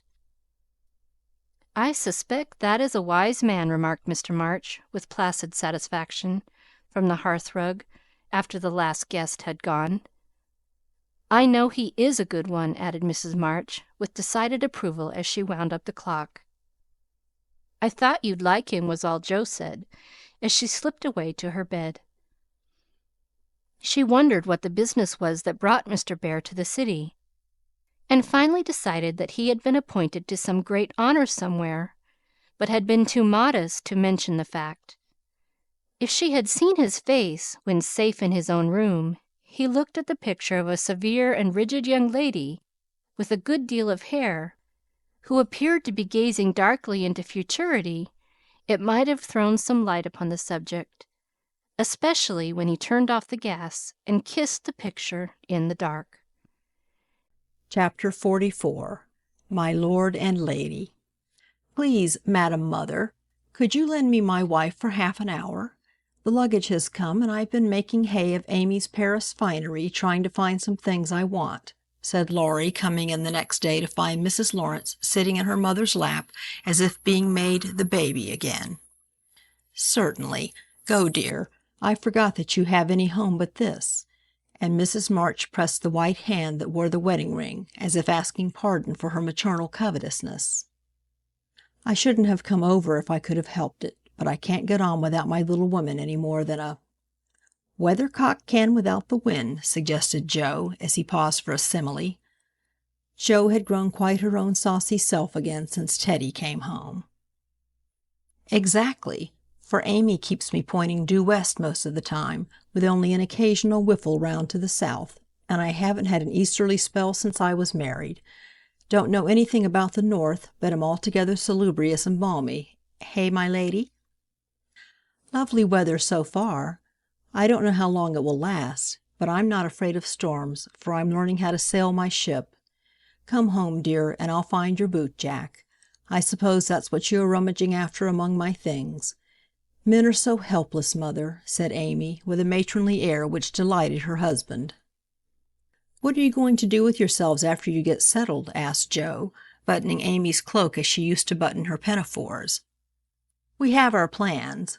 We don't mean to say much about them yet, because we are such very new brooms, but we don't intend to be idle. I'm going into business with a devotion that shall delight Grandfather and prove to him that I'm not spoiled. I need something of the sort to keep me steady. I'm tired of dawdling and mean to work like a man. And Amy, what is she going to do? Asked Mrs. March, well pleased at Laurie's decision and the energy with which he spoke.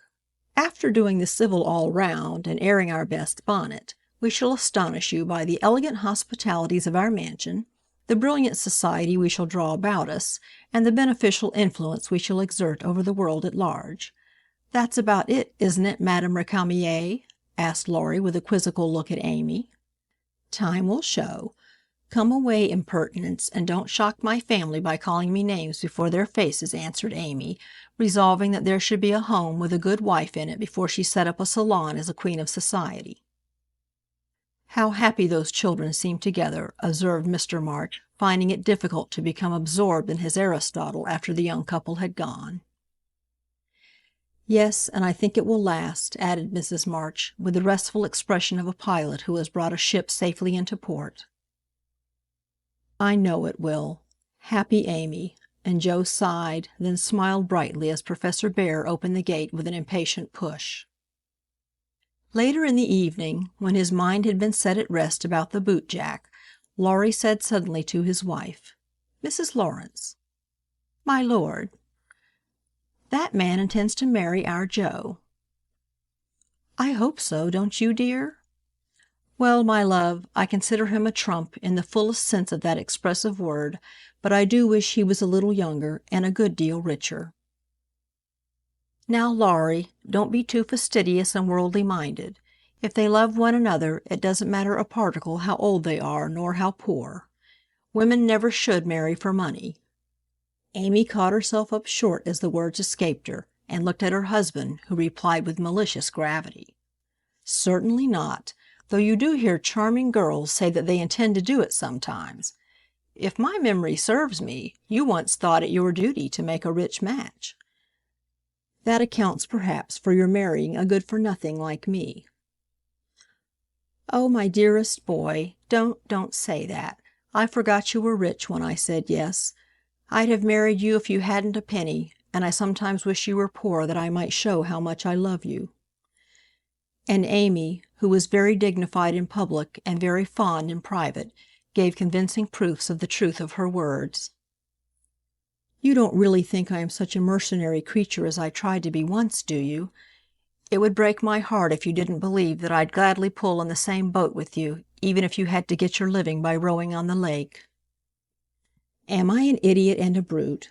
How could I think so, when you refused a richer man for me and won't let me give you half I want to now, when I have the right? Girls do it every day, poor things, and are taught to think it is their only salvation, but you had better lessons, and though I trembled for you at one time, I was not disappointed, for the daughter was true to the mother's teaching. I told Mamma so yesterday, and she looked as glad and grateful as if I'd given her a check for $1 million to be spent in charity. You are not listening to my moral remarks, Mrs. Laurence," and Laurie paused, for Amy's eyes had an absent look, though fixed upon his face. "Yes, I am, and admiring the mole in your chin at the same time. I don't wish to make you vain, but I must confess that I'm prouder of my handsome husband than of all his money. Don't laugh, but your nose is such a comfort to me," and Amy softly caressed the well-cut feature with artistic satisfaction. Laurie had received many compliments in his life, but never one that suited him better, as he plainly showed, though he did laugh at his wife's peculiar taste, while she said slowly, "May I ask you a question, dear?" "Of course you may." "Shall you care if Joe does marry Mr. Bear?" "Oh, that's the trouble, is it? I thought there was something in the dimple that didn't quite suit you. Not being a dog in the manger, but the happiest fellow alive, I assure you I can dance at Joe's wedding with a heart as light as my heels. Do you doubt it, my darling?" Amy looked up at him and was satisfied. Her little jealous fear vanished forever, and she thanked him, with a face full of love and confidence. "I wish we could do something for that capital old professor. Couldn't we invent a rich relation who shall obligingly die out there in Germany and leave him a tidy little fortune?" said Laurie, when they began to pace up and down the long drawing-room, arm in arm, as they were fond of doing in memory of the chateau garden. "Joe would find us out and spoil it all. She is very proud of him, just as he is, and said yesterday that she thought poverty was a beautiful thing." "Bless her dear heart! She won't think so when she has a literary husband and a dozen little professors and professorins to support. We won't interfere now, but watch our chance and do them a good turn in spite of themselves. I owe Joe for a part of my education, and she believes in people's paying their honest debts, so I'll get round her in that way. How delightful it is to be able to help others, isn't it? That was always one of my dreams, to have the power of giving freely, and thanks to you the dream has come true." "Ah, we'll do quantities of good, won't we? There's one sort of poverty that I particularly like to help. Out-and-out beggars get taken care of, but poor gentlefolks fare badly, because they won't ask, and people don't dare to offer charity. Yet there are 1,000 ways of helping them, if one only knows how to do it so delicately that it does not offend. I must say, I like to serve a decayed gentleman better than a blarneying beggar. I suppose it's wrong, but I do, though it is harder." "Because it takes a gentleman to do it," added the other member of the Domestic Admiration Society. "Thank you. I'm afraid I don't deserve that pretty compliment. But I was going to say that while I was dawdling about abroad, I saw a good many talented young fellows making all sorts of sacrifices and enduring real hardships that they might realize their dreams. Splendid fellows, some of them, working like heroes, poor and friendless, but so full of courage, patience, and ambition that I was ashamed of myself, and longed to give them a right good lift. Those are people whom it's a satisfaction to help, for if they've got genius, it's an honor to be allowed to serve them, and not let it be lost or delayed for want of fuel to keep the pot boiling. If they haven't, it's a pleasure to comfort the poor souls and keep them from despair when they find it out. Yes, indeed, and there's another class who can't ask and who suffer in silence. I know something of it, for I belonged to it before you made a princess of me, as the king does the beggar maid in the old story. Ambitious girls have a hard time, Laurie, and often have to see youth, health, and precious opportunities go by just for want of a little help at the right minute. People have been very kind to me, and whenever I see girls struggling along as we used to do, I want to put out my hand and help them as I was helped. "And so you shall, like an angel as you are," cried Laurie, resolving, with a glow of philanthropic zeal, to found and endow an institution for the express benefit of young women with artistic tendencies. Rich people have no right to sit down and enjoy themselves, or let their money accumulate for others to waste. It's not half so sensible to leave legacies when one dies as it is to use the money wisely while alive and enjoy making one's fellow creatures happy with it. We'll have a good time ourselves and add an extra relish to our own pleasure by giving other people a generous taste. Will you be a little Dorcas, going about emptying a big basket of comforts and filling it up with good deeds? With all my heart, if you will be a brave St. Martin, stopping as you ride gallantly through the world to share your cloak with the beggar. It's a bargain, and we shall get the best of it. So the young pair shook hands upon it, and then paced happily on again, feeling that their pleasant home was more homelike because they hoped to brighten other homes, believing that their own feet would walk more uprightly along the flowery path before them if they smoothed rough ways for other feet, and feeling that their hearts were more closely knit together by a love which could tenderly remember those less blessed than they. Chapter 45, Daisy and Demi. I cannot feel that I have done my duty as humble historian of the March family without devoting at least one chapter to the two most precious and important members of it. Daisy and Demi had now arrived at years of discretion, for in this fast age, babies of 3 or 4 assert their rights and get them too, which is more than many of their elders do. If there ever were a pair of twins in danger of being utterly spoiled by adoration, it was these prattling Brooks. Of course, they were the most remarkable children ever born, as will be shown when I mention that they walked at 8 months, talked fluently at 12 months, and at 2 years they took their places at table and behaved with a propriety which charmed all beholders. At 3, Daisy demanded a needler, and actually made a bag with 4 stitches in it. She likewise set up housekeeping in the sideboard, and managed a microscopic cooking stove with a skill that brought tears of pride to Hannah's eyes, while Demi learned his letters with his grandfather, who invented a new mode of teaching the alphabet by forming letters with his arms and legs, thus uniting gymnastics for head and heels. The boy early developed a mechanical genius which delighted his father and distracted his mother, for he tried to imitate every machine he saw, and kept the nursery in a chaotic condition with his sewing-machine, a mysterious structure of string, chairs, clothespins, and spools, for wheels to go wound and wound. Also a basket hung over the back of a chair, in which he vainly tried to hoist his too confiding sister, who, with feminine devotion, allowed her little head to be bumped till rescued, when the young inventor indignantly remarked, "Why, Marmar, dat's my lily waiter, and me's trying to pull her up." Though utterly unlike in character, the twins got on remarkably well together, and seldom quarreled more than thrice a day. Of course, Demi tyrannized over Daisy, and gallantly defended her from every other aggressor, while Daisy made a galley slave of herself and adored her brother as the one perfect being in the world. A rosy, chubby, sunshiny little soul was Daisy, who found her way to everybody's heart and nestled there. One of the captivating children who seemed made to be kissed and cuddled, adorned and adored like little goddesses, and produced for general approval on all festive occasions. Her small virtues were so sweet that she would have been quite angelic if a few small naughtinesses had not kept her delightfully human. It was all fair weather in her world, and every morning she scrambled up to the window in her little nightgown to look out and say, no matter whether it rained or shone, "Oh, pity day! Oh, pity day!" Everyone was a friend, and she offered kisses to a stranger so confidingly that the most inveterate bachelor relented, and baby lovers became faithful worshippers.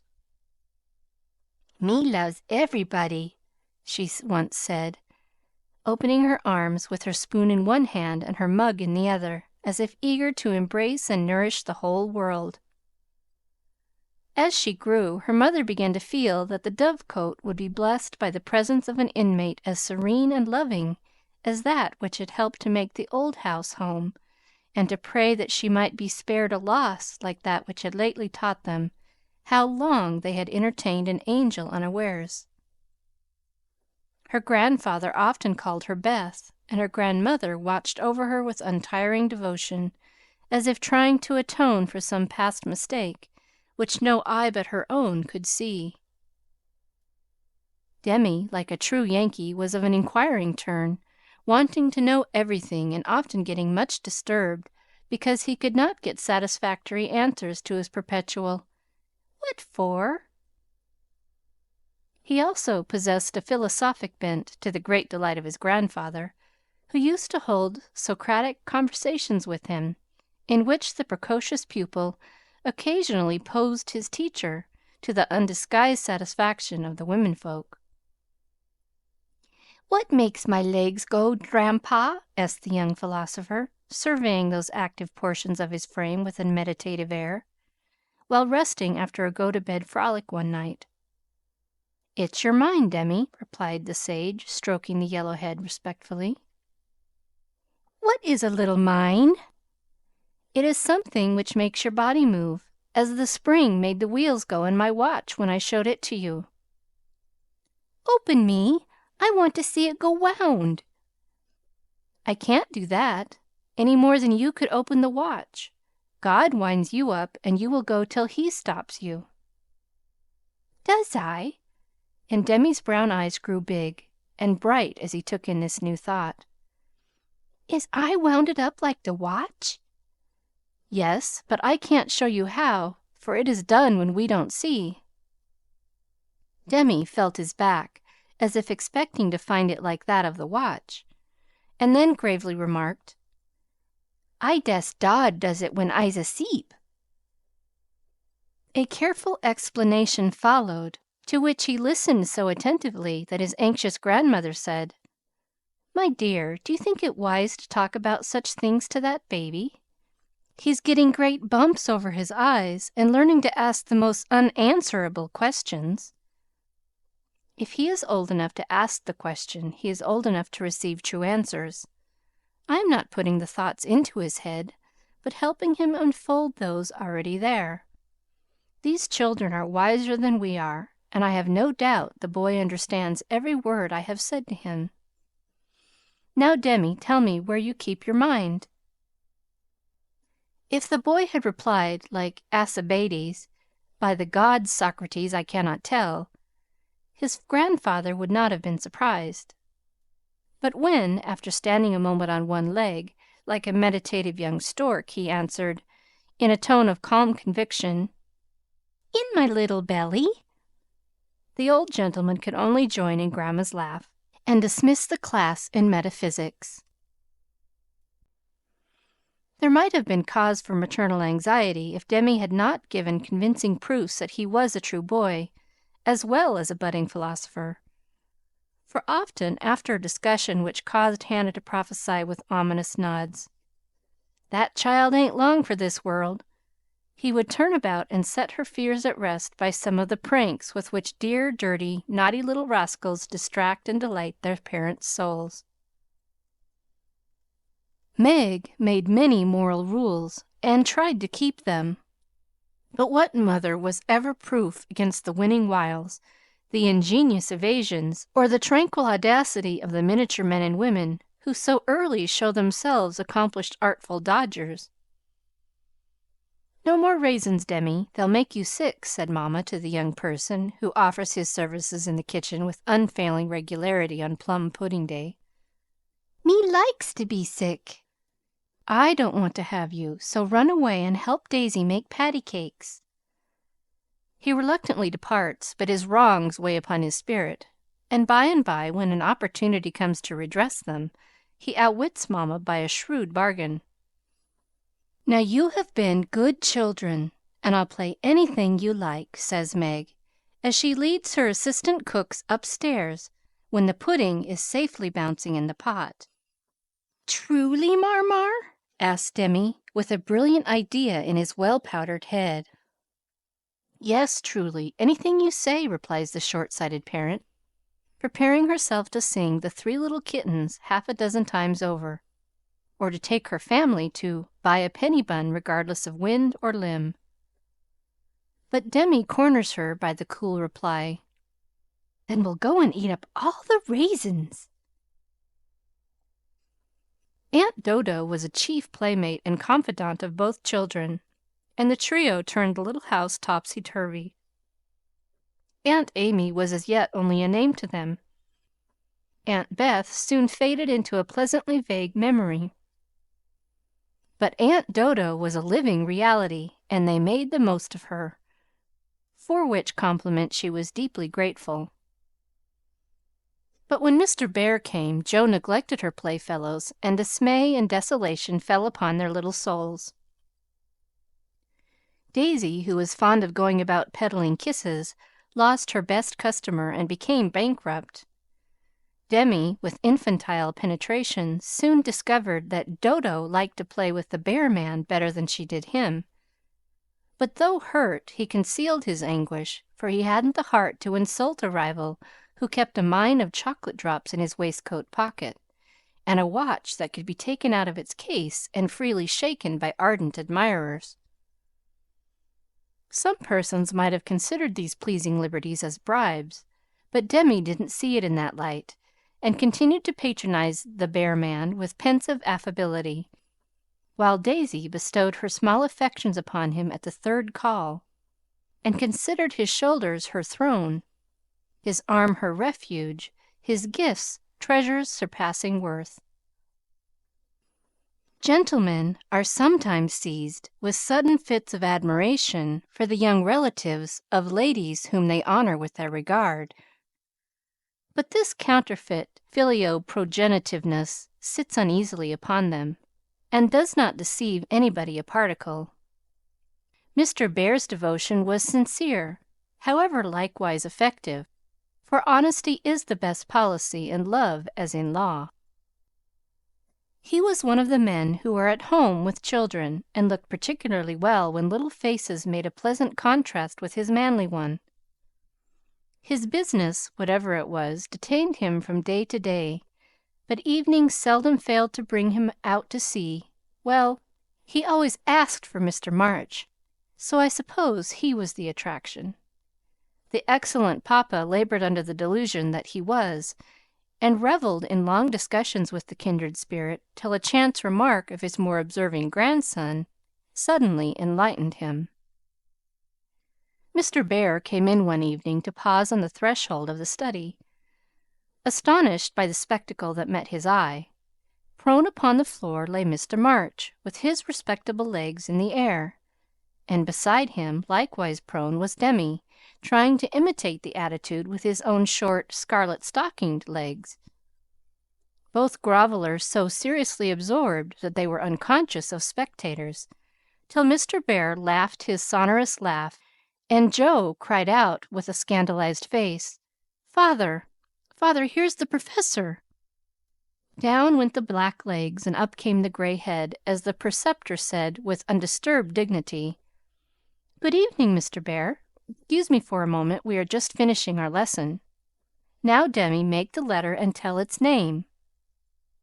"I knows him!"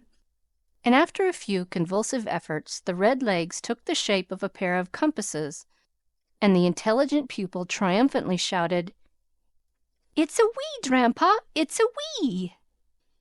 "He's a born Weller," laughed Joe, as her parent gathered himself up and her nephew tried to stand on his head as the only mode of expressing his satisfaction that school was over. "What have you been at today, Boobchen?" asked Mr. Bear, picking up the gymnast. "Me went to see little Mary." "And what did you there?" "I kissed her," began Demi, with artless frankness. "Prut! Thou beginnest early. What did the little Mary say to that?" asked Mr. Bear, continuing to confess the young sinner, who stood upon the knee, exploring the waistcoat pocket. "Oh, she liked it, and she kissed me, and I liked it. Don't little boys like little girls?" asked Demi, with his mouth full, and an air of bland satisfaction. "You precocious chick! Who put that into your head?" said Joe, enjoying the innocent revelation as much as the Professor. "'Tisn't in mine head, it's in mine mouth," answered literal Demi, putting out his tongue with a chocolate drop on it, thinking she alluded to confectionery, not ideas. "Thou shouldst save some for the little friend. Sweets to the sweet, manling," said Mr. Bear. And Mr. Bear offered Joe some, with a look that made her wonder if chocolate was not the nectar drunk by the gods. Demi also saw the smile, was impressed by it, and artlessly inquired, "Do great boys like great girls, Fessor?" Like young Washington, Mr. Bear couldn't tell a lie, so he gave the somewhat vague reply that he believed they did sometimes, in a tone that made Mr. March put down his clothes brush, glancing at Joe's retiring face, and then sink into his chair, looking as if the precocious chick had put an idea into his head that was both sweet and sour.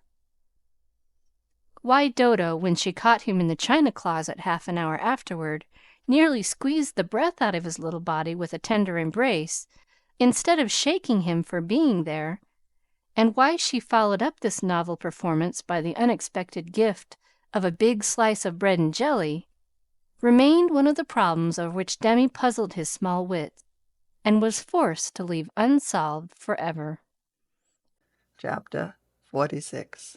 While Laurie and Amy were taking conjugal strolls over velvet carpets as they set their house in order and planned a blissful future, Mr. Barr and Joe were enjoying promenades of a different sort, along muddy roads and sodden fields. I always do take a walk toward evening, and I don't know why I should give it up, just because I happened to meet the Professor on his way out, said Jo to herself, after 2 or 3 encounters, for though there were 2 paths to Meg's, whichever one she took, she was sure to meet him, either going or returning. He was always walking rapidly, and never seemed to see her until quite close, when he would look as if his short-sighted eyes had failed to recognize the approaching lady till that moment. Then, if she was going to Meg's, he always had something for the babies. If her face was turned homeward, he had merely strolled down to see the river and was just returning, unless they were tired of his frequent calls. Under the circumstances, what could Jo do but greet him civilly and invite him in? If she was tired of his visits, she concealed her weariness with perfect skill, and took care that there should be coffee for supper, as Mr. Bear doesn't like tea. By the second week, everyone knew perfectly well what was going on, yet everyone tried to look as if they were stone blind to the changes in Jo's face. They never asked why she sang about her work, did up her hair 3 times a day, and got so blooming with her evening exercise, and no one seemed to have the slightest suspicion that Professor Bear, while talking philosophy with the father, was giving the daughter lessons in love. Jo couldn't even lose her heart in a decorous manner, but sternly tried to quench her feelings, and failing to do so, led a somewhat agitated life. She was mortally afraid of being laughed at for surrendering after her many and vehement declarations of independence. Laurie was her especial dread, but thanks to the new manager he behaved with praiseworthy propriety. Never called Mr. Bear a capital old fellow in public, never alluded in the remotest manner to Joe's improved appearance, or expressed the least surprise at seeing the professor's hat on the Marches' table nearly every evening. But he exulted in private, and longed for the time to come when he could give Joe a piece of plate with a bear and a ragged staff on it as an appropriate coat of arms. For a fortnight the professor came and went with lover-like regularity. Then he stayed away for 3 whole days and made no sign, a proceeding which caused everybody to look sober, and Joe to become pensive at first, and then, alas, for romance, very cross. Disgusted, I dare say, and gone home as suddenly as he came. It's nothing to me, of course, but I should think he would have come and bid us good-bye like a gentleman, she said to herself, with a despairing look at the gate, as she put on her things for the customary walk one dull afternoon. "You'd better take a little umbrella, dear. It looks like rain," said her mother, observing that she had on her new bonnet, but not alluding to the fact. "Yes, Marmee. Do you want anything in town?" "I've got to run in and get some paper," returned Joe, pulling out the bow under her chin before the glass as an excuse for not looking at her mother. "Yes, I want some twilled silesia, a paper of number 9 needles, and 2 yards of narrow lavender ribbon. Have you got your thick boots on, and something warm under your cloak?" "I believe so," answered Joe absently. "If you happen to meet Mr. Bear, bring him home to tea. I quite long to see the dear man," added Mrs. March. Joe heard that, but made no answer except to kiss her mother and walk rapidly away, thinking with a glow of gratitude, in spite of her heartache, how good she is to me. What do girls do who haven't any mothers to help them through their troubles? The dry goods stores were not down among the counting houses, banks, and wholesale warerooms, where gentlemen most do congregate, but Jo found herself in that part of the city before she did a single errand, loitering along as if waiting for someone, examining engineering instruments in one window and samples of wool in another, with most unfeminine interest, tumbling over barrels, being half smothered by descending bales, and hustled unceremoniously by busy men who looked as if they wondered how the deuce she got there. A drop of rain on her cheek recalled her thoughts from baffled hopes to ruined ribbons, for the drops continued to fall, and being a woman as well as a lover, she felt that, though it was too late to save her heart, she might her bonnet. Now she remembered the little umbrella which she had forgotten to take in her hurry to be off, but regret was unavailing, and nothing could be done but borrow one or submit to a drenching. She looked up at the lowering sky, down at the crimson bow already flecked with black, forward along the muddy street, then one long, lingering look behind at a certain grimy warehouse, with Hoffman, Swartz and Company over the door, and said to herself, with a sternly reproachful air, "It serves me right. What business had I to put on all my best things and come philandering down here, hoping to see the professor? Joe, I am ashamed of you. No, you shall not go there to borrow an umbrella, or find out where he is from his friends. You shall trudge away and do your errands in the rain, and if you catch your death and ruin your bonnet, it's no more than you deserve. Now then." With that she rushed across the street so impetuously that she narrowly escaped annihilation from a passing truck, and precipitated herself into the arms of a stately old gentleman, who said, "I beg pardon, ma'am," and looked mortally offended. Somewhat daunted, Jo righted herself, spread her handkerchief over the devoted ribbons, and put temptation behind her, hurried on with increasing dampness about the ankles and much clashing of umbrellas overhead. The fact that a somewhat dilapidated blue one remained stationary above the unprotected bonnet attracted her attention, and looking up, she saw Mr. Bear looking down. "I feel to know the strong-minded lady who goes so bravely under many horse-noses, and so fast through much mud. What do you do down here, my friend?" "I'm shopping." Mr. Bear smiled as he glanced from the pickle factory on one side to the wholesale hide and leather concern on the other, but he only said politely, "You have no umbrella. May I go also and take for you the bundles?" "Yes, thank you." Joe's cheeks were as red as her ribbon, and she wondered what he thought of her. But she didn't care, for in a minute she found herself walking away, arm in arm with her professor, feeling as if the sun had suddenly burst out with uncommon brilliancy, that the world was all right again, and that one thoroughly happy woman was paddling through the wet that day. "We thought you had gone," said Joe hastily, for she knew he was looking at her. Her bonnet wasn't big enough to hide her face, and she feared he might think the joy it betrayed unmaidenly. "Did you believe that I should go with no farewell to those who have been so heavenly kind to me?" he asked so reproachfully that he felt as if she had insulted him by the suggestion, and answered heartily, "No, I didn't. I knew you were busy about your own affairs, but we rather missed you, father and mother especially. And you? I'm always glad to see you, sir." In her anxiety to keep her voice quite calm, Joe made it rather cool, and the frosty little monosyllable at the end seemed to chill the professor, for his smile vanished as he said gravely, "I thank you, and come one more time before I go." "You are going, then? I have no longer any business here. It is done." "Successfully, I hope," said Joe, for the bitterness of disappointment was in that short reply of his. "I ought to think so, for I have a way open to me by which I can make my bread and give my junglings much help." "Tell me, please. I'd like to know all about the boys," said Joe eagerly. "That is so kind. I gladly tell you. My friends find for me a place in a college where I teach as at home, and earn enough to make the world smooth for France and Emil. For this I should be grateful, should I not?" "Indeed you should. How splendid it will be to have you doing what you like, and be able to see you often, and the boys," cried Joe, clinging to the lads as an excuse for the satisfaction she could not help betraying. "Ah, but we shall not meet often, I fear. This place is at the West." So far away, and Joe left her skirts to their fate, as if it didn't matter now what became of her clothes or herself.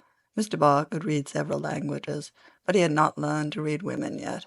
He flattered himself that he knew Joe pretty well, and was, therefore, much amazed by the contradictions of voice, face, and manner, which she showed him in rapid succession that day, for she was in half a dozen different moods in the course of half an hour. When she met him she looked surprised, though it was impossible to help suspecting that she had come for that express purpose. When he offered her his arm, she took it with a look that filled him with delight. But when he asked if she missed him, she gave such a chilly, formal reply that despair fell upon him. On learning his good fortune, she almost clapped her hands. Was the joy all for the boys? Then, on hearing his destination, she said, "So far away," in a tone of despair that lifted him on to a pinnacle of hope. But the next minute she tumbled him down again by observing, like one entirely absorbed in the matter, "Here's the place for my errands. Will you come in? It won't take long." Jo rather prided herself upon her shopping capabilities, and particularly wished to impress her escort with the neatness and dispatch with which she would accomplish the business. But owing to the flutter she was in, everything went amiss. She upset the tray of needles, forgot the silesia was to be twilled till it was cut off, gave the wrong change, and covered herself with confusion by asking for lavender ribbon at the calico counter. Mr. Bear stood by, watching her blush and blunder, and as he watched, his own bewilderment seemed to subside, for he was beginning to see that on some occasions women, like dreams, go by contraries. When they came out, he put the parcel under his arm with a more cheerful aspect, and splashed through the puddles as if he rather enjoyed it on the whole. "Should we do a little what you call shopping for the babies, and have a farewell feast tonight if I go for my last call at your so pleasant home?" he asked, stopping before a window full of fruit and flowers. "What will we buy?" asked Jo, ignoring the latter part of his speech, and sniffing the mingled odors with an affectation of delight as they went in. May they have oranges and figs? Asked Mr. Bear, with a paternal air. They eat them when they can get them. Do you care for nuts? Like a squirrel. Hamburg grapes. Yes, we shall drink to the fatherland in those. Joe frowned upon that piece of extravagance, and asked why he didn't buy a frail of dates, a cask of raisins, and a bag of almonds, and be done with it. Whereat Mr. Bear confiscated her purse, produced his own, and finished the marketing by buying several pounds of grapes, a pot of rosy daisies, and a pretty jar of honey, to be regarded in the light of a demijohn. Then, distorting his pockets with knobby bundles, and giving her the flowers to hold, he put up the old umbrella, and they travelled on again. "Miss Marsh, I have a great favor to ask of you," began the professor, after a moist promenade of half a block. "Yes, sir." And Jo's heart began to beat so hard she was afraid he would hear it. "I am bold to say it, in spite of the rain, because so short a time remains to me." "Yes, sir." And Jo nearly crushed the small flower pot with the sudden squeeze she gave it. "I wish to get a little dress for my Tina, and I am too stupid to go alone. Will you kindly give me a word of taste and help?"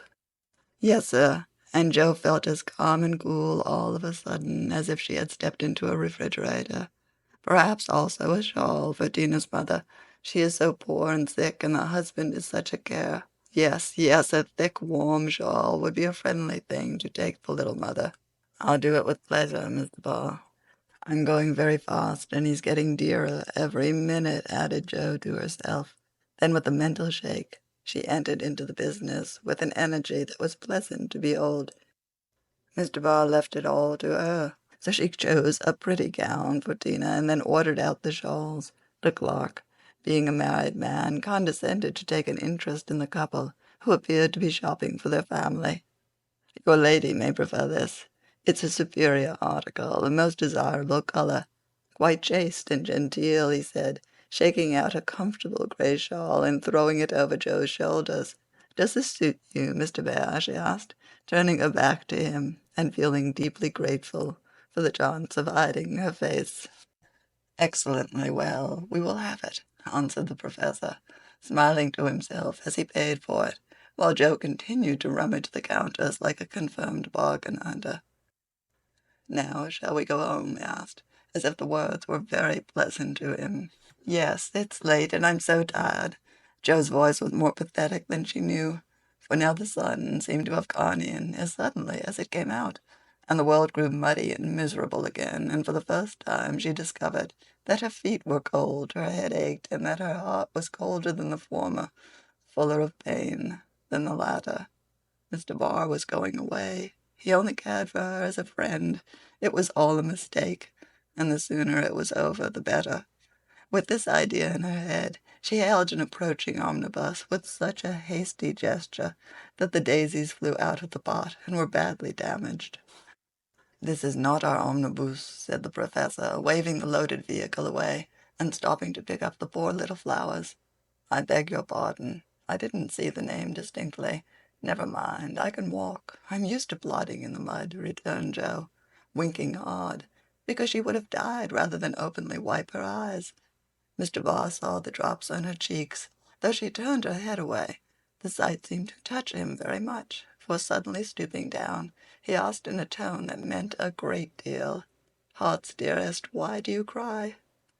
Now, if Jo had not been new to this sort of thing, she would have said she wasn't crying, had a cold in her head, or told any other feminine fib proper to the occasion. Instead of which, that undignified creature answered, with an irrepressible sob, "Because you are going away." "Ach, mein Gott, that is so good," cried Mr. Barr, managing to clasp his hands in spite of the umbrella and the bundles. "Jo, I have nothing but much love to give you. I came to see if you could care for it, and I waited to be sure that I was something more than a friend. Am I? Can I make a little place in your heart for old Fritz?" he added, all in one breath. "Oh, yes," said Jo, and he was quite satisfied, for she folded both hands over his arm and looked up at him with an expression that plainly showed how happy she would be to walk through life beside him even though she had no better shelter than the old umbrella, if he carried it. It was certainly proposing under difficulties, for even if he had desired to do so, Mr. Barr could not go down upon his knees on account of the mud. Neither could he offer Joe his hand, except figuratively, for both were full. Much less could he indulge in tender remonstrations in the open street, though he was near it. So the only way in which he could express his rapture was to look at her, with an expression which glorified his face to such a degree that there actually seemed to be little rainbows in the drops that sparkled on his beard. If he had not loved Joe very much, I don't think he could have done it then, for she looked far from lovely, with her skirts in a deplorable state, her rubber boots splashed at the ankle, and her bonnet a ruin. Fortunately, Mr. Barr considered her the most beautiful woman living, and she found him more Jove-like than ever, though his hat brim was quite limp, with little rills trickling thence upon his shoulders, for he held the umbrella all over Joe, and every finger of his gloves needed mending. Passers-by probably thought them a pair of harmless lunatics, for they entirely forgot to hail a bus and strolled leisurely along, oblivious of deepening dusk and fog. Little they cared what anybody thought, for they were enjoying the happy hour that seldom comes but once in any life, the magical moment which bestows youth on the old, beauty on the plain, wealth on the poor, and gives human hearts a foretaste of heaven. The professor looked as if he had conquered a kingdom, and the world had nothing more to offer him in the way of bliss, while Joe trudged beside him, feeling as if her place had always been there, and wondering how she could have chosen any of the lot. Of course, she was the first to speak, intelligibly, I mean, for the emotional remarks which followed her impetuous "oh yes" were not of a coherent or reportable character. "Frederick, why didn't you—" "Ah, heaven, she gives me the name that no one speaks since Minna died," cried the professor, pausing in a puddle to regard her with grateful delight. "I always call you so to myself. I forgot, but I won't unless you like it. Like it? It is more sweet to me than I can tell. Say thou also, and I shall say your language is almost as beautiful as mine." "Isn't thou a little sentimental?" asked Joe, privately thinking it a lovely monosyllable. "Sentimental? Yes, thank God. We Germans believe in sentiment, and keep ourselves young at it. Your English 'you' is so cold. Say thou, heart's dearest. It means so much to me," pleaded Mr. Barr, more like a romantic student than a grave professor. "Well, then, why didn't thou tell me all this sooner?" asked Joe bashfully. "Now I shall have to show thee all my heart, and I so gladly will, because thou must take care of it hereafter. See then, my Joe, the dear funny little name. I had a wish to tell something the day I said good-bye in New York, but I thought the handsome friend was betrothed to thee, and so I spoke not. Wouldst thou have said yes, then, if I had spoken?" "I don't know. I'm afraid not, for I didn't have any heart just then. Prut, that I do not believe. I was asleep till the fairy prince came through the wood and waked it up. Ah, well, der erste Liebe ist der best, but that I should not expect. Yes, the first love is the best. But be so contented, for I never had another. Daddy was only a boy, and soon got over his little fancy," said Joe, anxious to correct the professor's mistake. "Good. Then I shall rest happy, and be sure that thou givest me all. I have waited so long, I am grown selfish, as thou wilt find, Professor." "I like that," cried Joe, delighted with her new name. "Now tell me what brought you at last, just when I wanted you." "This," and Mr. Barr took a little worn paper out of his waistcoat pocket.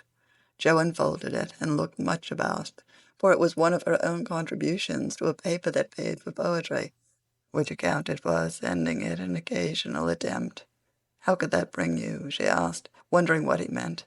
"I found it by chance. I knew it by the names and the initials, and in it there was one little verse that seemed to call me. Read and find him. I will see that you go not in the wet." In the garret, 4 little chests all in a row, dim with dust and worn by time, all fashioned and filled long ago by children now in their prime. Four little keys hung side by side, with faded ribbons brave and gay, when fastened there with childish pride, long ago on a rainy day. Four little names, one on each lid, carved out by a boyish hand, and underneath there lieth hid histories of the happy band, once playing here and pausing oft to hear the sweet refrain that came and went on the roof aloft in the falling summer rain. Meg on the first lid, smooth and fair, I look in with loving eyes, for folded here with well-known care a goodly gathering lies, the record of a peaceful life, gifts to gentle child and girl, a bridal gown, lines to a wife, a tiny shoe, a baby girl. No toys in this first chest remain, for all are carried away in their old age to join again in another small Meg's play. Ah, happy mother, well I know you hear, like a sweet refrain, lullabies ever soft and low in the falling summer rain.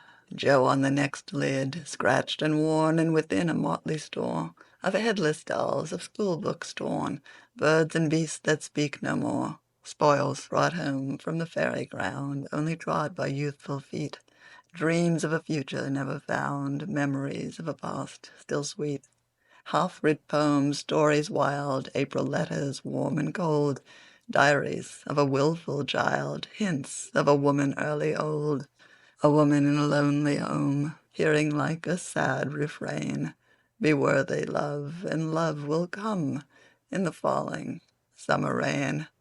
My Beth, the dust is always swept from the lid that bears your name, as if by loving eyes that wept, by careful hands that often came. Death canonized for us one saint, ever less human than divine, and still we lay with tender plaint relics in this household shrine. The silver bell, so seldom rung, the little cap which last she wore, the fair dead Catherine that hung by angels born above her door. The songs she sang without lament in her present house of pain, forever are they sweetly blent with the falling summer rain. Upon the last lid's polished field, legend now, both fair and true, a gallant knight bears on his shield Amy, in letters gold and blue. Within lie snoods that bound her hair, slippers that has danced their last, faded flowers laid by with care, fans whose airy toils are past, gay valentines, all ardent flames, trifles that have borne their part in girlish hopes and fears and shames, the record of a maiden heart.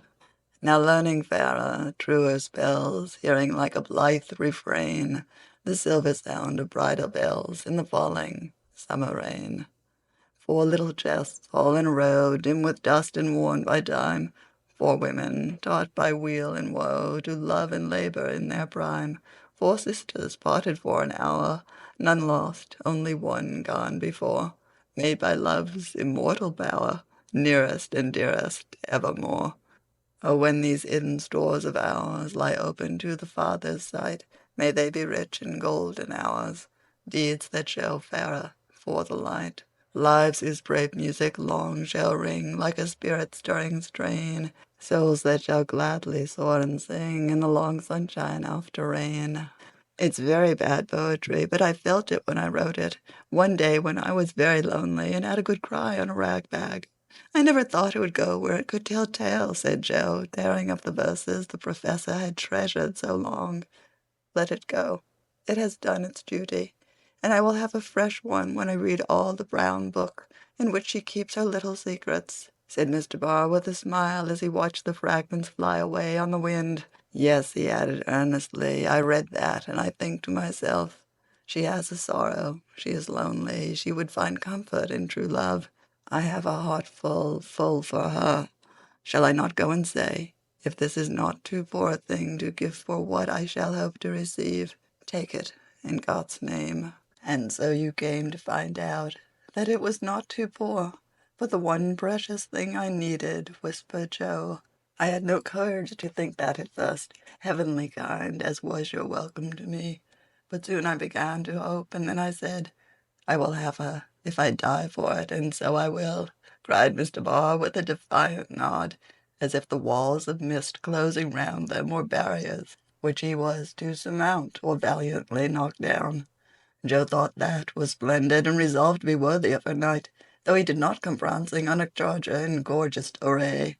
"What made you stay away so long?" she asked presently, finding it so pleasant to ask confidential questions and get delightful answers that she could not keep silent. "It was not easy, but I could not find the heart to take you from that so happy home until I could have a prospect of one to give you. After much time, perhaps, and hard work, how could I ask you to give up so much for a poor old fellow who has no fortune but a little learning?" "I'm glad you are poor. I couldn't bear a rich husband," said Joe decidedly, adding in a softer tone, "Don't fear poverty. I've known it long enough to lose my dread and be happy working for those I love.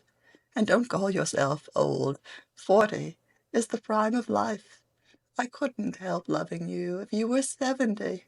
The professor found that so touching that he would have been glad of his handkerchief if he could have got out it. As he couldn't, Joe wiped his eyes for him and said, laughing, as she took away a bundle or two, "I may be strong-minded, but no one can say I'm out of my sphere now, for woman's special mission is supposed to be drying tears and bearing burdens. I'm to carry my share, Frederick, and help to earn the home. Make up your mind to that, or I'll never go," she added resolutely, as he tried to reclaim his load. "We shall see. Have you patience to wait a long time, Joe? I must go away and do my work alone. I must help my boys first, because even for you I may not break my word to Minna. Can you forgive that, and be happy while we hope and wait?" "Yes, I know I can, for we love one another, and that makes all the rest easy to bear. I have my duty, also, and my work. I couldn't enjoy myself if I neglected them, even for you. So there's no need of hurry or impatience. You can do your part out west, I can do mine here, and both be happy hoping for the best and leaving the future to be as God wills. Ah, thou givest me such hope and courage, and I have nothing to give back but a full heart and these empty hands," cried the professor, quite overcome. Joe never, never would learn to be proper, for when he said that, as they stood upon the steps, she just put both hands into his, whispering tenderly, not empty now, and stooping down, kissed her Frederick under the umbrella. It was dreadful, but she would have done it if a flock of draggle-tailed sparrows on the hedge had been human beings, for she was very far gone, indeed, and quite regardless of everything but her own happiness. Though it came in such a very simple guise, that was the crowning moment of both their lives, when turning from the night and storm and loneliness to the household light and warmth and peace waiting to receive them with a glad welcome home, Joe led her lover in and shut the door. Chapter 47. Harvest Time. For a year Jo and her professor worked and waited, hoped and loved, met occasionally, and wrote such voluminous letters that the rise in the price of paper was accounted for, Laurie said. The second year began rather soberly, for their prospects did not brighten, and Aunt March died suddenly. But when their first sorrow was over, for they loved the old lady in spite of her sharp tongue, they found they had cause for rejoicing, for she had left Plumfield to Jo, which made all sorts of joyful things possible. "It's a fine old place, and will bring a handsome sum, for of course you intend to sell it," said Laurie, as they were all talking the matter over some weeks later. "No, I don't," was Jo's decided answer, as she petted the fat poodle whom she had adopted out of respect to his former mistress. "You don't mean to live there?" "Yes, I do." "But, my dear girl, it's an immense house, and will take a power of money to keep it in order. The garden and orchard alone need 2 or 3 men, and farming isn't in Bear's line, I take it." "He'll try his hand at it there, if I propose it." "And you expect to live on the produce of the place? Well, that sounds paradisaical, but you'll find it desperate hard work." The crop we are going to raise is a profitable one," and Joe laughed. "Of what is this fine crop to consist, ma'am?" "Boys. I want to open a school for little lads, a good, happy, home-like school, with me to take care of them and Fritz to teach them." "That's a truly Joey-in plan for you.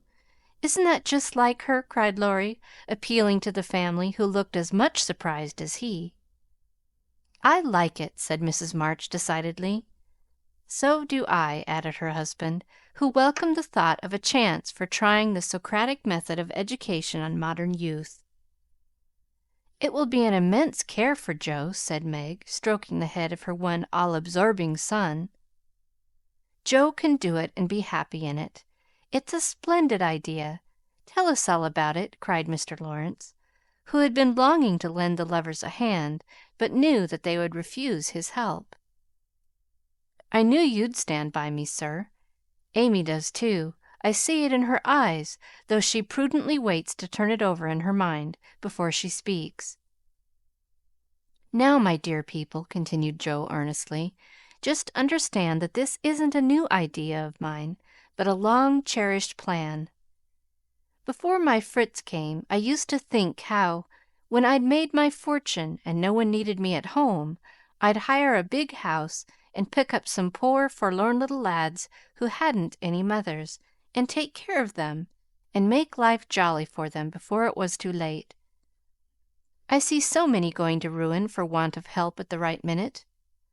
I love so to do anything for them. I seem to feel their wants and sympathize with their troubles, and oh, I should so like to be a mother to them." Mrs. March held out her hand to Joe, who took it, smiling, with tears in her eyes, and went on in the old enthusiastic way which they had not seen for a long while. "I told my plan to Fritz once, and he said it was just what he would like, and agreed to try it when we got rich. Bless his dear heart! He's been doing it all his life, helping poor boys, I mean, not getting rich. That he'll never be. Money doesn't stay in his pocket long enough to lay up any. But now, thanks to my good old aunt, who loved me better than I ever deserved, I'm rich. At least, I feel so. And so we can live at Plumfield perfectly well if we have a flourishing school. It's just the place for boys. The house is big, and the furniture strong and plain. There's plenty of room for dozens inside, and splendid grounds outside. They could help in the garden and orchard. Such work is healthy, isn't it, sir? Then Fritz could train and teach in his own way, and father will help him. I can feed and nurse and pet and scold them, and mother will be my stand-by. I've always longed for lots of boys and never had enough. Now I can fill the house full and revel in the little dears to my heart's content. Think what luxury! Plumfield my own, and a wilderness of boys to enjoy it with me." As Joe waved her hands and gave a sigh of rapture, the family went off in a gale of merriment, and Mr. Laurence laughed till they thought he'd have an apoplectic fit. "I don't see anything funny," she said gravely, when she could be heard. "Nothing could be more natural and proper than for my professor to open a school, and for me to prefer to reside in my own estate." "She is putting on airs already," said Laurie, who regarded the idea in the light of a capital joke. "But may I inquire how you intend to support the establishment? If all the pupils are little ragamuffins, I'm afraid your crop won't be profitable in a worldly sense, Mrs. Bear." "Now don't be a wet blanket, Teddy. Of course I shall have rich pupils also, perhaps begin with such altogether. Then when I've got a start, I can take in a ragamuffin or two just for a relish. Rich people's children often need care and comfort as well as poor. I've seen unfortunate little creatures left to servants, or backward ones pushed forward when it's real cruelty. Some are naughty through mismanagement or neglect, and some lose their mothers. Besides, the best have to get through the hobbledehoy age, and that's the very time they need most patience and kindness. People laugh at them and hustle them about, try to keep them out of sight, and expect them to turn all at once from pretty children into fine young men. They don't complain much, plucky little souls, but they feel it. I've been through something of it, and I know all about it. I've a special interest in such young bears, and like to show them that I see the warm, honest, well-meaning boys' hearts, in spite of the clumsy arms and legs and topsy-turvy heads. I've had experience, too, for haven't I brought up one boy to be a pride and honor to his family?" "I'll testify that you tried to do it," said Laurie, with a grateful look. "And I've succeeded beyond my hopes, for here you are, a steady, sensible business man, doing heaps of good with your money and laying up the blessings of the poor instead of dollars. But you are not merely a business man. You love good and beautiful things, enjoy them yourself, and let others go halves, as you always did in the old times. I am proud of you, Teddy, for you get better every year, and every one feels it, though you won't let them say so. Yes, and when I have my flock, I'll just point to you and say, 'There's your model, my lads.'" Poor Laurie didn't know where to look, for, man though he was, something of the old bashfulness came over him as this burst of praise made all faces turn approvingly upon him. "I say, Joe, that's rather too much," he began, just in his old boyish way. "You have all done more for me than I can ever thank you for, except by doing my best not to disappoint you. You have rather cast me off lately, Joe, but I've had the best of help, nevertheless. So if I've got on at all, you may thank these two for it," and he laid one hand gently on his grandfather's head and the other on Amy's golden one, for the three were never far apart. "I do think that families are the most beautiful things in all the world," burst out Joe, who was in an unusually uplifted frame of mind just then. "When I have one of my own, I hope it will be as happy as the three I know and love the best. If John and my Fritz were only here, it would be quite a little heaven on earth," she added more quietly. And that night, when she went to her room after a blissful evening of family councils, hopes, and plans, her heart was so full of happiness that she could only calm it by kneeling beside the empty bed, always near her own, and thinking tender thoughts of Beth. It was a very astonishing year altogether, for things seemed to happen in an unusually rapid and delightful manner. Almost before she knew where she was, Jo found herself married and settled at Plumfield.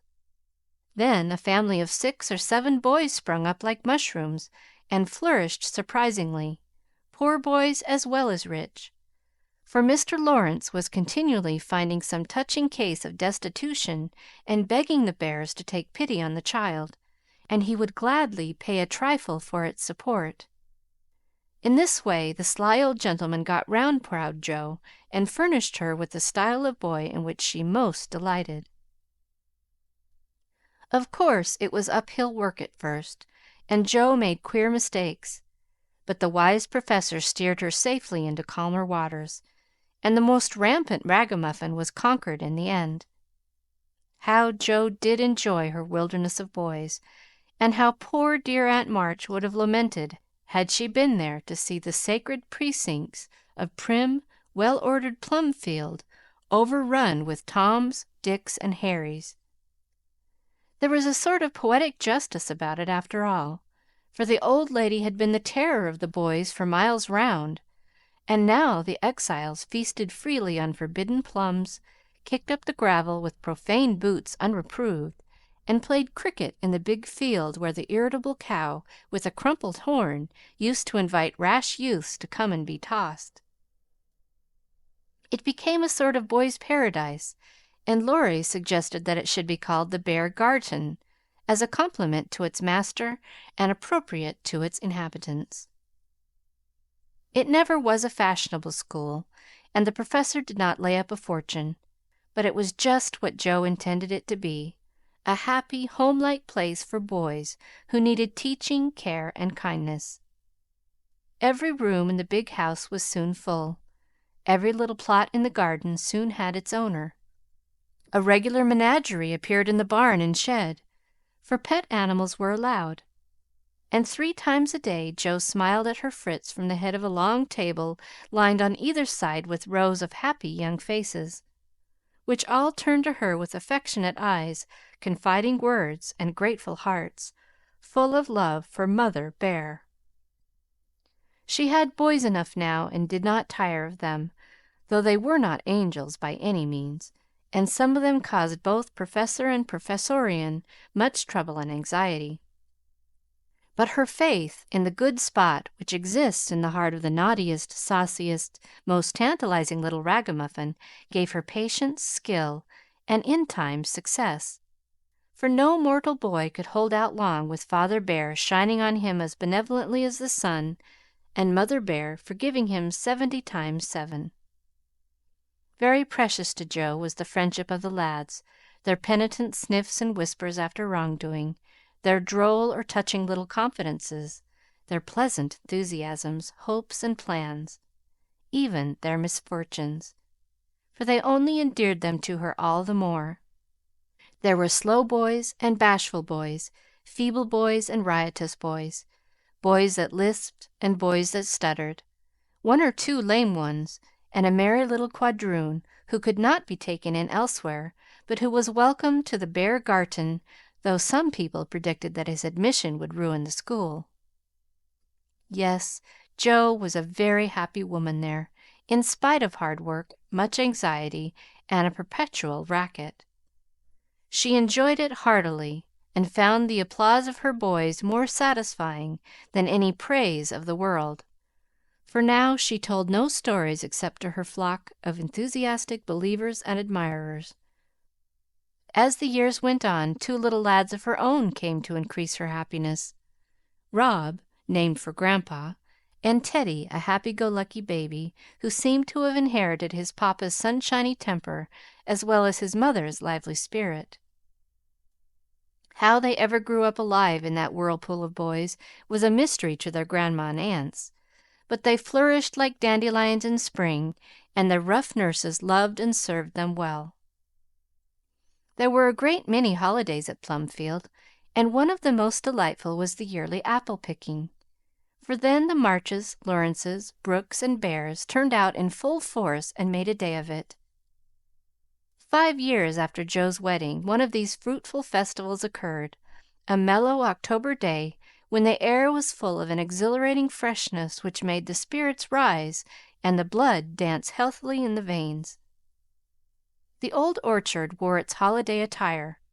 Goldenrod and asters fringed the mossy walls, grasshoppers skipped briskly in the sere grass, and crickets chirped like fairy pipers at a feast. Squirrels were busy with their small harvesting, birds twittered their adieu from the alders in the lane, and every tree stood ready to send down its shower of red or yellow apples at the first shake. Everybody was there. Everybody laughed and sang, climbed up and tumbled down. Everybody declared that there had never been such a perfect day or such a jolly set to enjoy it, and everyone gave themselves up to the simple pleasures of the hour as freely as if there were no such things as care or sorrow in the world. Mr. March strolled placidly about, quoting Tusser, Cowley, and Columella to Mr. Laurence, while enjoying the gentle apple's winy juice. The Professor charged up and down the green aisles like a stout Teutonic knight with a pole for a lance, leading on the boys, who made a hook and a ladder company of themselves and performed wonders in the way of ground and lofty tumbling.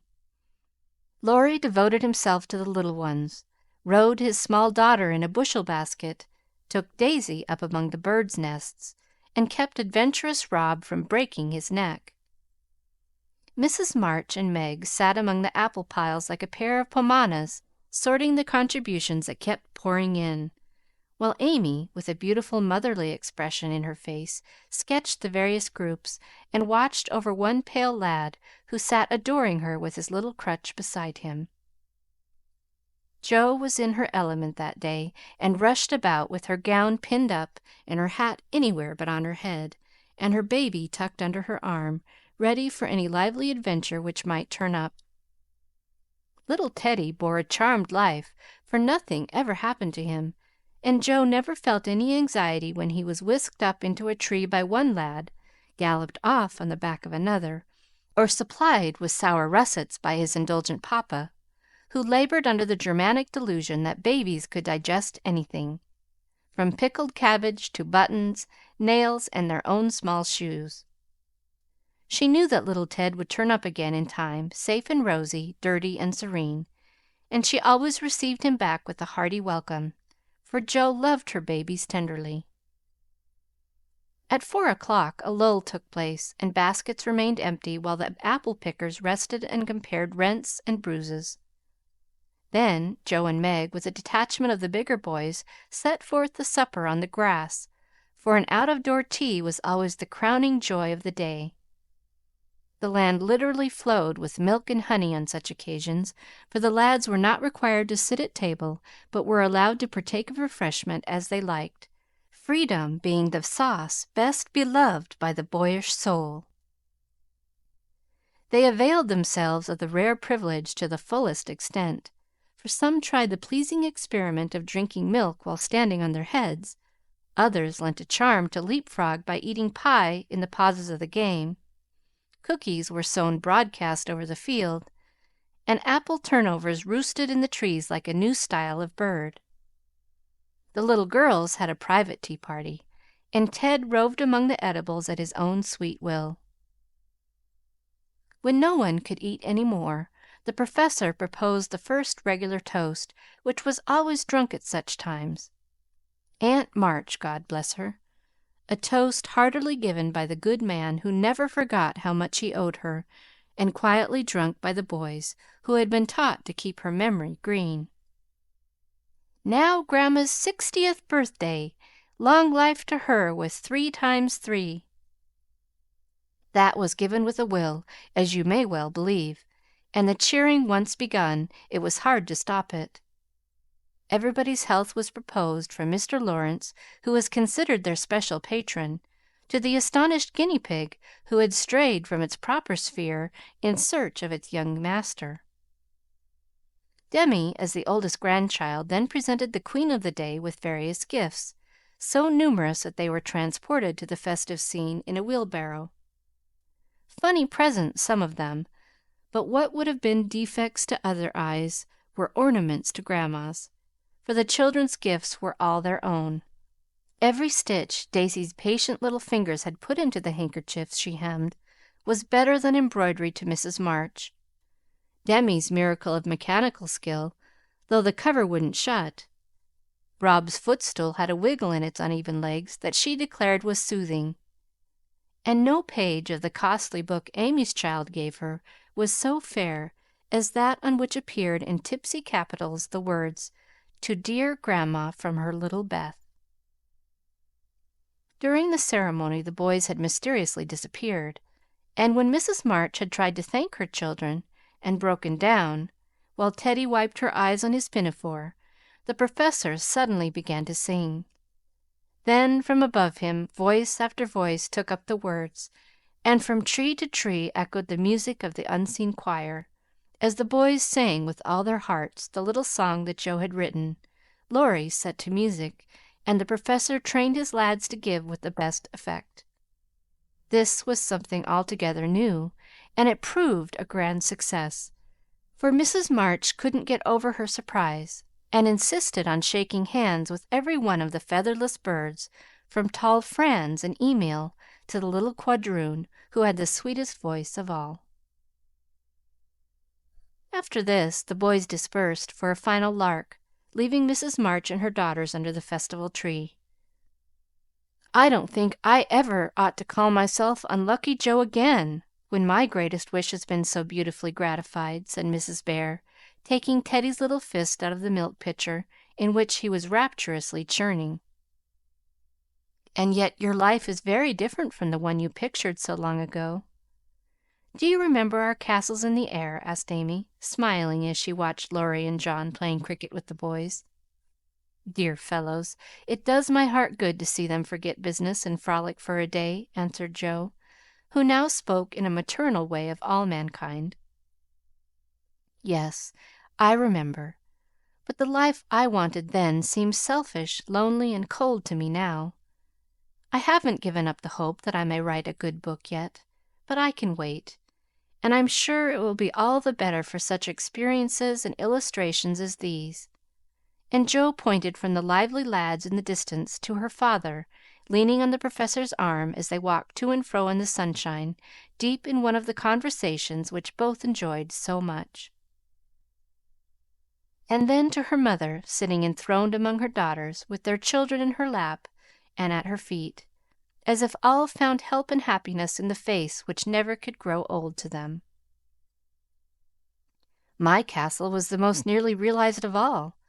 I asked for splendid things, to be sure, but in my heart I knew I should be satisfied if I had a little home and John and some dear children like these.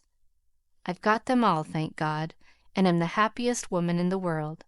And Meg laid her hand on her tall boy's head with a face full of tender and devout content. "My castle is very different from what I planned, but I would not alter it, though, like Jo, I don't relinquish all my artistic hopes, or confine myself to helping others fulfill their dreams of beauty. I've begun to model a figure of Baby, and Laurie says it is the best thing I've ever done. I think so myself, and mean to do it in marble, so that, whatever happens, I may at least keep the image of my little angel." As Amy spoke, a great tear dropped on the golden hair of the sleeping child in her arms, for her one well-beloved daughter was a frail little creature, and the dread of losing her was the shadow over Amy's sunshine. This cross was doing much for both father and mother, for one love and sorrow bound them closely together. Amy's nature was growing sweeter, deeper, and more tender. Laurie was growing more serious, strong, and firm.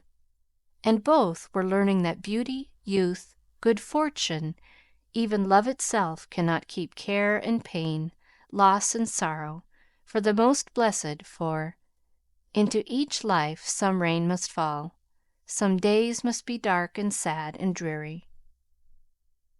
"She is growing better, I am sure of it, my dear. Don't despond, but hope and keep happy," said Mrs. March, as tender-hearted Daisy stooped from her knee to lay her rosy cheek against her little cousin's pale one. "I never ought to, while I have you to cheer me up, Marmee, and Laurie to take more than half of every burden," replied Amy warmly. "He never lets me see his anxiety, but is so sweet and patient with me, so devoted to Beth, and such a stay and comfort to me always, that I can't love him enough. So, in spite of my one cross, I can say with Meg, thank God I'm a happy woman." "There's no need for me to say it, for everyone can see that I'm far happier than I deserve," added Jo, glancing from her good husband to her chubby children, tumbling on the grass beside her. "Fritz is getting gray and stout.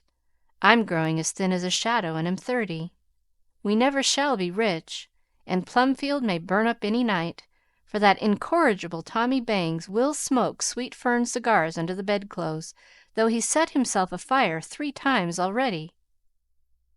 But in spite of these unromantic facts, I have nothing to complain of, and never was so jolly in my life. Excuse the remark, but living among boys I can't help using their expressions now and then." "Yes, Jo, I think your harvest will be a good one," began Mrs. March, frightening away a big black cricket that was staring Teddy out of countenance. "Not half so good as yours, mother. Here it is, and we can never thank you enough for the patient sowing and reaping you have done," cried Jo, with the loving impetuosity which she never would outgrow. "I hope there will be more wheat and fewer tares every year," said Amy softly. "A large sheaf, but I know there's room in your heart for it, Marmee dear," added Meg's tender voice.